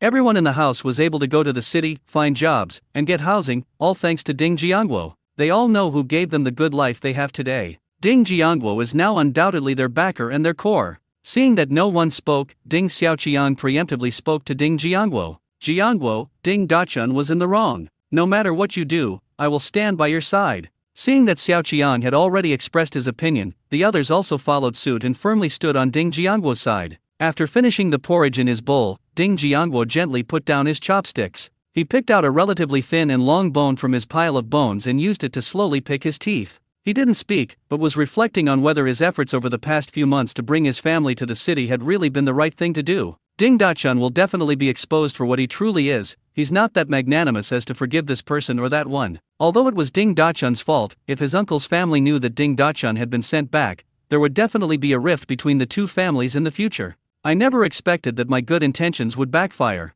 It seems I can't just help relatives casually anymore. Ding Jiangguo was thinking quietly, and no one else dared to make a sound to disturb him. Just when everyone was getting restless from the oppressive atmosphere, Ding Jiangguo put down the bone he was picking his teeth from, his gaze calmly sweeping over everyone before he slowly spoke. I have a simple mindset. I just think of you all as my closest relatives. If I have the ability, I will try my best to make everyone live a good life. I don't expect much in return from everyone. I just hope that they can help me when I need it. But some people take all of this for granted. Not only did they not give me anything in return, they even tried to take my sister's job. Ha! He paused, then turned to look at Ding Xiaoqiang. Xiaoqiang, you should remember what Grandpa said back then. Ding Dachun should pay me back the money he used to buy the job in monthly installments. Ding Xiaoqiang certainly remembered. He had even planned to pool his money to buy Ding Dachun this job. I remember. Ding Jiangguo said calmly. Ding Dachun hasn't given me a single penny since I started working here. But I was also wrong. I didn't ask him for it. What? Is this true? Ding Xiaoqiang looked at Ding Jiangguo in disbelief. Ding Jiangguo didn't reply directly, but simply nodded. Ding Xiaoqiang couldn't help but speak up in condemnation. How could he do this? Isn't this just being a scoundrel? At this moment, the eldest brother-in-law also frowned and said, I just saw that the shirt he was wearing was made of Dacron, and the shoes were Liberation brand. Neither of these are cheap. He has the money to buy these things, but he won't pay back the money. This person is really too much. Others also spoke up to condemn Ding Dachun's behavior. Ding Jiangguo brought this up in front of everyone. The purpose was to make the uncle's family too ashamed to ask for leniency. Ding Dachun came out of the courtyard and hurriedly went to Zhong Ziyulian's house to find her, carrying the 2 bottles of fruit cans. That's why he went back just now. When you visit someone's home, you can't go empty-handed. Anyway, I don't plan to become relatives with those people, so leaving things there would be a waste. As for whether Ding Jiangguo and the others had any opinions about him, Ding Dachun didn't care at all. He believes he is getting along very well with Director Li. He has connections with Director Li at the factory, so he's living a very comfortable life. Why would he care about them? Apart from Ding Jiangguo initially helping him get a job at the cotton mill, his current success is all due to his own hard work. Besides, shouldn't Ding Jiangguo be given a job opening? Ding Jiangguo is too young. Would it be a waste to not give him the spot to Ding Dachun? A few days ago, Director Li said that he was going to suggest to the workshop director that he be promoted to team leader so that he could do a good job. Once he becomes the team leader, they'll be too busy trying to curry favor with him to care about his attitude today. The most important thing now is to appease Ziyulian and prevent Chen Ming from finding an opportunity to steal her away. Otherwise, I'll become the laughingstock of the factory and the village. He failed to keep his girlfriend twice. If others knew, he would be too ashamed to stay at the factory. Thinking of this, he walked even faster. After Zhong Ziyulian came out of the house, she decided to give up on Ding Dachun as her backup plan. She had figured out what was going on inside the room. Ding Dachun had probably been exaggerating. He actually asked a child who was only a few years old for help. I don't know how I believed him at the time. You've wasted so much time on him, you should hurry back and find another backup option. As for Chen Ming, he was nothing more than her partner, an accomplice to help her raise her own value and get rid of other men. I remember there was another guy who said he was willing to buy me a job at a cotton mill. Although it's not as good as being a sales clerk at a supply and marketing cooperative, it's better than nothing. Ding Dachun hurried to Zhong Ziyulian's house. He knocked on the door, and Zhong Ziyulian's younger brother opened it to tell him that Zhong Ziyulian did not want to see him for the time being and that he should go back first. Not wanting to leave a bad impression on her family, Ding Dachun left 2 cans of fruit at the door and turned back to his dormitory. The next morning, Ding Dachun stood outside the cotton mill gate waiting. When he saw Zhong Ziyulian walking towards him in the distance, he immediately ran over. Ziyulian, these are steamed buns I bought from the state-run restaurant. You should try them. Ding Dachun opened the aluminum lunchbox and stuffed a large bag inside into Zhong Ziyulian's hand. Zhong Ziyulian originally wanted to refuse, but she hadn't eaten anything that morning and was really hungry, so she put the buns away. When Ding Dachun saw that Zhong Ziyulian was willing to accept his steamed buns, he thought that she had forgiven him, and a bright smile immediately appeared on his face. Fearing that her other potential lover would see her, Zhong Ziyulian pulled Ding Dachun to a place some distance away from the gate. Then, looking at Ding Dachun with a face full of reluctance, Brother Dachun, thank you for being so good to me. You're a good person. You'll definitely find someone better than me in the future. Ding Dachun was initially pleased to hear the first half of the sentence, but upon hearing the second half, he immediately felt uneasy. Sure enough, he heard Zhong Ziyulian say with a helpless expression, I can't delay my brother's wedding. I'm going to give up my job to him. Ming is going to spend all his savings to buy me a job. I can't let him down. Brother Dachun, we are destined to be apart, let's just part ways like this. After saying that, she ran into the cotton mill with a resolute expression. Ding Dachun was stunned when he heard the last sentence. By the time he realized what was happening and tried to chase after them, he found himself blocked by the crowd of people going to work. He watched the figure gradually disappear and walked dejectedly towards his workshop. He spent the entire morning listlessly talking to himself. Why is this happening? She clearly likes me, so why did she choose someone else? Ding Dachun spent the morning in a daze. After getting his food at the cafeteria, he prepared to find a place to sit. He happened to see Chen Ming and sat down opposite him with an angry expression. Chen Ming, why did you steal my Xiaolian? Don't you know how much we love each other? Chen Ming looked at him with disdain. I can buy her a job at a cotton mill. Can you get her a job too? You can't even help Xiaolian find a job. What right do you have to tell me you love Xiaolian? If you really care about her and love her that much, you should find her a better job than working in a cotton mill. Instead of talking to me about this useless stuff. A job. Yes. As long as I find Xiaolian a better job, she will definitely come back to me. Ding Dachun seemed to have already seen Zhong Xiaolian beside him. He walked out excitedly, carrying the aluminum lunchbox. He kept muttering to himself as he walked. As long as I can convince them to give up their supply and marketing cooperative jobs to Xiaolian, Xiaolian will definitely come back to my side. Chen Ming watched Ding Dachun's retreating figure, a slight smile playing on his lips, and muttered to himself, I'm in luck today. I've made another $2. Zhong Xiaolian has been quite generous lately, I like her. Ding Menzu ate at the supply and marketing cooperative as usual. She had just finished eating and was about to go to her office to rest for a while. Then she heard someone calling her, Menzu. Someone is looking for you outside. Ding Menzu didn't mind, thanked the man, and walked out. When she arrived at Ding Dachun, who was standing outside the supply and marketing cooperative, her face immediately turned ugly. Ding Menzu had no intention of talking to this person and was about to turn around and go back to the supply and marketing cooperative. But she was too late. Ding Dachun saw her and immediately ran over excitedly. He pulled Ding Menzu aside and asked anxiously, Menzu, what about what we talked about last night? What have you thought about? Ding Menzu was completely bewildered by the question. She had no idea what she had to consider. Confused, she asked, what are you considering? Ding Dachun looked very displeased. So you're the one who gave up your current job to Sister Xiaolian. Then I'll save up money and buy you a job at a cotton mill. Ding Menzu was shocked that he still had the nerve to bring this up. If she weren't outmatched, she would have slapped him across the face. I won't give it up. I'm doing my job properly, why should I give it to someone else?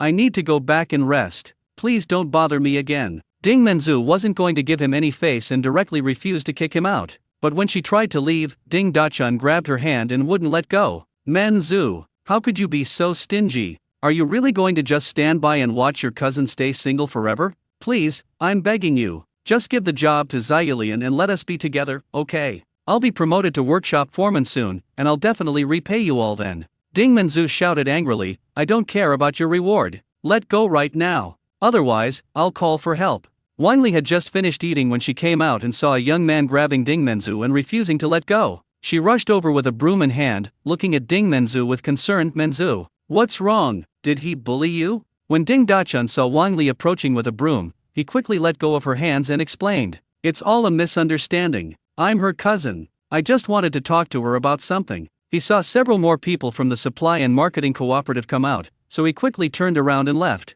However, he still said reluctantly, Menzu, think it over carefully. I'm leaving now. I'll come to your house tonight after get off work to discuss this with you. Is this person really your cousin? It can't be fake, can it? Look, you've hurt your hands.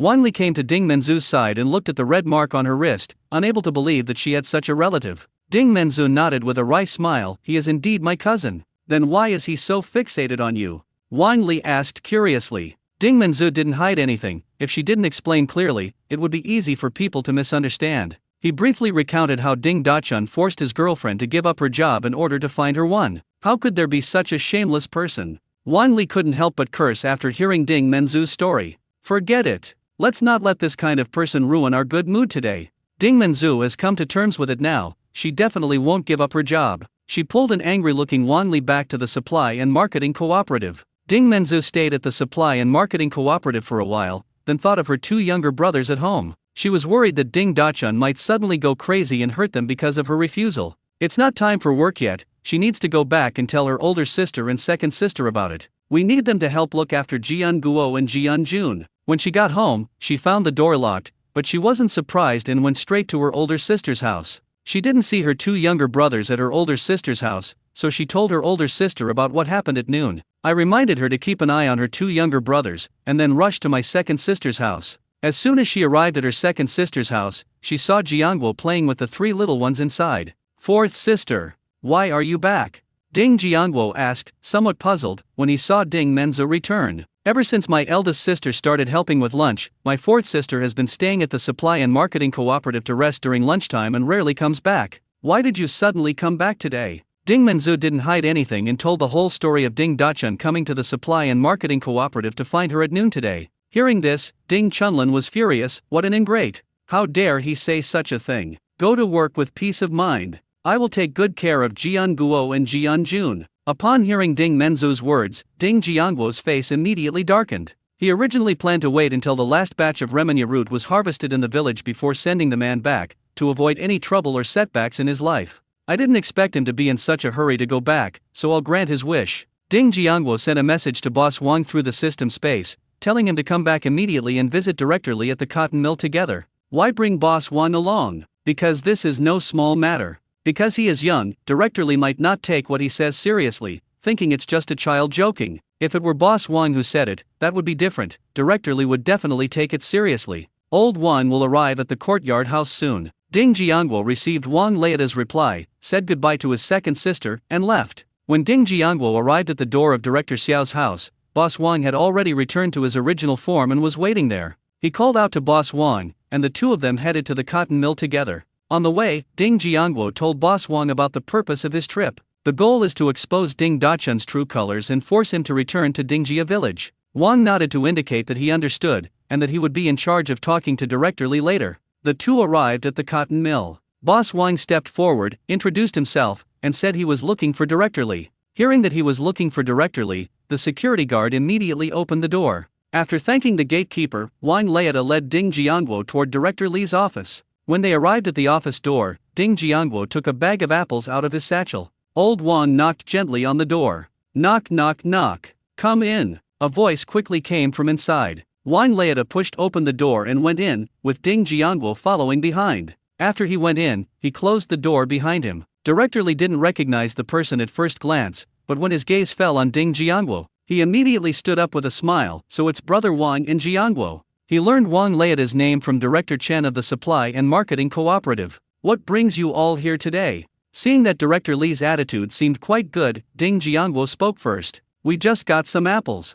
I just wanted to bring it over for Uncle Li to try. Good, good. Jianguo, you're so kind. Director Li accepted the apple Ding Jianguo offered without any hesitation. Then he looked at the two men and invited them to sit down. Brother Wang, Jianguo, sit here and have some tea. Jianguo, brother Wang, you've come here on another occasion, haven't you? Given my relationship with old Chen, just tell me what's wrong, and I'll definitely help if I can. After Director Li finished speaking, he looked at the two of them with a smile. Considering the favor the two had done for him last time, he decided to lend a hand as long as the matter wasn't too serious. Seeing that Director Li was so agreeable, Ding Jianguo spoke directly. Didn't you introduce my cousin to work in this factory last time? When Director Li heard the two mention Ding Dachun, he assumed they were there to discuss Ding Dachun's promotion to team leader, and he felt somewhat displeased. Didn't I say that I would suggest to Lao Lin in the workshop that he be the team leader? Why are you having someone come and talk to him about this again now? Does this mean they don't believe what they're saying? Director Li couldn't very well show their displeasure to their faces, so he could only explain to them. Don't worry about your cousin's promotion.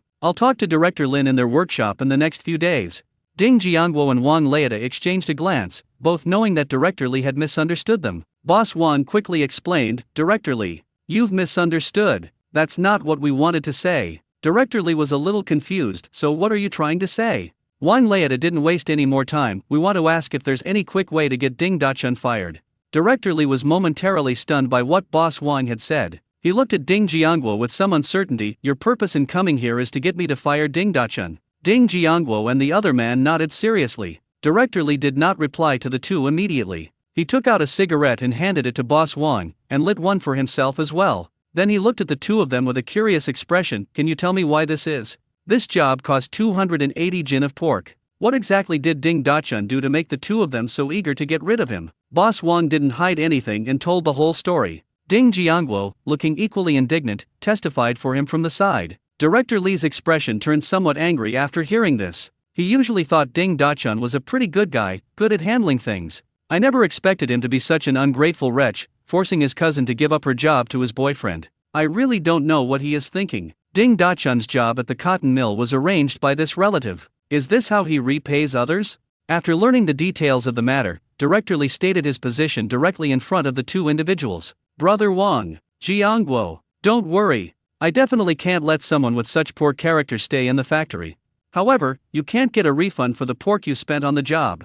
Boss Wang waved his hand magnanimously. It's alright, Director Lee. Just consider the meat a gift to the factory. I just hope he can be fired as soon as possible. Ding Jiangguo chimed in, yes. I hope Director Lee can help get this person fired as soon as possible. Seeing how resolute the two were, Director Lee didn't mince words and directly gave them the date. We'll give you the results in 3 days. While it's not possible to arbitrarily dismiss a full-time employee now, that's because the leaders haven't been tough enough to do so. If a leader really wants to fire someone, there will be plenty of sycophants to cooperate. Besides, Ding Dachun has only been working at the factory for a few months and doesn't have any connections. Even if he gets fired, no one will stand up for him. He doesn't need to do anything, he just needs to mention it to Lao Lin that the vacated spot after Ding Dachun's dismissal will be his compensation. I believe Lao Lin would be very willing to do this. Just a couple of days ago, I heard Lao Lin say that a distant relative wanted to work in the factory. But this relative didn't have much money, and he was also troubled by this. This is like a godsend. If old Lin heard about this, he could probably get rid of the person in less than 3 days.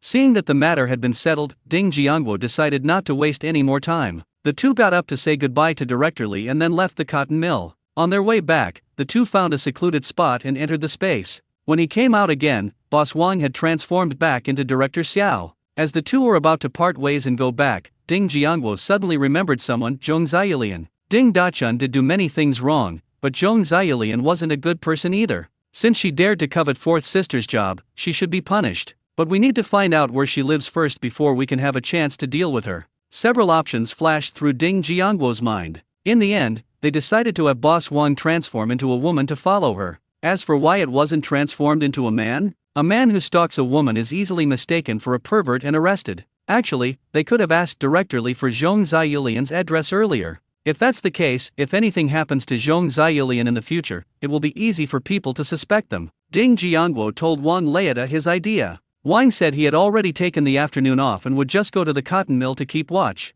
Ding Jiangguo immediately transmitted Zhong Ziyulian's image to Boss Wang through the spatial connection. Upon receiving the message, Wang Leida transformed into an ordinary middle-aged woman and returned to work at the cotton mill. Ding Jiangguo thought that Ding Dachun might come to his house and cause trouble that night. He rushed home without stopping. He went straight to his older sister's house after returning to the courtyard. At this time, the second sister was also at the eldest sister's house, and everyone knew that Ding Dachun would be coming over later. This time, however, I wasn't thinking about how to entertain him, but rather how to teach this ungrateful wretch a lesson. The eldest sister thought that if Ding Dachun came to the house tonight and made a scene, it would probably delay the cooking time. My second sister and I cooked dinner for the 3 families first. After they finished preparing dinner, they saw fourth sister come home from get off work. Fourth sister, why are you back so early? Ding Menzu walked into the house with a helpless expression. If I don't run fast, what if that Ding Dachun guy blocks me at the supply and marketing cooperative? Ding Jiangguo immediately stepped forward to comfort her fourth sister. I have good news for you. I've already taken care of it. Ding Dachun will be fired and sent back in 3 days at most. Upon hearing this, Ding Menzu's face lit up with joy. Is this true? Ding Jiangguo replied with absolute certainty, yes. Ding Menzu breathed a sigh of relief upon confirming that Ding Dachun had been expelled and rushing back. That's for the best. If he stays in the city any longer, who knows what he might do to us. She still feels a bit scared thinking about Ding Dachun's behavior at noon. However, she thought about how Ding Dachun had finally gotten the chance to work as a worker and live a good life. In a few days, I'll be back to square one, and I can't help but feel a pang of sadness. Ding Hongmei and Ding Chunlin shared the same feeling, but their feelings were more of awe towards Ding Jiangguo. These days, it's not easy for a factory to fire someone. Jianguo only went out once in the afternoon and came back, and he was able to get Ding Dachun out of his job. Does that mean they can also take away their men's jobs? They were much older than Ding Jiangguo, and had spent less time together, so their relationship wasn't as strong as that of his third and fourth sisters. It seems I'll have to give the men in my family a few more instructions when I get home tonight, so that one day I might accidentally offend Jiangguo and lose my job, and then I won't even have anyone to cry to. If Ding Jiangguo knew that his eldest and second eldest sisters had such thoughts, he would definitely complain, I must have been eating too much lately. Sister Hongmei, is Menzu with you? Ding Menzo had barely sat down inside when she heard a familiar voice coming from outside. Everyone looked up and saw Ding Dachun walking over hurriedly. Ding Hongmei stood in the doorway, holding a rolling pin, and glared at him. What are you doing at my house? We don't welcome you. Ding Dachun pretended not to hear and reached out to push Ding Hongmei away without a second thought. Menzu, I know you're inside. I just want to talk to you. What are you doing hiding in the house? Ding Menzu got up and came out, pointing angrily at Ding Dachun. I've already said I won't give up my job. Why should I give my job to your partner? Why is your face so big? If you're so capable, find her one yourself. Seeing that Ding Menzu was adamant and refused to give up her job, Ding Dachun was determined. Enraged, he forcefully pushed Ding Hungmei, who was blocking the doorway, aside. Ding Hungmei didn't expect him to use such force and was pushed aside. Seeing that the door was empty, Ding Dachun quickly walked in, reached out to grab Ding Menzu, and tried to force her to give up her job. Ding Jiangwo remembered that there was a new product in the space called exclusive to the mall called Power Needle. Being pricked with it can increase strength by 8 times. When no one was looking, he quickly gave his fourth sister an injection. Ding Menzu was completely unaware of any of this at that moment. She thought of how Ding Dachun had bullied her time and time again. He immediately flew into a rage, waving his little fists and throwing them at Ding Dachun. Ding Chunlin, who was standing nearby, was not idle either. She picked up the broom next to her and was about to hit Ding Dachun. Ding Dachun looked at the incoming fist and broom, and nonchalantly reached out to block them. As a result, he was sent flying by Ding Menzu's 2 punches. With a loud thump, Ding Dachun was thrown solidly outside the door. Ding Menzu discovered that Ding Dachun was actually a paper tiger, which greatly boosted her confidence. Since her anger hadn't subsided, she could use Ding Dachun to vent her frustration. So she strode out and snatched the broom from Ding Chunlin's hand. He grabbed a broom handle and started smashing it against Ding Dachun. Ding Dachun was in so much pain that he rolled on the ground, repeatedly begging for mercy. Menzu, stop! Don't hit her anymore. Ouch, that hurts so much. Ding Menzu ignored his shouts and continued to swat at Ding Dachun with the broom handle in her hand. Snap! The broom handle couldn't withstand Ding Menzu's force and finally broke. At this moment, Ding Dachun, who was lying on the ground with his hands covering his head, was still instinctively dodging left and right. He then noticed that the broom in Ding Menzu's hand was broken. He struggled to his feet and was about to hurl insults at Ding Menzu. Then I saw Ding Menzu turn around and take the rolling pin from Ding Hungmei's hand. This terrified Ding Dachun so much that he dropped his shoes and ran as fast as he could. He feared that if he were any later, Ding Menzu would really beat him to death here. Seeing Ding Dachun flee in disarray after being beaten by his fourth sister, Ding Jiangwo finally felt relieved. Actually, it would be easy for him to teach Ding Dachun a lesson, but he couldn't stay by his fourth sister's side to protect her every moment. Today, fourth sister personally drove Ding Dachun away, which is exactly the result he wanted. It seems that the effect is quite good now, and Ding Dachun is probably traumatized by the beating. For the time being, they probably won't dare to pressure fourth sister anymore. The eldest and second eldest sisters stared wide-eyed in shock. They were both taken aback by the energy Ding Menzo had unleashed today. Despite her frail physique, Ding Menzo managed to drive Ding Dachun away. Whoosh whoosh whoosh. Ding Menzu wiped the sweat from her face and explained with a somewhat unnatural expression. Don't look at me like that. I was just too angry, that's why I did that. Upon hearing this, Ding Hungmei and Ding Chunlin unconsciously swallowed hard. It seemed they couldn't speak too loudly to their fourth sister in the future. Otherwise, if she suddenly gets angry and beats me up too, that would be unfair. Why are you all standing outside? At this moment, the eldest brother-in-law and the second brother-in-law had just returned from get-off work and asked them curiously. Ding Hungmei said angrily to the two of them, that bastard Ding Dachun came over just now. He tried to force fourth sister to give up her job. I never expected that I would be chased away by my fourth sister. Look, the broom is still there. Ding Hungmei pointed to the broken broom on the ground. Chen Zaikai and Zhang Yigi shuddered when they saw the broken broom on the ground. The two thought to themselves, the sister-in-law is actually quite a formidable character. I never would have guessed. Ding Dachun must have been badly beaten this time. He probably wouldn't dare to cause trouble for his sister-in-law anymore. This can be considered a good thing. The family's mood for dinner was not affected by this incident. Zhang Yigi shared some interesting stories about his early days at the factory with everyone. Everyone enjoyed their dinner and listened to interesting stories, having a wonderful time. After having dinner at his elder sister's house, Ding Jiangwo got up and went home first. He had just received a message from Boss Wang via the space. He has found Zhong Ziyulian's address.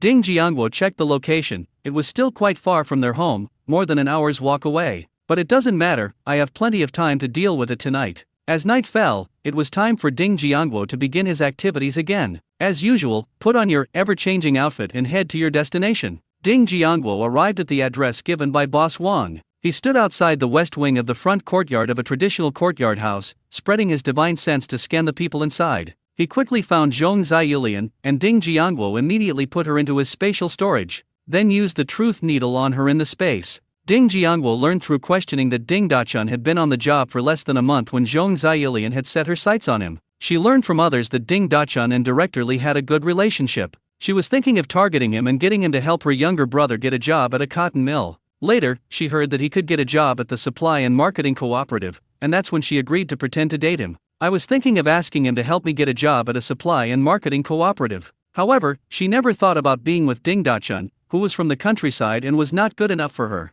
She planned that after getting the job at the Supply and Marketing Cooperative, she would find a reason to get rid of Ding Dachun, that idiot. As for the Ming Ge she mentioned that day, he was actually a plant she had worked with multiple times, mainly to provoke Ding Dachun, make him feel a sense of urgency so that he can get a job for himself quickly. No wonder Ding Dachun was so easily controlled. This was an organized and premeditated operation that most people couldn't withstand. If this kind of person is left alive, they will continue to harm people. How should we deal with them? Why not send her to an old bachelor in the mountains to be his wife? That would be a good deed. Living deep in the mountains, she probably can't hurt anyone anymore. Once Ding Jiangguo made his decision, he immediately went to the black market to find Lin Kuo-jun. This kind of thing is definitely best left to these kinds of people. When Ding Jiangguo told him about it, Lin Kuo-jun agreed without the slightest hesitation. Ding Jiangguo found a secluded spot outside the black market, handed Zhong Ziyulian over to them, and then left nonchalantly. At this moment, Ding Dachun, who was lying in the dormitory covered in injuries,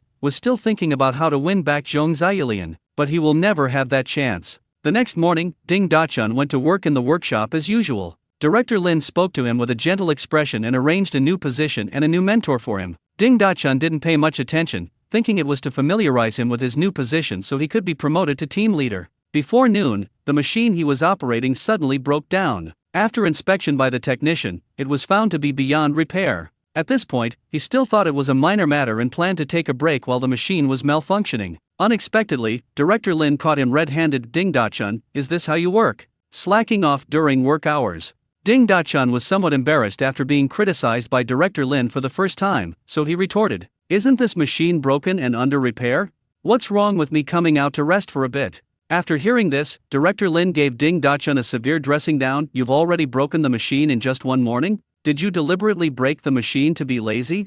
"I didn't. The machine broke down on its own," Ding Dachun shouted in his defense. Director Lin ignored him and directly called over his mentor and the worker at the next workstation. Let these people explain what just happened to their faces. Soon, these people recounted how Ding Dachun had deliberately violated regulations and damaged the machine. Ding Dachun immediately turned red with anger. "I did not violate any rules. Master Wang taught me to do it this way." He looked at Master Wang with anticipation, hoping he would step forward and prove himself. As a result, Master Wang really stood up, but what he said made Ding Dachun jump up in anger. Master Wang looked at Director Lin with a serious expression. "I didn't teach him to do that. If you don't believe me, Director, why don't you ask my other apprentices?"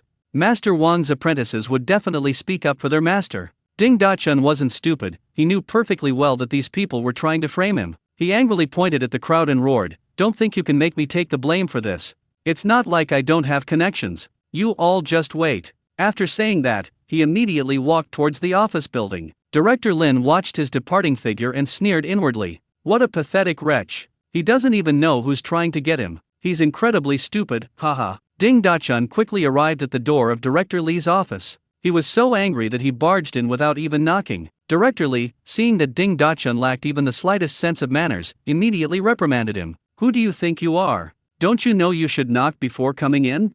Ding Dachun looked at Director Lee with a wronged expression, wanting to say something, but was frightened by Director Lee's sharp gaze. He quickly apologized, went out and closed the door, then knocked on the door again. "After knocking several times and waiting for a voice inside to invite me in, I gently pushed the door open and went in." Director Lee didn't even lift his eyelids when he saw the person enter, and said in a cold tone, "Comrade, what brings you here?" Ding Dachun was so focused on getting Director Lee to stand up for him that he didn't notice the tone of Director Lee's voice. He habitually sat in his usual chair and poured out his grievances to Director Lee with a face full of grievance. As a result, he was abruptly interrupted by Director Lee after only a few words. "Comrade, you've got the wrong person.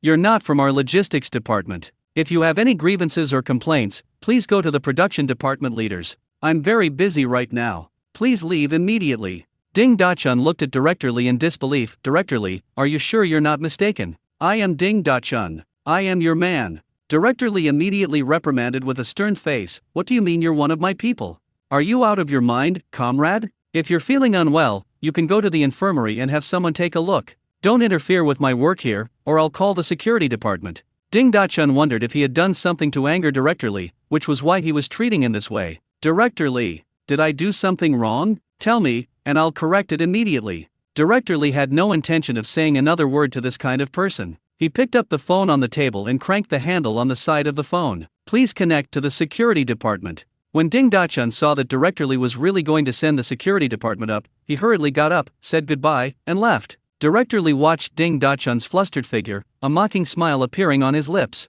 An ungrateful wretch still wants to be with me? He must still be dreaming. After leaving Director Lee's office, Ding Dachun prepared to return to the workshop. But the thought of going back like this, and how those people would surely laugh at him, made him realize how dangerous it was. Ding Dachun simply skipped work and went back to his dormitory to sleep. He thought he would go back after everyone had forgotten about it by tomorrow. At that time, Ding Dachun will still be the most popular person in the workshop. He simply couldn't wait for a second chance to start work. He was notified by the security department as soon as he got off work that he should move out the next day. Ding Dachun thought the other person was trying to bully him, so he jumped out of bed. I'm a worker at a cotton mill, why should I move out? Who gave you the right to do that? Don't think you're so great just because you're from the security department. Believe me or not, I'll go and complain to your captain about you. The security officer glanced at him indifferently. It's your prerogative to file a complaint. We've already notified you. If you don't move out by tomorrow, we'll throw all your things out.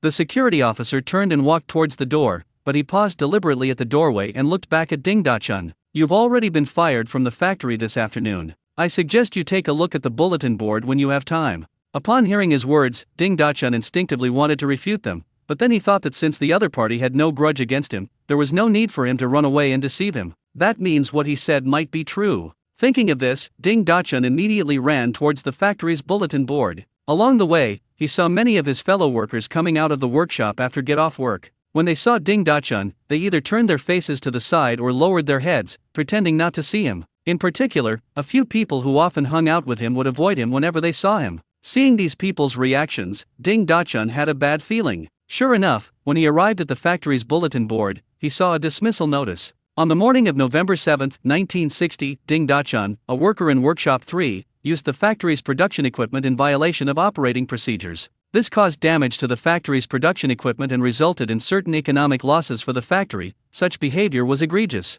After discussion at the factory meeting, it was decided to immediately dismiss him from the factory, cancel his urban household registration and grain and oil ration. Ding Dachun ripped the announcement off and read it over word by word. After finally confirming that he had really been fired, he went completely mad. He angrily tore the paper to shreds. Then he stumbled back to his dorm, muttering to himself, "Impossible. This must be fake. This must be a dream." Ding Jiangguo was unaware that Director Lee had acted so quickly, firing Ding Dachun in just one day. If he knew, he would definitely give him a 5-star review. The next morning, Ding Dachun got up early, washed up, put on his work clothes, and went to the workshop. He greeted every co-worker in the workshop warmly. However, everyone avoided him when they saw him coming, afraid of being implicated. He seemed oblivious to everyone's attitude towards him and went straight back to his previous workstation. Before even starting work, they would proactively pick up their tools and begin working. Some people couldn't help but feel sorry for him when they saw him like this. As the start time for work drew closer, the team leader soon arrived.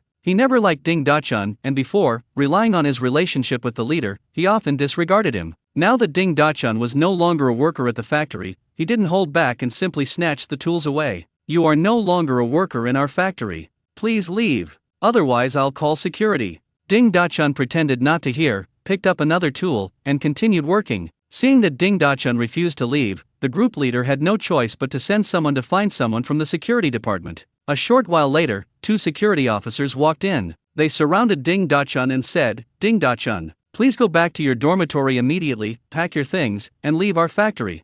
Otherwise, we'll have to forcibly send you away." Ding Dachun ignored them and continued to bury himself in his work. The 2 security officers saw that Ding Dachun ignored them. They went straight up and prepared to drag him away by force. When Ding Dachun saw that the 2 were about to pull him away, his pent-up emotions suddenly exploded. He waved his tools and shouted, "Don't interfere with my work.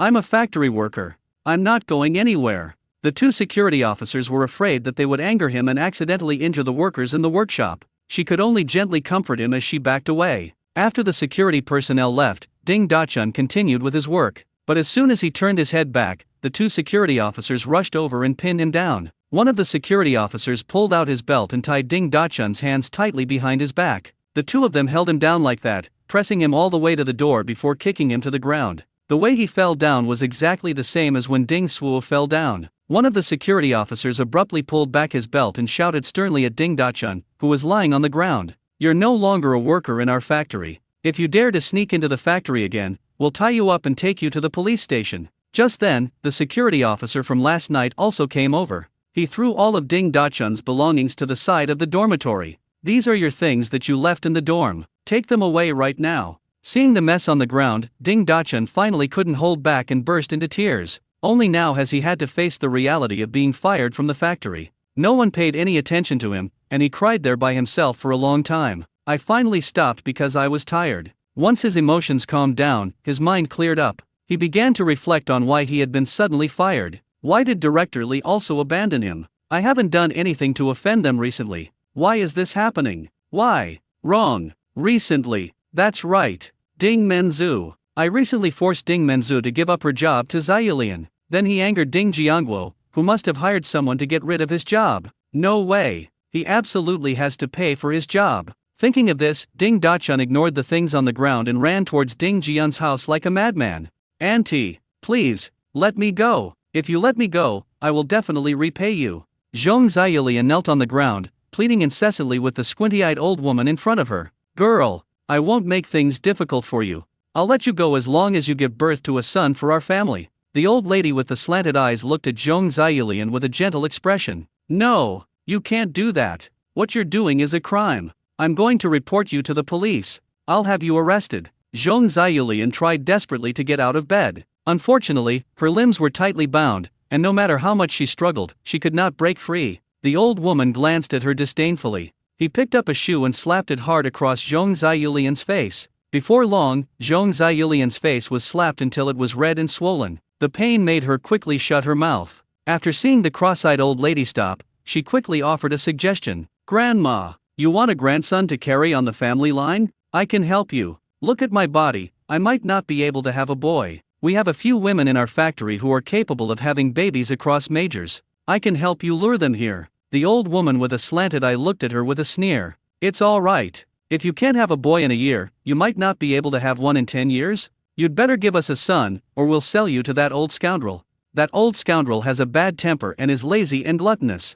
The wife he originally bought not only had to serve him, but also had to entertain customers every day to earn money for him to spend. Zhong Zayulian shuddered upon hearing this. The thought of such a life made her want to end her own life. But how could someone as selfish as her bear to die? The squinty-eyed old lady didn't care what she thought. He forced half a dark, mushy pancake into her mouth, then turned and left. Already starving, Zhong Zayulian didn't care what was in her mouth. She struggled to eat with both hands, constantly telling herself that she needed to eat so she would have the strength to escape. "Da Bao, this is the wife your mother found for you. You sit here and keep an eye on her. If she dares to untie the ropes, beat her to death with this. And remember, don't untie her ropes, okay?" Just then, the squinty-eyed old woman pulled a young man in. She also handed a stick to the young man. The young man nodded at the squinty-eyed old woman with his long stick, then turned to Zhong Zayulian and grinned foolishly. "You can't untie the rope, or I'll beat you to death." Seeing that everything had been explained, the squinty-eyed old lady went to get to work. She finally breathed a sigh of relief as she heard the courtyard gate close. She lay on the bed and waited for a while, making sure that she and the idiot were the only ones in the yard. She then stretched her head to her bound wrists, opened her mouth, and prepared to bite off the hemp rope binding her wrists. Bang! Before she could react, she was knocked unconscious with a stick. Bang, bang, bang. The sound of being hit with a stick echoed continuously on Zhong Zayulian's body. "I'll beat you to death. You disobeyed me. You need to untie the ropes. I'll beat you to death." When Zhong Zayulian woke up again, she was covered in injuries. She lay on the bed, staring blankly at the dark night sky outside, with an expression of utter despair. At the same time, Ding Dachun had already arrived at Ding Hungmei's house. When he saw Ding Menzu there, he instinctively paused, but thinking of his work, he gritted his teeth and went inside. "Ding Dachun, what brings you here again? Haven't you had enough of being beaten up yet?" When Ding Hungmei saw Ding Dachun enter the room, she immediately put down her chopsticks and angrily scolded him. Ding Menzu's approach was much simpler. She simply grabbed her newly bought broom and started hitting Ding Dachun. Startled, Ding Dachun hurriedly retreated outside, explaining anxiously, "Menzu, don't make a move. I'm not here for your job." Ding Menzu did not stop after hearing his words. He continued to swat the broom at Ding Dachun. Without the boost of the power needle this time, she quickly became exhausted and had to stop. Ding Dachun didn't notice anything unusual. He thought Ding Menzo had calmed down, which is why he stopped. Chen Zaikai stood at the front, staring at Ding Dachun with an unfriendly expression. Speak up if you have something to say. Otherwise, get out of here. You are not welcome in our home. Seeing that there were quite a few people standing in the courtyard, Ding Dachun quietly suggested, "Can we talk inside?" "All right. You can only speak from inside the room near the door." Chen Zaikai also noticed that people were gradually gathering around. Not wanting to cause a spectacle, he reluctantly agreed to Ding Dachun's request. As the group entered the house, they continued to watch Ding Dachun, who had followed them in, with wary expressions. Ding Dachun entered the room and was about to reach for a chair to sit down. He was then swept away by Ding Menzu with a broom. Startled, Ding Dachun quickly withdrew his hand. Chen Zaikai didn't mince words, saying coldly, "Speak quickly if you have something to say, and then leave quickly." Ding Dachun felt wronged. He hadn't done anything, yet he was beaten as soon as he entered. These people still treat him this way. He looked at Chen Zaikai with a wronged expression. "Brother-in-law, I really didn't come here to cause trouble. I just want to ask Jiangguo, why did you take away my job at the cotton mill?" After Ding Dachun finished speaking, he looked at Ding Jiangguo, as if he wanted Ding Jiangguo to give an explanation. Ding Jiangguo looked him straight in the eye without flinching. "Do you remember what Grandpa said on the mountain back then? Did Grandpa ever tell you to give me half of your monthly salary to help you pay off the money you spent on buying a job?" Ding Dachun replied in a low voice, his expression somewhat unnatural. "Yes, that's true." Ding Jiangguo then questioned, "It's been more than 3 months since you joined the company. Have you ever given me a single penny?" Ding Dachun wanted to argue, but he swallowed his words. "He definitely didn't give it to me, that can't be faked." Ding Jiangguo relentlessly questioned, "If you don't pay them, why should they work for you? Just because he's your father doesn't mean he's entitled to it from you?" Ding Dachun hurriedly pleaded, "Jiangguo, I know I was wrong. Can you please not let the factory fire me? I'll go back and borrow the money to pay you back right now." He's so adorably silly, he doesn't even realize where he went wrong. Forget it, we should just send this kind of person back as soon as possible. Otherwise, staying in the city will only harm everyone sooner or later. Ding Jiangguo shook his head firmly. "There's no chance. You can leave." Ding Dachun glared at Ding Jiangguo with resentment, his expression turning somewhat cold. "Ding Jiangguo, are you sure you won't help me?" Ding Jiangguo stared at him expressionlessly and without saying a word, his meaning clear, he was not going to help him. Ding Dachun, enraged and embarrassed, roared at Ding Jiangguo, "Believe it or not, I'll tell the speculation and profiteering office tomorrow about how you organized everyone to exchange Remenya glutinosa for grain." Ding Jiangguo stared at him like he was a fool. "Go quickly. See if anyone believes you. Even if they really believe it, the people they'll arrest are your parents, your brother and sister-in-law, and your grandparents. Now that you've been fired from the factory, you'll definitely have to go back to the village. Tell me, what if everyone knew you were someone who betrayed your grandparents, parents, and brothers? What will it be like in the village from now on?" Upon hearing this, Ding Dachun's face immediately fell. If that were true, he would definitely be kicked out of the village. He only said that to scare Ding Jiangguo, he wouldn't dare to actually do it. But now Ding Jiangguo refuses to help him solve his job problem. He will be sent back to the village tomorrow. What should we do now? After much deliberation, having exhausted all other options, Ding Dachun gritted his teeth and made a decision. With a thump, he knelt down. With tears in his eyes, he pleaded with Ding Jiangguo. "Jiangguo, I know I was wrong now. I shouldn't have owed this money and not paid it back. I shouldn't have forced Menzu to give up her job. Please, for my parents' sake, help me this once. I will always remember your kindness and will repay you properly in the future." Ding Dachun waited for a while, but seeing that Ding Jiangguo was unmoved, he ignored him. He could only look at Ding Menzu with anticipation. "Menzu, your cousin really knows he was wrong. Could you please talk to Jiangguo for me and ask him to find someone to put in a good word for me so that the factory won't fire me?" No matter what he said, Ding Menzu ignored him. Ding Dachun then placed his hopes on Ding Hongmei. Ding Hongmei is Ding Jiangguo's older sister. If she were willing to plead for him, Jiangguo would probably help him. "Sister Hongmei, I really know I was wrong this time. Please help me persuade Jiangguo. If I really get expelled and sent back to the village, my grandparents will be very sad. At that time, the villagers will not only laugh at me, but they will laugh at them too." Ding Hongmei saw that he was still trying to play tricks and morally blackmail them. "I believe the villagers are all reasonable people. If they were to make a joke, they would only make a joke about certain untrustworthy people. All right, we still need to continue eating. Now that you've said what you wanted to say, please leave now."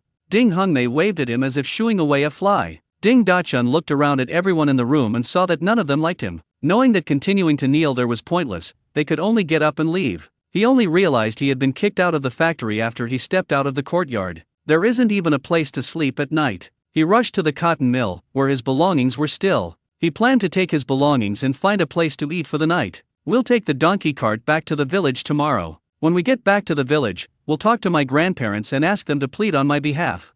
I estimate that I still have a chance to go back to the city and work as a laborer. Thinking of this, he felt energized again, and his steps quickened considerably. After dinner, everyone went back to wash up and go to bed. As for whether Ding Dachun will speak ill of him to his grandparents when he returns to the village, Ding Jiangguo didn't care at all. He was right anyway. He had planned to sleep in, but his younger brother woke him up early in the morning. "Brother, get up! Brother, Sister Zayahua is here." Ding Jianjun kept shaking Ding Jiangguo's shoulders. Ding Jiangguo felt a little dizzy, so he opened his eyes, yawned, and asked, "Who's here?" Ding Jianjun replied excitedly, "Sister Zayahua. She came by car today." Upon hearing that they had arrived by car, Ding Jiangguo immediately got out of bed and asked somewhat guiltily, "Did she say why she wanted to see us?" Ding Jianjun looked a little anxious. "She said she wants us to go fishing with her." "Oh right. Her grandfather seems to be in the car too." "Brother, we've been waiting for you. Hurry up." Ding Jiangguo immediately washed up, locked the door, and walked out of the yard.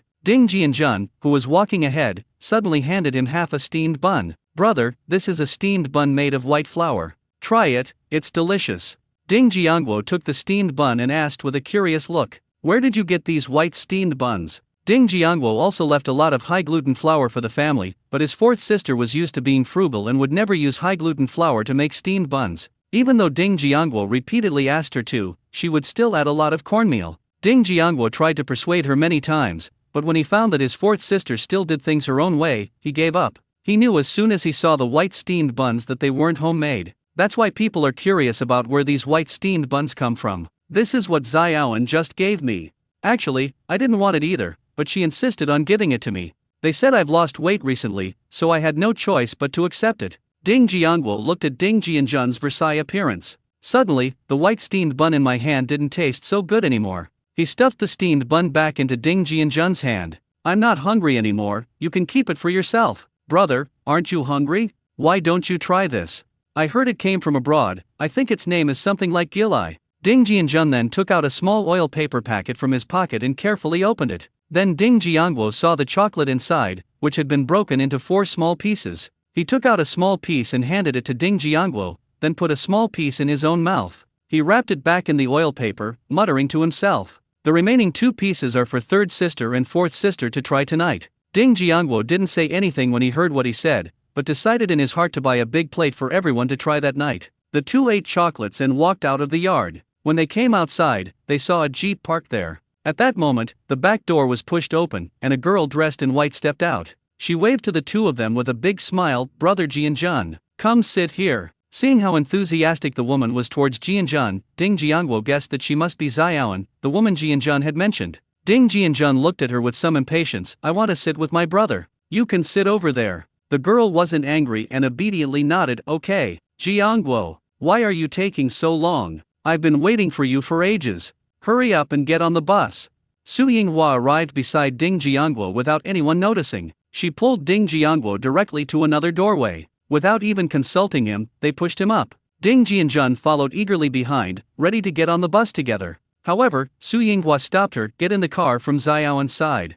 Ding Jianjun didn't mind and immediately went around to another door to get on the bus. After they were all seated, Mr. Su told the driver to start the car. The jeep sped along and soon arrived at the riverbank. As soon as the jeep came to a stop, Su Yinghua pushed open the car door and jumped out. Ding Jiangguo also got off the bus. When Su Yinghua saw him come down, she quickly called him over to help her carry the things. She handed the small iron bucket and stool to Ding Jiangguo. He took his fishing rod and ran to the riverbank to find a good spot to fish. Fortunately, the items weren't heavy, and Ding Jiangguo carried them easily as he followed behind. However, when he glanced at the 2 people behind him out of the corner of his eye, he suddenly felt that the things in his hands were as heavy as 1,000 pounds. Ding Jianjun was seen slowly walking towards them, carrying only a fishing rod. The girl was following behind him. At this moment, the little girl was just like him, holding a bucket in one hand and a small stool in the other. Ding Jianjun seemed to notice that his brother was looking at him. He walked over quickly, carrying his fishing rod, and asked with concern, "Brother,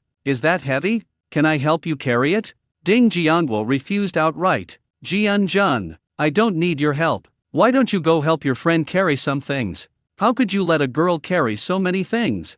Xiaoan quickly stepped forward to defend Ding Jianjun. "Brother Jiangwo, it's all right. Brother Jianjun has already gotten the fishing rod for me, that's great. I told him not to take these things, so don't blame Jianjun." Ding Jianjun looked at Ding Jiangwo and shrugged helplessly. Just then, Ding Jiangwo heard an old man's voice. "Hey, what are you doing here, kid?" Ding Jiangwo instinctively looked toward the voice, and his heart skipped a beat when he saw who was speaking. Holy crap! It's that round-faced old man. He quickly shifted his gaze to Su Yinghua. Pretending not to hear the old man shout, he quickly walked towards Su Yinghua. "In my mind, I kept repeating, 'You didn't see me. You don't recognize me. How Tongzi? It's me. Don't go.'" Upon hearing this, Ding Jiangwo quickened his pace even further. "Jiangwo, is that old man calling you?" Su Yinghua looked at the round-faced old man behind Ding Jiangwo with some confusion. "No, he probably mistook me for someone else. Didn't you say you wanted to go fishing? Let's get started." Ding Jiangwo put the small iron bucket aside and handed her the small stool. After hearing what Ding Jiangwo said, Su Yinghua shifted her attention to fishing. She didn't immediately put on the bait. She first took out a bar of chocolates from her pocket and handed it to Ding Jiangwo. "I'm rewarding you for your good performance today." Ding Jiangwo saw the whole bar of chocolates and happily stuffed it into his pocket. "I was thinking of taking out the whole tray tonight to show Jianjun, so he would know that his brother will always be his brother." Su Yinghua watched Ding Jiangwo grinning foolishly and ignored him. They took the canned food directly out of the iron bucket, took out the bait from inside, and hung it on the fishing hook. He cast the fishing rod into the river and then sat on a small stool waiting for the fish to bite. There were relatively few people fishing here at the time, less than 10. Old Su found a spot nearby and sat down to start fishing. Even Jianjun sat on a stool, holding a fishing rod, and tried to fish like others. Xiaoan stood quietly to the side, watching him. Ding Jiangwo didn't want to be discovered by the round-faced old man, so he kept his eyes fixed on the fishing float. Unexpectedly, Su Yinghua was so lucky, she caught a fish shortly after sitting down. As she walked the fish, she asked Ding Jiangwo to come and help her. Ding Jiangwo had no choice but to take the rod from her and use his divine sense to lock onto the fish, imprisoning it. He slowly pulled the fish towards the riverbank, and soon he had brought a fish weighing over a pound to the shore. Su Yinghua excitedly removed the fishing hook, grabbed the fish, and threw it into the small iron bucket. The commotion attracted the attention of those nearby. They saw with their own eyes that these children had just sat down, only a few minutes ago. He caught a fish, and everyone was very envious. Ding Jiangwo was about to return the fishing rod to Su Yinghua when he heard a voice behind him. "You brat! Why didn't you answer when I called you?" Ding Jiangwo knew there was no escaping at this time, so he could only feign surprise and shout, "Oh, it's you, old man. I never expected to meet you today, what a coincidence." The round-faced old man stood there, looking at Ding Jiangwo with a half-smile, but didn't respond to his words. Ding Jiangwo, looking guilty, tried to make an excuse to get rid of him. "Old man, I'm a bit busy right now. Let's chat sometime next time we have time." Ding Jiangwo didn't care whether the round-faced old man believed him or not, and just picked a relatively large leaf. He stood next to Su Yinghua and fanned her, looking every bit like a lackey. "You're useless hiding there. Get here right now." The round-faced old man reached out to grab Ding Jiangwo in an annoyed manner. Su Yinghua immediately put down her fishing rod, spread her arms to block Ding Jiangwo, and shouted, "What are you doing? I won't allow you to take Jianguo away." When Grandpa Su heard his granddaughter calling out, he quickly turned around to look. Upon discovering that it was his old rival who had provoked his granddaughter, he immediately shouted, "Old Tang, what are you doing? Are you trying to bully my granddaughter?" Old Tang quickly turned around and explained, "Old Su, don't talk nonsense. I know this kid. I need to talk to him about something." Looking at the boy behind his granddaughter, Old Su asked in disbelief, "Kid, do you know this old man?" Although the two didn't get along, Old Man Tang was a man of status, and he found it hard to believe that this young man would know Old Man Tang. Ding Jiangwo didn't dare to lie, so he could only nod with a wry smile and admit it. When Old Man Tang saw that Ding Jiangwo had admitted it, he immediately found a reason to take Ding Jiangwo away. "That kid hasn't finished what he promised me. Now that I've seen him, I'm thinking of making him keep his promise." When Old Su saw Ding Jiangwo looking at him, he nodded to him to reassure him. "In that case, kid, you can go with Old Man Tang. Although Old Tang isn't a great man, he's an upright and honest person. He would never bully a child like you." What else could Ding Jiangwo do but bite the bullet and go with Old Man Tang? Su Yinghua followed behind him, though she was a little worried. Ding Jiangguo quickly turned his head away, refusing her permission to continue following him, and gave her a reassuring look. The two quickly reached the other side of the riverbank, where Old Man Tang stopped. "What were you scared of just now, kid? Do you think I'd eat you?" Old Tang looked at Ding Jiangguo and glared at him irritably. He quickly patted Ding Jiangguo's head with a smile. "You little rascal, that recipe is really good. It allowed me to beat several groups of people."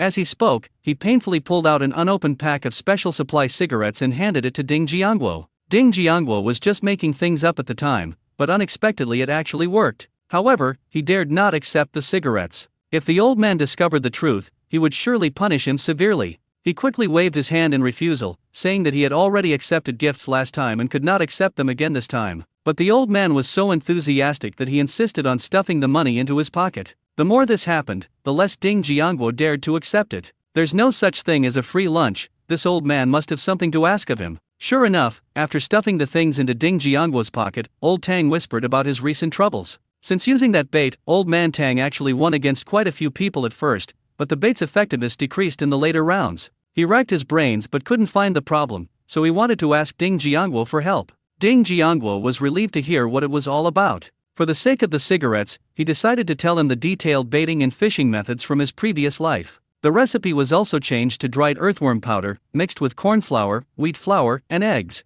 Hopefully, we can guide him onto the right path, lest he discover later that the previous recipe was just a prank on him. Even if he gets punished, no one will dare to speak up for him. Old Tang, having acquired a new formula, left happily. After he left, Ding Jiangguo slowly walked back. "Kid, what did Old Tang want with you just now?" When Old Su saw Ding Jiangguo return, he asked with a curious look. Ding Jiangguo didn't hide anything, he told Old Su everything. Of course, he wouldn't be foolish enough to reveal everything, he only briefly mentioned the previous formula in one sentence. After hearing this, Old Su looked at Ding Jiangguo with great dissatisfaction. "So it was you who gave him the formula? How could you side with outsiders? It caused us to lose several packs of cigarettes and alcohol to him a while ago." Ding Jiangguo, being very perceptive, offered his new formula. As for the results, he didn't care. Su Yinghua greeted Ding Jiangguo as soon as he returned. "Jiangguo, come help me quickly. I need to change positions." Ding Jiangguo asked in confusion, "Why do we need to change locations?" Su Yinghua pointed to the small iron bucket with a dejected look. "Look, it's the same one we just caught. You've been walking for so long and haven't caught a single fish." Ding Jiangguo looked at her speechlessly. He had only been gone for about 10 minutes. Wasn't it normal that he hadn't caught any fish? "I just tried my luck and caught one. I really thought fishing was that easy. I sat on it, baited it, and cast it into the water." "The fish line up to take the bait?" Ding Jiangguo could only comfort her. "If you sit down and fish a little longer, maybe you'll catch a fish." Su Yinghua had no choice but to sit back down with some skepticism and cast her line again. Ding Jiangguo stood to the side and used his divine sense to find a fish weighing about 1 pound in the river. He then restrained the fish and hooked it onto Su Yinghua's fishhook. Su Yinghua also sensed the change in the fishing rod. She stood up excitedly and began to play the fish. Ding Jiangguo guided the fish to swim slowly towards the riverbank, working in harmony with her. Su Yinghua quickly pulled the fish ashore. She removed the fishhook, grabbed the fish with both hands, and threw it into the small metal bucket. He then sat back down with renewed enthusiasm and continued fishing. When Ding Jiangguo saw that she no longer mentioned changing seats, he started wandering around aimlessly. He unknowingly found himself at the spot where he had fished last time. "Viagra. It's this kid." At this moment, one of the young men pointed to Ding Jiangguo and another young man with a crew cut. "You actually lost to a kid? Ha ha ha." The crew cut youth couldn't help but burst into laughter when he saw his companion lose to a child at fishing. Hearing the sudden laughter, Ding Jiangguo couldn't help but look over. His gaze swept over the group of people, and he noticed that one of the young men looked somewhat familiar. Before he could even remember who this person was, the group of young men started walking towards him. Ding Jiangguo had no idea that these people were there to see him, so I continued to stroll leisurely along the riverbank. As a result, several young men blocked their way. Ding Jiangguo, unaware that they were there to see him, prepared to bypass them. "Kid, my brother says you're a great fisherman. How about we have a competition?" At this moment, the crew-cut youth standing in the middle stepped forward and spoke. Only then did Ding Jiangguo recognize who the young man was. "Isn't this the Angkor Wat guy who claims to be a fishing expert? Is he looking for someone to stand up for him?" Ding Jiangguo had absolutely no interest in this kind of competition. "So what if you win?" Ding Jiangguo looked at the crew-cut youth with feigned confusion. "You've mistaken me for someone else. You said I'm just a kid. How could I possibly be good at fishing?" The crew-cut youth looked at the young man next to him with some displeasure, thinking that he was lying to him. The young man quickly began to explain. That's him. Lots of people saw him here last time. If you don't believe me, ask those people over there, they were all there. Seeing that he spoke with such certainty and didn't seem to be lying, the crew-cut youth continued to block Ding Jiangwo's way. Young man, I'm also a fishing enthusiast. I'd love to have a friendly spar with you. After hearing what that person said, Ding Jiangwo knew that he couldn't fool them this time. I had to come up with a reason to persuade him to leave. A friendly spar is fine, but what benefits will I get if I win? Seeing Ding Jiangwo speak with such confidence, the crew-cut youth became even more eager to compete with him. He looked at Ding Jiangwo and asked in a calm tone, "What do you want?" Ding Jiangwo sized up the man in front of him. He could tell at a glance that the man was from a high-ranking family and probably had some valuables on him. He doesn't lack most things, so what can we get from him? Ding Jiangwo's mind raced. Suddenly, he remembered that he didn't seem to have a sewing machine or a bicycle at home. Or you could get a sewing ticket or a bicycle ticket from him. Actually, he could buy both of these things in the mall. But such large items need to be clearly documented, otherwise it's impossible to explain if someone reports it. Thinking of this, Ding Jiangwo looked up at the young man on the platform. Do you have bicycle tickets or sewing machine tickets? The crew-cut youth hadn't expected the kid to go this far, but he wasn't stupid either. Since his stakes are bicycle tickets or sewing machine tickets, the other party must also be able to offer something of equal value. I have a special ticket for sewing machines. The crew-cut youth proudly showed off his things, then asked Ding Jiangwo a question in return. But what can you possibly offer? Ding Jiangwo thought for a moment and then took out the pack of special supply cigarettes that old Tang had given him. He held it up and waved it in front of the crew-cut young man. How about this cigarette? The crew-cut youth saw Ding Jiangwo take out a pack of cigarettes and was about to make a sarcastic remark. But once he saw the words on it, he couldn't resist reaching out to take it. Even his father couldn't afford this cigarette, let alone him. When Ding Jiangwo saw him reach out, he immediately put the cigarette back in his pocket. The crew-cut youth realized he had been somewhat rash just now. He smiled and looked at Ding Jiangwo, preparing to probe the other's background. Whose kid are you? How come I've never seen you in the compound circle before? Ding Jiangwo chuckled inwardly. Of course, he had never met him before, because he wasn't even in their circle. Is it going to work or not? Give me a straight answer. Stop dawdling. Ding Jiangwo looked at him with great impatience. The young man with the crew cut wasn't angry. He was a kid from a high-ranking compound, so it was normal for him to be a little arrogant and short-tempered. Fine. If I lose, I'll give you a sewing machine ticket. If you lose, you give me that pack of cigarettes.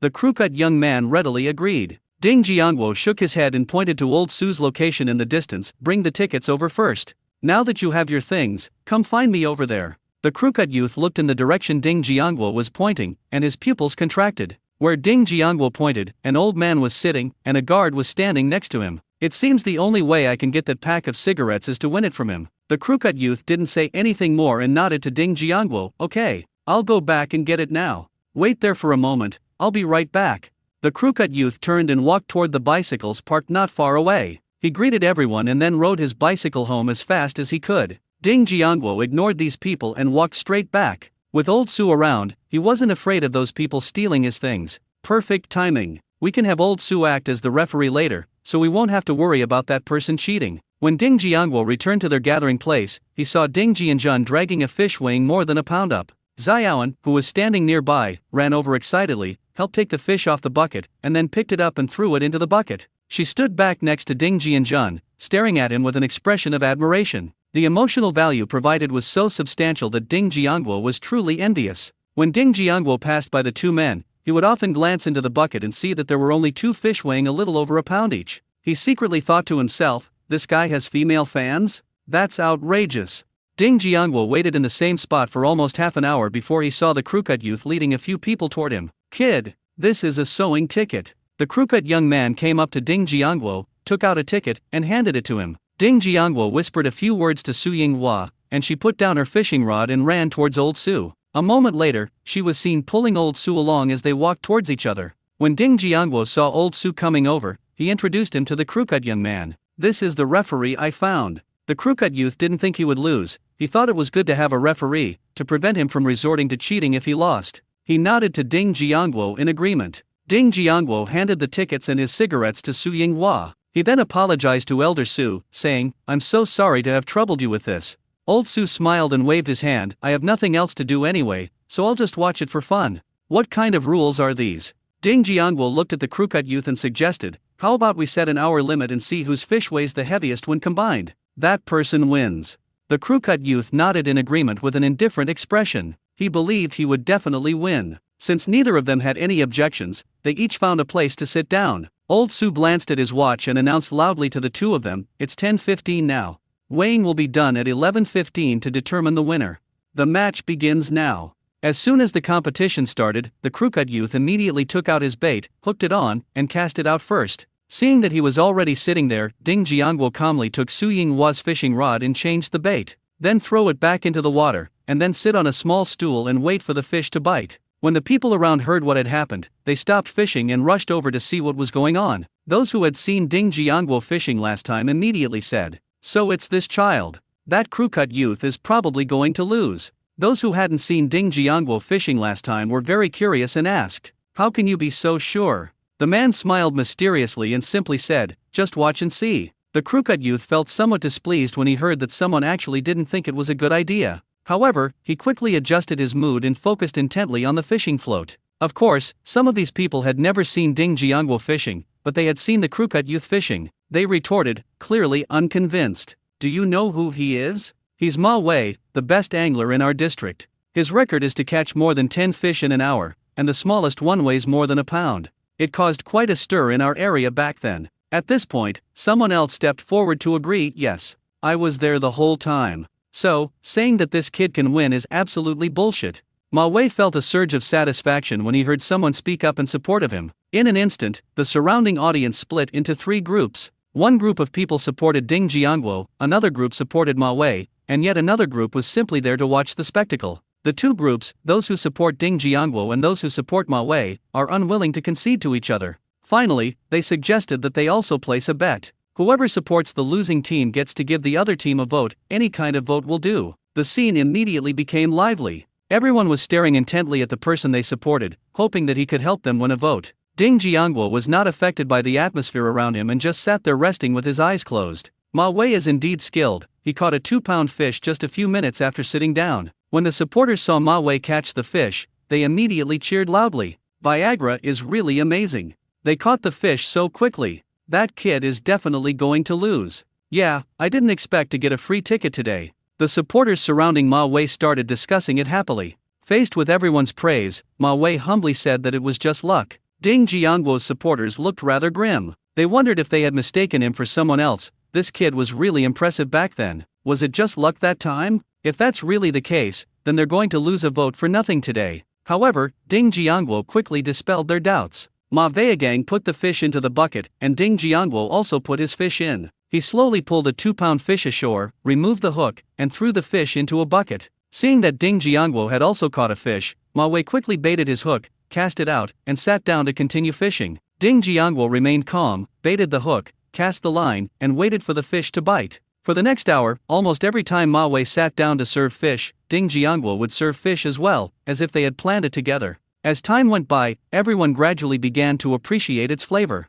There's no way it's such a coincidence. The child must have done it on purpose. Those who originally supported Ma Wei have all started to quietly slip away. With 5 minutes left, all of Ma Wei's supporters had fled. Only the few companions who had come with him remained. Ding Jiangguo mentally estimated the weight on both sides. "I realized I weighed 2 pounds more than the other side." However, he felt it wasn't safe enough, so he decided to go for a bigger one in the end to avoid having to weigh it. How did Ding Jiangguo know that he weighed 2 jin more than Ma Wei? That's because Ma Wei selects all the fish he catches, hee. Ding Jiangguo pretended that his body was uncontrollably pulled forward by the fish. A sharp-eyed person nearby immediately shouted, "Look, that lever is really strong, it must be a big truck." Ding Jiangguo manipulated the fish in the river, pulling them against himself for a while. Just before the time was up, we borrowed a landing net and pulled up a 5-pound fish. At this moment, Ma Wei also caught a fish, but it only weighed a little over a pound. He put the fish into the bucket, not even looking at Ding Jiangguo, and called to his companions to pick up the bucket and leave. There's no need to weigh the results of the match, who won and who lost. Every time Ding Jiangguo caught a fish, he would secretly glance at it. The size was about the same as his, sometimes even a little bigger. The two of them always caught the same number of fish, one after the other. However, the weight difference in the last one was too great, and he knew he had lost without even weighing it. "If we don't leave now, are we just going to stay and be laughed at?" Ding Jiangguo ignored him and, with everyone's help, dragged the fish ashore and gave the fishing rod to Su Yinghua. He sat down and rested to the side. Su Yinghua stopped fishing and sat down next to him, looking at him with admiration. He kept asking questions. Jiangguo, how come you're so good at fishing? Do you have some fishing secrets? Can you teach me? Fortunately, after the two had been sitting there for a short while, old Su informed them that it was time to go back. Ding Jiangguo immediately packed his things and got into the jeep. Back in the courtyard, Ding Jiangguo left the largest one to old Su as payment for his role as referee. Old Su was about to refuse, but Su Yinghua stopped him. According to her, this was a gift from Jiangguo, and she had to accept it, otherwise it would hurt his self-esteem. Old Su had no choice but to accept the fish. They were also invited to visit their home when they had time, and their family would prepare a delicious meal for them. Ding Jiangguo smiled and agreed, saying he would definitely come over for a meal when he had time. Ding Jiangguo and Ding Jianjun took a few items and headed straight for their eldest sister's house. Big sister, look what I brought back. Ding Jianjun shouted as he walked outside carrying fish. Ding Hongmei came out of the house with a smile. You two lads, hurry up and wash your hands, come in and have lunch. Hey, you guys went fishing again. Quickly put it in the enamel basin. Your brother-in-law will make it for you tonight. Seeing the two carrying fish, Ding Hongmei quickly brought over the enamel basin.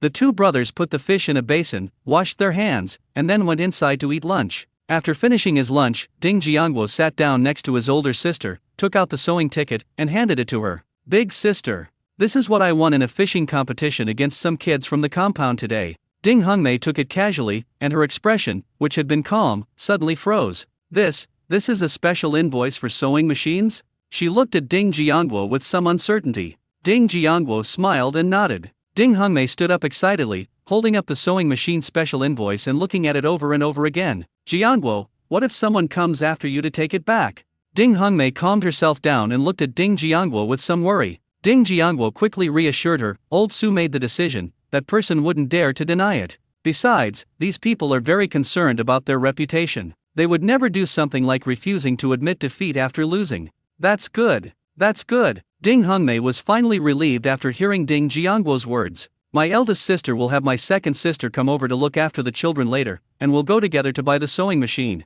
I'll also buy some fabric so I can make clothes for everyone. Ding Jiangguo realized that it was already November, so he could start making the clothes for the new year. I happen to have some cloth coupons on hand, so I can buy some cotton cloth at the supply and marketing cooperative. There's still one piece of flawed fabric left. If that's not enough, we'll buy some more from the store and combine them to make everyone a new outfit. Ding Hongmei only remembered the money issue when she heard that Ding Jiangguo wanted to buy a sewing machine. She looked at Ding Jiangguo with some difficulty. Jiangguo, this sewing machine will probably cost a lot of money. Why don't we just sell the tickets? Ding Jiangguo waved his hand dismissively. Big sister, don't worry about the money. I have it. You're in charge of helping me buy them. Your job is to make clothes for us. He wasn't afraid of being suspected. Everyone knew his family had 1,000 yuan in compensation. Ding Hongmei knew that her younger brother was headstrong, so she could only give instructions to Ding Jianjun. Jianjun, go next door and call your second sister, ask her to bring the child along. We'll go buy a sewing machine later and make you new clothes. Okay, I'll go right now. Ding Jianjun ran out excitedly when he heard that new clothes were going to be made for him. Ding Hongmei and her companion hadn't been sitting in the house for long when they saw Ding Jianjun walking over with Ding Chunlin and her 3 nephews. Big sister, I've called second sister over. Ding Jianjun shouted boastfully from outside the house. Big sister, what's wrong? Why did you call me over in such a hurry? Ding Chunlin entered the room and looked at Ding Hongmei with a puzzled expression. Jiangguo, I got a sewing machine plane ticket. I'm going to buy a sewing machine and some fabric. I'm going to go with him. Ding Hongmei looked at Ding Chunlin and smiled as she explained the situation to her. Ding Chunlin looked at Ding Jiangguo with a look of surprise and delight. Jiangguo, you got a sewing ticket? What kind is it? Let second sister see for herself. Ding Hongmei carefully handed her the sewing ticket. It's with me. Ding Chunlin didn't stand on ceremony. She carefully took it and examined it for a while, turning it over and over in her hands. Only then did he return the ticket to Ding Hongmei with satisfaction. Jiangguo, do you have enough money to buy a sewing machine? If you don't have enough money, your second sister will get it for you. Ding Chunlin suddenly realized that buying a sewing machine required not only coupons but also money, so she asked Ding Jiangguo with concern. Second sister, I have enough money on me. Ding Jiangguo replied quickly. All right, you guys go buy the sewing machine. I'll take care of the children at home. Ding Chunlin assured her with a smile. Ding Hongmei was a straightforward person. Since she had already made up her mind, she didn't delay any longer and called her 2 younger brothers to head to the supply and marketing cooperative. All right, Let's build the nation and the army, then let's go now. So the three of them headed straight for the supply and marketing cooperative. When the three entered the supply and marketing cooperative, they were spotted by Ding Menzu behind the counter. Big sister, Jiangguo, Ji and Jun.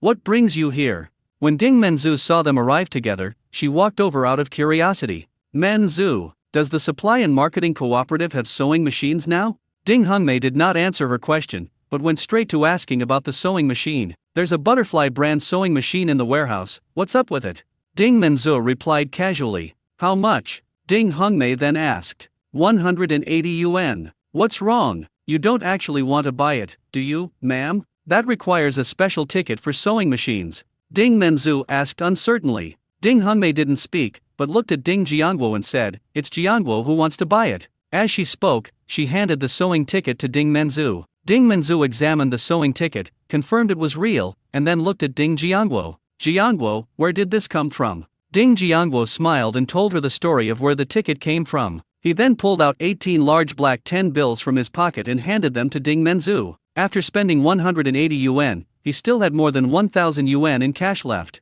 There's no way you can spend all the money. If you have money, why not let your family live a better life? Are you saving it to have more children? After paying, he remembered he needed to buy some cloth, so he handed over the 20 feet of cloth coupons as well. Fourth sister, how much more money do we need for all this fabric? As Ding Jiangguo spoke, he reached for his wallet again. Ding Menzu took the cloth coupons and glared at him irritably. I have the money for the cloth, you don't need to pay. Come inside with me and get your things. Ding Menzu beckoned the three of them to walk together toward the backyard of the supply and marketing cooperative. She led the three of them into the warehouse as if they knew the way inside. Brother Li, you're here too. Ding Jiangguo saw a familiar face in the warehouse. This person had previously helped him transport sweet potatoes outside the city. Oh, it's you. What brings you here today? Little Li also remembered who this child was. Seeing that he still remembered him, Ding Jiangguo took the opportunity to ask him for help. I'm here today to buy a sewing machine and some fabric. I might need Brother Li's help to haul them back later.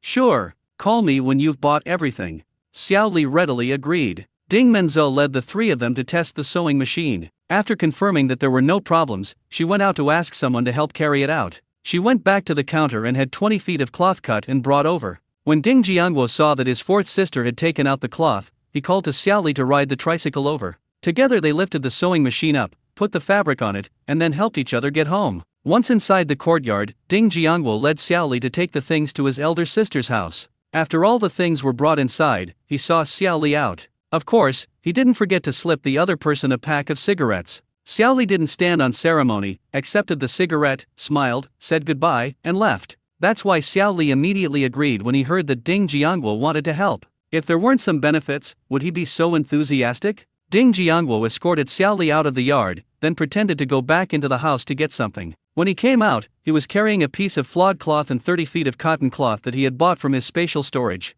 He carried the cloths and headed towards his eldest sister's house. Jiangguo, where did you get so much cloth? The eldest and second eldest sisters looked at the cloth that Ding Jiangguo brought with curiosity. Ding Jiangguo did not answer directly. Big sister, do you think this fabric is enough to make 2 sets of clothes for grandpa and grandma each? Ding Jiangguo didn't understand these things either, so he could only ask his older sister. That's definitely enough. There's even more. The older sister gave her answer after glancing at the cloth in the room. Okay, make 2 sets of clothes for grandpa and grandma first. I may go back to the village in a few days, and I will bring it back to my parents then. Ding Jiangguo looked at Ding Hongmei and gave her instructions. Okay, your second sister and I will get you out of here as soon as possible. Ding Hongmei replied with a serious expression. I'll use the extra fabric to make some for my nephews first, and I'll try to get more fabric for the family later. We will make sure everyone can wear new clothes for the Chinese New Year this year. Ding Jiangguo thought for a moment and still gave one more piece of advice. But remember to make some patches on these new clothes, otherwise people will be envious. Ding Hongmei replied irritably, don't worry, I understand. I will also add patches to my grandparents' clothes. Seeing that everything was arranged, Ding Jiangguo decided not to stay any longer and prepared to go back to his room to sleep. I get sleepy in the afternoon. As he lay in bed with his eyes closed, preparing to sleep, he once again entered the same dream he had just had. This time, he saw the young man accompanying the white-haired old woman as they burned paper money in front of a grave. The white-haired old woman burned paper money while muttering to herself. My son, you've never known how to take care of yourself since you were little. It must be so tough down there. Mother will be down there soon. With Mother here, you won't suffer. Suddenly, a gust of wind blew by, scattering the ashes of paper money onto the tombstone. The white-haired old woman quickly wiped it with her hand. Ding Jiangwo tried to see the name on the tombstone, but then fainted again. Ding Jiangwo was shaken awake in the evening, got up to eat dinner, and then went back to sleep in a daze. Brother! Get up quickly! Grandma, second uncle, and third uncle are here. The next morning, Ding Jiangwo was woken up again by his younger brother. Jian-jun, what's up? Ding Jiangwo hadn't slept well all night. He looked at his younger brother by the bed with dark circles under his eyes and asked, Brother! I said, second uncle, third uncle is here. Ding Jian-jun repeated it with a somewhat unpleasant expression. Grandma, second uncle, third uncle are here. Ding Jiangwo muttered to himself. An unpleasant memory immediately surfaced in his mind. In his memory, he hated his maternal grandparents' family the most. This family was extremely patriarchal. They never treated the mother as part of the family. My mother had to help with household chores since she was a child. When she grew up, they wanted to sell her to a landlord's family as a concubine. Back then, my father spent a large sum of money on the bride price to buy her first. The two families had never had any contact before. Later, they somehow found out that their father had gone to the city to work as a laborer. They would come over to claim kinship, and often use the excuse of seeing their grandson to come to our house and freeload. When they left, they took all the food from the house, even the oil, salt, soy sauce, and vinegar. According to them, it's not easy for them to come all this way, so they should take the things back with them. If we need something in the city, it's much easier for us to buy it than for them. The two uncles outside are no good. They've bullied my mother since she was little. Especially this third uncle, who is now 18 years old, still relies on his parents' pampering to idle away his days, doing nothing productive. In the past, when they came to my house, I would often fight with the two brothers for food. I wonder what kind of trouble they're up to this time. They've only come once since my parents passed away. It was all for the sake of stealing his father's pension and his third sister's job. They even wanted to seize the house and force Ding Jiangwo and his siblings back home. Fortunately, Grandma arrived with my eldest and second uncle's families and chased them away. I can't believe they've shown up again today. Ding Jiangwo narrowed his eyes, deciding to go all out and take them all down. He leaned close to Ding Jianjun's ear and whispered, Jianjun, I have something for you to do. Go find Aunt John and ask her to call the police for us. Tell them that someone broke into our house and robbed us.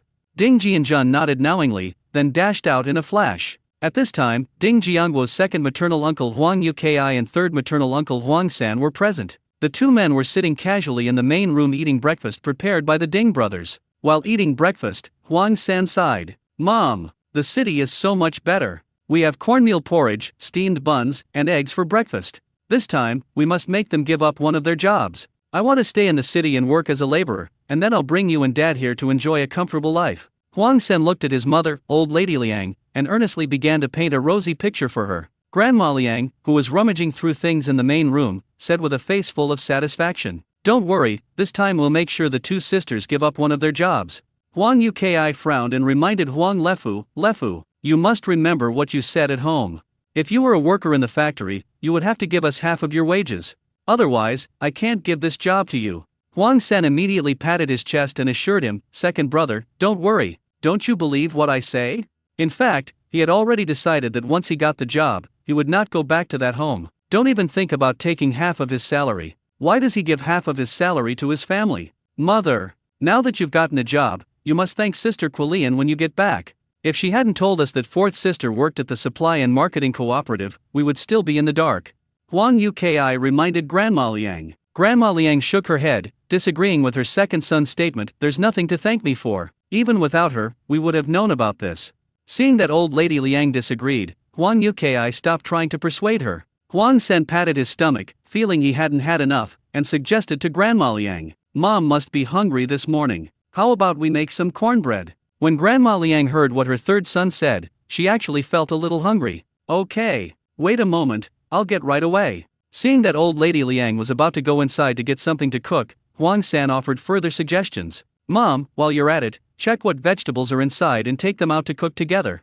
You should also take good care of yourself. When Grandma Liang saw that the door was locked, she turned around and went into the inner room to get the key from Ding Jiangwo. You lazy bum, why aren't you up yet? Children without parents to teach them are no good. Where's the key to the room next door? Bring it out now. Ding Jiangwo wasn't angry, he handed her the keys expressionlessly. Grandma Liang grabbed the keys and went to the next room. Ding Jiangguo immediately used his divine sense to collect all the edible items in the room into his spatial storage. Grandma Liang happily opened the door and went inside to find something, but after searching the inner room thoroughly, she couldn't find any food at all. She couldn't believe that a dual-income family wouldn't even have enough to eat. They went back to Ding Jiangguo's room and continued searching, but still found nothing. She went back to the main room and searched all the places where she could hide things. They found nothing, and their faces immediately darkened. With a dark expression, she rushed into the inner room and reached out to pinch Ding Jiangguo. "You short-lived wretch. Where did you hide the grain at home?" The two people sitting in the main room heard old lady Liang throwing a tantrum and curiously followed her in. "Mom,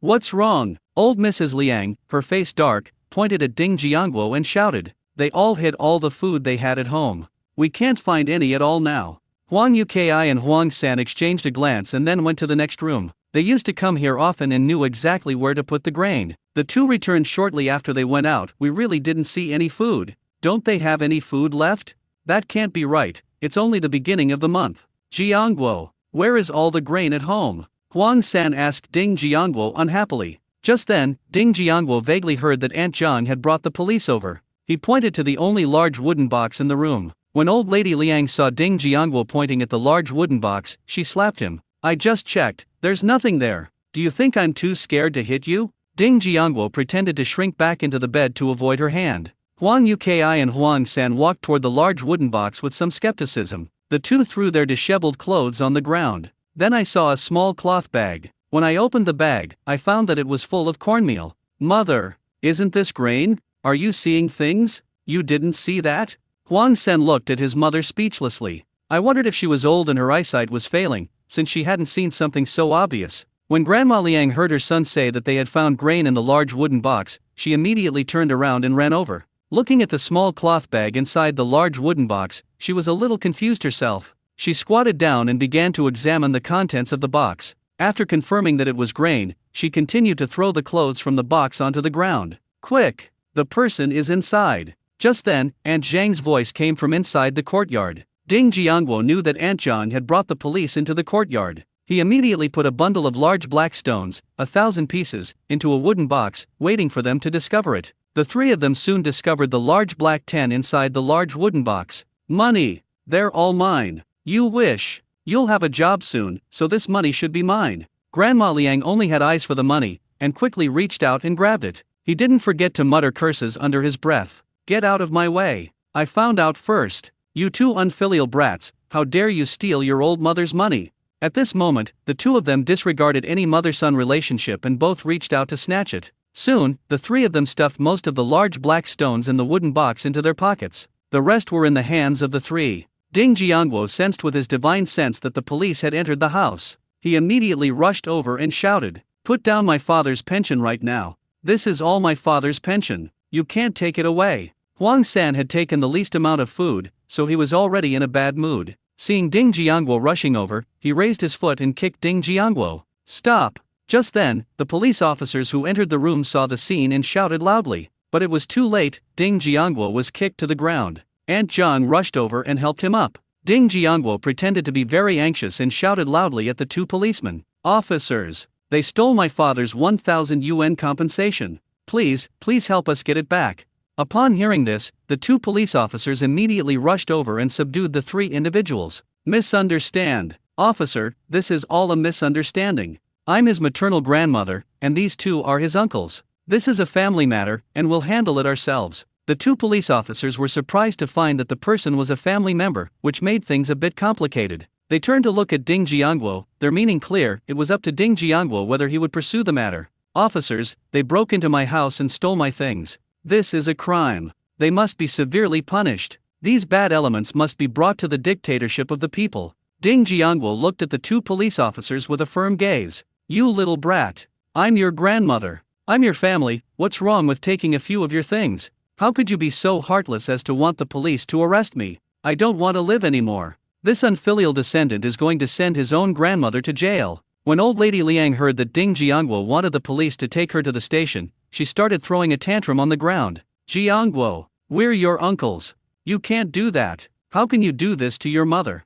Quickly tell the police that this is all a misunderstanding, and that you asked us to keep the money for you." Even at this point, Huang Yuki and Huang San were still trying to outsmart him. If he actually agrees, he'll be bullied to death by these people. Besides, I'm not the original owner of this body, so I won't feel any guilt at all. If Huang San had really kicked him, he would probably have been bedridden for a month. Fortunately, Huang San's foot hadn't touched him yet when he pretended to fall over. It was only because the police suddenly appeared that Huang San's attention was drawn away. Old Mrs. Liang still wanted to get by throwing a tantrum like she did in the countryside, but the two police officers didn't give her a chance and immediately handcuffed her. Huang Yuki and Huang San were handcuffed and taken back to the police station by another police officer. Just as the two stepped out the door, Ding Xiaoqiang arrived. He first greeted his two colleagues, then ran over to Ding Jiangguo to inquire about the situation. After learning the details, his face immediately darkened, but he did not immediately express his opinion. Instead, he asked Ding Jiangguo for his opinion. Jiangguo,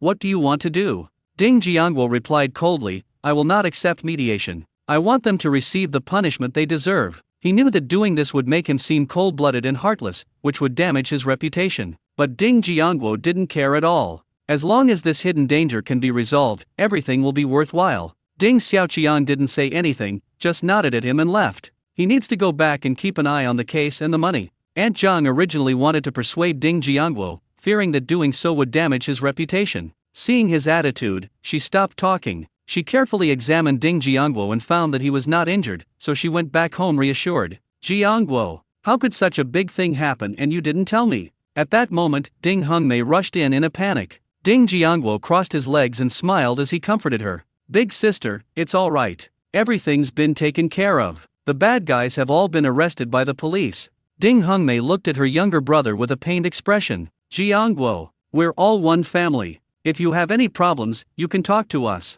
We'll solve them together. Otherwise, what's the point of arranging for us all to live together? Ding Jiangguo explained to her with a smile. Big sister, this is not a good thing. It won't be good for your reputation if word gets out. You don't need to get involved. Ding Hongmei looked at him with annoyance. You know it's not good for your reputation, and you're not even married yet. Aren't you afraid no one will marry you? Ding Jiangguo replied nonchalantly, it's okay. I have money.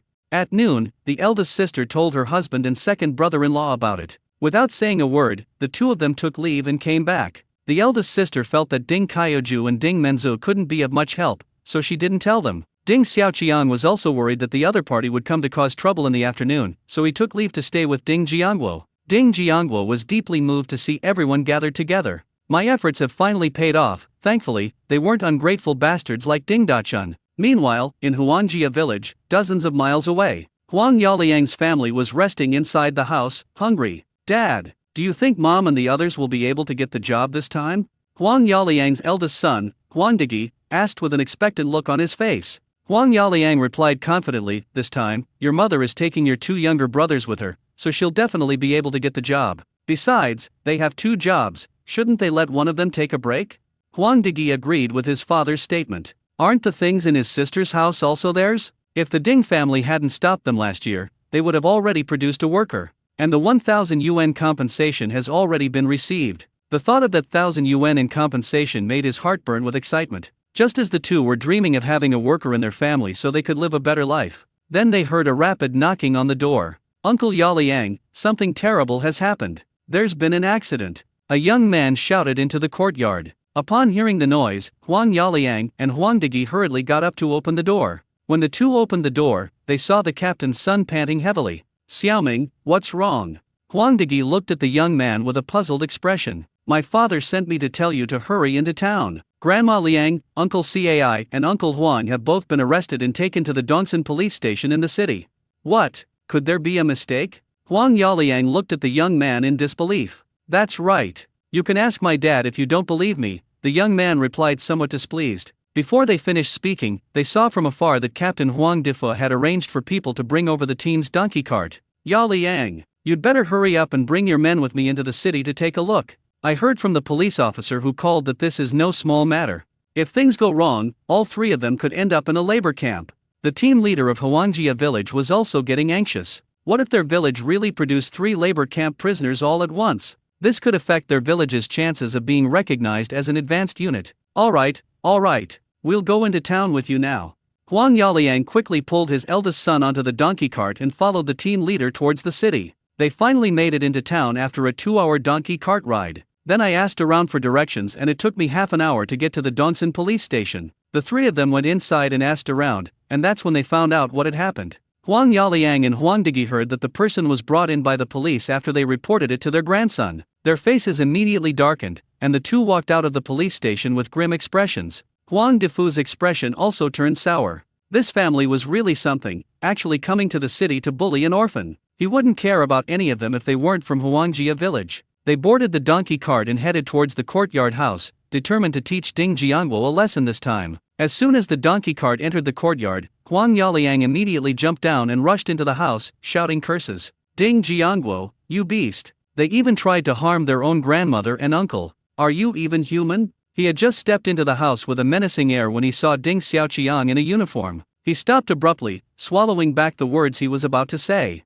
Huang Yaliang, are you here to rob us too? Ding Jiangwo asked him slowly, his expression unchanged. Startled, Huang Yaliang hurriedly shook his head. Don't talk nonsense. I didn't say anything. You're not here to steal from my house either, are you? Ding Jiangwo looked at the two people who came in with a suspicious expression. No, you should go and explain this to the police officer right away. Tell them to release your grandmother and two uncles immediately.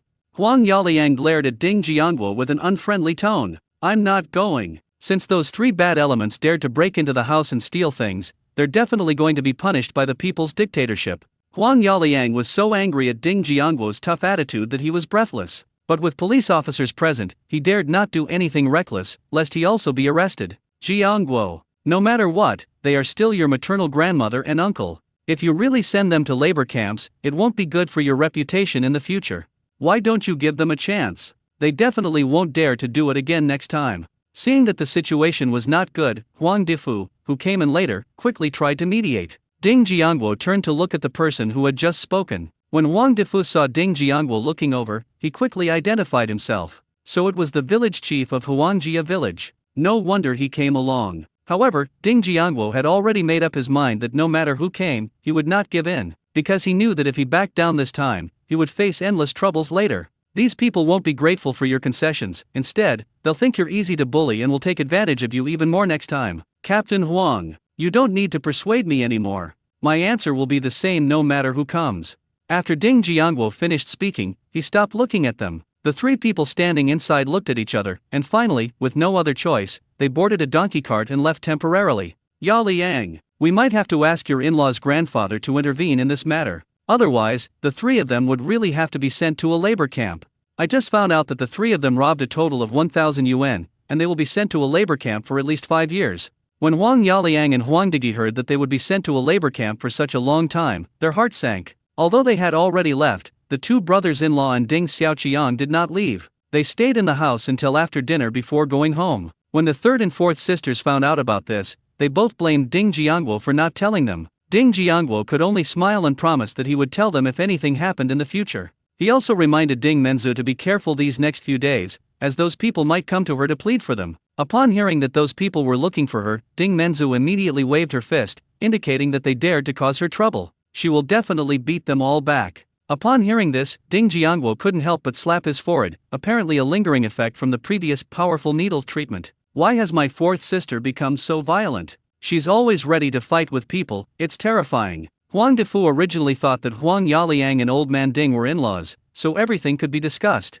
Unexpectedly, they were kicked out as soon as they explained their purpose in the courtyard. They were also warned not to cause trouble for the other party's grandson, or they would bring people to their door to beat them up. In the end, the three had no choice but to take the donkey cart home again. Huang Yaliang and his group came several more times in the following days. Their attitude also made a complete 180-degree turn. Instead of being arrogant, she communicated with Ding Jiangwo with a friendly expression. However, Ding Jiangwo ignored them. Fortunately, Ding Xiaoqiang has spent most of his time at Ding Jian's house these past few days. Huang Yaliang and his men didn't dare to act forcefully. The morning after Huang Yaliang and the others returned, Old Man Ding, Old Lady Ding, and the families of the eldest and second uncles all came over. Only Ding Dachun did not come. Ding Dachun didn't come because he was genuinely afraid. Actually, he did secretly return to the city, but he only went to see Zhong Ziyulian. They were told that Zhong Ziyulian had been missing for several days, and her family had reported her missing to the police. They didn't know whether she was dead or alive.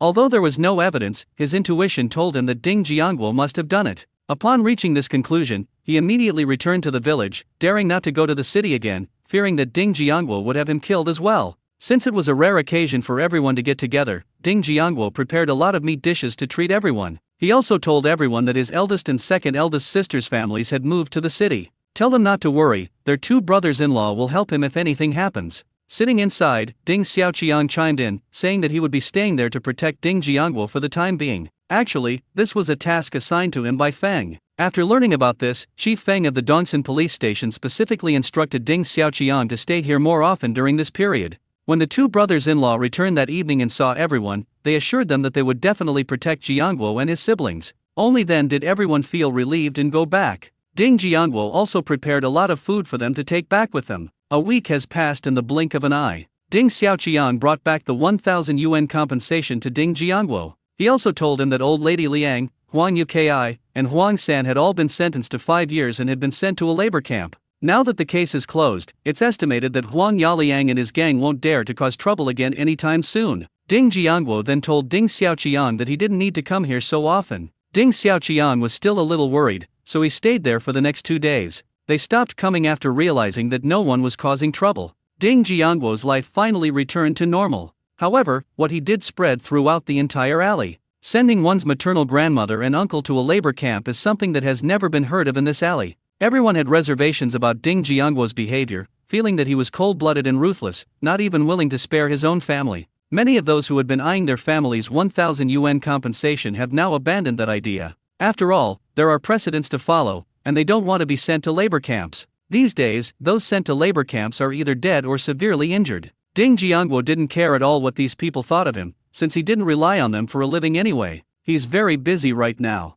because Boss Wang told him some good news. Factory Director Yang has been promoted to the ministry level, and Director Ma has been taken there as well. Wang Leiata's former boss, Pan Xiangyang, had just been transferred to the steel plant as its director. The old leader was not comfortable handing over the logistics department to someone else and wanted to transfer him to the logistics department. The workshop director told him to push one of his own people up. Once he has streamlined the logistics department, we'll find an opportunity to promote him to deputy factory director. Ding Jiangwo thought this was great news. What we have the least shortage of our resources. If we could push Boss Wang to the position of deputy factory director. After that, his family was no longer afraid of being bullied at the steel factory. Ding Jiangwo immediately told Wang Leiata to agree to his old boss's request, and also instructed him to transfer his second brother-in-law to be a purchasing agent. The job of a purchasing agent is flexible, you don't have to be at the factory every day. I kept some supplies for myself and gave them to my second brother-in-law to help him boost his sales performance. My second sister's husband can often stay at home with my second sister's family. If anything happens at home, there's an adult male to help handle it. When Boss Wang first arrived at the logistics department, he needed to procure urgently needed supplies. He could also get help from his second brother-in-law, which would be a win-win situation. With the help of his old superiors, Wang Leiata will definitely be promoted to deputy factory director. At that time, he can also take care of his second brother-in-law and promote him to section chief. With Ding Jiangwo's permission, Wang Leiata immediately went to his former boss and agreed to go to the logistics department. Factory director Pan was also very happy to see that Boss Wang agreed so quickly. I asked him if he needed any support. Boss Wang didn't make any other requests, he just said that he would be happy to transfer someone from the workshop. Factory director Pan didn't care about this little thing at all, he just told Boss Wang to handle it. After dinner, Ding Jiangwo went to his second sister's house. Second sister. Second brother-in-law. Ding Jiangwo greeted the two men as soon as he entered the room. Jiangwo, have you eaten yet? Ding Chunlin hurriedly got up to greet him. Second sister, I ate at home before coming here. I came here tonight because I need to talk to my second brother-in-law about something. Ding Jiangwo casually sat down next to the two of them. All right, you two chat for a while. I'll go give the little ones a bath first. Jiangwo, what's the matter? When Zhang Negi saw that Ding Jiangwo had come to see him specifically, he thought that the matter must be serious, so his expression became serious. Brother-in-law, you don't need to be so serious. It's really not a big deal. I just wanted to ask if you wanted to be transferred to the logistics department and become a purchasing agent. Purchasing agent? Zhang Negi looked at Ding Jiangwo with some confusion, wondering why his brother-in-law would ask such a question. Director Xiao is going to be transferred to the logistics department as its director. He and I have a pretty good relationship. He just got there and needs someone on his side. I recommended you to him. Ding Jiangwo smiled and told him his thoughts. Zhang Negi looked at Ding Jiangwo with a conflicted expression. Actually, it doesn't matter where you work. It's just that I've never done purchasing work before, and I'm afraid I'll hold him back. Ding Jiangguo reassured him confidently, don't worry, just go shopping normally like everyone else. When you get there, remember to proactively communicate with Director Xiao and focus on the supplies he needs to purchase.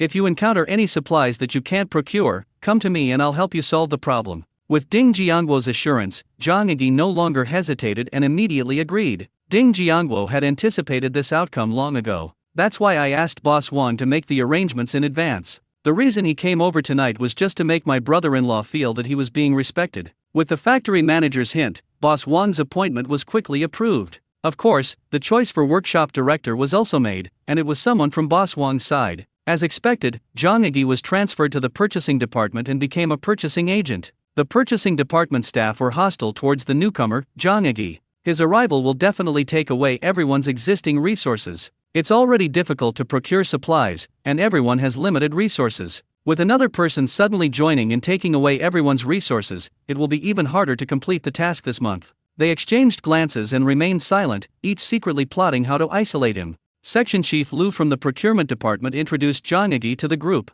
Everyone, please put down what you're doing. Let me introduce our new colleague. Everyone already knew that a new colleague would be joining the purchasing department. They all looked up at Section Chief Lu, eager to hear his arrangements. Whose resources will Zhang Yi ultimately take? This is Comrade Zhang Yi, who was just transferred from the workshop to our purchasing department. He will be responsible for some of the unplanned procurement of supplies for our department. The people in the office who were originally hostile to Zhang Yi heard what Section Chief Lu said. Everyone breathed a sigh of relief. Since this person wasn't there to steal their resources, it didn't matter. After giving a brief introduction of Zhang Yi, Section Chief Lu glanced around at the purchasing agents present. Is there anyone willing to mentor this new colleague? Upon hearing Section Chief Liu's question, everyone quickly lowered their heads, pretending not to have seen anything. The office suddenly fell silent, you could hear everyone breathing. Zhang Daya is an honest and kind-hearted person. Seeing the awkward situation, he took the initiative to speak up. Section Chief, how about I give it a try? Okay. From now on, you will be in charge of taking care of Zhang Yi. Section Chief Lu nodded to him and then led Zhang Yi toward his office. Gui, come into my office with me first, I have something to tell you. After the two entered the office, the purchasing staff began to discuss the matter. One of the young men with big ears spoke first. I don't know what the leaders were thinking. They just casually transferred a workshop worker to our purchasing department. At this moment, a woman also came over. You don't know, do you? I heard that Director Xiao specifically requested and brought this person over. I advise you to be careful. If you offend someone, you'll be in big trouble. The big-eared youth stubbornly insisted. I'm not afraid at all. You all know how difficult it is to procure supplies right now. He's still in charge of procurement outside the plan. If he can't procure anything by the end of the month, he'll have to leave in a sorry state. A middle-aged purchasing agent looked at Daya with schadenfreude. Big tooth. You finally have an apprentice. Congratulations. You must help him well. Otherwise, it wouldn't look good to end the month with 0 results. Big Teeth glared at the middle-aged purchasing agent, Big Mouth. My affairs are none of your business. You should think about how to complete this month's tasks. You haven't completed any of the tasks assigned by the section chief for 3 consecutive months. You're no different. What right do you have to laugh at me? Big Mouth retorted with a disdainful look. At this moment, in the purchasing department head's office, Section Chief Lu was talking to Zhang Yi with a big smile on his face. Director Xiao is only temporarily assigned to the logistics department. He will likely be promoted to deputy factory director soon. Whether he can sit in the empty space depends heavily on Director Xiao's opinion. This Zhang Yi is clearly someone that Director Xiao left here to train. If he takes good care of Zhang Yi, he might be able to take the position that Director Qin vacates in the future. Thinking of this, he became even more enthusiastic towards Zhang Yi. Gui, do you have any thoughts about your current job? Or if there's anything I can help you with, just let me know. Zhang Yi smiled and shook his head. Thank you for your concern, Section Chief. I have no other ideas, and I don't have any difficulties at the moment. Section Chief, just assign this month's tasks to me. Seeing that Zhang Yi was serious, Section Chief Lu continued to ask. Gui, this is your first month here, and you're not familiar with many of the procedures yet. How about we set the unplanned purchase target for this month at 30 caddies of meat? What do you think? Section Chief Lu knew that Zhang Yi had just been transferred from the workshop and probably didn't have many purchasing resources, so he lowered the procurement targets. Last night, Ding Jiangguo revealed to Zhang Yi that he could provide him with more than 100 jin of meat and grain every month. The requirement was for him to help Director Xiao save face as much as possible, and also to generate performance for himself, which would make it easier for him to be promoted. So when I heard Section Chief Lu say that the task for this month was only 30 jin of meat, I was overjoyed. His facial expression remained unchanged, and he did not show any joy. He looked at Section Chief Lu and asked, "What is the normal workload that needs to be completed?" Section Chief Lu frowned and replied, "The procurement of supplies has been too difficult recently, and the surrounding villagers are basically not having enough to eat. Many experienced procurement staff can only procure 50 or 60 kilograms of supplies per month at most. Our unplanned procurement of supplies usually weighs around 100 kilograms. However, since you're new here, the weight limit for this month is set at 30 kilograms, and no one will say anything." Fearing that Zhang Yigi might overthink things, Section Chief Lu spoke up to explain. Zhang Yigi knew that Section Chief Lu meant well, and he quickly thanked him. Section Chief Lu gave Zhang Yigi some instructions before letting him go back. As soon as Zhang Yigi left the section chief's office, he smiled and found Zhang Daya, expertly offering him a cigarette. "Master Zhang, I'll have to rely on you a lot from now on." Zhang Daya took the cigarette from Zhang Yigi and waved his hand. "No need to be so polite as to call me Master Zhang. Just call me Big Tooth, like they do." As he spoke, he beckoned Zhang Yigi to walk out of the office. "Let me introduce you to the departments we visit frequently today. We also need to go through our procurement and verification processes again." Throughout the day, Zhang Daya led Zhang Yigi around to learn about matters related to the purchasing department. When Zhang Yigi got home that evening, he went to find Ding Jiangguo and told him about what had happened at the factory that day. Ding Jiangguo thought for a moment. Now was not the time to keep a low profile. He needed to help his brother-in-law and Director Xiao establish themselves as soon as possible. "What can we use to gain a foothold?" "Of course, it's unplanned supplies," Ding Jiangguo said to Zhang Yigi, "since you're already familiar with the procedures, brother-in-law. Tomorrow when I go to work, I'll go to the factory and ride the tricycle from the logistics department back. I'll arrange for 100 jin of pork to be delivered to you to boost your sales performance."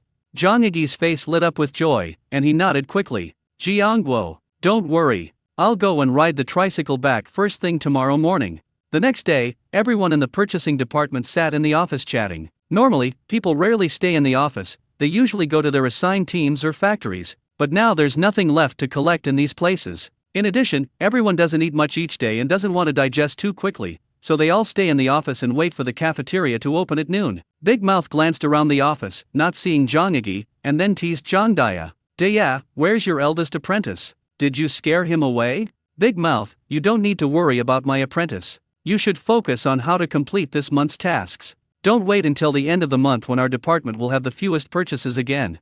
Big Mouth wasn't angry, he just grinned and said, "Let's not even talk about who's the second brother. I'm last, and you're second to last, so you're not much better off." Zhang Daya turned his head away, not wanting to pay attention to this guy. What was there to argue about between last place and second to last place? He had been at work for quite a while, but Zhang Yigi hadn't come to work yet, so he started to feel uneasy. Did Zhang Yigi really run back to the workshop? Just then, someone ran in excitedly. "Big Tooth, your apprentice is amazing."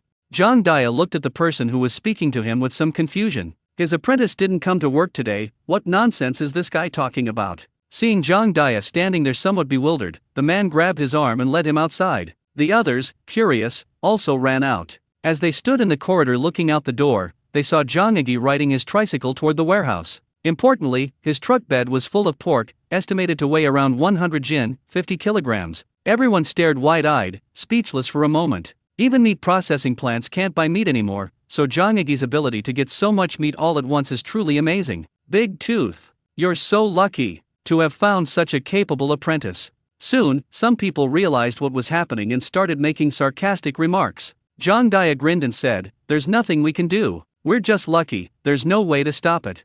Zhang Yigi took the pork to the warehouse to be weighed, then went to Director Xiao of the logistics department to get a receipt before going to the finance department to collect the money. The logistics director, Xiao, directly approved the price of these pork at 4 yuan per jin. This price, while not as high as the black market price, is still quite good. Ding Jiangguo wasn't short of money, he sold meat to the factory not to make money. The main purpose was to help Director Xiao, Wang Leida, and his brother-in-law, establish themselves in the logistics department. With so much meat provided to the factory this time, the doubts surrounding Director Xiao's role as the logistics director have decreased considerably. Zhang Yigi's status in the procurement department also rose sharply. If nothing unexpected happens, he will definitely be ranked first in task completion this month. When Zhang Daya saw Zhang Yigi return, he quickly pulled him out. Then he took out a pack of cigarettes from his pocket and handed one to Zhang Yigi. "Ah Gui, you're a true hidden talent." Zhang Yigi modestly accepted the cigarette. "It's all luck." A friend just happened to have some meat, and knowing I work in the purchasing department, he offered to help out. Jang Daya smoked a cigarette, looking at Jang Agi with a conflicted expression, unsure of how to start the conversation. Seeing Jang Daya's expression, Jang Agi guessed that he probably needed his help with something. Remembering that only Jang Daya was willing to step forward and help him yesterday, he took the initiative to ask, Daya, is there something you want to tell me? Brother Gui, can you still get any meat? I'd like to buy 2 gin myself. Seeing that Jang Agi had already asked, Jang Daya stopped hiding his thoughts and directly expressed them. When Jang Agi heard that Jang Daya only wanted to buy 2 caddies of meat, he readily agreed. When Jang Daya heard Jang Agi agree, he prepared to pay him. Jang Agi quickly waved his hand, saying he would bring the meat tomorrow and they could talk about it then. With this meat as a base, Jang Agi basically only needed to report to the factory. He spends the rest of his time in the courtyard with his wife and son. Once Wang Leida had established himself in the logistics department, he immediately assigned his brother-in-law to be the head chef.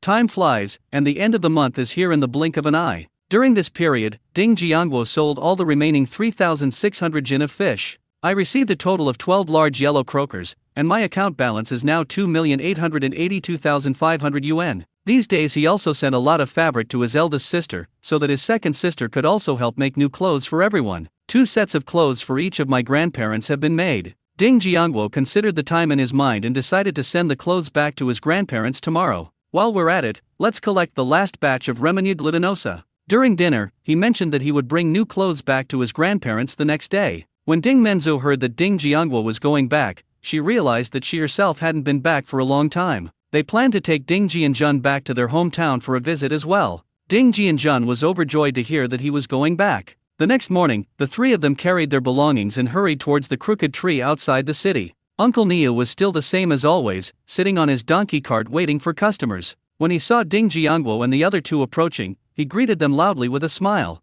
Are you going back to the village together? Yes, Third Master Niu. I'm sorry to trouble you again today. Ding Menzu took out 2 steamed buns she had prepared and handed them to Uncle Niu. Uncle Niu happily took it and put it in the bag. Ding Jiangguo sat down in the corner of the donkey cart and began to rest with his eyes closed. He didn't know how much time had passed when Ding Jiangguo felt someone calling him. He slowly opened his eyes. The old elm tree at the village entrance had meant he had arrived at his destination. The 3 of them got off the donkey cart, carried their bundles, and prepared to walk towards the village. 2 young men quickly walked towards them. Ding Jiangguo turned his head and saw that it was someone he knew. It was the same young man who had been keeping watch over them last time. Jiangguo, you've come back to see your grandparents again. Oh, this is Menzu, and Jianjun too? You're back too. After curiously observing Ding Menzu and Ding Jianjun, the young man exclaimed in surprise. Yes. I haven't seen my grandparents in a long time, so I came back to visit them this time. Ding Menzu responded with a smile.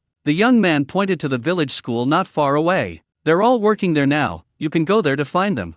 Okay, thanks. After thanking them, the 3 headed home. They put their things down at home first before heading to the village school. Before the 3 even reached the school, they saw children running inside, presumably to deliver a message. Soon 2 militiamen looked in their direction. One of them seemed to recognize Ding Jiangguo, and he smiled in their direction. Ding Jiangguo returned the smile with a smile. Ding Menzu suddenly realized that something was wrong in the village. She leaned closer to Ding Jiangguo and whispered, Jiangguo, something feels off to me? Ding Jiangguo didn't answer directly, but instead asked her with a smile, do you feel like there are a lot of people watching you here? And they're all very wary? Ding Menzu quickly nodded in agreement, yes. You noticed it too. Ding Jiangguo didn't keep her in suspense and told her directly about the current situation in the village. I already knew that. Now the village is organizing villagers to go up the mountain to dig up Remenya root and then exchange it for grain. This matter must not be known to those involved in speculation and profiteering. You know what kind of people those are. Ding Menzu suddenly understood, and then couldn't help but exclaim in admiration. Uncle Yude is really quite amazing.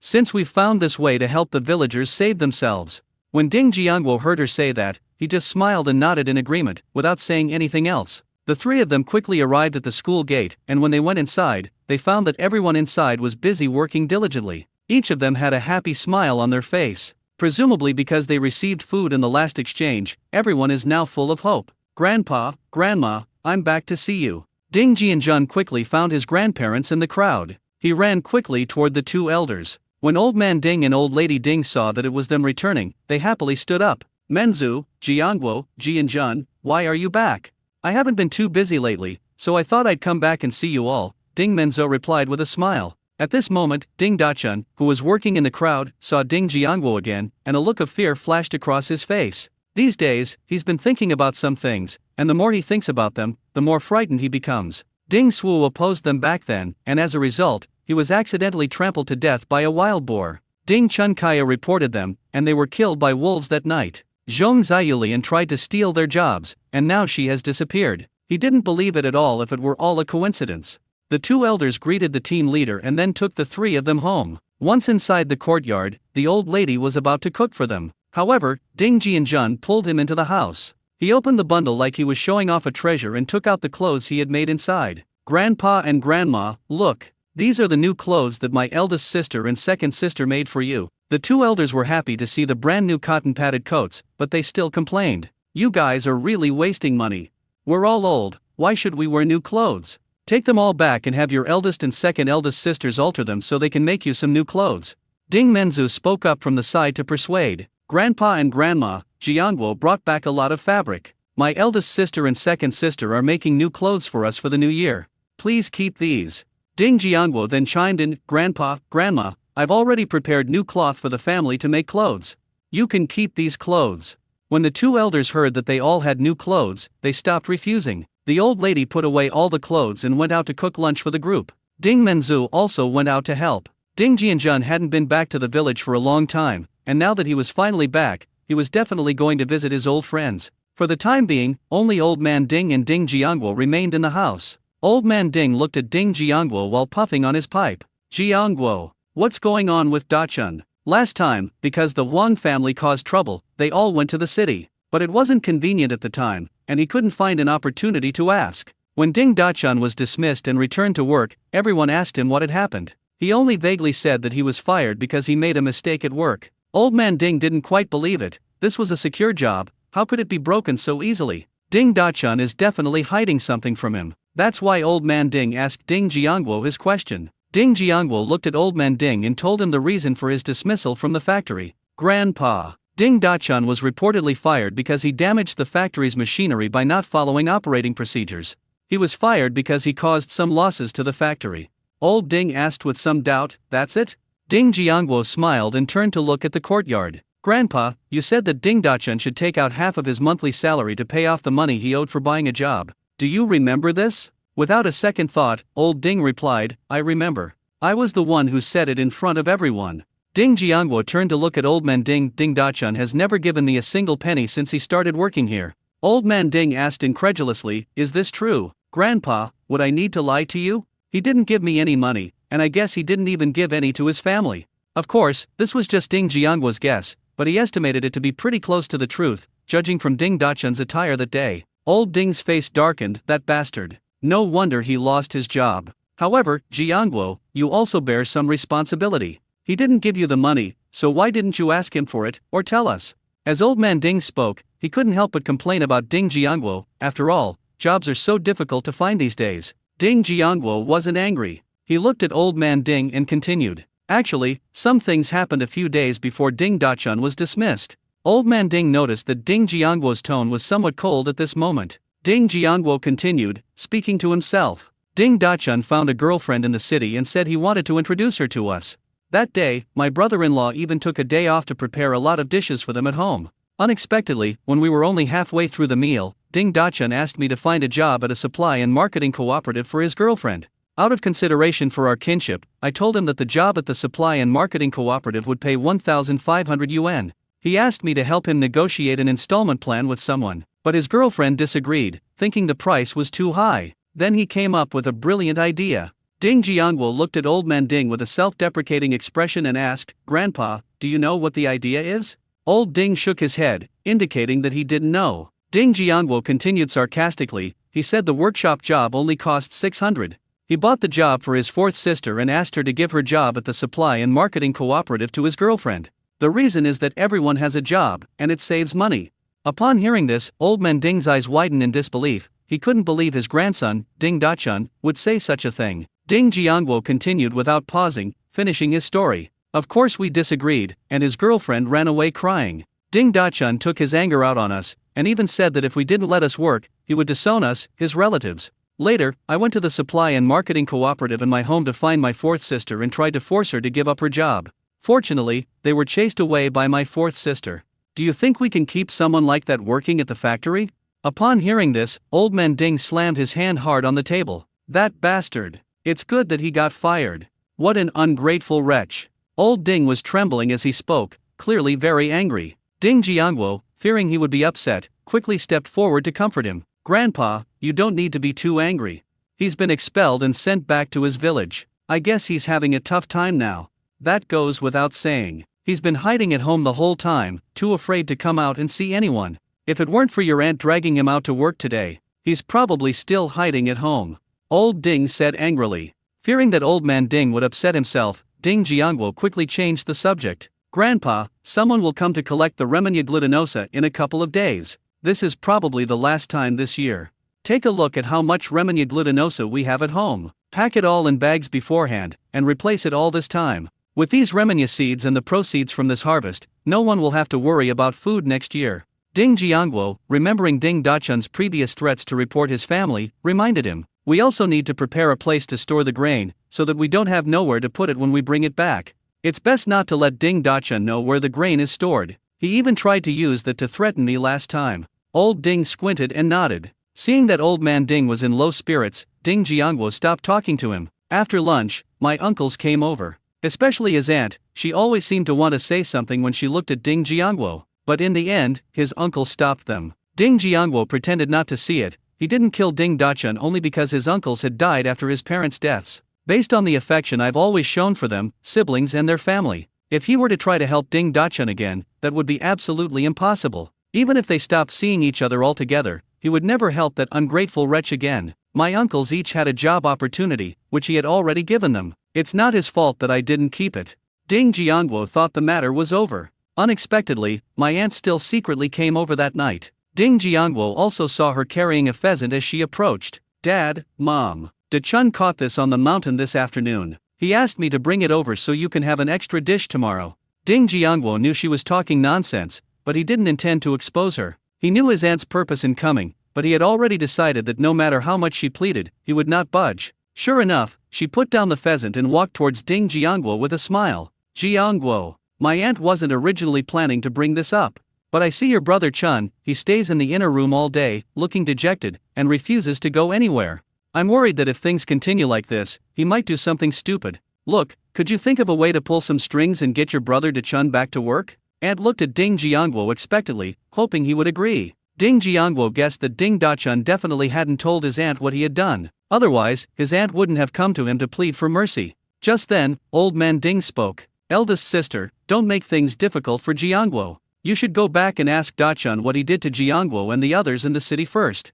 Well, alright, Dad. Seeing that Old Man Ding said this, Auntie didn't insist anymore and planned to go back and ask her son for clarification. After his aunt left, Ding Jiangguo went back to his room to sleep. Old man, what exactly did Dachun do? The old lady was cooking in the morning and wasn't in the house, so she didn't know what Ding Jiangguo had said. She was also a little curious, so she asked the old man. Old Man Ding didn't hide anything and told him everything Ding Jiangguo had told him. The old lady's face also turned very ugly after hearing this. She never expected that such a well-educated family would produce such an ungrateful child. Seeing that she looked unwell, Old Man Ding quickly comforted her, afraid that she would get upset. The next morning, Ding Menzhou had to go to work, so she took Ding Jianjun back with her. Ding Jiangguo didn't go back with her because he had to arrange the last batch of remenya for grain. He stayed in the village to help clear away the reeds. That night, he secretly put on the ever-changing clothes and transformed into Boss Wang to talk to the captain about the last time to exchange remenya for grain. After negotiation between the two parties, the address and time remained the same as before.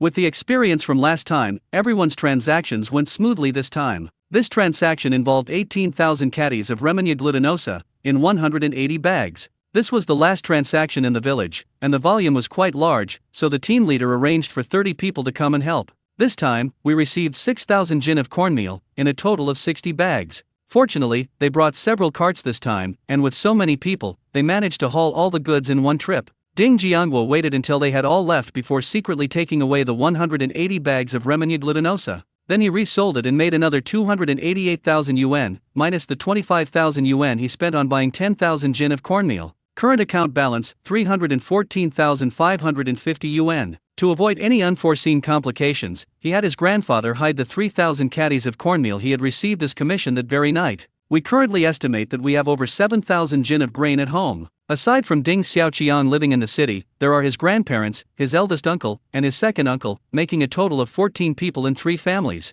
If distributed equally, each person would receive about 500 jin of grain. With so much grain, they won't have to worry about food next year. Now that his grandparents' food and clothing have been taken care of, he can finally rest easy. Just as Ding Jiangguo was lying in bed thinking about what he would do when he returned to the city the next day, he entered that dream again, but this time the scene was incredibly vivid. The man and old woman I saw last time are still burning paper money in front of that grave. As he watched the 2 figures from behind, he felt an increasing sense of familiarity. As his gaze swept over the name on the tombstone, his eyes widened in shock. His body was trembling uncontrollably, his mouth was wide open, but he just couldn't make a sound. Why was he so emotional? Because he saw the 3 characters Ding Jiangguo clearly written on the tombstone. He finally knew who the 2 people in front of the grave were. The man was his younger brother, Ding Hu. That elderly woman with white hair was his mother, Li Xiaoyan. Unable to contain his emotions, he shouted wildly at their backs. But neither of them could hear his shouts. Tiger boy.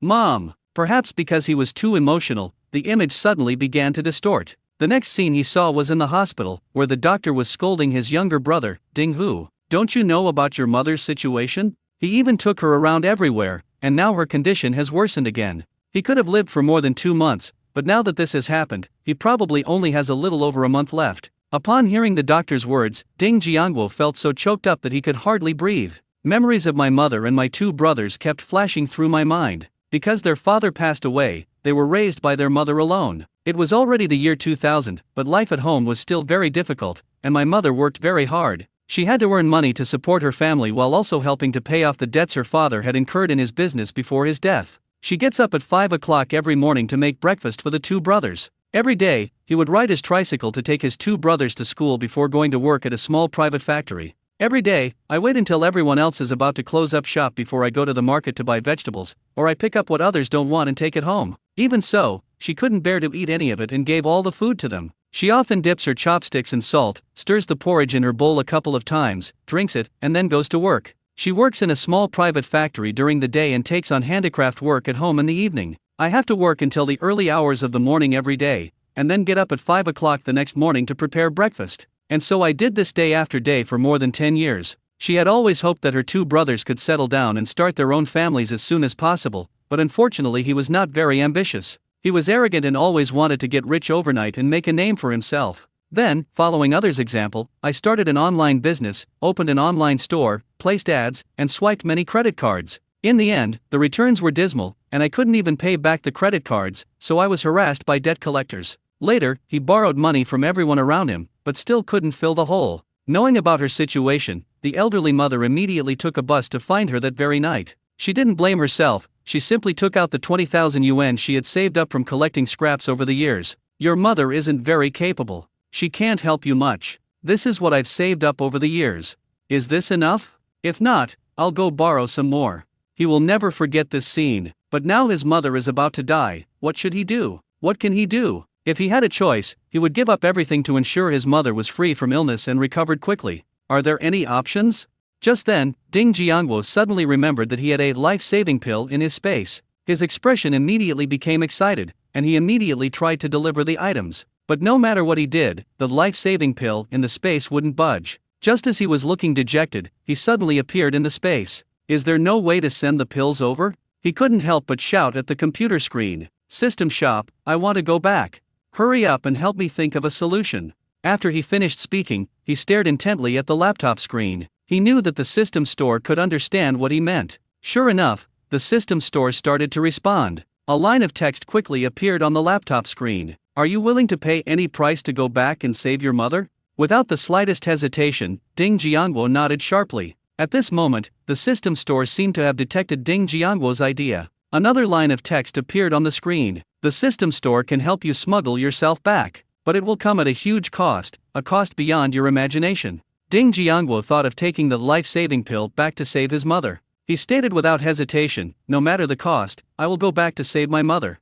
New text continues to appear on the screen. The system store can help you sneak back, but you can only stay there for 10 minutes. The mall will send you back in 10 minutes. Ding Jiangwo thought that 10 minutes would be more than enough time for him to feed the medicine to his mother, so he quickly nodded in agreement. This time, a relatively long string of text appeared on the screen. Helping people smuggle across borders will cause significant damage to the system's online store. Many existing features will be unavailable. Can you accept this? Ding Jiangwo nodded in agreement without even thinking. He thought that this would allow him to immediately take the pills back to save his mother. Unexpectedly, all the previous text on the screen disappeared, and a new line of text appeared. The characters that appeared this time were read in more than 3 times larger than the original characters. Since the products smuggled into the system store will become defective, the profits will be greatly reduced.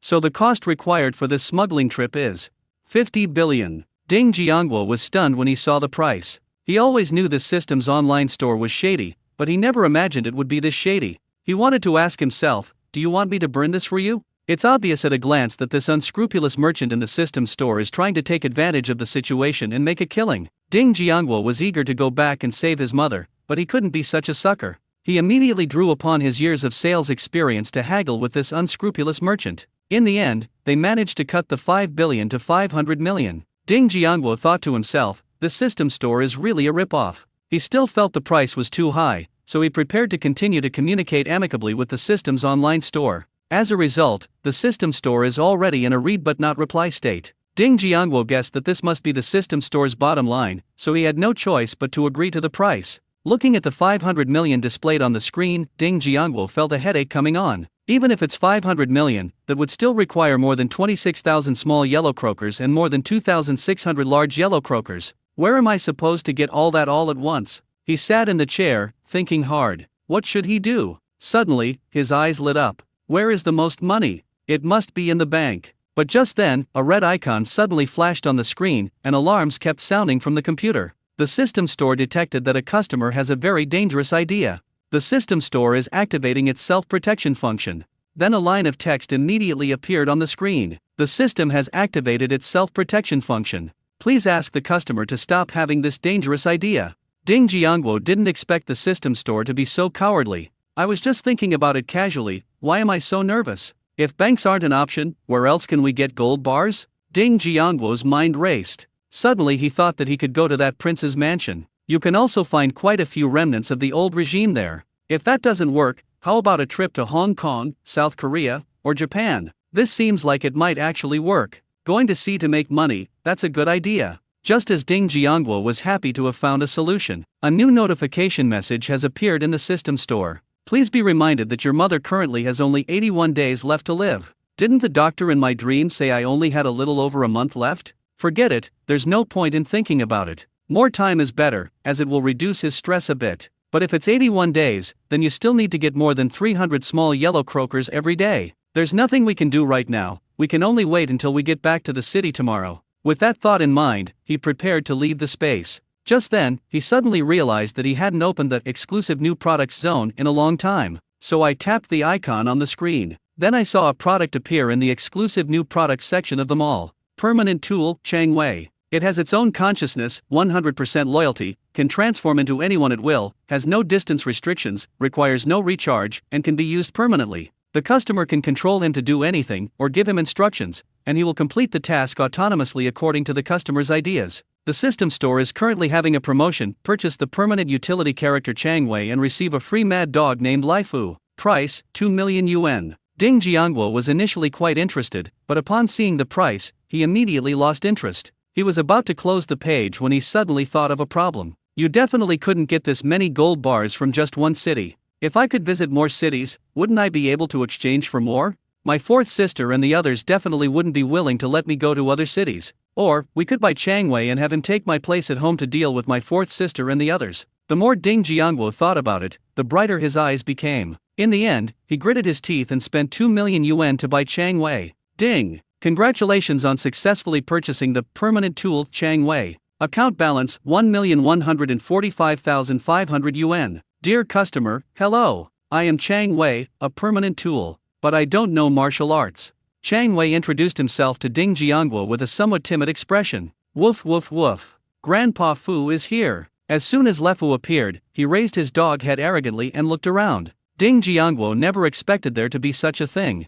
Isn't it afraid of getting beaten up by the guy next door if it's so arrogant? Ding Jiangguo felt extremely tired, so he simply imprisoned them all and exited the space. The next morning, Ding Jiangguo went to the village entrance to wait for a bus back to the city. When he left, he thought it would be a long time before he could come back to see his parents. They secretly put 2 cans of milk powder, a can of brown sugar, and 5 pounds of cured meat into the cupboard to supplement their nutrition. Ding Jiangguo returned to the city in a donkey cart and went straight home. When he got home, no one was home, so he closed the door and entered the space. In the space, he had Chang Wei try to become his appearance. Chang Wei turned around and became an exact replica of Ding Jiangguo. Ding Jiangguo circled around him to make sure that there was no flaw in his appearance. Only then did he nod in satisfaction and restore him to his original state. It's a pity that Chang Wei doesn't have the ability to read memories, otherwise he would be perfect. Ding Jiangguo could only tell him everything about himself. This includes information about your relatives and all their details. He stayed in that space for a whole day and finally finished explaining the relevant information.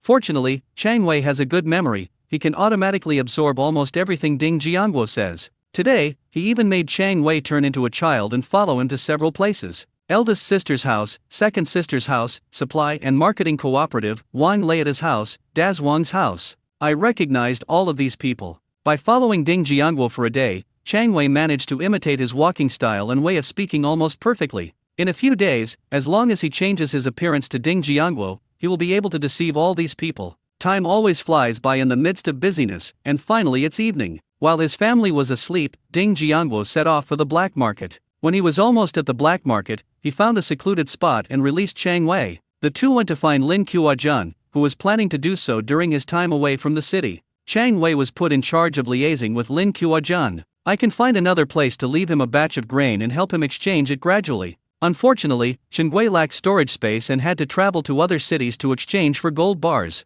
He plans to exchange as many gold bars as possible within a week and then go to another city. If a city suddenly has so much grain and meat, it will definitely attract attention, so the transactions cannot all be conducted in one place. Ding Jiangguo was already a familiar face here. When he brought his men over, the guards at the entrance to the black market didn't stop him and even greeted him with smiles. "Brother Iron Head, you're here again." "Yes, is Brother June inside?" Ding Jiangguo replied with a smile. "It's inside, just go in." The man pointed to a corner inside the black market. After thanking the man, Ding Jiangguo led Chang Wei into the black market. When they entered the black market, they found it was packed with people, like a bustling market. Everyone was half covering their faces, heads down, searching for what they needed. Ding Jiangguo and his companion continued walking through the crowd. He suddenly caught a glimpse of the woman carrying the quilt from before. There was a small cloth bag in front of her, and she was looking around warily. Ding Jiangguo walked over with some curiosity. When the woman saw someone approaching, she instinctively clutched her cloth bag tightly. "What is this?" Ding Jiangguo squatted down and asked in a low voice. The woman replied softly, "This is 5 caddies of cornmeal. Exchange for 12 caddies of sweet potatoes or 13 caddies of potatoes." Ding Jiangguo thought to himself that this woman really knew how to manage a household. "Last time I gave her 100 jin of cornmeal, and she can make more than 100 jin of grain this way. With over 200 jin of grain, they should be able to survive until next year." After learning about the situation, Ding Jiangguo didn't stay any longer and got up to lead Chang Wei inside. As the woman watched Ding Jiangguo's retreating figure, she felt as if she had seen him somewhere before. She tried hard to think, but still couldn't remember. Just then, someone came over to ask about the price, so she quickly snapped out of her thoughts and traded grain with the person. As soon as Ding Jiangguo and his companion entered, they saw Lin Kuo-jun frowning as he discussed matters with the others. "Brother June, Brother Tai Tou, you're here." At this moment, someone inside saw Ding Jiangguo coming over and quickly reminded Lin Kuo-jun. Lin Kuo-jun looked up and saw that it really was the Iron Head brothers. He immediately came out to greet her with a beaming smile. "This is the god of wealth, we can't afford not to treat him well." After Ding Jiangguo followed him inside, he introduced Chang Wei to the other party. "This is my brother Chang Wei. He will be in charge of liaising with you in a while." "Brother Chang, hello. My name is Lin Kuo-jun. I hope you will take good care of me in the future." Lin Kuo-jun warmly stepped forward to greet him. Chang Wei didn't speak, but simply nodded with a faint expression. "Brother June, there's something I need to tell you about this trip." After exchanging pleasantries with the others, Ding Jiangguo directly stated the purpose of his visit. "Recently, we need a large quantity of gold bars, and the timeframe is tight. We may not be able to offer you exclusive access to this product." Lin Kuo-jun panicked upon hearing this, as he had only been able to quickly establish the 2 black markets thanks to the exclusive supply of materials from Ding Jiangguo and his group. Many of the people buying things on this black market are drawn here from other black markets. These people are drawn by the stable supply of grain and meat here. If Brother Tai Tou were to release his grain and meat to other black markets now, his black market business would definitely suffer a lot. Brother Ironhead, how many gold bars do you want? Tell me. Maybe we can handle it? You won't need to waste time looking for other people. Lin Kuo-jun looked at Ding Jiangguo and said urgently. Ding Jiangguo shook his head with a wry smile. You definitely can't finish it. At least this much every day. Ding Jiangguo held up 3 fingers for him. When Lin Kuo-jun saw Ding Jiangguo hold up 3 fingers, he assumed they were 3 small yellow croakers and immediately breathed a sigh of relief. He smiled and pointed at Ding Jiangguo with his finger. Brother Tai Tou, you underestimate me. 3 small yellow croakers a day, I'll take them all. As soon as Lin Kuo-jun finished speaking, Ding Jiangguo rolled his eyes and said irritably, what 3 roots? It's at least 300. What? Lin Kuo-jun was also stunned by Ding Jiangguo's words. These 300 small yellow croakers are equivalent to 6,000 caddies of enriched flour, 9,000 caddies of cornmeal, or 4,500 caddies of pork. This is only a day's worth. The entire black market in this city probably wouldn't need that much. Brother Tai Tou, you're not kidding, are you? Lin Kuo-jun was still somewhat skeptical. He had always known that the Iron Head brothers were very capable, but no matter what he did, he never imagined that these people were so powerful. Now, the daily transactions are in the thousands of kilograms. He really couldn't possibly eat all that stuff. Even if he could eat it, he wouldn't dare. It would be too conspicuous and would definitely attract attention. Lin Kuo-jun understood that the situation was beyond change and didn't press the matter further. He also magnanimously told Ding Jiangguo, since that's the case, there's really nothing we can do about it. Brother Iron Head, do you know where the black markets in the city are? Do you need me to list them out for you? Upon hearing this, Ding Jiangguo was overjoyed and quickly responded with a smile. I really don't know, so I'd appreciate it if you could list them for me, Brother Jun. Lin Kuo-jun didn't waste any time and picked up a piece of paper to write on. Lin Kuo-jun, being an expert in the field, quickly listed out all the black markets inside and outside the city for Ding Jiangguo. Ding Jiangguo took it in his hand and looked at it. Good heavens! Besides the 2 black markets managed by Lin Kuo-jun, there are also 6 others, 1 in Dongcheng District, 2 in Nanchang District, 2 in Zikan District, and 1 in Baikan District. Ding Jiangguo noticed that Lin Kuo-jun had deliberately drawn a circle on one of the black markets in Zikan District. Curious, he looked at Lin Kuo-jun, pointed to the circle, and asked, Brother Jun, what is this black market? Lin Kuo-jun looked at the black market that Ding Jiangguo was pointing to and introduced it with an envious expression. This is the largest, has the most items, and has existed the longest in all the black markets. That black market stretches for about 2 miles along the city wall and is now managed by the 3 Tang brothers. Eldest brother Tang Niu, second brother Tang Lin, third brother Tang Senior. If you want to get a lot of gold bars, you can probably get quite a few from them. He lowered his voice as he said this. It's not just a place for trading grain and meat or antiques and collectibles, it even has this. Lin Kuo-jun made a pistol gesture at Ding Jiangguo. Ding Jiangguo's expression remained unchanged, but he was also startled. It seems I need to be careful when I go, lest I get shot in the back, which would be a real injustice. Ding Jiangguo folded the letter, put it in his pocket, and then thanked Lin Kuo-jun. Thank you, Brother Jun. The information you provided is very useful. I won't take your things for nothing. I know that there will be additional supplies from other black markets later. Your situation has definitely been affected. See how much food you can consume at most right now. I'll arrange for everyone to come to you tonight. Lin Kuo-jun was overjoyed to hear Ding Jiangguo say this. He was so proactive in doing these things. Isn't it just about wanting more goods and making more money? If you can get your hands on the goods before others on the black market, you can make a profit right away. As for the subsequent impact, we'll discuss that later. But when he thought of the gold bars in his hand, his expression became somewhat troubled. Brother Ironhead, I only have 20 small yellow croakers left, what do you think? Ding Jiangguo waved his hand magnanimously. Brother Jun, just tell me how many gold bars you can exchange for within a week. Ding Jiangguo plans to stay here for a maximum of 10 more days. After all, the appearance of so much grain and meat at once would definitely attract the attention of those above. 10 days later, he will definitely move to another city to continue exchanging gold bars. Lin Kuo-jun pulled the people around him aside to discuss the matter. A moment later, he returned, looking at Ding Jiangguo with a serious expression. Brother Tai Tou, we need 200 small yellow croakers this time. Ding Jiangguo thought for a moment and then told him the quantity of the items. Okay. I'll give you 2,000 caddies of high gluten flour, 1,800 caddies of cornmeal, and 600 caddies of pork.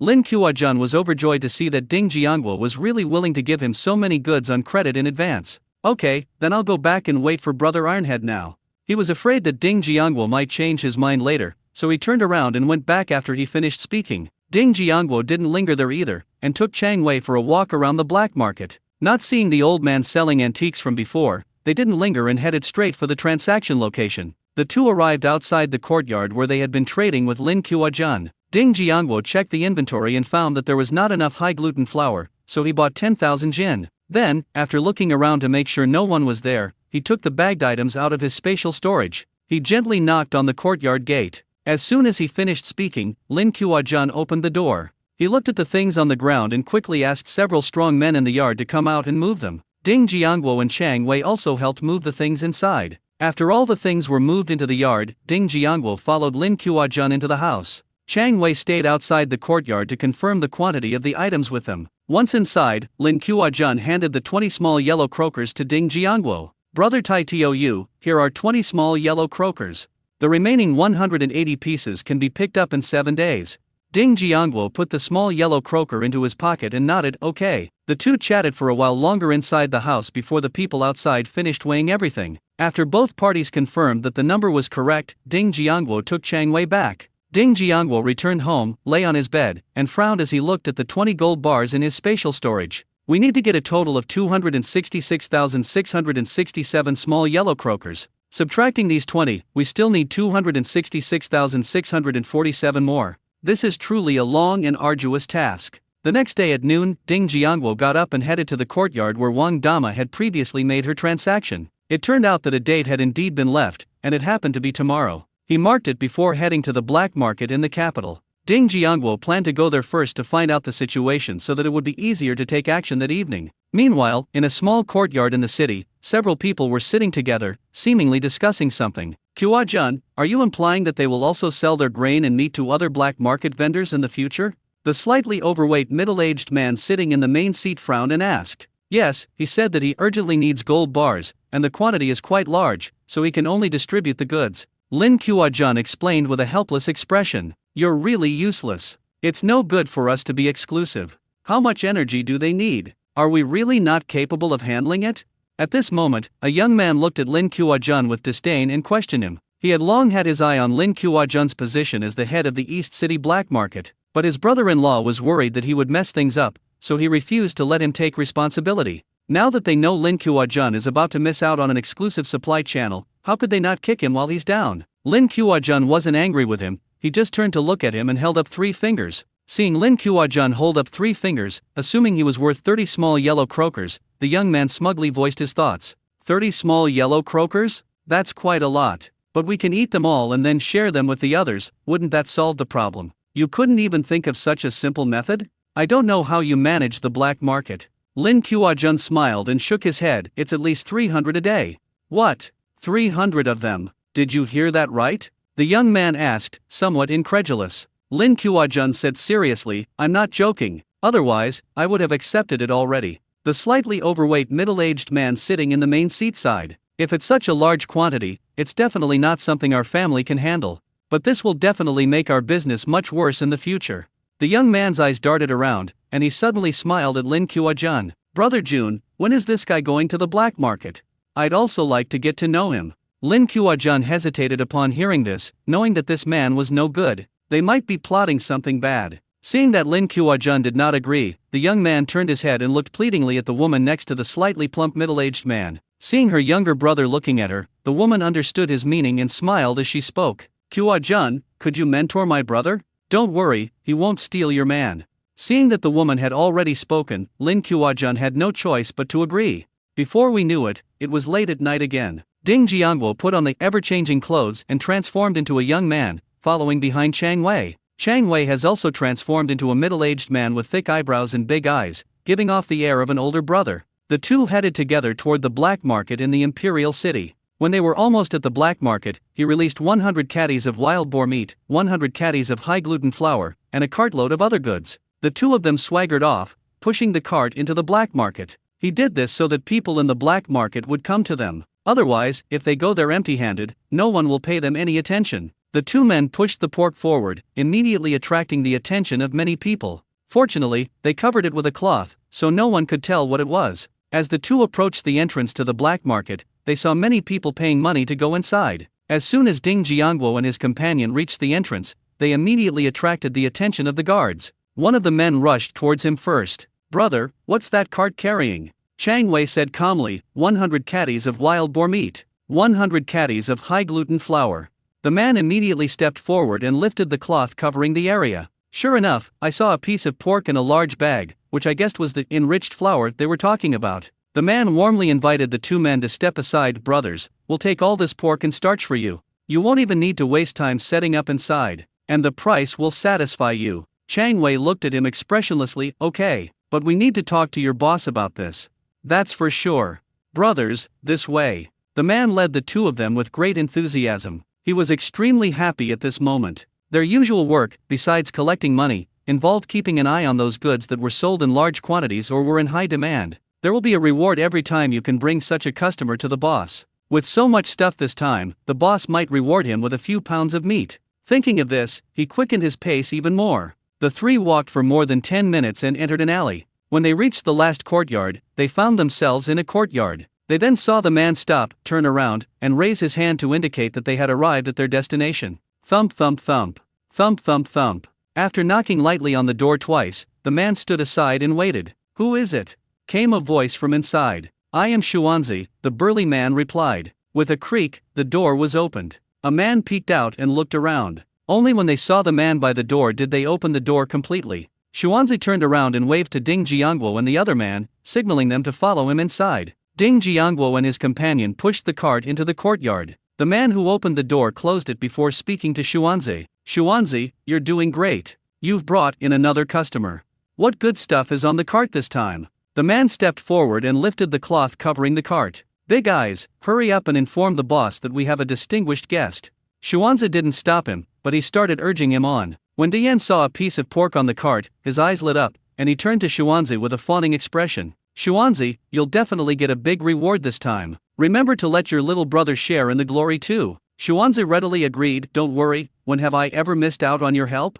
Upon hearing what Xuanzi said, Dian was overjoyed and quickly went to inform the boss. While the two were talking, Ding Jiangguo took the opportunity to look around the courtyard. The courtyard looks quite large, with 3 separate rooms inside. It's estimated that the people living inside are all their own people. Otherwise, they wouldn't dare to openly allow people to stay in the courtyard to talk. Ding Jiangguo and the other two didn't wait long before they saw the guy called Big Eyes walk back. He waved to Ding Jiangguo and the other man. "Let's go, our boss is waiting for you inside." "Don't worry, leave the things here, no one will dare to take them." Ding Jiangguo didn't mind, and they followed Dian into one of the rooms. The two entered the house and saw an ordinary-looking old man sitting there smoking a pipe. When the people came in, he smiled and gestured for them to sit down. "Brothers, my men just told me that you brought in 100 jin of pork and 100 jin of high-gluten flour.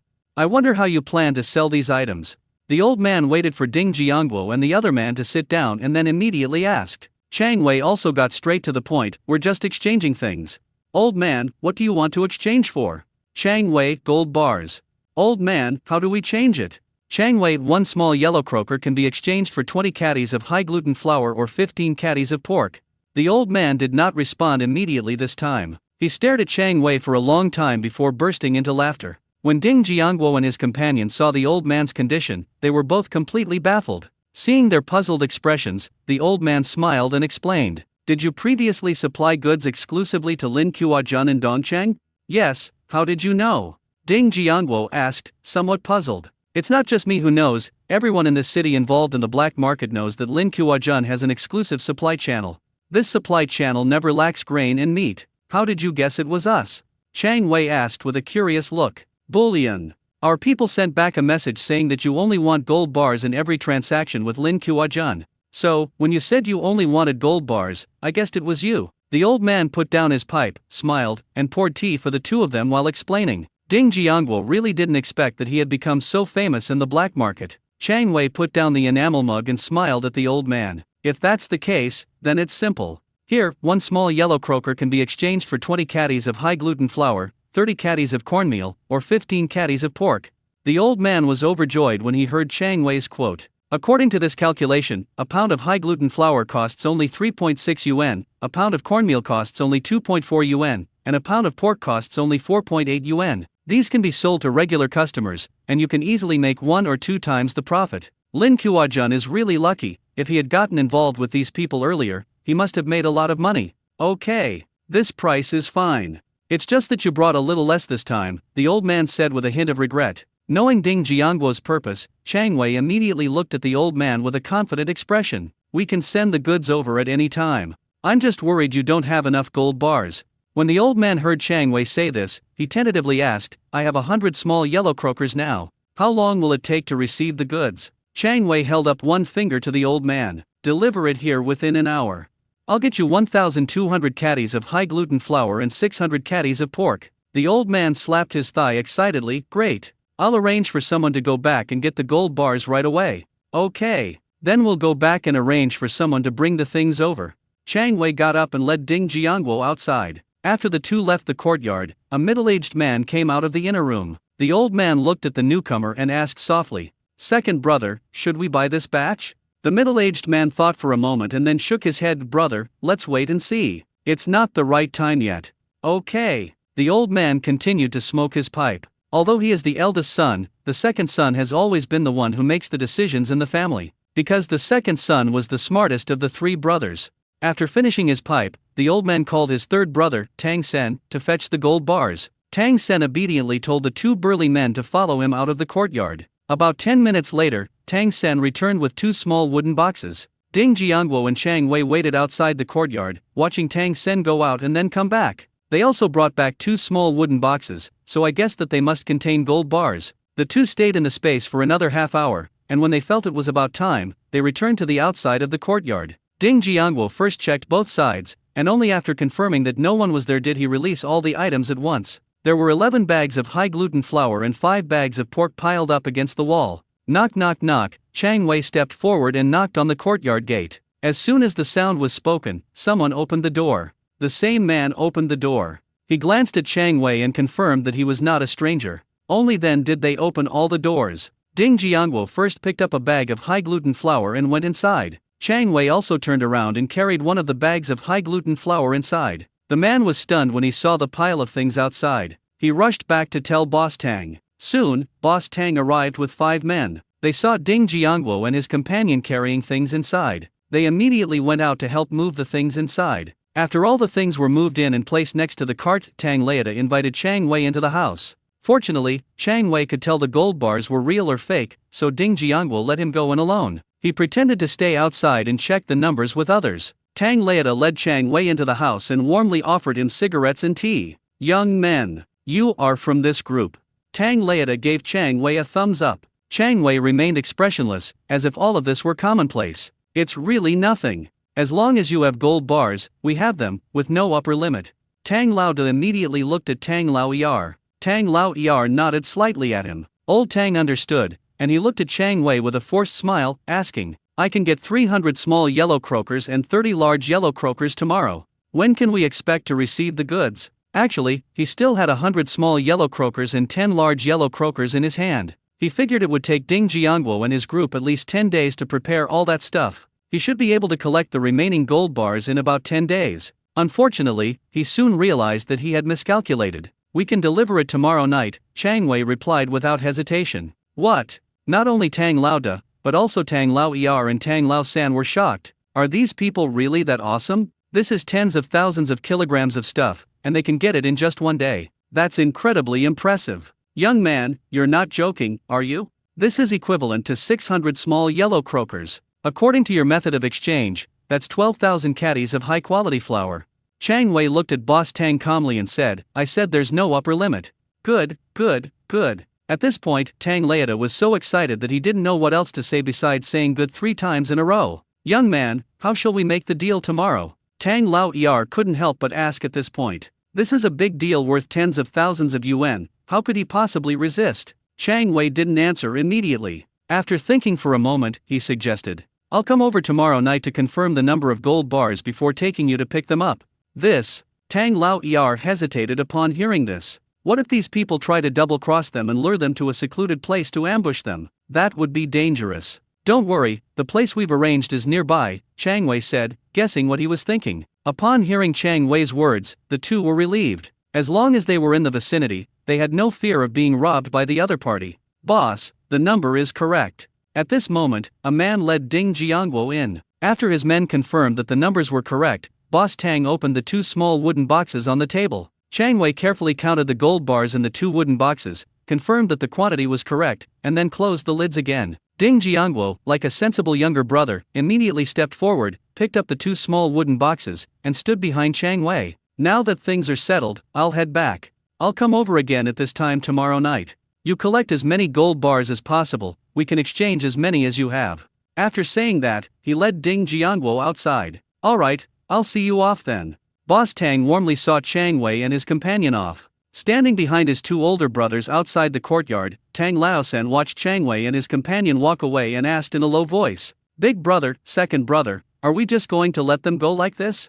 Let's go. We'll talk inside," Tang said to his two younger brothers. The three returned to the room they had just been in. The eldest Tang looked at the second Tang. "Second brother, should we send someone now?" Tang Lao Er shook his head, "No rush. We'll make our move tomorrow night.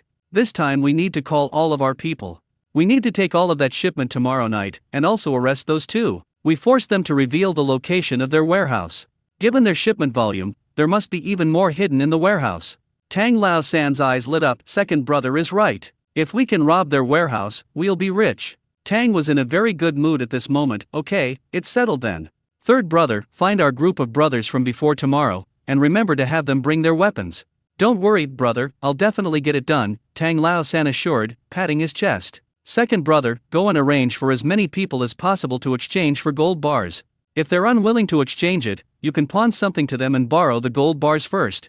We can give them some benefits. At the very least, we need to reach the amount we just agreed on. At this moment, Ding Jiangguo was unaware that Boss Tang and his gang were planning to double-cross him the following night. He is currently lying in bed taking inventory of the things in the space. Currently, the main materials available for exchanging gold bars are cornmeal, high-gluten flour, and wild boar meat. The inventory of three types of supplies in the space is as follows: cornmeal, 5,670 jin, high-gluten flour, 9,720 jin, wild boar meat, 2,600 jin. I've gained another 100 small yellow croakers, bringing my total to 266,547. There are only 79 days left. This is really too difficult. It seems that the conventional method of exchanging gold bars is no longer feasible, an unconventional method is needed. After the black market transaction tomorrow night, I'll go to that prince's mansion. We also need to visit the homes of those old-fashioned elders and their descendants. Ding Jiangguo lay in bed thinking and fell asleep without realizing it. The next day at noon, Ding Jiangguo arrived at the courtyard where Wang Dama had lived as agreed. Grandma Wang was very happy to see Ding Jiangguo arrive. She asked for quite a lot this time, enough for 5 small yellow croakers. These were all items that her sisters pooled together to order. Ding Jiangguo realized that he might have to leave this place later. Tell her that after this transaction, it's uncertain when the next one will be. Aunt Wang immediately became anxious upon hearing this. She was busy saying she needed to go back and get more gold bars to trade together that evening. The two agreed on the deal and left immediately. Before long, night fell, and Ding Jiangguo went to the courtyard where Wang Dama had previously made her transaction. As soon as his men reached the back door, they saw Aunt Wang running out of the side room. "Young man, I managed to get 1 large yellow croaker and 7 small yellow croakers this time. I want to exchange it for 180 jin of cornmeal, 100 jin of high-gluten flour, and 90 jin of pork." Aunt Wang ran over and rattled off everything she wanted in one breath. "Okay, go back inside and wait for me. I'll get it for you with my companions in a bit." After Ding Jiangguo finished speaking, he walked directly towards another alley without waiting for Wang Dama's reaction. He walked to a dark figure and entered the space directly. He waited in the space for more than 20 minutes before coming out with Chang Wei. When the two came out, each of them was carrying 2 large bags. Ding Jiangguo led Chang Wei through the back door and into the courtyard. Aunt Wang must have been watching this side the whole time. The two had barely entered the side room when they saw the door being quickly opened by Aunt Wang. "Could you please put these things in the inner room for me?" When Aunt Wang and the other two came in, she told them to put them in the inner room. This time, there were 2 more middle-aged women inside. As soon as they saw the goods being brought in, they immediately helped check the goods and weigh them. Chang Wei stayed in the inner room to check the number and weight with them. Ding Jiangguo followed Aunt Wang outside as usual. "Young man, could you check the item?" Grandma Wang handed a small cloth bag to Ding Jiangguo. Ding Jiangwo took the gold bars, opened them, and put them one by one into his pocket. The quantity is correct: 1 large yellow croaker and 7 small yellow croakers. All items are genuine. Aunt Wang saw that Ding Jiangwo had put everything away. He asked with some reluctance, "Young man, when can we exchange things again next time?" She's now very keen on trading things with Ding Jiangwo. You should know that she didn't spend a single penny on the grain and meat she received this time, yet she got a fifth of it for free. Ding Jiangwo thought that he would not be back until the Chinese New Year at the earliest, and he might stay in the village during the holiday. He then gave Aunt Wang a rough date. "If you need to exchange things again after the Lantern Festival next year, leave a message for me in that courtyard." Just as Ding Jiangwo finished speaking, Chang Wei came out from inside. The same older woman from last time was following behind him. The older woman nodded to Aunt Wang. After confirming that the number was correct, Aunt Wang quickly said goodbye to the two people, went back into her house, and closed the door. Ding Jiangwo led Chang Wei outside. At this moment, inside a large, secluded courtyard, "Big brother, second brother, do you think they might be lying to us? Why haven't they arrived yet?" Tang Lao-san paced back and forth in the room, looking somewhat angry. "Third brother, don't worry. Even if they don't come, we won't suffer much loss. Besides, it's still early." Tang Laeta offered him some words of advice, sounding somewhat helpless. Tang Lao-san complained to Tang Laeta with a displeased look. "I've already arranged for more than 20 brothers. If they don't come, then all my work will have been for nothing?" Tang Lao-er, who was sitting to the side, also spoke up to advise. "Third brother, you should listen to your eldest brother. Sit down first. No need to rush, we probably just need more this time." They took a little longer to prepare, which is why they arrived a little later. Seeing that his second brother had spoken, Tang Lao-san could only reluctantly sit back down. "Boss, that guy came last night." A man suddenly ran in to report. Upon hearing that someone had arrived, the three of them excitedly stood up together. Tang Laeta immediately turned to Tang Lao-san and instructed him. "All right, third brother, go and tell the brothers to get ready. Wait for the code signal and then proceed. Brother, you can rest assured that I'll handle things." Tang Lao-san strode out of the house and headed towards another room. A short while later, someone brought Ding Jiangwo in. Tang Laeta saw Ding Jiangwo and chuckled as he complained. "Young man, we thought you weren't coming today." Ding Jiangwo explained to him with a smile. There were a lot of things to prepare, which took up a bit of time. Tang Laeta didn't linger there and invited Ding Jiangwo to sit down. "It's all right, we understand. Please sit here." Ding Jiangwo smiled and waved his hand. "No need to be polite, let's take a look at the items first." "All right, please come in." Boss Tang wasn't one to dawdle. He led Ding Jiangwo directly into the inner room. He pointed to the 2 wooden crates on the ground. "Inspect the goods." Ding Jiangwo didn't stand on ceremony and stepped forward to open the 2 wooden boxes. It was neatly filled with gold bars. One box contained small yellow croakers, and the other contained large yellow croakers. Ding Jiangwo squatted in front of the boxes and counted the gold bars in both boxes. 300 small yellow croakers and 30 large yellow croakers, the same number as yesterday. Ding Jiangwo closed the lid, stood up, and said to Boss Tang, "The number is not a problem. Boss Tang, could you arrange for someone to bring these 2 boxes and come with me to pick up the goods?" Tang Laeta couldn't wait any longer. As soon as he heard that he could go with them to pick up the goods, he immediately sent someone to inform his third brother. Soon, more than a dozen burly men appeared outside. They had fierce expressions and each of them had something tucked into their waistbands. Ding Jiangwo glanced at it briefly before looking away. He was calculating in his mind that if things went wrong, he would strike first. "Young man, our men are all here. Shall we leave now?" Tang Laeta saw that everyone outside had arrived, so he turned to look at Ding Jiangwo. "Let's go now." Ding Jiangwo came out of the house and led Tang Laeta towards the place of the transaction. The others followed, but once they left the alley, they dispersed to avoid attracting attention due to their large numbers. Everyone kept a certain distance and followed closely behind. Ding Jiangwo led them out of the west gate and stopped at a grove of trees outside the city. "Wait here for a moment, I'll go in and tell them." To avoid any misunderstandings caused by us rushing in and starting a fire, that would be terrible. Ding Jiangwo turned around and explained to Boss Tang before walking straight into the woods. After Ding Jiangwo's figure disappeared, Tang Laeta looked at Tang Lao-er standing to the side. "Second brother, what do you suggest we do now?" Tang Lao-er stared into the depths of the woods, narrowing his eyes. "When we make the deal later, we need to subdue that person first. Use him to threaten the people over there. If the people over there accept the threat, that would be best. If they are not threatened, abandon that person. We'll try to turn that guy against us and get him to lead us to their warehouse." After he finished speaking, he turned to Tang Lao-san and continued to make arrangements. "Third brother, after we go in, you take the remaining dozen or so brothers and secretly follow us. Go inside and find a place to hide on our way there. We'll find an opportunity to lure those people over. Once you see them coming, just take them down. Okay, second brother.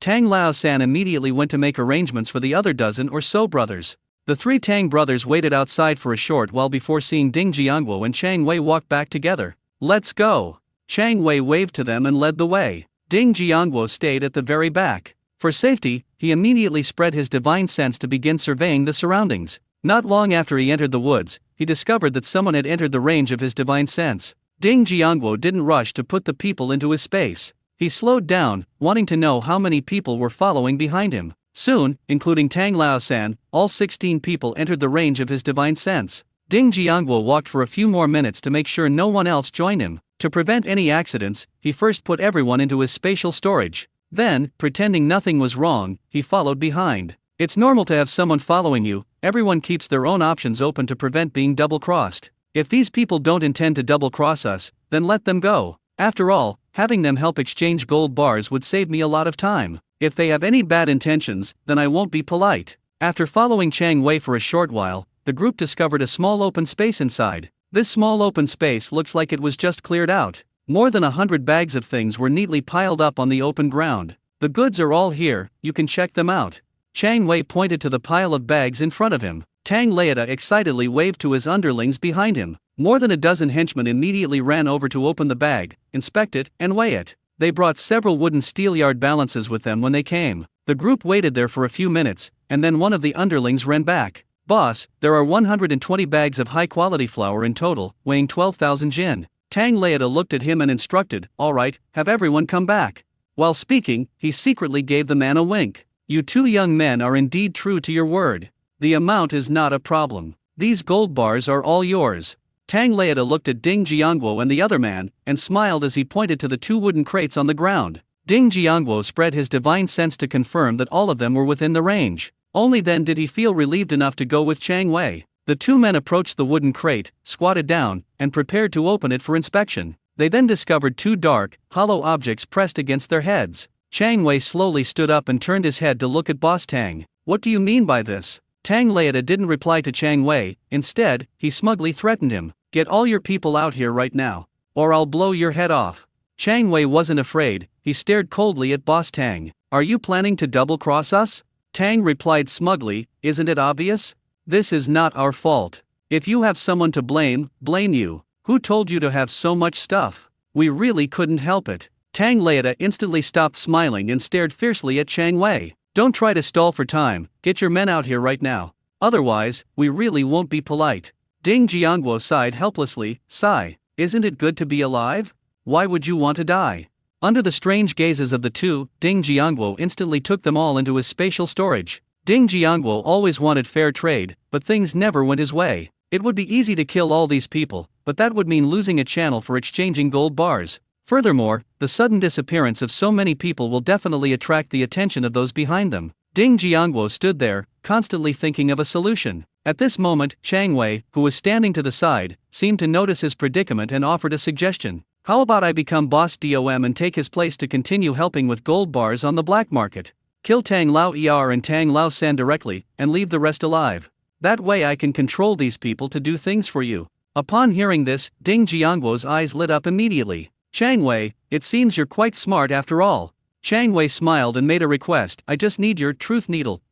I want to know everything about Boss Tang. No problem. Ding Jiangguo immediately took Chang Wei back to the space. Ding Jiangguo used the truth needle on Boss Tang, and then let Chang Wei talk to him on his own. The two stayed in the space for more than 10 minutes, and Chang Wei basically learned everything about the three Tang brothers. After hearing Tang Laeta's description, Ding Jiangguo secretly rejoiced that he hadn't killed them all. It turns out that the Tang family currently controls 3 black markets, 2 in the west of the city and 1 in the south. The people behind them are also very powerful. They have connections with higher UPS. If I had really killed everyone, his powerful backer would definitely have sent people down to investigate. By then, it will probably be difficult to exchange gold bars on the black market. But fortunately, nothing happened. Ding Jiangguo knocked out all 30-odd underlings in the space and put them on the open ground. He then released Tang Laeta, who had transformed into Chang Wei, and returned to his spatial dimension. Special note, the Tang boss that appears from now on is Chang Wei in disguise. Chang Wei went to these people and woke them up one by one. "Boss, what's wrong?"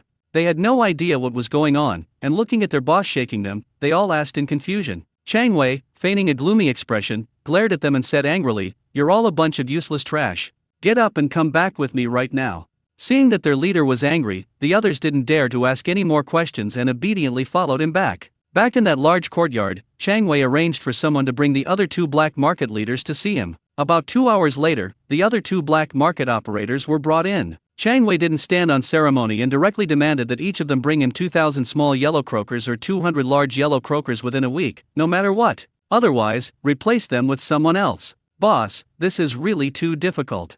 Could you give us a little more time?" One of the black market leaders looked at Chang Wei with a pained expression after hearing this. "No. If the two of you can't handle it, then I'll send someone else." Chang Wei looked at the two of them with an unquestionable expression. "Boss, could you provide us with some grain and meat? With our own resources alone, it will be difficult to complete the task you assigned in a short period of time." The other black market leader was a little smarter. Seeing that the situation was beyond redemption, he asked Chang Wei for support. Chang Wei did not reply immediately, he pretended to be thinking. In fact, she was communicating with Ding Jiangguo using her divine sense. Because it is a product produced by them all, it can communicate directly with customers through divine consciousness. Ding Jiangguo listened to the man's words in the space and also felt that they made sense. They lacked sufficient supplies and it would be difficult for them to acquire so many gold bars. Let Chang Wei agree to that person's proposal. Chang Wei nodded to the man, "Okay. I'll give each of you 30 small yellow croakers now. Tomorrow night, bring your men over and take the remaining 970 small yellow croakers back with you."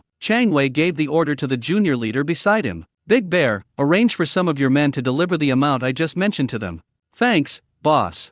After thanking them, the two quickly followed the bear outside. After everyone in the house, including Ding Jiangguo, left, he used his spatial ability to leave the courtyard and return home. As for Chang Wei, let him stay here and impersonate Boss Tang to mobilize all forces to exchange for gold bars. They can also help contact 3 other black market operators to exchange gold bars. Ding Jiangguo didn't get home until almost dawn. He lay in bed, habitually checking his day's achievements and how far he was from his goal. "Tonight I got 17 small yellow croakers from Aunt Wang, and Tang Leiata's contribution was 600 small yellow croakers. A total of 617 small yellow croakers were harvested. There are still 266,547 stalks to be completed. Subtracting today's harvest, there are still 265,930 stalks to be completed. Although there is still a long way to go, we have taken another step closer to our goal. There are 78 days left. Keep going tomorrow night. Tomorrow night, I'll get the supplies for Chang Wei first, and then I'll go to the prince's mansion.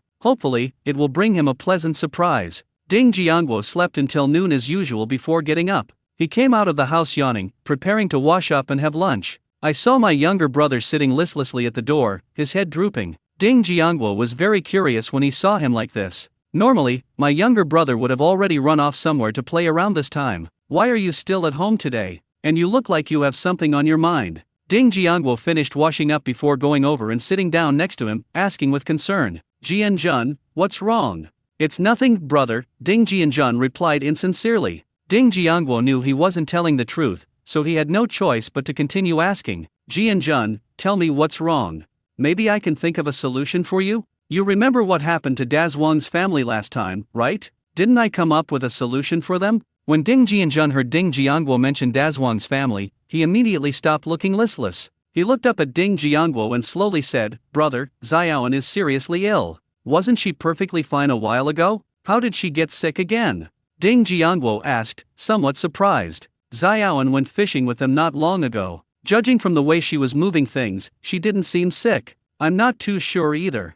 I just heard from Sister Xiaohua that Xiaoan urgently needs 50-year-old ginseng. I asked my 4th sister, but she hadn't seen it either." Ding Jianjun realized that his 4th sister had never met him, so his brother probably didn't know either. "Sigh, I wonder how Xiaoan is doing now. I've almost finished all my snacks. I hope she gets better soon, otherwise my days of having snacks every day seem to be a long way off." If Ding Jiangguo knew what he was thinking, he would definitely roll his eyes at him. Seeing Ding Jianjun like this, Ding Jiangguo could only sigh helplessly in his heart. "Xiaoan will most likely become my brother's wife in the future. It would be a mistake not to lend a hand at this time. Oh well, what can I do? He's my own younger brother. Even if she doesn't become her brother's wife, Xiaoan's family certainly won't take their things for nothing. However, I can't do this myself. I need to find someone else to handle it. Oh, right. Let Boss Wang handle this. That way, he can not only help Xiaoan, but also expand Boss Wang's network. That's right, that's how we'll do it. Ding Jiangwo immediately sent a message to Boss Wang via space, telling him to quickly ask for leave and go home to await arrangements. Special note: Director Xiao here is actually Wang Leida in disguise. Boss Wang received the order and immediately returned from the steel plant. Ding Jiangwo patted Ding Jianjun on the shoulder, feigning surprise. Jianjun, 50-year-old ginseng, Director Xiao happens to have some. Ding Jianjun's eyes lit up when he heard the news. Brother, is this true? That's really great. But then he seemed to realize something, and his expression quickly became somewhat uneasy. Brother, do you think Director Xiao would be willing to give this ginseng to Xiaoan? I heard from my fourth sister that this thing is very, very expensive. Ding Jiangwo knew it was impossible for him to give it away for free, but to comfort his younger brother, he had no choice but to keep it a secret. I'll go check in a bit and see if Director Xiao is home. I'll ask him if he'd be willing. Ding Jianjun immediately urged Ding Jiangwo to go find Director Xiao. Brother, go now. Don't wait any longer.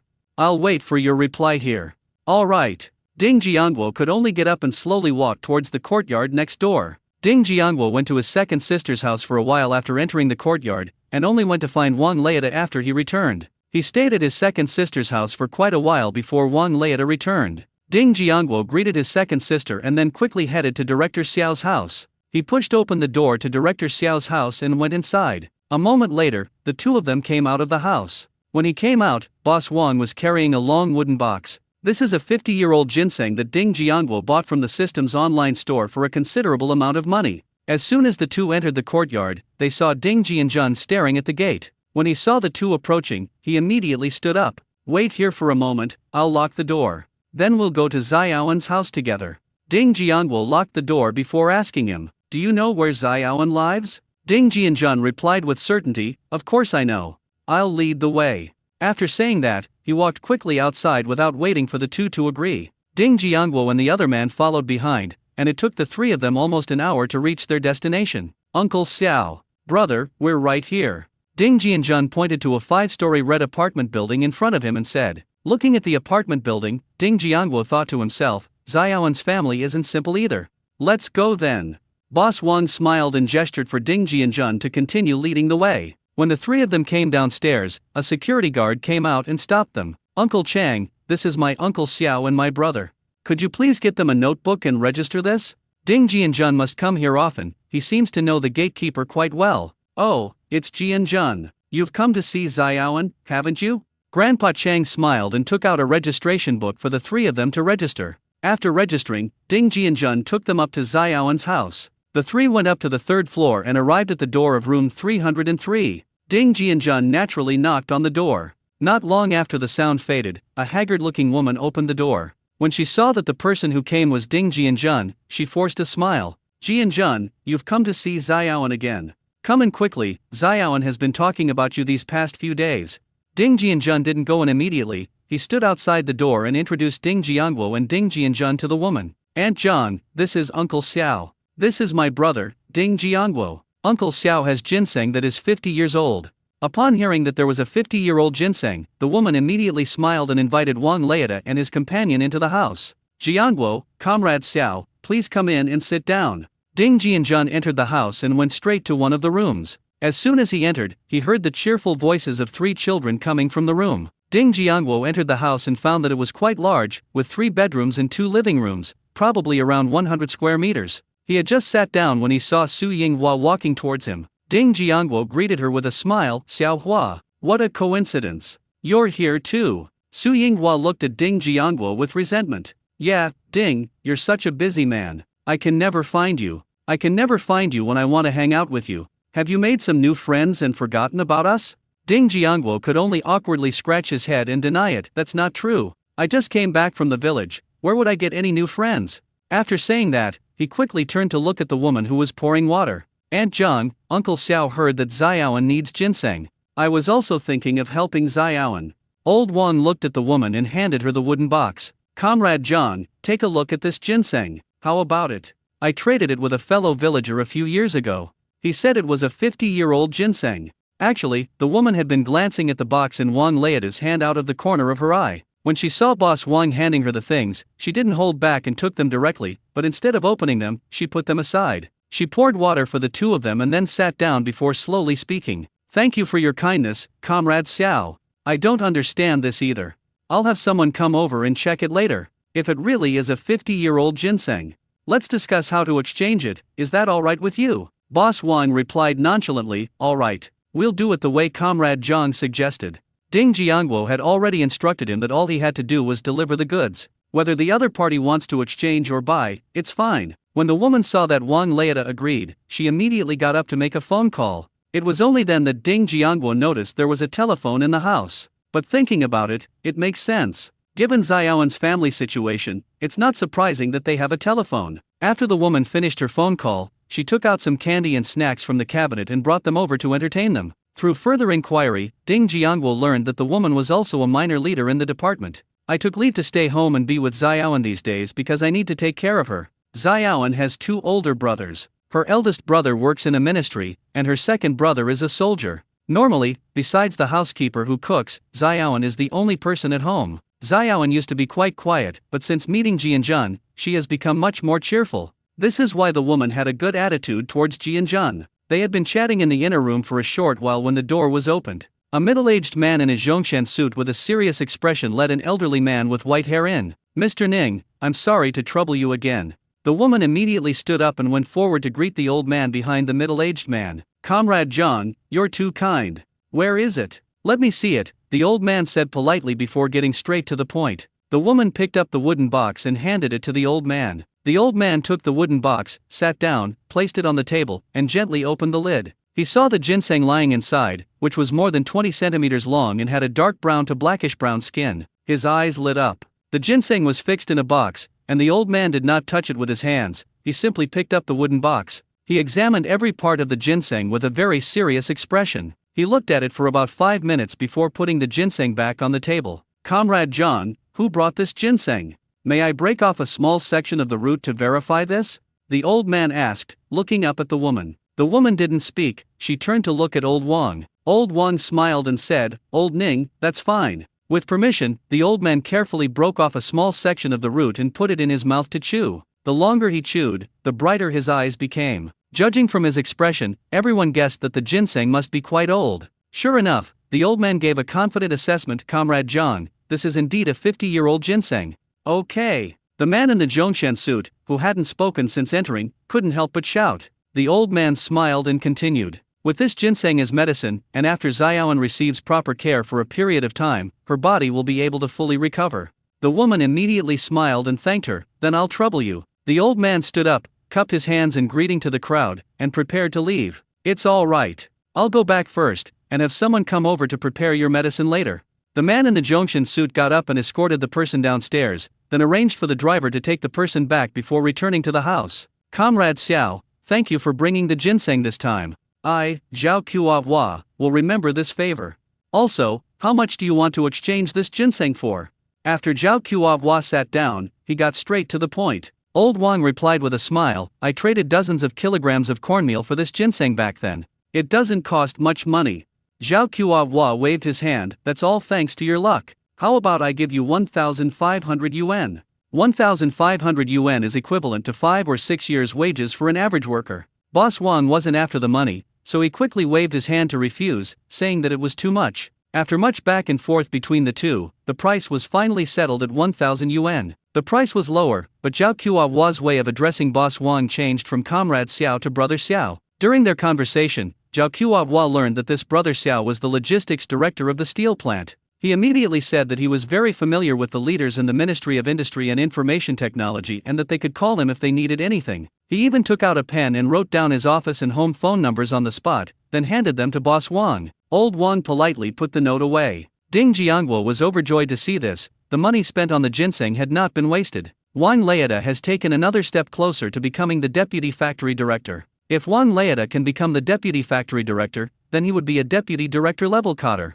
He was promoted from the logistics department and also oversees the factory's security department. With him protecting them, which of their relatives would dare to make any trouble? Having achieved his purpose for coming today, Boss Wang got up to say goodbye and leave. Zhao Qiuhua politely saw them to the door. Su Yinghua was still angry, and she hadn't spoken much to Ding Jiangguo in the room. When Ding Jianjun heard that his brother was going back, he followed him out. When he left, all his pockets were stuffed with snacks. Ding Jiangguo couldn't help but slap his head as he walked outside. Why did you take so many things from other people? That won't work. Ding Jianjun ate his snacks nonchalantly. Xiaoan stocked up on all of these for me. Actually, there are many more, but unfortunately my pockets are too small to hold them all, so I didn't bring them back. But Xiaoan said she'll send them all to me once she recovers. After Ding Jianjun finished speaking, he seemed to have thought of something. He immediately took the snacks out of his 2 pockets and stuffed them into Wang Leiata's hand. Thank you, Uncle Xiao, for giving ginseng to save Xiaoan. These delicious foods are all for you. He hesitated for a moment, then pulled a handful of snacks from a trouser pocket and stuffed them into Ding Jiangguo's hand. Thank you, brother. Please ask Uncle Xiao to come and save Xiaoan. When Ding Jiangguo saw the snacks being handed to him, he really didn't know what to say. I'm actually a little envious of my younger brother. He's so young and already making a living this way. If the two of them really do get together in the future, they'll save themselves so many years of hard work. Don't believe me? Please refer to Ho Liangping's work. In the dead of night, the courtyard was completely silent. Ding Jiangguo went directly to the place where the transaction had taken place the previous night. Fortunately, he sent a message to Chang Wei through space before he set off. Ding Jiangguo was worried that with so much stuff, the 2 black market bosses would abscond with the money. This time, they were only given a little over 900 small yellow croakers as supplies. These 2 black market bosses are quite powerful. This time, they brought 530 small yellow croakers. After Chang Wei and the others had moved all their things away, he handed over all the small yellow croakers to Ding Jiangguo. Without lingering, Ding Jiangguo headed straight for his target that night. He was very excited, wondering how much he could gain from that legendary royal palace.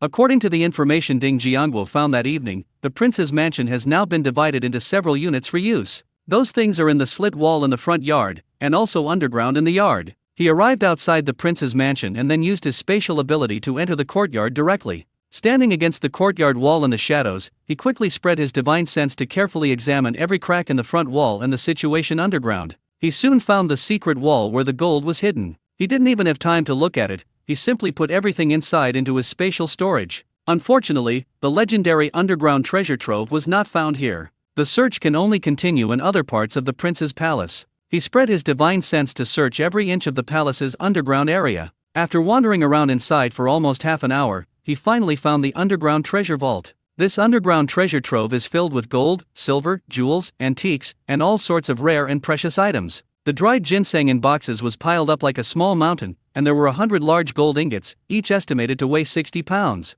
Ding Jiangguo had lived 2 lifetimes, and this was the first time he had ever seen so much. His heart was screaming, mine, all of it is mine. His divine sense swept over it, and regardless of what it was, he collected it all into his space. Once everything in the cellar has been collected, he continued searching every inch of the prince's palace's underground area. After spending half an hour without making any new discoveries, I decided to leave. Once he stepped out of the yard, he excitedly ran all the way home. When they returned to the courtyard, they immediately entered the space to take stock of what they had just gained. The first thing he checked was the gold in the space. 100 gold ingots weighing 60 jin each are equivalent to 3 tons of gold, or 96,000 small yellow croakers. Ding Jiangguo immediately bought a high-precision electronic scale from the mall. Weigh all the remaining gold bars, small gold ingots, and gold bricks. After working in the space for a while, I finally calculated the number 1.29375 tons, equivalent to 41,400 small yellow croakers. Special note, the 1.29375 tons figure is fictitious. Currently, 265,930 small yellow croakers need to be completed, with the 2 black market bosses contributing 530 of them. The total amount of gold from the prince's palace that we just counted and weighed can be exchanged for 137,400 bars.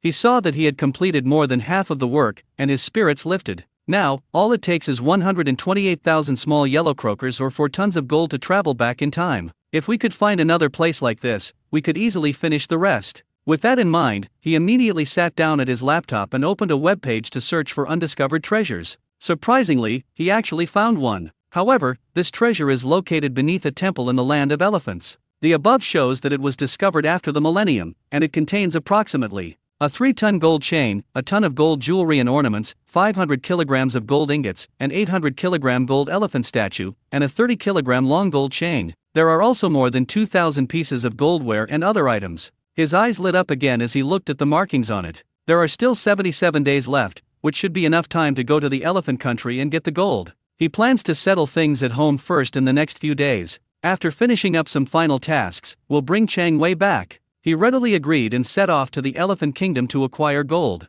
Ding Jiangguo carefully studied the route on the screen. Finally, we decided to take the train to Guangzhou first, then to Shenzhen, then across Hong Kong, and finally fly to the capital of Malaysia. After several transfers, we could reach the temple. After careful evaluation, Ding Jiangguo concluded that, barring any unforeseen circumstances, they could reach the temple in a little over a month. If I hurry up, I can still make it back to celebrate the spring festival with my family. Once Ding Jiangguo had finished his plan, he regained his focus. He looked at the gold jewelry in the space but didn't sell it immediately. These are all intended to be saved for later use to make up for the missing numbers. The suggested price for the gold jewelry here has already been given by the store. They're all calculated based on the regular gold price. Selling them to the mall like this would be a huge loss. He bought a batch of boxes from the mall, sorted and packed all the gold jewelry and other items into them, and stacked them up. After working in the space for more than an hour, I finally finished organizing everything. Looking at the rows of boxes piled high, he couldn't stop smiling. He could easily live a carefree life by simply taking a few items from inside and auctioning them off. With the money, he wanted to buy many courtyards and houses and become a hard-working landlord. Inspired by the prince's mansion, he built a small cellar under the eldest prince's house in the following days. He absorbed the soil from the cellar into his spatial dimension and then took it outside the city to discard it. He also bought a batch of building materials from the mall and did some simple repairs on the cellar to prevent the items placed inside from getting moldy due to dampness. Ding Jiangguo put 100 jin of high-gluten flour, 100 jin of cornmeal, and 200 jin of cured meat in it. Some of these things were occasionally taken home by Chang Wei for everyone to eat. There's also some left for Wang Leida, and for his brother-in-law, the purchasing agent, to use in emergencies. It might take more than 2 months for me to come back after I leave. During his absence, my brother-in-law certainly couldn't complete the procurement task on his own. With these supplies, at least he can get through this. If the factory has other requirements at the last minute, you can use these items to exchange with others. Meanwhile, in a courtyard that Ding Jiangguo knew very well, several people were arguing. Jun Ji,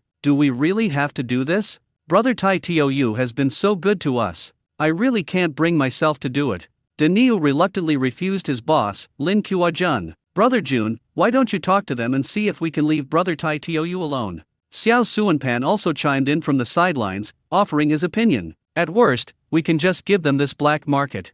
Yes, Jun Ji. I agree. Little Monkey and Donzi chimed in agreement. Lin Kuo-jun looked at them with a wry smile. Don't I want to? Do you think I didn't try? I was practically begging them on my knees. Unfortunately, none of it worked. He paused, his gaze sweeping over the group, his voice tinged with sorrow. Either we arrest Tai Tou and Chang Wei and send them over there. They'll either send us brothers in or they'll send us in. As Lin Kuo-jun spoke, his voice involuntarily rose. Did I have a choice? I can only apologize to Brother Tai Tou. We can't let everyone get sent in, can we? At this moment, the little monkey shrank its neck and whispered a suggestion. Brother Jun, how about we hide for a while like last time and then come out? Lin Kuo-jun looked on helplessly and shook his head. It's no use. This time, we've been targeted by the higher UPS. Their goal is simple, to trace the source of the substance. This is also due to Tai Tou's gang making too much noise and not doing a good enough job of keeping things under control. In just a few days, tens of thousands of kilograms of goods suddenly appeared on the market. It's no wonder that people were watching them. Donzi, still somewhat reluctant, asked, is there really no other way? Lin Kuo-jun didn't look at the other person, but simply shook his head slightly. Ding Jiangguo usually doesn't get up until noon. Ding Menzu usually prepares breakfast and lunch before going to work, without waking him up. This morning was a bit strange. Ding Jiangguo was still lying in bed sleeping as usual. Ding Menzu actually came over early to call him for breakfast. Fortunately, Ding Jiangguo hasn't been going out to work at night these days. Otherwise, I really wouldn't be able to get up. After being woken up by Ding Menzu, he got up to wash up and eat breakfast. However, Ding Menzu did not go to work early as usual today. She waited until Ding Jiangguo sat down before serving him a bowl of noodles. There was an egg resting on top of the noodles. Ding Jianjun, who was sitting next to him, also had noodles, but no eggs. Ding Jiangguo looked at Ding Menzu with a puzzled expression. Fourth sister. What day is it today? Breakfast is so lavish. Ding Menzu smiled mysteriously. Jiangguo, you really don't remember what day it is today? Ding Jiangguo quickly searched his mind for the answer. Unfortunately, we couldn't find it, so we could only shake our heads. Today is your birthday. After today, you'll be 10 years old. Ding Menzu gently patted Ding Jiangguo's head. Birthday?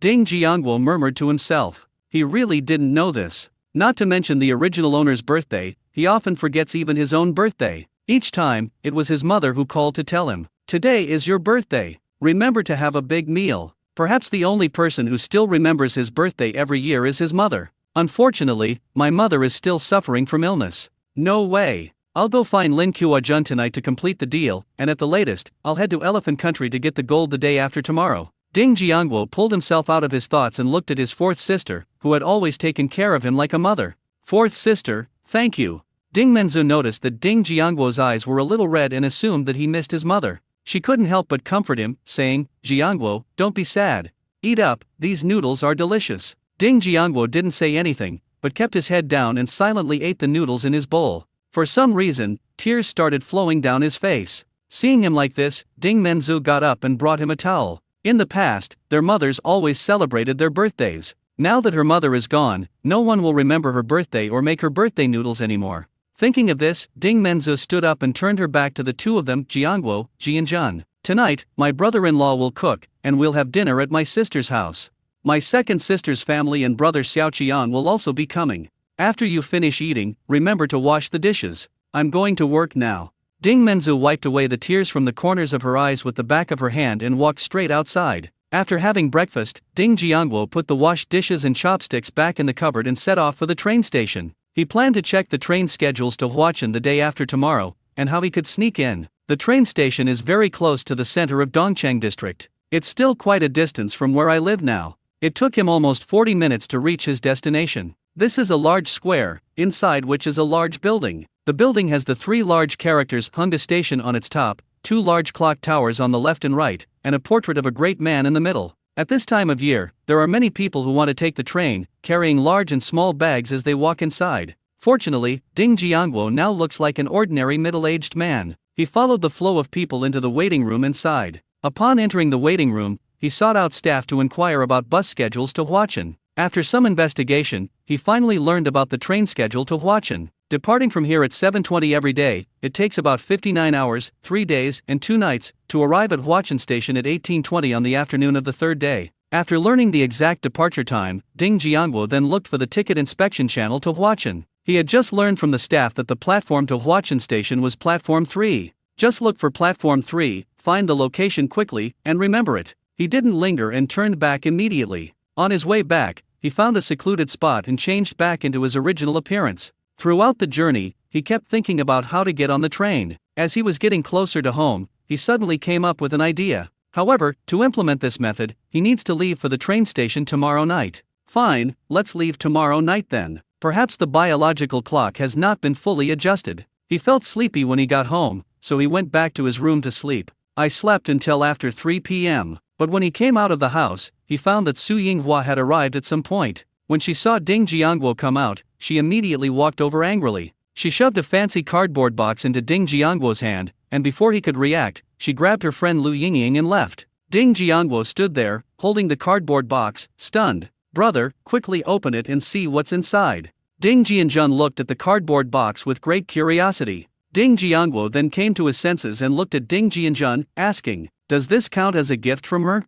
Ding Jianjun nodded affirmatively. "I told Sister Zayahua that today is your birthday. This was specially obtained by Sister Zayahua from her uncle and given to you." "Okay." Ding Jiangwo finally confirmed that this was a birthday gift from Zayahua. He looked at the unfamiliar characters and patterns on it and guessed that it was a toy gun. Sure enough, when the box was opened, there was a plastic gun inside, which looked like a plastic water gun. This toy was probably brought back by overseas Chinese. I never expected that Zayawa's family had such connections. Ding Jianjun didn't care about any of that. His eyes lit up as he looked at the plastic water gun in the box. But he knew these were his brother's things, and he couldn't take them without his brother's permission. Ding Jiangwo wasn't interested in this thing, so he just gave him the plastic water gun to play with. "You can take it and play with it for now. Remember to bring it back to me, and don't break it." Ding Jiangwo gave his younger brother a few words of advice and then let him go out and play by himself. Once Ding Jianjun received permission, he immediately picked up the plastic water gun and ran out to show it off to his friends. Watching his hurried departure, Ding Jiangwo couldn't help but smile and shake his head. He was the same way when he was little. Once he got a toy, he couldn't wait to show it off to his friends. Ding Jiangwo got up to go to his older sister's house to see if she was missing anything for the evening. Unexpectedly, Chang Wei came at this time. He was also carrying a small bag. "Jiangwo, this is 10 caddies of venison. A birthday present for you. Ding Jiangwo looked at him with some surprise. How did you know it's my birthday today? You are my most valued client, all your information is with me. Chang Wei smiled and pointed to his head. I'm different from that boss Wang, I have my own independent will. Remembering my clients' birthdays is a must for me. Ding Jiangwo asked with some curiosity, so, which customer am I? Chang Wei rested his chin on his hand and thought for a moment. Theoretically speaking, you are the 99th. What about the previous 98? Ding Jiangwo quickly asked. Chang Wei rolled his eyes. What do you think?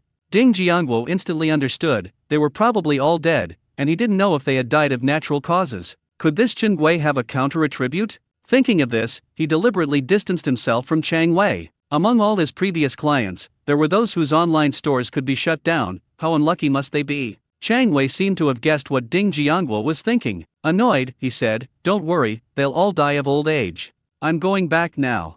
Send me a message whenever you need me to come back.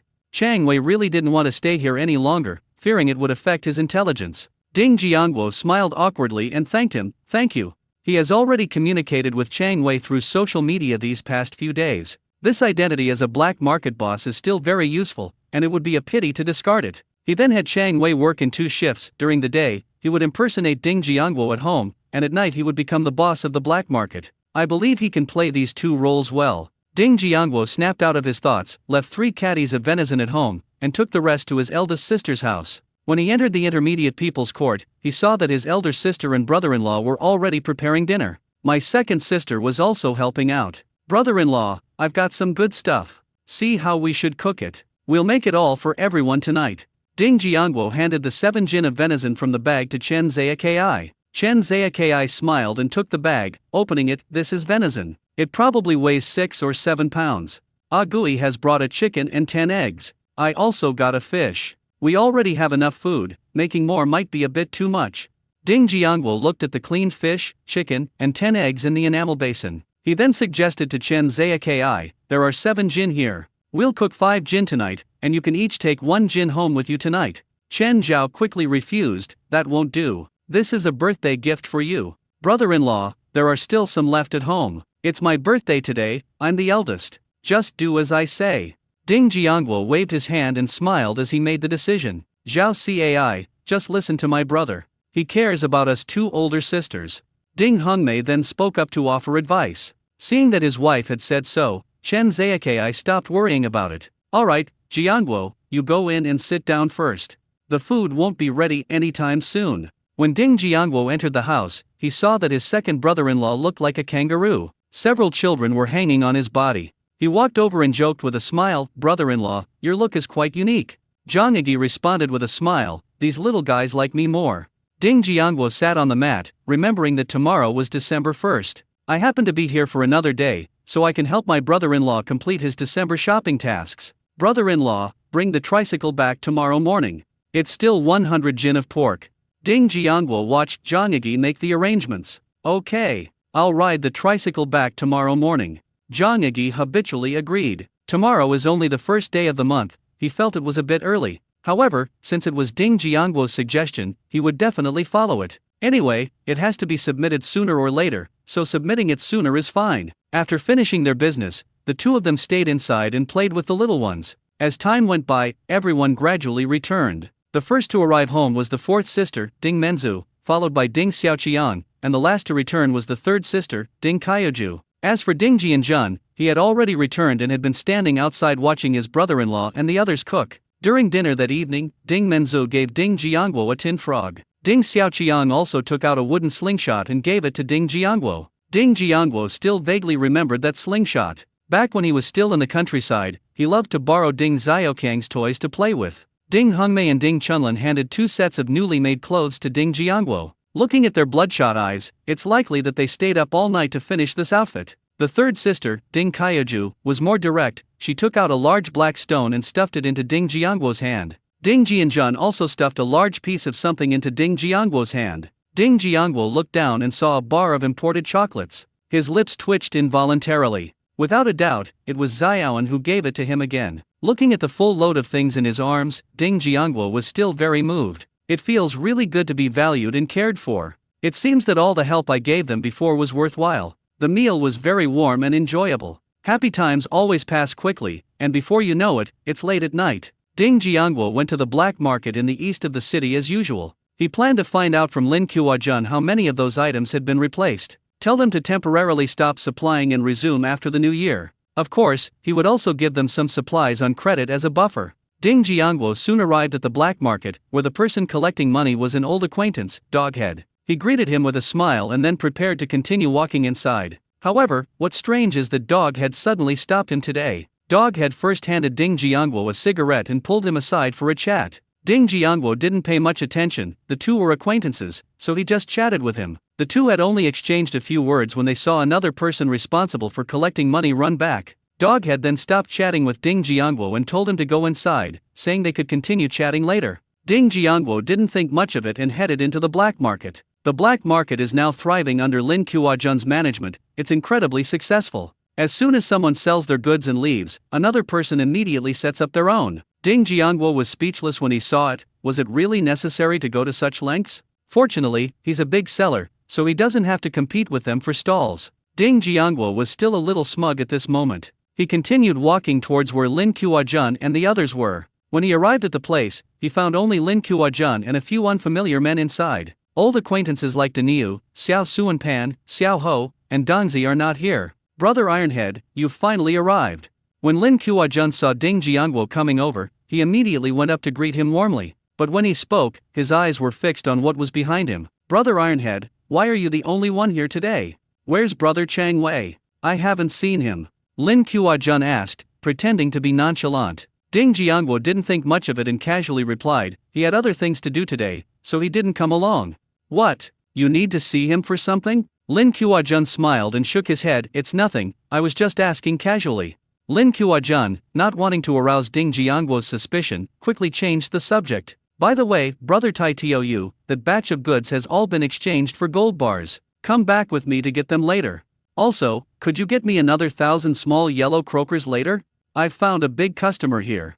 Lin Kuo-jun looked at Ding Jiangwo with anticipation. Ding Jiangwo was also somewhat surprised. He hadn't expected that Lin Kuo-jun knew such a powerful client. 1,000 small yellow croakers is equivalent to 200 bags, or 20,000 caddies, of high-gluten flour. This is a big deal, so we can no longer deliver the goods to your door. Just like the deal with Boss Tang, we need to choose a location and have them send people to pick it up. It has to be a cash-on-delivery transaction. After all, money can be a powerful motivator, and he didn't want to test human nature. So he looked at Lin Kuo-jun and replied in a serious tone. We can arrange 20,000 jin of enriched flour.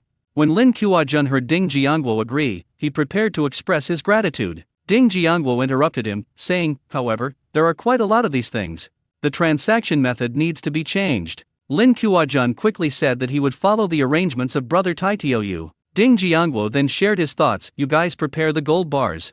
I'll come and take you there to pick up the goods. Lin Kuo-jun immediately nodded in agreement. Brother Ironhead, are you coming with me to get the gold bars from before, or? Lin Kuo-jun looked at Ding Jiangwo and asked. Ding Jiangwo figured he didn't have anything to do, so he suggested they go get it now. Lin Kuo-jun's expression suddenly stiffened, but he quickly recovered. Ding Jiangwo didn't notice anything and followed him back to get the gold bars. The two returned to the courtyard, and Lin Kuo-jun brought Ding Jiangwo 2 small wooden boxes. Ding Jiangwo opened the 2 wooden boxes, each containing 100 gold bars. He did a quick check, then took it and left. On the way back, he felt that something was wrong. He thought about it for a long time, but still couldn't figure it out, so he gave up. The next morning, Zhang Igi, the second brother-in-law, brought the 100 jin of pork that Ding Jiangwo had prepared back to the factory. This once again shocked everyone in the purchasing department and even the logistics department. The purchasing staff have gone from being wary to fawning over them. Fortunately, my brother-in-law didn't get arrogant and remained as polite to everyone as before. Meanwhile, in a small courtyard, Lin Kuo-jun was respectfully explaining to a young man in front of him. Last night, only that Ironhead came. I didn't have anyone do anything. However, I arranged to trade 1,000 small yellow croakers with him tonight. He has already agreed. With so much stuff, they'll definitely have a lot of people coming tonight. As long as we are well prepared, we will definitely be able to take them all down. The young man's expression remained unchanged, but the greed in his eyes was obvious to everyone. He immediately offered Lin Kuo-jun a bait. Okay, as long as we catch them and find out where the stuff came from, I will put you in the speculation and profiteering office as agreed. If this result satisfies me, I'll help you get promoted to deputy director in 6 months. Lin Kuo-jun was overjoyed, never expecting to have such an opportunity. Back then, even his boss had to treat these people with utmost respect. This time, he was determined to get it done no matter what. He no longer has to be forced to hide and run away like before. Once he was taken to the speculation and profiteering office, he planned to take care of the other black markets. From now on, Lin Kuo-jun will be in charge of the black market in this city. Thank you, young Master Zhang. Don't worry, I will definitely handle things perfectly. Lin Kuo-jun immediately patted his chest and guaranteed it. The young man nodded slightly and waved to him to go back. After Lin Kuo-jun left, the other two young men looked at him and asked, "Young Master Zhang, are we really going to put him in the speculation and profiteering office?" The young man scoffed dismissively, "Of course. One must always keep one's word. I will not only put him in the speculation and profiteering office, but also his good brothers.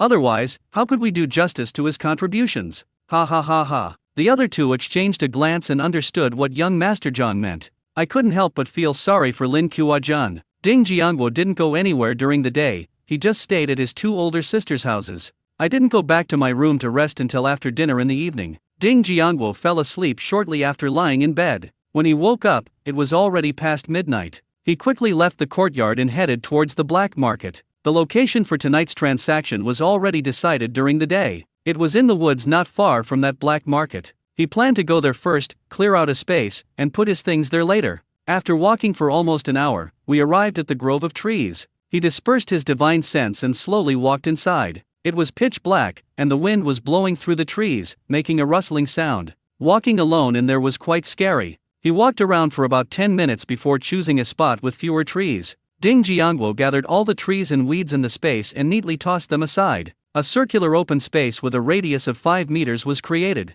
Ding Jiangguo looked at the open space and estimated that it could fit about 200 bags of high-gluten flour. He realized that he didn't have enough cornmeal in his inventory, so he bought 20,000 jin, 10,000 kilograms, from the mall. After finishing all his business, he hurried to Lin Kuo-jun's courtyard. There were more than 20 people standing in the courtyard at this time, each with something clipped to their waist. Lin Kuo-jun mostly used Zhang Xiao's people this time. He only took a few of his own men with him. Daniu, Xiao Suanpan, and the others were temporarily locked up by him, and they were being fed and cared for, to avoid any of them informing Tai Tou, which would cause trouble. Ding Jiangguo had no idea that a net was about to trap him that night. He arrived outside the courtyard at the agreed time. Knock knock knock, Ding Jiangguo gently knocked on the door. Squeak! The door opened. He recognized the man, but they weren't clothes. He was the one who opened the door last night. "Brother Ironhead, you're here. Junji is waiting for you inside, come in quickly."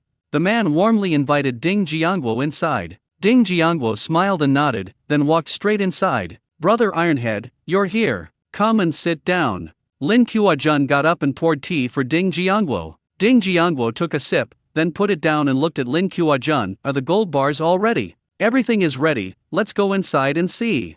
Lin Kuo-jun got up and led Ding Jiangguo into the inner room. There were 10 wooden boxes in the room at that time. Ding Jiangguo opened one of them and saw that the box was filled with small yellow croakers. There were 20 pieces in one layer. He flipped them over by hand and found there were 5 layers. So, there were 100 pieces in one wooden box. I just scanned it by hand and found that the quantity and quality of the gold bars in this box are fine. Just as Ding Jiangguo was about to put the wooden box aside and inspect the next box, standing to the side, Lin Kuo-jun tentatively asked, "Brother Tai Tou, what's wrong? Are these small yellow croakers all okay? If there are no problems, let's set off. If we go too late, it will be difficult for us to bring the goods back." Ding Jiangguo realized that transporting 200 bags of goods back would not only be a big deal, but would also require several trips. If they hadn't gone there sooner, they wouldn't have had much luck coming back. "I understand. I'll get it done quickly and make sure it doesn't waste any time." Ding Jiangguo agreed and quickly opened a wooden box next to him to inspect it. But when his hand touched the second layer of the box of gold bars, then I realized something was wrong. The system indicated it wasn't gold. He then quietly reached his hand into the third and fourth layers. After testing the fifth layer, his heart sank. All the gold bars were fake. His expression remained unchanged, but his heart was already churning with turmoil. Ding Jiangguo then remembered why he had felt something was off when he came back last night. Suddenly, a lot of words popped into his head: betrayal, treachery, double-crossing. Unbeknownst to Ding Jiangguo, Lin Kuo-jun was also feeling extremely anxious. He saw Ding Jiangguo suddenly standing there in a daze. He wondered if he had already discovered the fake gold bars hidden in the box. Actually, he didn't want to use fake gold bars to make up the numbers, but time was too tight, and he simply couldn't get that many real ones all at once. They had no choice but to find someone to rush produce a batch of fake gold bars to make up the difference. He had already planned that if he was discovered, he would pin the blame on the big customer.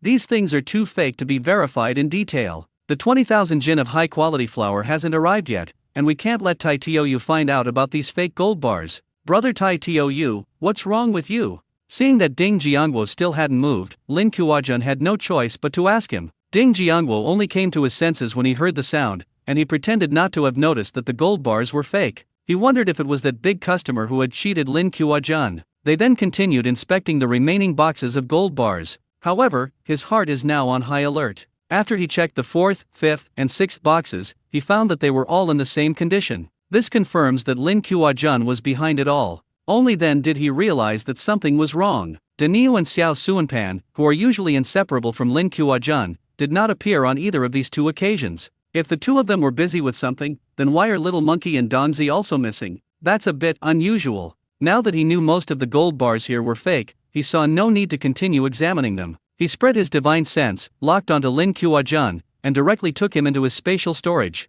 After his inspection, only 200 or so small yellow croakers out of the 10 boxes were genuine. Luckily I had some space, otherwise I would have definitely messed up today. He never expected Lin Kuo-jun to have such malicious intentions. Ding Jiangwo put all the real yellow croakers into his spatial storage and immediately left. Ever since Chang Wei told him that there were 98 clients like him who had failed before him, he has been in trouble. He became much more cautious. Chang Wei said they all died of natural causes, but Ding Jiangwo still didn't quite believe it. Ding Jiangwo ran wildly as soon as he left the courtyard, heading straight for the woods he had just been in. The people in the courtyard probably haven't realized that the two of them are no longer in the house. Otherwise, someone would definitely chase after him, and might even attack him. Fortunately, none of these things happened. He returned to the space and looked at Lin Kuo-jun inside, feeling very angry. Ding Jiangwo really wanted to ask Lin Kuo-jun why he betrayed him. Back when he was almost replaced, it was Ding Jiangwo who gave Lin Kuo-jun the exclusive supply, which saved his position. Then his boss was arrested, and he lost the black market. It was Ding Jiangwo who gave him goods on credit, helping him to make a comeback. He's now able to reclaim this black market and is thriving, managing 2 black markets simultaneously. Ding Jiangwo deserves much credit for Lin Kuo-jun's success today. This time, Ding Jiangwo did not use the truth needle. There were only 3 left, and he felt it was unnecessary to use it on this kind of person. He knocked Lin Kuo-jun unconscious and tied him up in the space. They searched him again and found a handgun, some money, and tickets. Ding Jiangwo left all these things in his spatial storage. He led Lin Kuo-jun back to the open space. Ding Jiangwo tied Lin Kuo-jun to a tree and then woke him up. After being woken up by Ding Jiangwo, Lin Kuo-jun looked around at the unfamiliar surroundings and was initially stunned. He quickly came to his senses and found Ding Jiangwo staring at him coldly. He immediately forced a smile at Ding Jiangwo. "Brother Tai Tou, is there some misunderstanding? Why did you want to hurt me?" Ding Jiangwo stared into his eyes and asked directly. Lin Kuo-jun avoided eye contact and protested, "I didn't mean to harm you. Are you sure you're not mistaken?" Without saying a word, Ding Jiangwo turned his back to him and took out several soaked sheets of paper from his spatial storage. She turned around and slowly walked towards him. He first stuck one of the cards on Lin Kuo-jun's face. Lin Kuo-jun quickly licked the hole open with his tongue, but Ding Jiangwo wasn't in a hurry. He took a piece of cloth out of his pocket and stuffed it into Lin Kuo-jun's mouth. Then they stuck a soaked piece of paper onto his face. He looked at the piece of paper that was being handed to him as if it were a death warrant. His expression was one of extreme fear, and he was shaking his head frantically, trying to get away. Ding Jiangwo pressed his head down with one hand and covered his face with the soaked paper with the other. This time, no matter what he did, the soaked paper stuck tightly to his face like his skin. His face quickly turned bluish, his eyes slowly enlarged, and numerous red blood vessels appeared inside. Ding Jiangwo took out a cigarette, lit it, took a couple of puffs, and only when he was about to pass out did he tear off the paper. "Not if you're willing to tell the truth. Otherwise, we'll keep playing until you tell the truth." Ding Jiangwo stood there with a smile on his face, waiting for his reply. Lin Kuo-jun was still struggling internally, wondering whether he should tell the truth. Or maybe we should say something half-truthful to buy some time. Wait for his men to come and rescue him. Seeing that he hadn't replied, Ding Jiangwo took the rest of the paper in his hand, preparing to stick it on Lin Kuo-jun's face. Lin Kuo-jun saw that Ding Jiangwo was about to torment him again. He quickly nodded in agreement. He didn't want to experience that feeling of life and death again. Ding Jiangwo pretended not to see it. He skillfully stuck a soaked piece of paper onto Lin Kuo-jun's face. Before Ding Jiangguo could speak, Lin Kuo-jun was nodding frantically. When Ding Jiangguo saw that the time was right, he removed the paper and the cloth stuffed in his mouth. Whoosh whoosh whoosh. Lin Kuo-jun leaned against the tree behind him, greedily breathing in the surrounding air. Ding Jiangguo didn't urge him, but just stood there quietly waiting. After several minutes, Lin Kuo-jun finally recovered. He looked up at Ding Jiangguo with a complicated expression. There was guilt, shame, resentment, curiosity, fear, and dread. "Could I have a cigarette?" Lin Kuo-jun looked at Ding Jiangguo with a wry smile. Ding Jiangguo put a cigarette to his lips and lit it for him. Lin Kuo-jun slowly sat down on the ground, looked up at the night sky, took a drag of his cigarette, and then slowly spoke. "You've been shipping too many goods lately, and someone's been watching you. That person has a powerful background. We either need to tie you and Chang Wei up and hand them over to them. Either send them all in. There's no other way. Between my brothers and you guys, I can only choose my brothers." He exhaled another smoke ring and looked at Ding Jiangguo. "I know I'm not going to make it. For the sake of all the time we've worked together, could you please pass on a few words to my brothers? It was my own decision to arrest you. The others were against it, so I locked them up. Please pass on a message to them. Tell them to take their belongings and run away, and never come back." Lin Kuo-jun had just been fantasizing about his men coming to his rescue, but once he could see the situation around him, he knew it was impossible. By the moonlight, he noticed that the fallen tree roots were still wet. It's obvious that this area has just been cleared out. The fact that such a large area could be cleared proves that the other side also had a lot of people lying in ambush here. He figured he'd be killed before his men even got in. Since we're going to die anyway, why suffer before we die? Ding Jiangguo thought for a moment and then agreed. "Okay, I agree. But you have to tell me, who exactly is watching us?"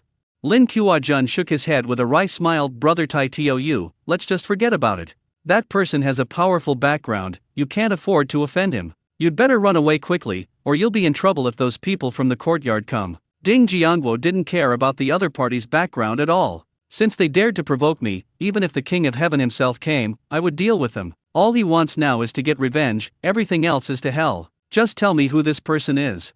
I want to know, just how important is he?" Seeing that Ding Jiangguo had already said that, Lin Kuo-jun had no choice but to tell him. "He is young Master Zhang." "Young Master Zhang?" Ding Jiangguo looked at Lin Kuo-jun with a puzzled expression. He was not familiar with these people in the circle at all. "My eldest brother said his father is a very high-ranking official. Just let me cooperate fully with him, and don't ask any other questions."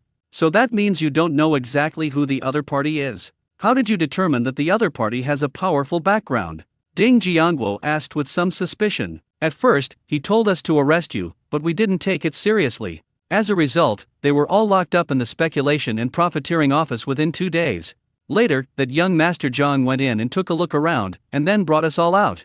In fact, he also noticed that the guards treated Zhang Xiao with great respect that day. It was at that moment that he decided to betray Ding Jiangguo. He also wanted to be superior to others, but no matter how much money he had, he couldn't compare to them." Hearing Lin Kuo-jun say this, Ding Jiangguo thought to himself that this young master was probably some kind of second-generation rich kid. So what? Even if it's powerful, it's still more powerful than the system store. "Where does he live?" Ding Jiangguo asked nonchalantly. Lin Kuo-jun saw that Ding Jiangguo, after hearing his introduction, not only showed no panic but also seemed to want revenge. He was quite surprised. Could it be that the Ironhead brothers had a more powerful background than that young Master Zhang? It's really hard to say. In difficult times like now, it's possible to produce large quantities of grain and meat. The background is definitely not too bad. Ugh, why didn't I think of that? He was so eager to curry favor with young Master Zhang that he's now risking his life. Thinking of this, he began to resent that young Master Zhang in his heart. If it weren't for his appearance, I would still be managing 2 black markets, living a carefree life every day.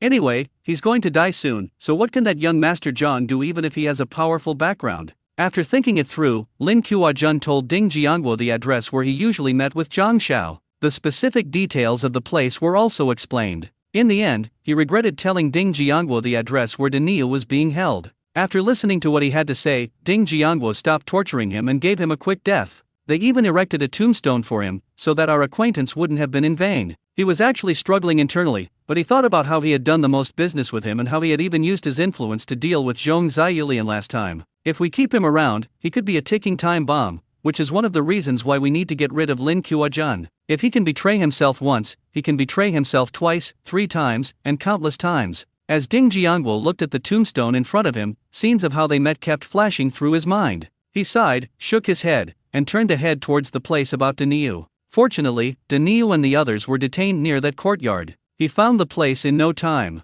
Number 66, this should be it. Ding Jiangwo stared at the house number in front of him and muttered to himself. He spread his divine sense to cover the entire courtyard and began a comprehensive search of the courtyard. He soon found 4 people in the 2 rooms. They were all fast asleep, with 4 men guarding each house. However, all of these people were squatting on the ground, dozing off. Ding Jiangwo used his divine sense to lock onto the 8 guards and directly took them into his spatial storage. He didn't go in immediately. He searched the courtyard again to make sure there were no other guards. Only then did I feel relieved and walked towards one of the rooms. He pushed open the door and went inside, looking at the bound Daniu and Xiao Suanpan. They were about to cut the ropes binding them with a knife. Perhaps it was because Xiao Suanpan was naturally more vigilant, but as soon as Ding Jiangwo extended the knife, he saw Xiao Suanpan's eyes suddenly open. He saw the knife being extended towards him, instinctively dodged to the side, and questioned, "Who are you? What do you want?" "Little schemer. I'm Iron Head." Ding Jiangwo quickly clarified his identity, fearing a misunderstanding. Xiao Suanpan carefully examined the person in front of him and found that it really was Brother Tai Tou. However, he did not let his guard down. "Brother Tai Tou, what are you trying to do?" "To get you out of here. Isn't that obvious?" Ding Jiangwo explained, somewhat speechless. Fearing the other party wouldn't believe him, he continued to explain, "Jun Ji told me everything about you. He sent me to let you go. He told me to take your belongings and run away as far as possible, and never come back." "What about Jun Ji?" Upon hearing this, Xiao Suanpan had a bad feeling and hurriedly asked. Ding Jiangwo didn't say anything, but put on a sad expression. "Dead." Xiao Suanpan asked Ding Jiangwo with some uncertainty. Ding Jiangwo nodded, said nothing more, and stepped forward to cut the ropes binding him with his knife. Xiao Suanpan collapsed to the ground, muttering to himself, "Impossible, how could Brother Jun be dead? Jun Ji is so powerful, he won't die. This can't be true." Looking at Xiao Suanpan's expression, Ding Jiangwo couldn't help but wonder if killing Lin Kuo-jun was the right or wrong thing to do. "Forget it, let's judge by actions, not intentions. It was Lin Kuo-jun who tried to harm me first." Ding Jiangwo believed that if he were arrested, his fate would not be good either. He ignored the abacus and quickly cut the ropes binding the big ox next to him, then woke him up. Tell Lin Kuo-jun what he told him, then go to another room to rescue Xia and Dongzi. He had just cut the ropes binding the little monkey and Dongzi when he saw Xiao Suanpan coming over with Daniu. "Brother Tai Tou, where are the men who were guarding us?" Xiao Suanpan asked in a cold tone. "Don't worry, they were just temporarily taken away by our people." Ding Jiangwo thought he was worried about his brothers, so he spoke up to comfort him. "No, can we have those people? I'm going to kill them to avenge Brother Jun. They were sent by young Master Zhang to keep an eye on us." Xiao Suanpan realized that Ding Jiangwo had misunderstood, and he quickly shook his head. Ding Jiangwo never expected that this was different from what Lin Kuo-jun had said. "You'd better run away quickly, or it might be too late. Leave these people to me, we'll send them down to keep Jun company." Ding Jiangwo didn't have time to think much and readily shifted the blame to those people. Xiao Suanpan also felt that Ding Jiangwo made sense. Their most important thing now was to survive. Only then will there be a chance to avenge Brother Jun. Thinking of this, he stopped arguing and told Daniu and the other 2 to immediately head outside. Not long after they left the courtyard, they heard a lot of footsteps behind them. Everyone was startled and quickly hid. They slowly stood up after those people had gone far away. Xiao Suanpan looked at Ding Jiangwo with a face full of gratitude. "Brother Tai Tou, take care, and I hope to cooperate with you again in the future." The atmosphere had reached this point, so Ding Jiangwo could only feign reluctance and say, "Take care."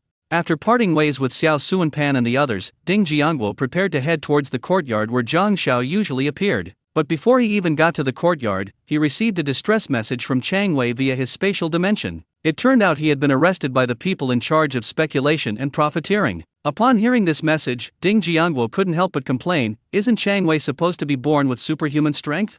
How could they be so easily arrested?" If Chang Wei knew he was thinking this way, he would definitely start cursing. In the face of truth, no force is of any use. Ding Jiangwo could only send him a message through space, telling him not to resist and to go back with them first. He's on his way there right now. Ding Jiangwo ran at full speed based on the route information provided by Chang Wei. It's just that 2 legs are always a bit slow. He was still on his way when Chang Wei was already locked up. At that moment, in the interrogation room, a middle-aged man was politely lighting a cigarette for Chang Wei. "Boss Tang, we've known each other for a long time.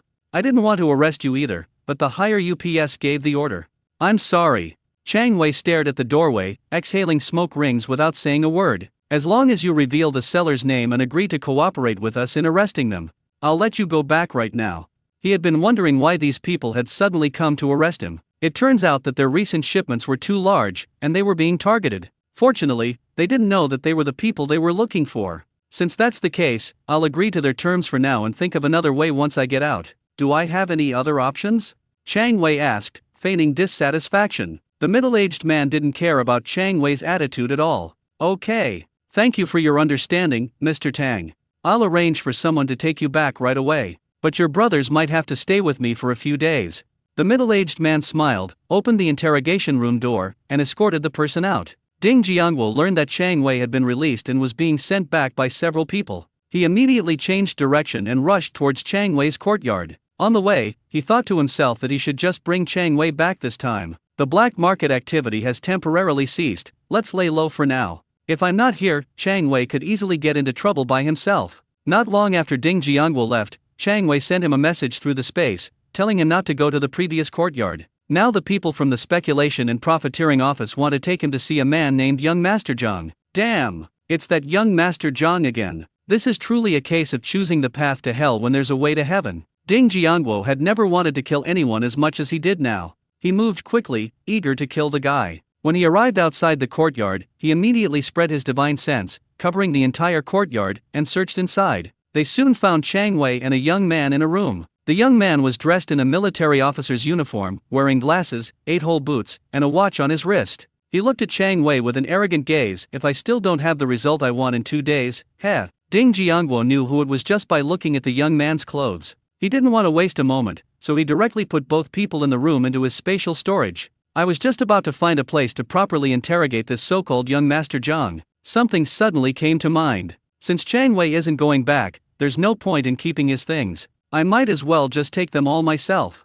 Thinking of this, he hurried to Boss Tang's courtyard. It's quite a distance from here, it took more than an hour to get there. Once outside the courtyard, he followed the directions provided by Chang Wei. He quickly put everything in the house that was more valuable into his spatial storage. 100 small yellow croakers, more than 3,000 yuan in cash, more than 500 receipts, 2 boxes of antiques, and more than 2,000 kilograms of various coarse grains. There were other miscellaneous and worthless items, which he confiscated because he didn't want them to take up space. Tang Lei at his other 2 black markets have only recently managed to gather a little over 2,000 small yellow croakers. There shouldn't be much left. Time is tight right now. After I finish what I'm doing here, I need to rush to the train station to make preparations. He remembered that there was a large river outside the city, and there shouldn't be anyone there at this time. It's a good opportunity to interrogate this young Master Zhang there. Following his memory, Ding Jiangwo walked for half an hour until he arrived at the bank of a river. He first tied the young man up completely inside the space, then threw him out of the space. The young man was thrown out of the space and slammed to the ground, the pain bringing him back to his senses.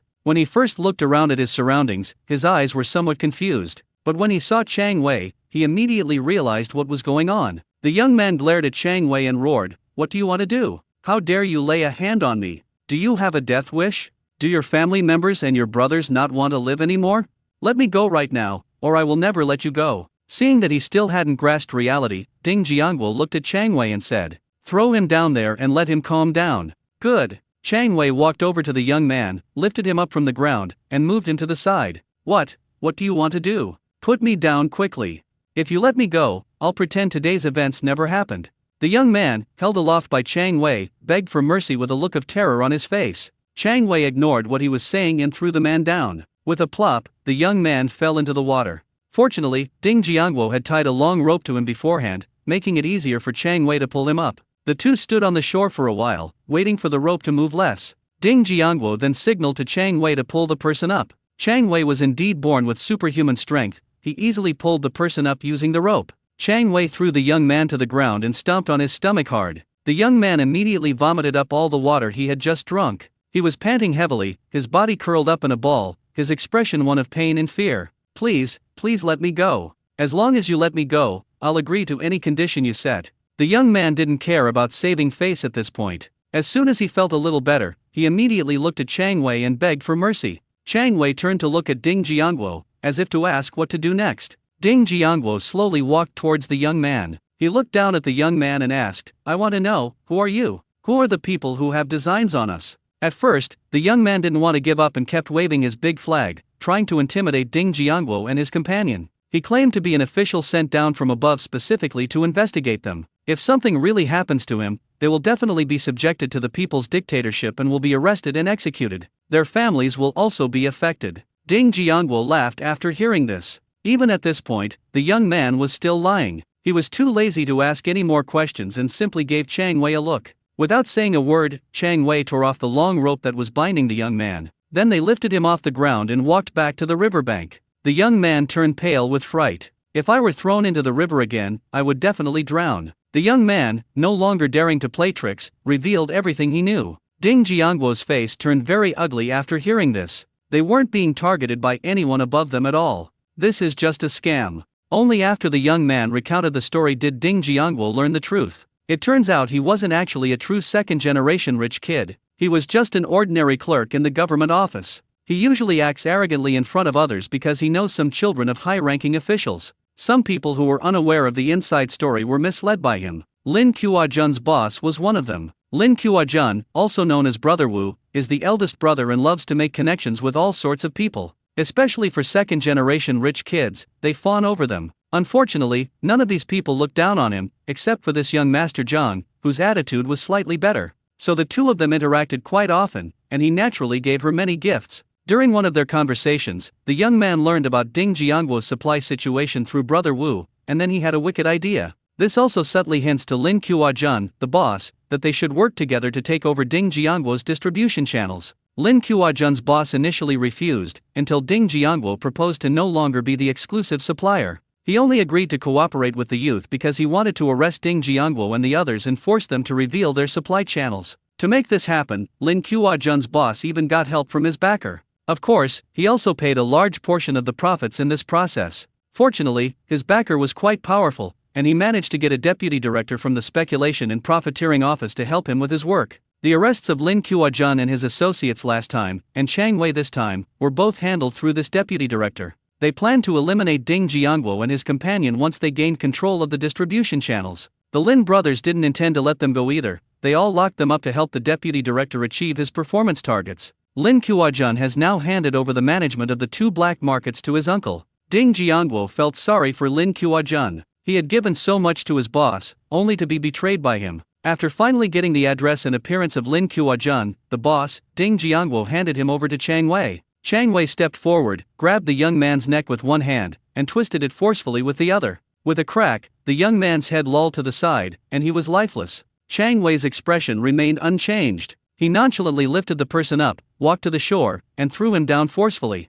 With a plop, the young man fell into the water again, becoming part of the river. Ding Jiangguo put Chang Wei into his spatial storage and headed towards the address provided by the young man. He planned to send Lin Kuo-jun's boss down to keep Lin Kuo-jun company. The place wasn't far, it took about 40 minutes to reach the destination. Ding Jiangguo immediately spread his divine sense to cover the entire courtyard, and based on the young man's description of his age and appearance, he quickly found the person. Lin Kuo-jun, the eldest brother, has a very obvious feature, a big nose and a black mole on his chin. Ding Jiangguo put the person into his spatial storage and immediately headed towards Lin Kuo-jun's grave. He did this because he didn't want Lin Kuo-jun to die unjustly. When they arrived at Lin Kuo-jun's grave, Ding Jiangguo threw Wu-san, who had been tied up in the spatial storage, out. Ding Jiangguo did not kill Wu-san immediately. Instead, he lit 3 cigarettes and stuck them in front of the grave. "Where is this? Who are you? Why did you bring me here?" After being thrown out of the space and woke up, Wu-san asked angrily. Ding Jiangguo did not answer his question. He grabbed Wu-san by the hair and dragged him to Lin Kuo-jun's tombstone. "Your subordinate, Lin Kuo-jun, has many questions he wants to ask you.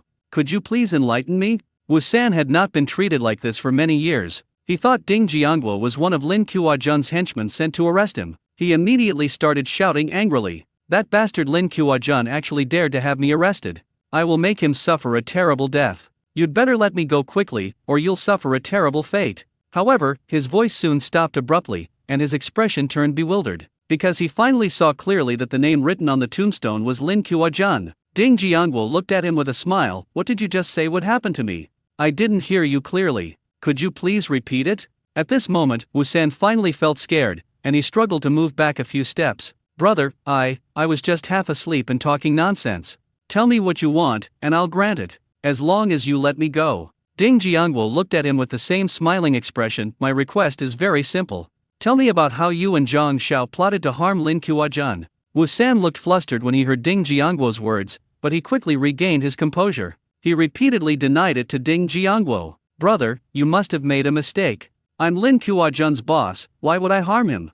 Ding Jiangwo knew he wouldn't admit it so easily. He glanced at a spot in the woods and calmly ordered, gag him and break all 10 of his fingers. Then Chang Wei came out from inside. He went up to Wu San, pinched Wu San's mouth shut with his hand, and stuffed a crumpled piece of cloth into his mouth. They pressed one of his hands to the ground and snapped one of Wu San's fingers with a crack. Snap! Another finger was broken off. Then 3 more sounds rang out, and Chang Wei broke all 5 of Chang Wei's fingers. Ding Jiangwo looked at Wu San again and said, not if you're willing to confess, otherwise we'll continue. Wu Santung's forehead was covered in cold sweat. He didn't have time to think and nodded hurriedly. Ding Jiangwo gestured to Chang Wei to remove the cloth from Wu San's mouth. I'll talk. I'll tell you everything. I'll tell you everything if you promise to let me go. Seeing that Wu San still dared to make demands, Ding Jiangwo was too lazy to say anything more and just looked at Chang Wei. Chang Wei understood what he meant and prepared to stuff the cloth in his hand back into Wu San's mouth. No, I'll tell you now. It was me who conspired with young Master Zhang to steal those people's supply channels.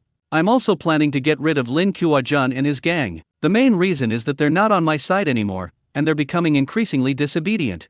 I plan to take this opportunity to get rid of them all and promote my brother-in-law to the top.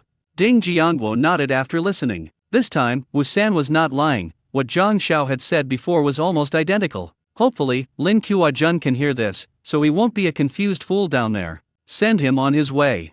Ding Jiangwo turned and walked out of the woods. Click! The sound of a neck being snapped rang out, and a sudden gust of wind swept through the woods, rustling the surrounding leaves. As soon as Ding Jiangwo left the woods, he rushed home without stopping. He returned home and dispersed his spiritual senses to bring Chang Wei into the house. Chang Wei had transformed into Ding Jiangwo and was lying quietly asleep in bed. Ding Jiangwo glanced at the sleeping people in the room one last time before reluctantly leaving. He needs to rush to Hongda railway station to catch the earliest train to Huachin.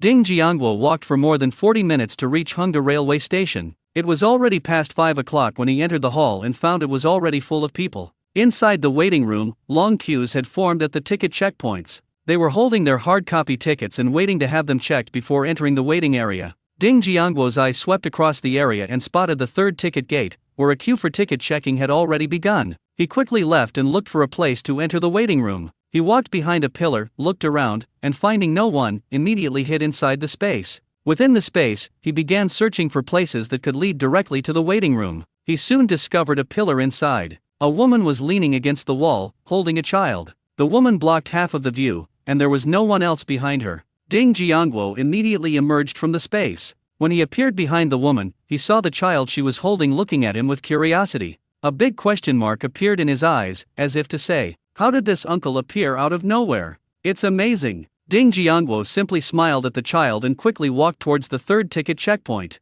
At this time, long queues began to form in front of the platform, all waiting to board the train and have their tickets checked. Ding Jiangwo looked at the crowd in line and was still thinking about how to sneak onto the train. Then I saw a thin young man carrying a bag leave the line, clutching his stomach and running towards a corner of the waiting hall. Ding Jiangwo suddenly had a flash of inspiration, immediately followed, and then used his divine sense to lock onto him. After the person entered the toilet, reached the squatting toilet, and closed the door, Ding Jiangwo put the person into his spatial storage. He found a corner, squatted down, looked around, and when he found no one, he immediately entered the space. In the space, he transformed into a young man, carrying his bag, holding his train ticket, and pushing open the toilet door to emerge from it. When he returned to the ticket gate on platform 3, he saw that the ticket inspector had already started checking tickets. He quickly ran to the back of the line. He looked at the train ticket in his hand and secretly rejoiced, thinking that he was really lucky today. Wei Bing, where did you go just now? Why didn't you wait for me? At that moment, a woman's voice came from behind him. Ding Jiangwo hadn't reacted yet. He was curiously examining the old-fashioned cardboard ticket in his hand. Wei Bing, I'm talking to you, are you listening? Just then, the woman's voice came from behind again. Ding Jiangwo was still a little confused. Who is this woman calling? Suddenly, I remembered that the name on the letter of introduction in my bag was Wei Bing. Holy crap, it sounds like this woman is calling me. Damn it, what am I going to do? I don't know her at all. Forget it, I'll just pretend I didn't hear it and talk about it after I get on the train. Slap. Ding Jiangwo felt as if someone had patted his shoulder. It's obvious without even guessing that it was that woman who took the picture. He continued to follow the group, ignoring the woman behind him. He merely used his divine sense to secretly scan the woman behind him. I saw a young woman with short, ear-length hair, dressed in a cotter uniform, and wearing small leather shoes. The hand that patted his shoulder just now was wearing a watch. Judging from their appearance, their family must be quite well off. The short-haired young woman saw that Ding Jiangguo was still ignoring her. She stomped her foot angrily and ran back to the back of the line. He breathed a sigh of relief after the short-haired young woman left. Fortunately, he was almost at the ticket gate. Once his ticket was checked and he boarded the train, everything would be fine. Soon it was his turn. The female ticket inspector took his train ticket, tore off the boarding pass from the left side of the hardboard ticket, and kept it. Returned the train ticket on the right to Ding Jiangguo. Ding Jiangguo took the train ticket, put it in his pocket, and ran quickly toward the entrance of the nearest carriage. In this era, after the ticket check, you had to grab a seat yourself, following the principle of first come, first served. Ding Jiangguo rushed into the carriage, and a strong, unpleasant smell hit him. Only those who have ridden on a green-skin train can understand this feeling. The taste is truly indescribable, anyone who has sat in it knows. Ding Jiangguo stepped out and took a few deep breaths of fresh air. I covered my nose with my shirt, went back inside, and started looking for an empty seat in each carriage. Unfortunately, there were too many people getting on the train, and there were no empty seats in the first few carriages. He decided to leave the carriage and run straight to the last one to take a look. Ding Jiangguo had just stepped out of the carriage when he heard that familiar voice again. "Wei Bing, wait for me." Ding Jiangguo was jogging at first, but when he heard the sound behind him, he immediately accelerated to 180 kilometers per hour. Soon the shouts from behind disappeared. He ran all the way and finally made it to the last carriage. He entered the carriage and found that, just as he had expected, there were still many empty seats. Ding Jiangguo immediately found a seat by the window and sat down. Not only do the windows offer great views, but the seats inside are also less likely to be taken by others. Why did he try to grab a spot instead of entering the space? Because even after the train leaves, once he enters the space, he will still remain in the same spot. Fortunately, this is the starting station, so there are seats available, unlike some places where you have to stand after boarding. It takes 59 hours to get from here to Huachin. If he had to stand for that long, he figured his legs would be ruined. While Ding Jiangguo was still lost in thought, people started getting on the bus one after another. As he stared blankly out the window, he suddenly felt a chill on his neck. He felt a sharp gaze sweep over him. Ding Jiangguo and Yu Guangshan glanced at each other in the carriage, then quickly turned their heads back. I kept repeating to myself, "You can't see me. You can't see me." Just then, a woman walked over and put her bag on the seat next to him. This woman is quite tall, probably around 1.75 meters. She stood there like a perfect obstacle. Ding Jiangguo shrank back, hoping the woman could shield him from being discovered. Unfortunately, all of this was in vain. The short-haired young woman had already spotted him, while he was still inwardly praising his own cleverness. Actually, the short-haired young woman was walking towards him from the aisle. After the woman sat down, Ding Jiangguo looked up to check the situation in front of him. Not finding the short-haired young woman, I couldn't help but breathe a sigh of relief. He was secretly pleased that he had escaped that woman again. The joy lasted less than 2 seconds before the short-haired young woman walked up from behind. "Hello, comrade, could you please sit across from me? He's my boyfriend, and we want to sit together." "Thank you." It was that familiar voice again. It's like a persistent ghost. Isn't it said that women in this era are very conservative and reserved? "Sure, please sit here." The 1.7-meter tall woman who had just sat down smiled and took her things to the opposite side. "Thank you so much." The short-haired young woman politely thanked the woman. Then he looked at Ding Jiangguo with a half-smile. Ding Jiangguo could only face the window and pretend to be asleep with his eyes closed. My mind raced, trying to figure out how to handle this situation. The short-haired young woman saw that Ding Jiangguo was still pretending to be asleep. She was so angry that she had nowhere to vent her anger, so she reached out and pinched Ding Jiangguo's arm. Ding Jiangguo gasped in pain, but he stubbornly refused to open his eyes. The short-haired young woman saw that Ding Jiangguo still wouldn't talk to her. Overwhelmed with grievance, her eyes welled up with tears, and she buried her face in the bundle beside her, sobbing. Hearing her sobs, Ding Jiangguo felt a pang of pity and wanted to turn around and comfort her. But the thought that he was an imposter made him hold back. For the rest of the time, the short-haired young woman seemed to be sulking and stopped paying attention to Ding Jiangguo. Ding Jiangguo secretly rejoiced when he saw the short-haired young woman ignoring him in a huff. At the same time, I also apologized to Wei Bing in my heart. He planned to release him in the toilet before getting off the train and leave him a few dozen yuan as compensation. Once Ding Jiangguo realized the short-haired young woman was no longer paying attention to him, he opened his eyes and began to look at the scenery outside the window. At that time, there were basically no tall buildings, most of the houses were made of adobe or thatched roofs.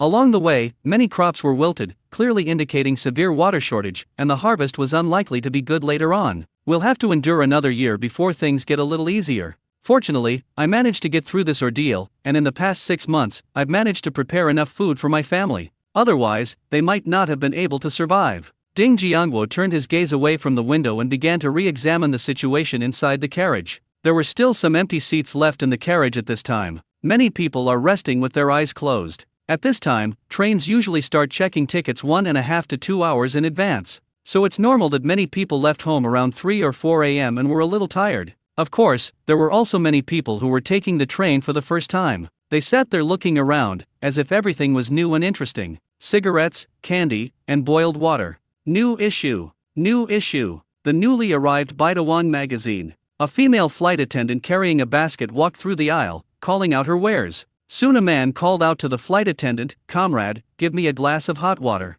The flight attendant replied with a smile, "Okay. A cup of water costs 2 cents. How many cups would you like? You want money for this? Then I don't want it." The man quickly refused. This person clearly had it as their first time riding a train and assumed it was free. The flight attendant wasn't angry, she'd encountered this situation far too many times. She laughed and called out a few times in the carriage before continuing on to another carriage. Ding Jiangwo looked around the carriage for a while, then, finding it boring, closed his eyes and continued to rest. He has been busy since last night and hasn't had a break. He was indeed a little sleepy, so he closed his eyes to rest. Perhaps because he was too sleepy, he started snoring after a short while. "I don't know how long I slept, but suddenly I felt something moving under my seat." He quickly opened his eyes and looked down. Oh my God! Surprisingly, a man was lying down underneath, preparing to sleep. He noticed Ding Jiangwo looking over, but didn't seem to care and simply closed his eyes and went to sleep. Ding Jiangwo had heard of this before, but he never expected to actually encounter it today. However, he didn't kick anyone out. After all, everyone has their own difficulties. He discovered that the carriage was already full of people. Many people were sleeping under their seats. Ding Jiangwo secretly glanced at the time on the watch of the short-haired young woman next to him. It's already past 5 p.m. He slept for a full 8 hours, he must have been really exhausted last night. Gurgle. He didn't realize it until he saw the time, and then his stomach started rumbling. Ding Jiangwo didn't pay any attention and prepared to take out some food from his backpack. Just then, an open aluminum lunchbox was handed to him. The lunchbox contained 2 steamed white buns, several slices of steamed meat, and some dried vegetables. Ding Jiangwo hesitated whether he should take it or not, but then he thought about what would happen if he refused. If I mess things up, I might end up losing someone's partner, which wouldn't be good either. In the end, he reached out and took it, placing it on the package in front of him. He ate slowly, but he didn't say a word to the short-haired young woman the whole time. The meal was unpleasant, as the short-haired young woman kept staring at him. Having no other choice, Ding Jiangwo could only speed up and stuff everything into his mouth. He choked because he ate too fast. Ding Jiangwo had no choice but to swallow it down, but it was still stuck in his throat. "Why are you eating so fast? Nobody's going to take it from you. Drink some water quickly and swallow it." The short-haired young woman hurriedly took a military water bottle out of her bag, unscrewed it, and handed it to Ding Jiangwo. Ding Jiangwo didn't stand on ceremony, quickly took the bottle, tilted his head back, and poured it down his throat. When the steamed bunyuit comes into contact with water, it begins to dissolve and slowly flows into your stomach. As he drank more water, the food in his throat was finally swallowed. He breathed a sigh of relief, at least he was alright. Ding Jiangwo returned the military water bottle in his hand to the short-haired young woman. "I was about to get up, take the aluminum lunchbox to wash it, and return it." But before he could get up, the empty aluminum lunchbox in his hand was snatched away by the short-haired young woman. She took the aluminum lunchbox and put it back into her bag. Ding Jiangwo thought to himself that he couldn't just eat someone else's meal for free. He took a bar of chocolates out of his bag and handed it to her. The short-haired young woman seemed still angry, so Ding Jiangwo had no choice but to take the chocolate away. But just as he was about to take the things back, he discovered that the chocolate had already been snatched away by the short-haired young woman. Ding Jiangwo looked up speechlessly and saw the short-haired young woman glaring at him fiercely. He quickly turned his head away, closed his eyes, and pretended to be asleep again. As a result, he actually fell asleep while pretending. I don't know how long he slept, but I vaguely heard people arguing. "This is my seat, please leave." A familiar female voice reached Ding Jiangwo's ears first. Soon he heard a man's mocking voice, "Your name is on it? How dare you be so shameless?" No sooner had the words left his mouth than another man's voice rang out, "That's right. This seat is empty. Whoever sits down first gets it." One of the men's unreasonable voices rang out again. What's wrong with you? Just because you're a woman doesn't mean you can be unreasonable? The woman's angry rebuttal. How am I being unreasonable? I've been sitting here the whole time. I just went to the bathroom. My things are still here. Ding Jiangwo was finally woken up by them. He opened his eyes, wanting to see what had happened. He opened his eyes, turned his head to look to the side, and found that it wasn't the short-haired young woman, but two young men. The bag that the short-haired young woman had placed on her seat had been thrown to the ground at some point. Just by looking at the two young men's nonchalant attitude, you can tell they're no good. Ding Jiangwo saw that the short-haired young woman was so angry that her face turned red and she was almost crying. He couldn't help but shake his head. Ding Jiangwo knew that reasoning with these people was a complete waste of breath. Forget it. Considering I've impersonated this way soldier, I'll help his girlfriend out. Ding Jiangwo gently patted the shoulder of the young man closest to him twice. The young man turned his head and looked at Ding Jiangwo with displeasure. What are you doing? Ding Jiangwo looked at him with a smile. Comrade, she is my girlfriend. We've been sitting in these two seats since Hongda Station. Could you please ask her to sit back down? The young man sized up Ding Jiangwo, and seeing his frail appearance, he said with disdain. She's your girlfriend, not mine. You have to give it to her. Or, you can ask her to be my boyfriend, and I'll let her sit down. Ha ha ha ha. Another young man, upon hearing his companion's words, chimed in, that won't do. This seat is for the two of us. Just making him your boyfriend isn't enough, he has to be my boyfriend to sit here. Ha ha ha ha. Ding Jiangwo wasn't angry, he still had the same smile on his face. No need for that, I have a better solution. Ding Jiangwo first put the bundle on the ground, and then opened the half window next to him. He then stood up with a smile and walked over to the two young men. The two young men saw Ding Jiangwo come up to them, and the seat next to him happened to be empty. The young man who was near the empty seat immediately sat down, not forgetting to give Ding Jiangwo a provocative look. Ding Jiangwo released his divine sense to lock onto the two men, then suddenly sprang up and kicked the young man in front of him in the chest. The young man never expected that Ding Jiangwo would dare to lay a hand on him. He saw that the other person's foot was about to kick his body, so he prepared to dodge. But to his horror, he found himself inexplicably unable to move. Finally, he took a solid kick to the chest. He was in so much pain that he curled up in his seat like a shrimp, completely unable to move. Another young man was also startled by Ding Jiangwo. However, when he saw his brother suffering in pain beside him, he immediately flew into a rage and clenched his fists, ready to attack Ding Jiangwo. But he is now imprisoned by Ding Jiangwo and cannot move at all. Ding Jiangwo grabbed him by the neck and lifted him up using the force of space. He clenched his fist and delivered a heavy punch to his chest. The young man who was hit began to turn pale, but his eyes became even more venomous. Ding Jiangwo didn't care at all, dragged him to the window that had just been opened, and then shoved his head in. This really scared the young man quite a bit. No, I was wrong, please let me go. I will never do it again. The young man noticed that Ding Jiangwo was trying to shove his shoulder outwards. They're going to throw him off the train. If I were to throw myself down, I would definitely be pulled into the tracks, and I would have no chance of surviving. Now he was truly terrified and began to struggle desperately and beg for mercy loudly. The other young man, who had been huddled in his seat, saw his brother about to be thrown off. He struggled to sit up, ready to rush over and help. Before he could even stand up, Ding Jiangwo kicked him to the ground again. The young man's body was already halfway out of the car window. The young man lying on the ground anxiously got up. Please, let my brother go. It's all my fault. Why don't you release my brother and throw me down? The short-haired young woman was also worried about Ding Jiangwo, fearing he might actually cause someone's death, and quickly spoke up to dissuade him. Wei Bing. Since they know they were wrong, let's give them a chance and let them go. Ding Jiangwo saw that the two young men were almost frightened. He then pulled the young man, who had been shoved out the window, back into the carriage. He casually shoved the man toward another young man and said, "Get lost." The young man, who had been half lying on the ground, quickly stood up and helped his brother. They grabbed their packages and fled to other carriages without looking back. Ding Jiangwo then acted as if nothing had happened, closing the window and putting his bag back on his seat. I sat back down in my previous spot and closed my eyes to sleep again. At this moment, the two women sitting in front of him were looking at Ding Jiangwo with admiration. The short-haired young woman was also stunned by Ding Jiangwo's bravery just now. However, she felt mostly sweetness and pride at that moment. This was the guy she had chosen herself. She sat back down in her seat, but her eyes remained fixed on Ding Jiangwo's face. Ding Jiangwo felt her intense gaze and involuntarily turned his body to the side. This commotion wasn't without its benefits. Even when the short-haired young woman goes to the restroom and comes back, the seat is still empty, no one dares to take it. They knew that standing was tiring, but it was better than risking their lives fighting for a seat. It was soon late at night, and everyone in the carriage had fallen asleep.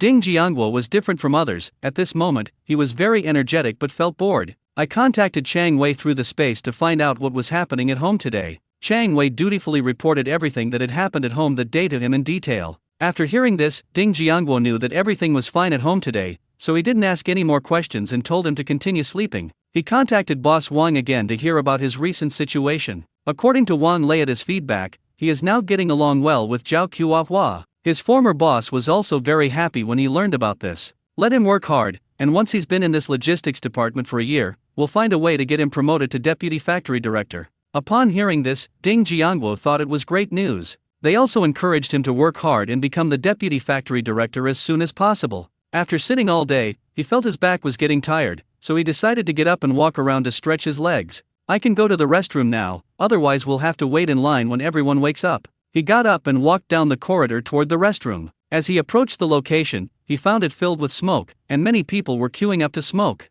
Seeing so many people and such thick secondhand smoke, Ding Jiangguo had no choice but to return temporarily. He wasn't in a hurry, he planned to come over later. When he returned to his carriage, they spotted two suspicious-looking men, each holding a newspaper, walking one after the other in the passageway. They walked very slowly, keeping close to the seats, and pausing every time they reached a seat near the aisle. Ding Jiangguo spread his divine sense to lock onto the two people, and it was clear that something was wrong with them. He really wanted to know what these two people did for a living. After locking onto the two with his divine sense, Ding Jiangguo finally knew what they were doing. He had just noticed that their actions were strange. Furthermore, their appearance and demeanor don't suggest they'd read a newspaper. It turns out they weren't holding newspapers to read. The two men with the newspapers looked around warily. They soon came into contact with Ding Jiangguo's gaze. They were taken aback at first, then realized that he was a frail-looking young man who posed no threat. She glared fiercely at Ding Jiangguo, her meaning clear: tell him to mind his own business. Ding Jiangguo didn't intend to provoke them, so he went straight back to his seat. Both men looked at Ding Jiangguo with disdain. What they didn't know was that Ding Jiangguo's divine sense had already locked onto them. Every time they stole something from a passenger, Ding Jiangguo would secretly collect it using his spatial storage. Of course, this also includes the things they stole before. Unfortunately, Ding Jiangguo didn't know whose things the stolen earlier belonged to, so he could only accept them for the time being. The two worked together very quickly. With a slash of the blade and a quick pinch and release of their fingers, a deal was completed. The two men passed by the short-haired young woman, paused briefly, and prepared to continue their attack. However, they noticed that Ding Jiangguo was quietly watching them. Not wanting to cause any further trouble, the two had no choice but to give up and move on. After the two had searched the carriage thoroughly, they prepared to move on to another carriage. Suddenly someone in the carriage exclaimed, "Thief! My money is gone!" Hearing the shout, the two men exchanged a glance and prepared to run towards the front carriage. As a result, the two found that their legs were completely unresponsive. It remained frozen in place, motionless. Only the upper body was desperately leaning forward. As a result, both of them lost their balance and fell to the ground. Various things fell off his body. These things were deliberately thrown out by Ding Jiangguo through the spatial dimension. At this point, more and more people in the carriage discovered that their belongings were missing. Soon someone discovered the two people lying on the ground and the things on the ground. "Isn't this my watch? Everyone, come quick. These two are thieves." People who had lost their belongings in the carriage immediately got up and rushed over. They searched inside for what they had lost. They also tried to take advantage of the chaos and rushed over. The two thieves were truly in dire straits. Regardless of whether they had lost anything or not, these people all came over and kicked them a couple of times. Many people used the excuse of losing something to steal their belongings. In the end, they even stripped them of their clothes and liberation shoes. Everyone was poor that year. Cloth and shoes were in great short supply. Nobody cares if someone else has worn them, it's good enough if someone has worn them. As a result, before the railway police on the train could even arrive, the two thieves were so badly injured they were barely recognizable. The two men, dressed only in shorts, lay on the ground shivering. "Make way, the police are coming."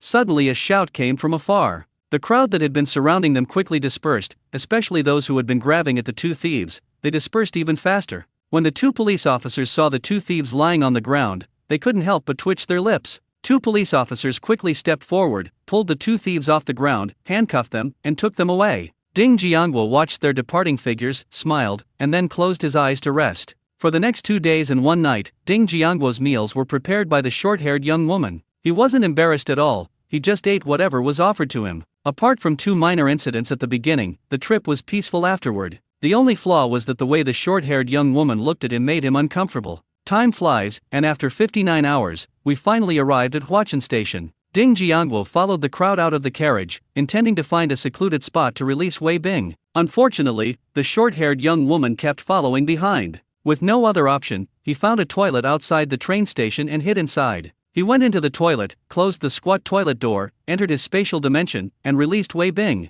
Wei Bing emerged from the space and resumed his state of needing to use the restroom. At that moment, he still thought he was at Hongda railway station, waiting to board a train. He hurriedly unbuckled his belt. After he finished his work, he carried his bundle out of the toilet and was immediately stunned. Where am I? Why am I here? Fortunately, the short-haired young woman saw him standing there in a daze and quickly ran over. Wei Bing, what's wrong with you? Wei Bing stared blankly at the short-haired young woman. Ziokin, where are we? The short-haired young woman glared at him, clearly annoyed. Wei Bing, this is Huachin railway station. You know perfectly well what I'm asking. Let's hurry up and go, we still need to check into the guest house. If you go too late, there might not be any rooms available. Wei Bing nodded quickly in agreement. He walked ahead carrying his bundle, leading the short-haired young woman to the railway guest house. Ding Jiangwo watched the two leave safely before returning to the ticket hall. He was inside asking the staff about the departure time to Shenzhen. The staff told him there were 3 trains available, and Ding Jiangwo chose the earliest one so he could get to Shenzhen as soon as possible. The bus departs around 4:30 a.m. and arrives in Shenzhen in about 4 hours, between 8 a.m. and 9 a.m. Actually, choosing this spot has its advantages. It's early, there are fewer people, making it easier for him to sneak into the platform. After selecting his train, Ding Jiangwo left the train station and found a secluded spot to eat, wash up, and rest. He hasn't had a proper rest in the past few days. Ding Jiangwo set the alarm clock, lay down on the folding bed, closed his eyes, and went to sleep. Ding ding ding. The alarm clock rang, and Ding Jiangwo got up from the folding bed, yawning. He ate something simple in the space and then came out. When he arrived at the train station hall, he found that there weren't many people there, which was quite different from the situation in Hongdu. He began to wander around the hall, looking for a convenient place to enter the ticket gate.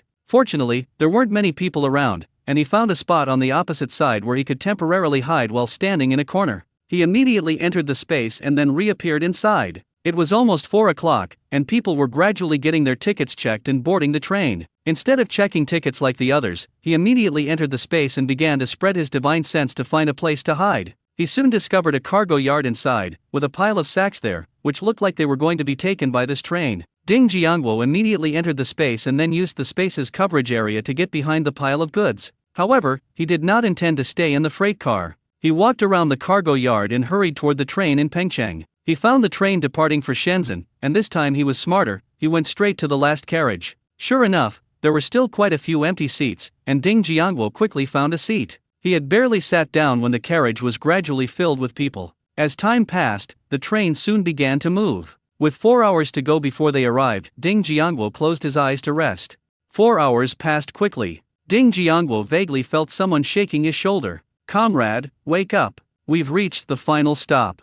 When he opened his eyes, he realized it was a flight attendant. He discovered that everyone in the carriage had already gotten off. He then thanked the train attendant, got up, walked out of the carriage, and left the train station. Once you come out, you can see the American flag across the street from afar. Ding Jiangwo found a spot near the border checkpoint and began observing how everyone crossed the border. He saw that after someone at the border checkpoint showed their travel permit, a police officer would check the permit and stamp it. The Border Inspection Department will verify the name, place of birth, and issuing authority. They will also be questioned to ensure that the certificate belongs to the person in question. If the transit passenger provides a family visit certificate, they may also be required to recite the family member's information to verify its authenticity. The luggage carried by people crossing the border will also be searched to prevent the outflow of goods. It usually takes about 30 minutes, and if everything goes well in the end, you can then walk to the Iron Bridge, which is about 200 meters long. You can cross the Iron Bridge to the other side and be inspected by Hong Kong police. The other side of the Iron Bridge is surrounded by iron railings, and there is an American flag standing next to the entrance.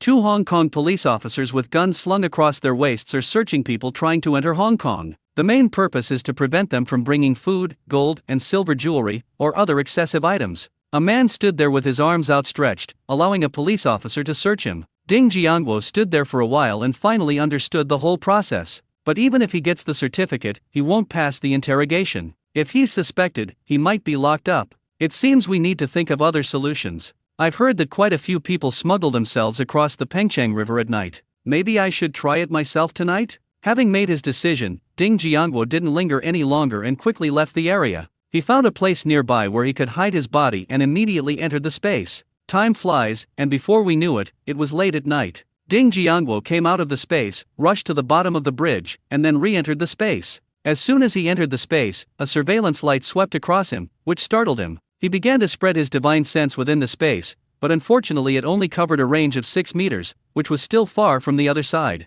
Just then, Ding Jiangguo heard voices coming from the bushes. A young man looked at the 3 people behind him with a serious expression and asked, "Third brother, fourth brother, Chen, are you ready?" "Big brother, we're all ready." One of the men earnestly touched the inflated collar around his neck. The young man nodded and instructed the group, "Okay. When you see them rushing down, we'll rush down too. Once we get over there, we'll go find our second uncle. If we find our second uncle, we won't have to go hungry anymore." "We understand, boss," the group replied in hushed tones. Ding Jiangguo then realized that he couldn't swim. What should he do? You can't get there by yourself without a boat. Where did they get the boat? Wait, something's not right. People from inland areas will likely be going there, and some of them probably can't swim. For those traveling with children, a boat is essential for getting across. There should be people here who help with illegal border crossings. Thinking of this, he came out of the space, spread his divine sense, and walked along the riverbank with his head down and back bent. Along the way, he used his divine sense to observe the people around him and found that they were basically all carrying only one bag. There were no other tools to aid in swimming, so it seems everyone here can swim. That makes sense, the river is only about 50 meters wide, and those who can swim don't need anything else to help them. Ding Jiangguo kept bypassing them and walking along the riverbank. Throughout this process, he kept his divine sense outstretched, and whenever he noticed someone paying attention to him, he would immediately enter the space. Fortunately, it was nighttime and dark, and the area was covered in grass and trees, so no one noticed him. He walked along the side for more than half an hour when he suddenly sensed a group of people coming this way. Ding Jiangguo then went back into the space to hide. He intended to wait until these people left before continuing his search for targets. Unexpectedly, a man with a northern accent in the group suddenly whispered to the leader, "Brothers, where are you going to put this boat?" The man leading the group replied somewhat displeasedly, "Don't ask too many questions, just follow me. We've taken your money, so we'll definitely send you there."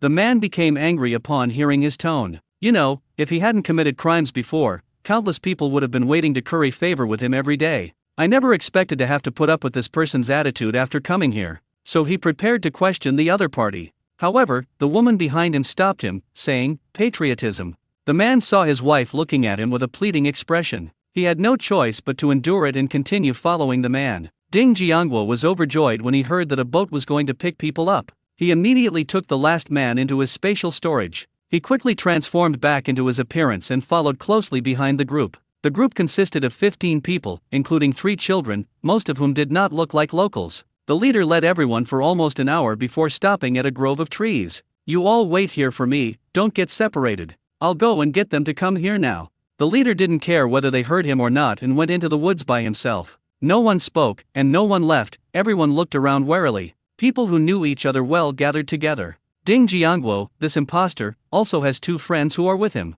"Xiangdong, do you think they might be trying to lure us here and rob us?" A man next to Ding Jiangguo asked him a question. Ding Jiangguo didn't speak, but shook his head with a serious expression. "Probably not. I already inquired and they have people on the other side of the strait. My friend said they are very trustworthy." At this moment, the man standing on the other side of Ding Jiangguo spoke up to comfort him. "Brother Hong, this is what we need to do to cross to the other side tonight. There are 15 people in total. See what arrangements you can make." Just then, the leader arrived with 3 other people. Brother Hong asked the leader, "Have you collected all the money?" 200 yuan per person, 15 people, 3,000 yuan all collected. Brother Hong nodded in satisfaction. "That's fine. Take the money back with you. I can handle these people." "Okay, then I'll head back now." The leader turned and disappeared back into the woods. Brother Hong, accompanied by 2 of his henchmen, waved to the crowd, "Let's go. The boat is over there." The 15 people standing there didn't move. They looked at each other, uneasy. Hong ignored them completely and led his 2 underlings straight along the riverbank. Soon, some people couldn't resist and followed them. Since they've already paid, if they don't go, wouldn't the 200 yuan they paid be wasted? These people were either seeking refuge after making mistakes, or they were hoping to make a fortune over there. None of these people were cowards, so after a moment's thought, they all followed. Brother Hong led them for more than an hour before stopping at a shallow beach. Hong stood there, shining his flashlight twice across the river. A moment later, we saw the opposite bank flash twice as well. The boat will be here to pick you up soon. Hong said something to everyone, and then stopped talking. A few minutes later, a small fishing boat came rowing from the opposite bank. When Brother Hong saw the small fishing boat coming, he quickly called everyone to get on board. Hurry, hurry up. It'll be troublesome if the patrol finds us. Upon hearing this, everyone rushed to the boat. Ding Jiangguo also boarded the ship with them. When he got on board, he found the cabin was packed with people, so he could only squat outside the ship. Strangely, the people in charge of steering the boat insisted that he squeeze into the cabin. He didn't think much of it at first, assuming that the other party was afraid that too many people standing outside the cabin would make it easier for the patrol team to spot them. But after a short while, he realized that something seemed wrong, because those people didn't sail the boat to the other side, but changed direction and sailed downstream in the middle of the river. Just then, 3 people opened the cabin door and came in. The leader was a man with a leopard-like head and piercing eyes. He glanced at the people inside. Comrades, now that you're all on board, please trouble you to buy the boat tickets. Are you mistaken? We've already paid for the tickets. The person speaking was the same northern man from before. The man with the leopard-like head and piercing eyes stared at him, his tone unfriendly. What? You want my brothers to work for free? The 2 men following behind him cooperated by drawing their pistols and disengaging the safety. The meaning is already quite clear. If they don't pay, they'll kill them. At this moment, everyone in the cabin was extremely angry, but unfortunately, there was nothing they could do. They were at the mercy of others, and could only swallow this bitter pill. How much are the tickets? Someone couldn't help but ask. The burly man with a leopard-like head and piercing eyes held up 2 fingers, 200 yuan. What? You want so much more? We really don't have that much money on us. At that moment, someone in the cabin started shouting. The man with the leopard-like head and piercing eyes glanced at one of the men behind him. The man understood and stepped forward, pointing his gun directly at the head of the person who had just spoken. Startled, he quickly pulled 3 small yellow croakers from his trouser leg and handed them to the other person. Seeing this, the others also took out money or other items to pay for their boat tickets. Ding Jiangguo didn't make any sudden movements. He also took out 200 yuan from his bundle and handed it to the other person. After collecting everyone's money, these people steered the boat to the opposite bank of the river. As the boat approached the riverbank, the burly man with a leopard-like head and piercing eyes began urging people to disembark. When everyone on the boat saw that they had really arrived in Hong Kong, they excitedly jumped off the boat and rushed towards the iron fence. Ding Jiangguo did not go with them. He began looking around for a place to hide. Ding Jiangguo had just stored all the valuables on the boat into his spatial storage. I'm afraid they'll realize what's happening and come back to cause trouble. Ah, there's electricity. Help me.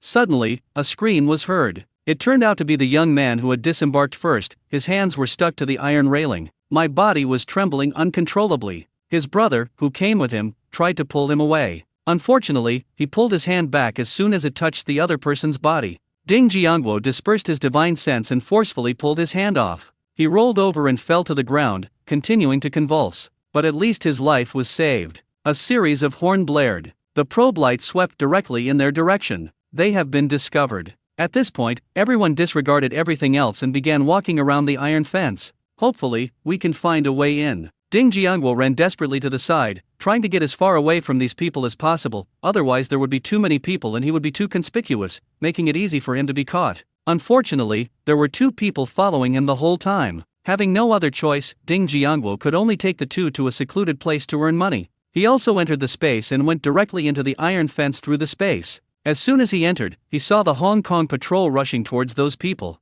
Quick! Catch them! Ding Jiangguo didn't dare to delay for a moment. He hurriedly used the spatial ability to pass through the iron fence and escape from this place. Fortunately, this area is located in the suburbs of Hong Kong, with paddy fields everywhere and few people. I ran wildly for what seemed like forever before finally seeing the village. He then breathed a sigh of relief and released the 3 people from the space. He first entered the space, planning to figure out how to go to the airport and catch a plane tomorrow. The 3 people released by Ding Jiangguo were still looking bewildered as soon as they left the space. However, when they saw their surroundings clearly, they all hugged each other and cried tears of joy. They've had such a tough journey. Now I've finally arrived in Hong Kong. As for why I'm here, they had no time to think about these things. The 3 of them are now focused on finding their relatives. But soon the 3 of them found their stomachs growling with hunger. At this point, one of them suggested that they find a villager's house to stay overnight, get something to eat, and then go to find their relatives the next day. The other 2 also agreed. The 3 of them arrived at the door of a house and knocked gently. Soon the kerosene lamp inside lit up, and an old man came out. He looked at the three of them calmly and asked, "Did you smuggle yourselves in from the other side?" The old man could tell what was going on with these people at a glance. The villagers have encountered too many of these things in recent years. At first, everyone was a little scared, but they gradually got used to it. The three men quickly nodded and pleaded, "Yes, sir. Could we stay here for the night?" The old man confirmed they were illegal immigrants and replied with a smile, "Sure. 100 yuan. Late night snack included."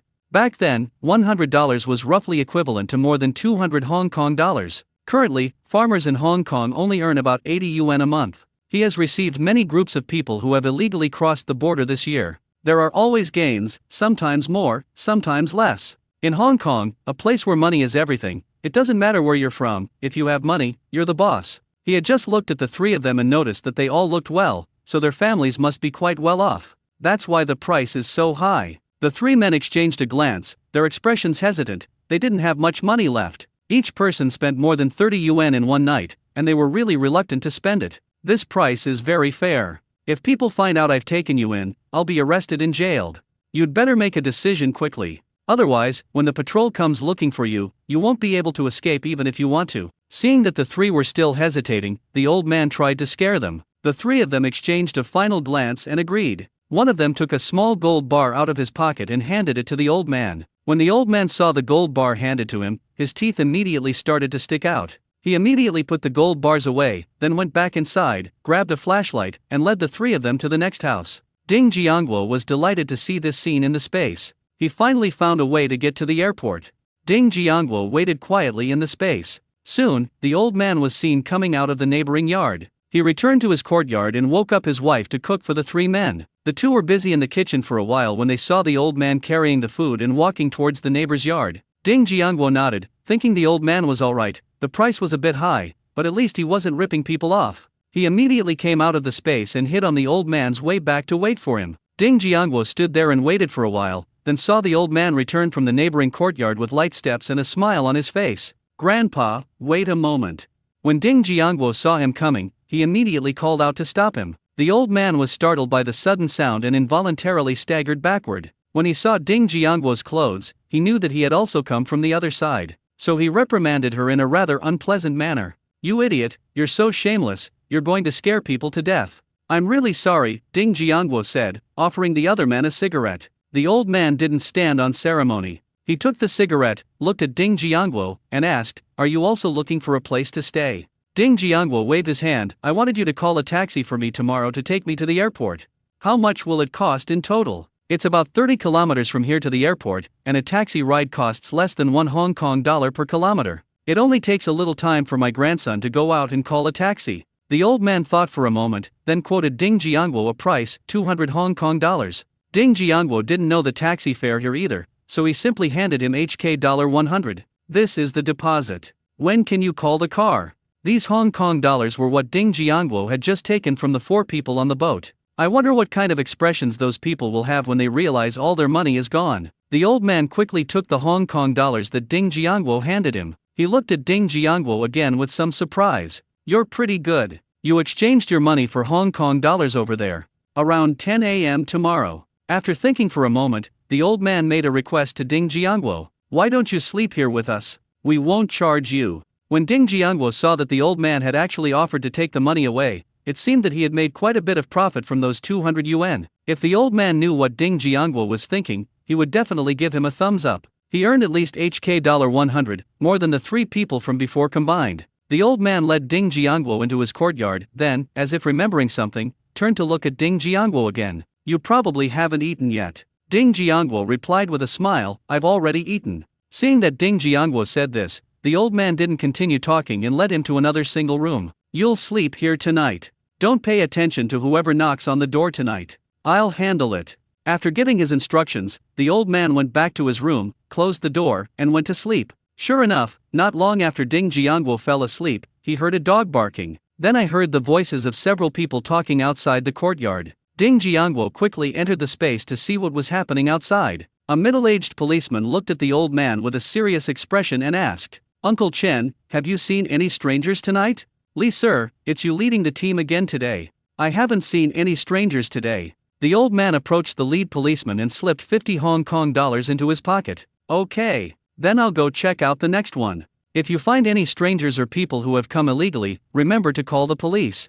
After giving his instructions, the middle-aged policeman led his officers and police dogs to the next house. Pa, these damn bastards only know how to make money. The old man watched their retreating figures and cursed fiercely. Seeing this, Ding Jiangwo finally understood why the old man dared to let them stay overnight. I also understand why he charges such a high price. The police dog must have spotted him before bringing him to this yard. Those officers also knew they were here. If it weren't for the old man bribing them, those police officers would definitely have rushed in and arrested people. Ding Jiangwo turned his gaze away from this side and looked at the neighboring courtyard. He noticed that the middle-aged police officer led his men past the neighboring yard and went straight ahead following the police dog. Even when police dogs barked at the neighboring yard, he pretended not to hear them. At this moment, the three people in the neighboring courtyard hid under the bed and in the wardrobe respectively. They were all silently praying that they would not be discovered. The sound of the dog barking grew farther and farther away until it could no longer be heard at all. The three people in the room were relieved and went back to bed to sleep. Compared to them, some people were not so lucky, because he could vaguely hear gunshots and the shouts of his pursuers. The next morning, there was a knock on Ding Jiangwo's door. He opened the door and saw a young man carrying a bowl of sweet potato porridge. This bowl of sweet potato porridge also has some green vegetables and small fish and shrimp on top. Young man, Grandpa asked me to bring you some food. Ding Jiangwo took the bowl, thanked him, and began to eat. After seeing Ding Jiangwo start eating, the young man turned and left. After Ding Jiangwo finished eating, he took the bowl and chopsticks out to the old man. The old man took the bowl and chopsticks, sit inside and wait a while. My son, Ahao, has already taken the bus outside to call a car for you. Okay, thank you, sir. After thanking him, Ding Jiangwo went back to his room and closed the door. She then bought a set of clothes commonly worn by Hong Kong people in that era from the system store and changed into them. He lay half reclined on the bed and continued to rest. Did he? He lay in the house for almost 2 hours when he heard car horns honking outside. Ding Jiangwo was unaware of the situation outside and did not go out immediately. The taxi is here, you can go now. The old man pushed open the door and was taken aback when he saw Ding Jiangwo, who had changed his clothes. However, he quickly returned to normal and was called out. Ding Jiangwo got up and went outside, where he saw Ahao getting out of the passenger seat. He took out 100 yuan from his pocket and gave it to the old man as the final payment. The old man took the remaining payment and told Ding Jiangwo to wait there for a moment. He walked into the driver's seat, chatted with the driver for a while, and then gave him 60 yuan. He then waved to Ding Jiangwo, signaling him to come over. It's all been arranged, he'll take you directly to the airport. Thanks. Ding Jiangwo thanked him and opened the car door to get in. Seeing that he had already boarded the bus, the driver said goodbye to the old man and the young man outside. During a conversation with the driver on the way, he learned that the man was actually the old man's son-in-law. He has been driving a taxi for more than 3 years and has picked up many passengers like Ding Jiangwo. This is the first time I've encountered someone like Ding Jiangwo who just arrived and is already heading to the airport. The road conditions in Hong Kong weren't great at that time. It took us more than 2 hours to drive just over 20 kilometers. Upon arriving at the airport, the driver kindly gave him directions.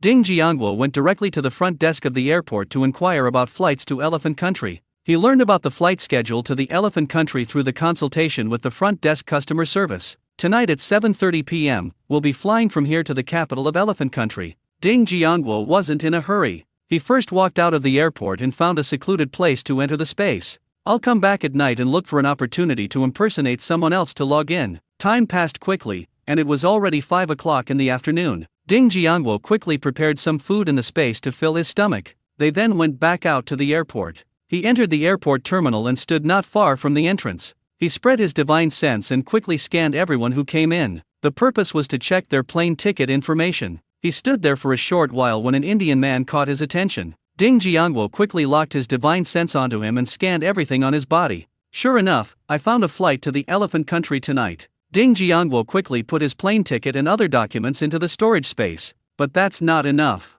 We need to find a way to make this person disappear temporarily so that he can impersonate someone else and log in. Is there any way to make him disappear temporarily? Ding Jiangwo's mind raced. As the person got closer and closer to the ticket gate, a sudden inspiration struck him. Yes. Ding Jiangwo didn't have time to think much and quickly chased after him, while simultaneously using his divine sense to lock onto him. As Ding Jiangwo increased his speed, the Indian man quickly fell into the range of his divine sense. Before Ding Jiangwo could think twice, he immediately restrained one of his legs. The Indian man's leg was suddenly restrained and he couldn't move. He lost his balance and ended up doing the splits. Sizzle. With a loud bang, the Indian man's pants were ripped open. His underwear was instantly exposed. At this moment, Asan ignored the pain in his leg and quickly took off his coat and tied it around his waist to cover the ripped part of his pants. Then I looked around for a place to change my clothes. When Ding Jiangwo saw him like this, he knew that he needed to find a place to change his pants. So she thoughtfully went up to him and pointed out the direction of the toilet.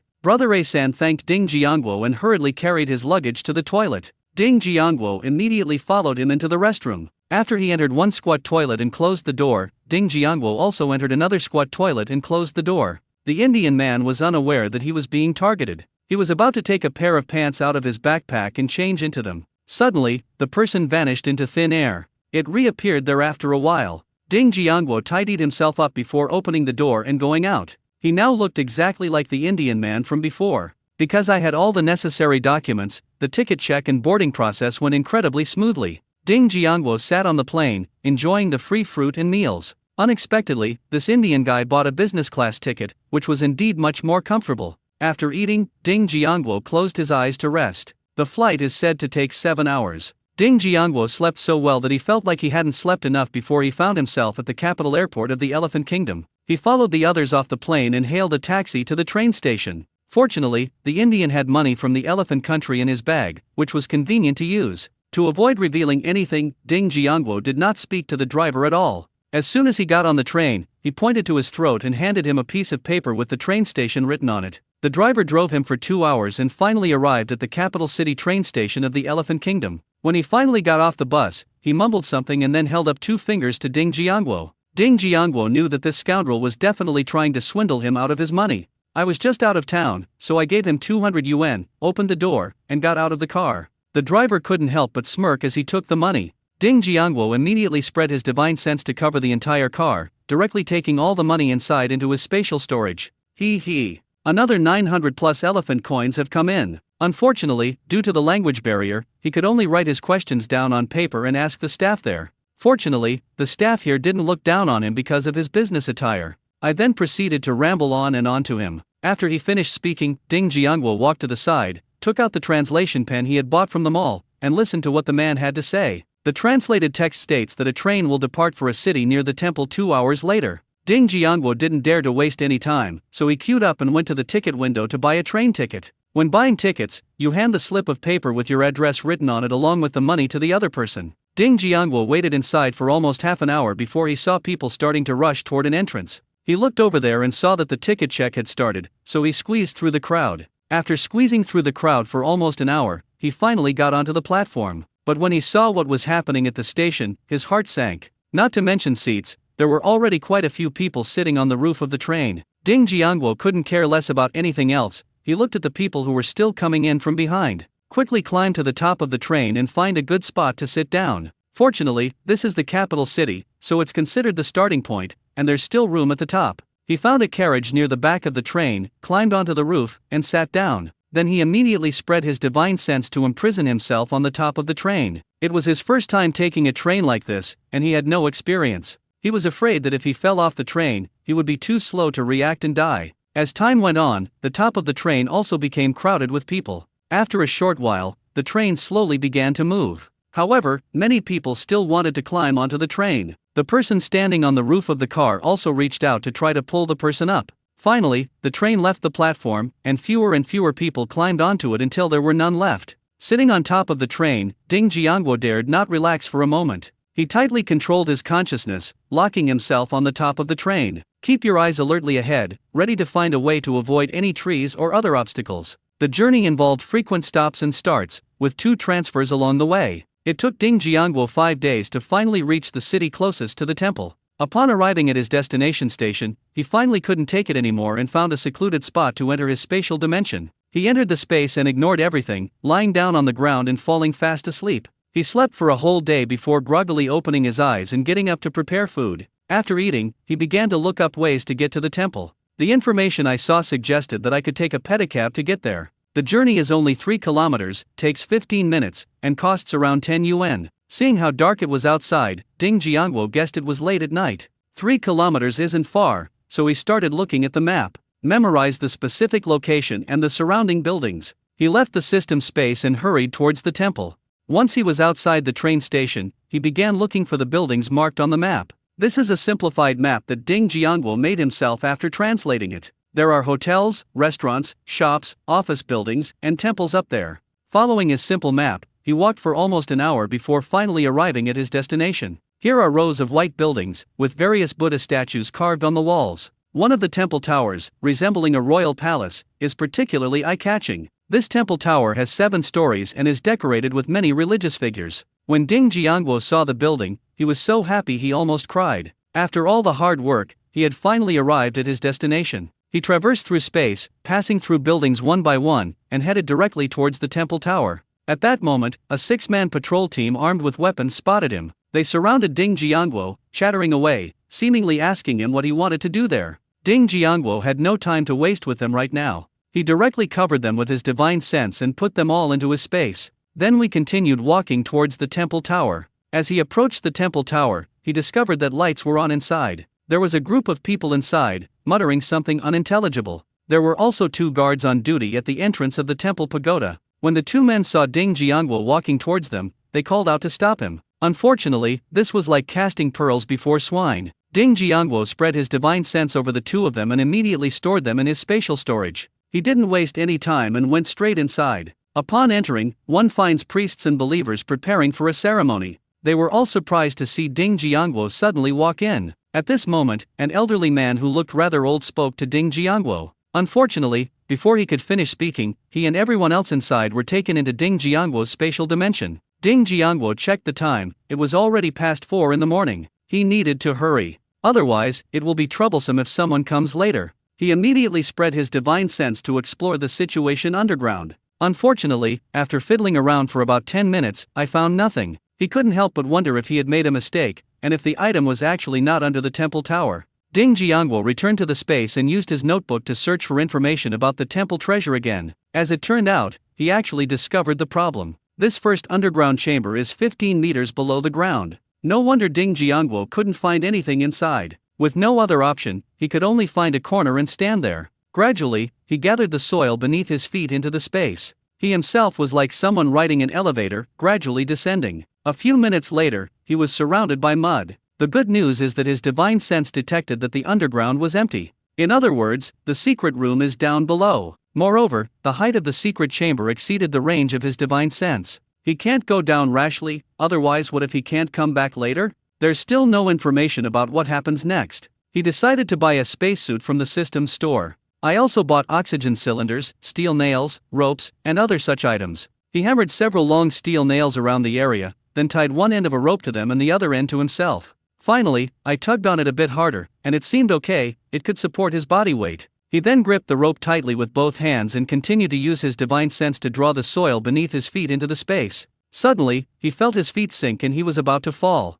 He immediately grabbed the rope to prevent himself from falling directly down. He grabbed the rope with one hand and turned on the headlamp with the other. When the light shines into the secret room, it is found that it is filled with shimmering gold, silver, and other colors of light. Unfortunately, he was still quite far from the floor of the secret chamber and couldn't see clearly what was below. Ding Jiangguo slowly loosened the rope in his hands, allowing himself to slowly fall down. At the same time, he was also spreading his divine sense to continuously explore the situation on the ground. He knew nothing about what was happening beneath the secret chamber. This fear of the unknown forced him to be more cautious. Fortunately, this secret room is not very high. He laid out a 1-meter-long rope, and his divine sense could touch things on the ground. Ding Jiangguo lowered himself down the rope, taking everything his divine sense touched into his spatial storage. He didn't care what was inside, he just wanted to collect the space first. Soon, a rope 1.5 meters long was lowered, and one's divine sense was able to perceive all the conditions on the floor of the secret room. By the time Ding Jiangguo stood in the first secret room, he had already collected everything inside. He doesn't have time to take stock of his current achievements.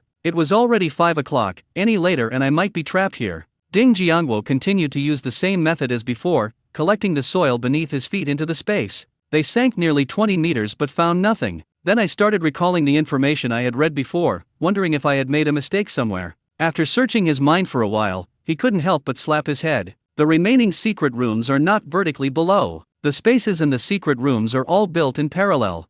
Ding Jiangwo had no choice but to use the rope to climb back up into space. When he returned to the first secret room, he was covered in sweat, but he dared not rest for a moment. He immediately pressed himself against the wall and spread his divine sense to search for the remaining secret chambers. He walked around the surrounding walls and actually found a stone staircase. Each step of these stone steps is 30 centimeters high. The stairs continued to spiral downwards, and even divine sense could not detect their end. It seemed that the only option was to go up the stairs, so Ding Jiangwo immediately used spatial means to pass through the wall and stand on the stairs. He turned on the light above his head and, using the spatial awareness, quickly made his way to the next secret room. Ding Jiangwo hadn't walked far when he discovered the entrance to a secret room. He passed directly through the space, looted everything inside, and continued downwards. Ding Jiangwo went down the stairs and into the secret room, where he took everything. He continued collecting everything from the sixth secret room until he finished. You can't see any stairs leading down. Ding Jiangwo wondered if there might be a hidden room beneath the stairs.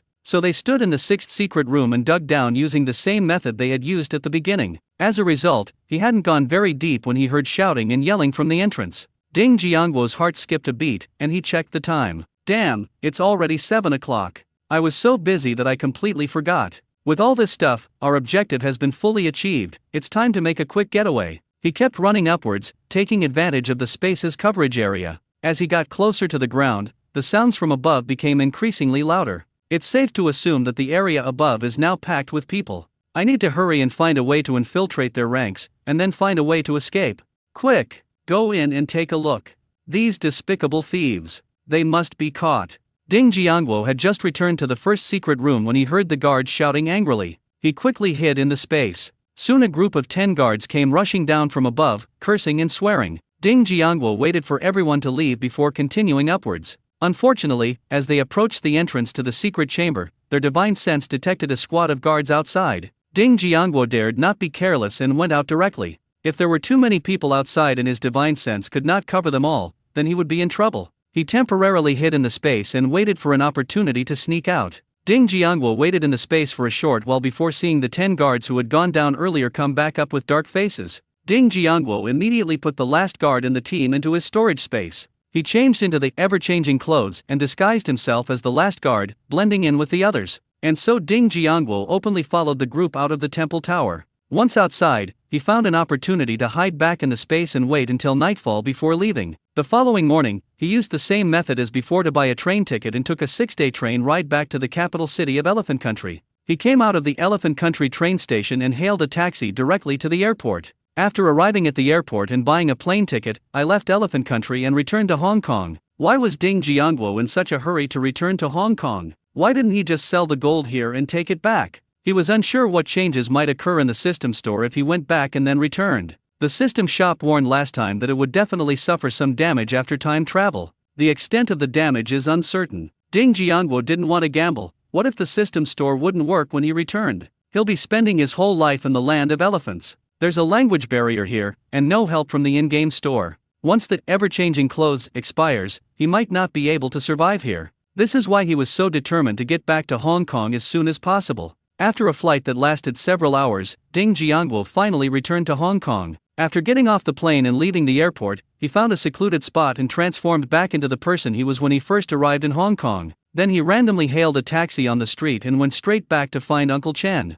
After the last transaction, he felt that Uncle Chen's offer was a bit too high. The person was quite nice, they didn't sell him out or deceive him. Ding Jiangwo was planning to ask Uncle Chen for help in getting an ID card from this area. It will be convenient to travel between the two places in the future. The driver, hearing that Ding Jiangwo's accent indicated he was from mainland China, demanded an exorbitant fare of 100 yuan. Ding Jiangwo didn't argue with him, he figured he could just get it back when they got off the bus at their destination. Seeing how readily Ding Jiangwo agreed, the driver couldn't help but secretly regret that he should have quoted more. The taxi bumped along for almost an hour before the driver stopped. "Comrade, we've arrived. Please get off the bus."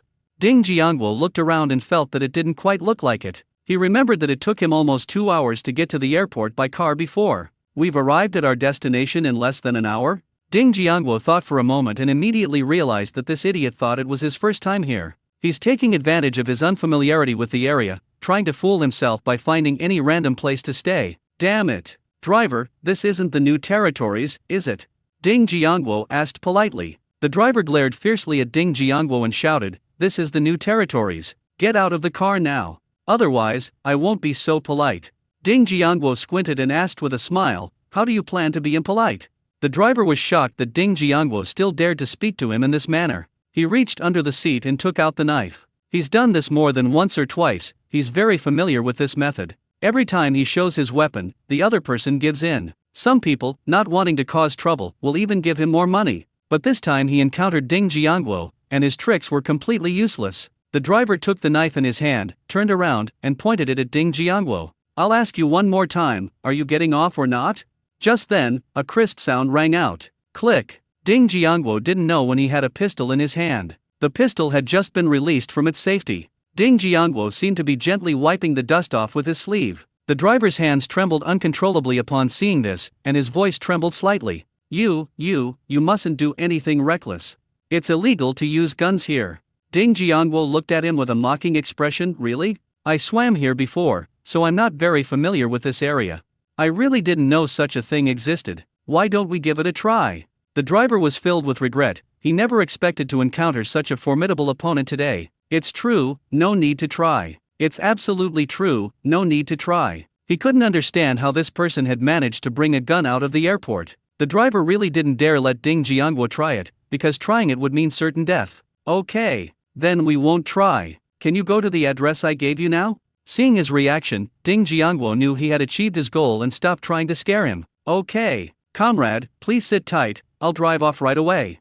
Fearing that Ding Jiangguo would really seduce him, the driver hurriedly started the car. After this incident, the driver dared not try any tricks again and sped up the whole way. We arrived at the village entrance a full half-hour ahead of schedule. Ding Jiangguo had just gotten out of the car, the door was still open, when the taxi sped off. Fortunately, he reacted quickly and put all the money on the driver into his storage space. With his back to the village entrance, he bought a wife cake, a jar of red envelope candy, and 2 caddies of pork from his spatial storage. Carrying his things, Ding Jiangguo headed straight for Uncle Chen's house, following his memory. Soon, villagers noticed him and came over to greet him. Handsome guy, are you here to visit relatives?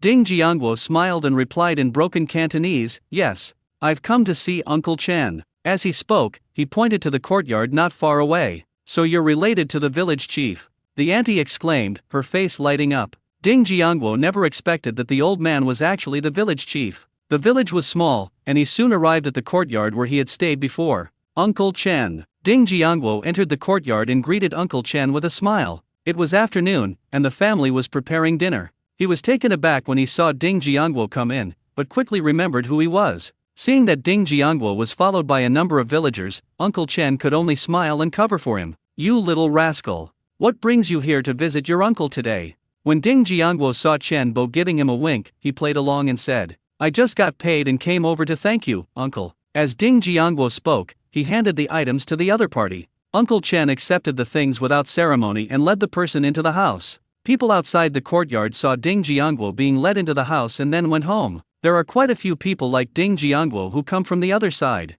They didn't find anything strange. Many local villagers have relatives across the street, and sometimes they even go to visit them. After Uncle Chen brought Ding Jiangguo in, he put down his things and poured him a glass of water. She looked at him with a puzzled expression and asked, Handsome, what brings you here today? Ding Jiangguo looked at Uncle Chen and said bluntly, Uncle Chen, I'd like to get an ID card. How much does it cost? Uncle Chen didn't speak immediately. He looked at Ding Jiangguo and asked, What are you planning to do here? Ding Jiangguo replied with a smile, I want to start a small business. Oh, I see. I'll go ask around for you. Uncle Chen thought for a moment before replying. Ding Jiangguo wasn't in a hurry. He nodded and continued, Approximately when will we have the results? I'll come find you then. Ding Jiangguo took out 200 yuan from his pocket and handed it to Uncle Chen. This is a tip for your trouble. Please take it. I'll give you another reward once it's done. Uncle Chen didn't stand on ceremony and accepted it directly. I'll give you an answer tomorrow. You'll stay in that room for the next couple of days. All right. Then I'll trouble you, Uncle Chen, Ding Jiangguo said politely. Uncle Chen smiled and waved his hand, telling him to go back to his room and rest first. I'll call him out to eat together when dinner is ready. Uncle Chen was very efficient. He returned from outside the following afternoon. He knocked on Ding Jiangguo's door and went inside. I found a relative who works there. He said that getting an ID card costs 1,500 yuan now. For them, it would take more than a year of not eating or drinking to save 1,500 yuan. Someone like Ding Jiangguo, who just came from the other side, might not be able to come up with that much money. He had just heard Ding Jiangwo say that he was planning to do some small business here. It's likely he didn't have much money on him. It wouldn't be easy for him to come up with so much money all at once. He then offered an idea. Aing, if you don't have enough money, I have a suggestion. Aing was the pseudonym Ding Jiangwo gave to Uncle Chen during their conversation. You can temporarily use the identity of a missing person from our village. Set up a stall outside and do some small business, or find a job. Once you've saved enough money, you can get a new identity. But this costs 500 yuan. I'm going to give this money to his family and some villagers as hush money. If anyone comes to investigate, they will cover for you. Uncle Chen is really a nice person, very kind-hearted. Thank you, Uncle Chen, for your kindness. I still have enough money.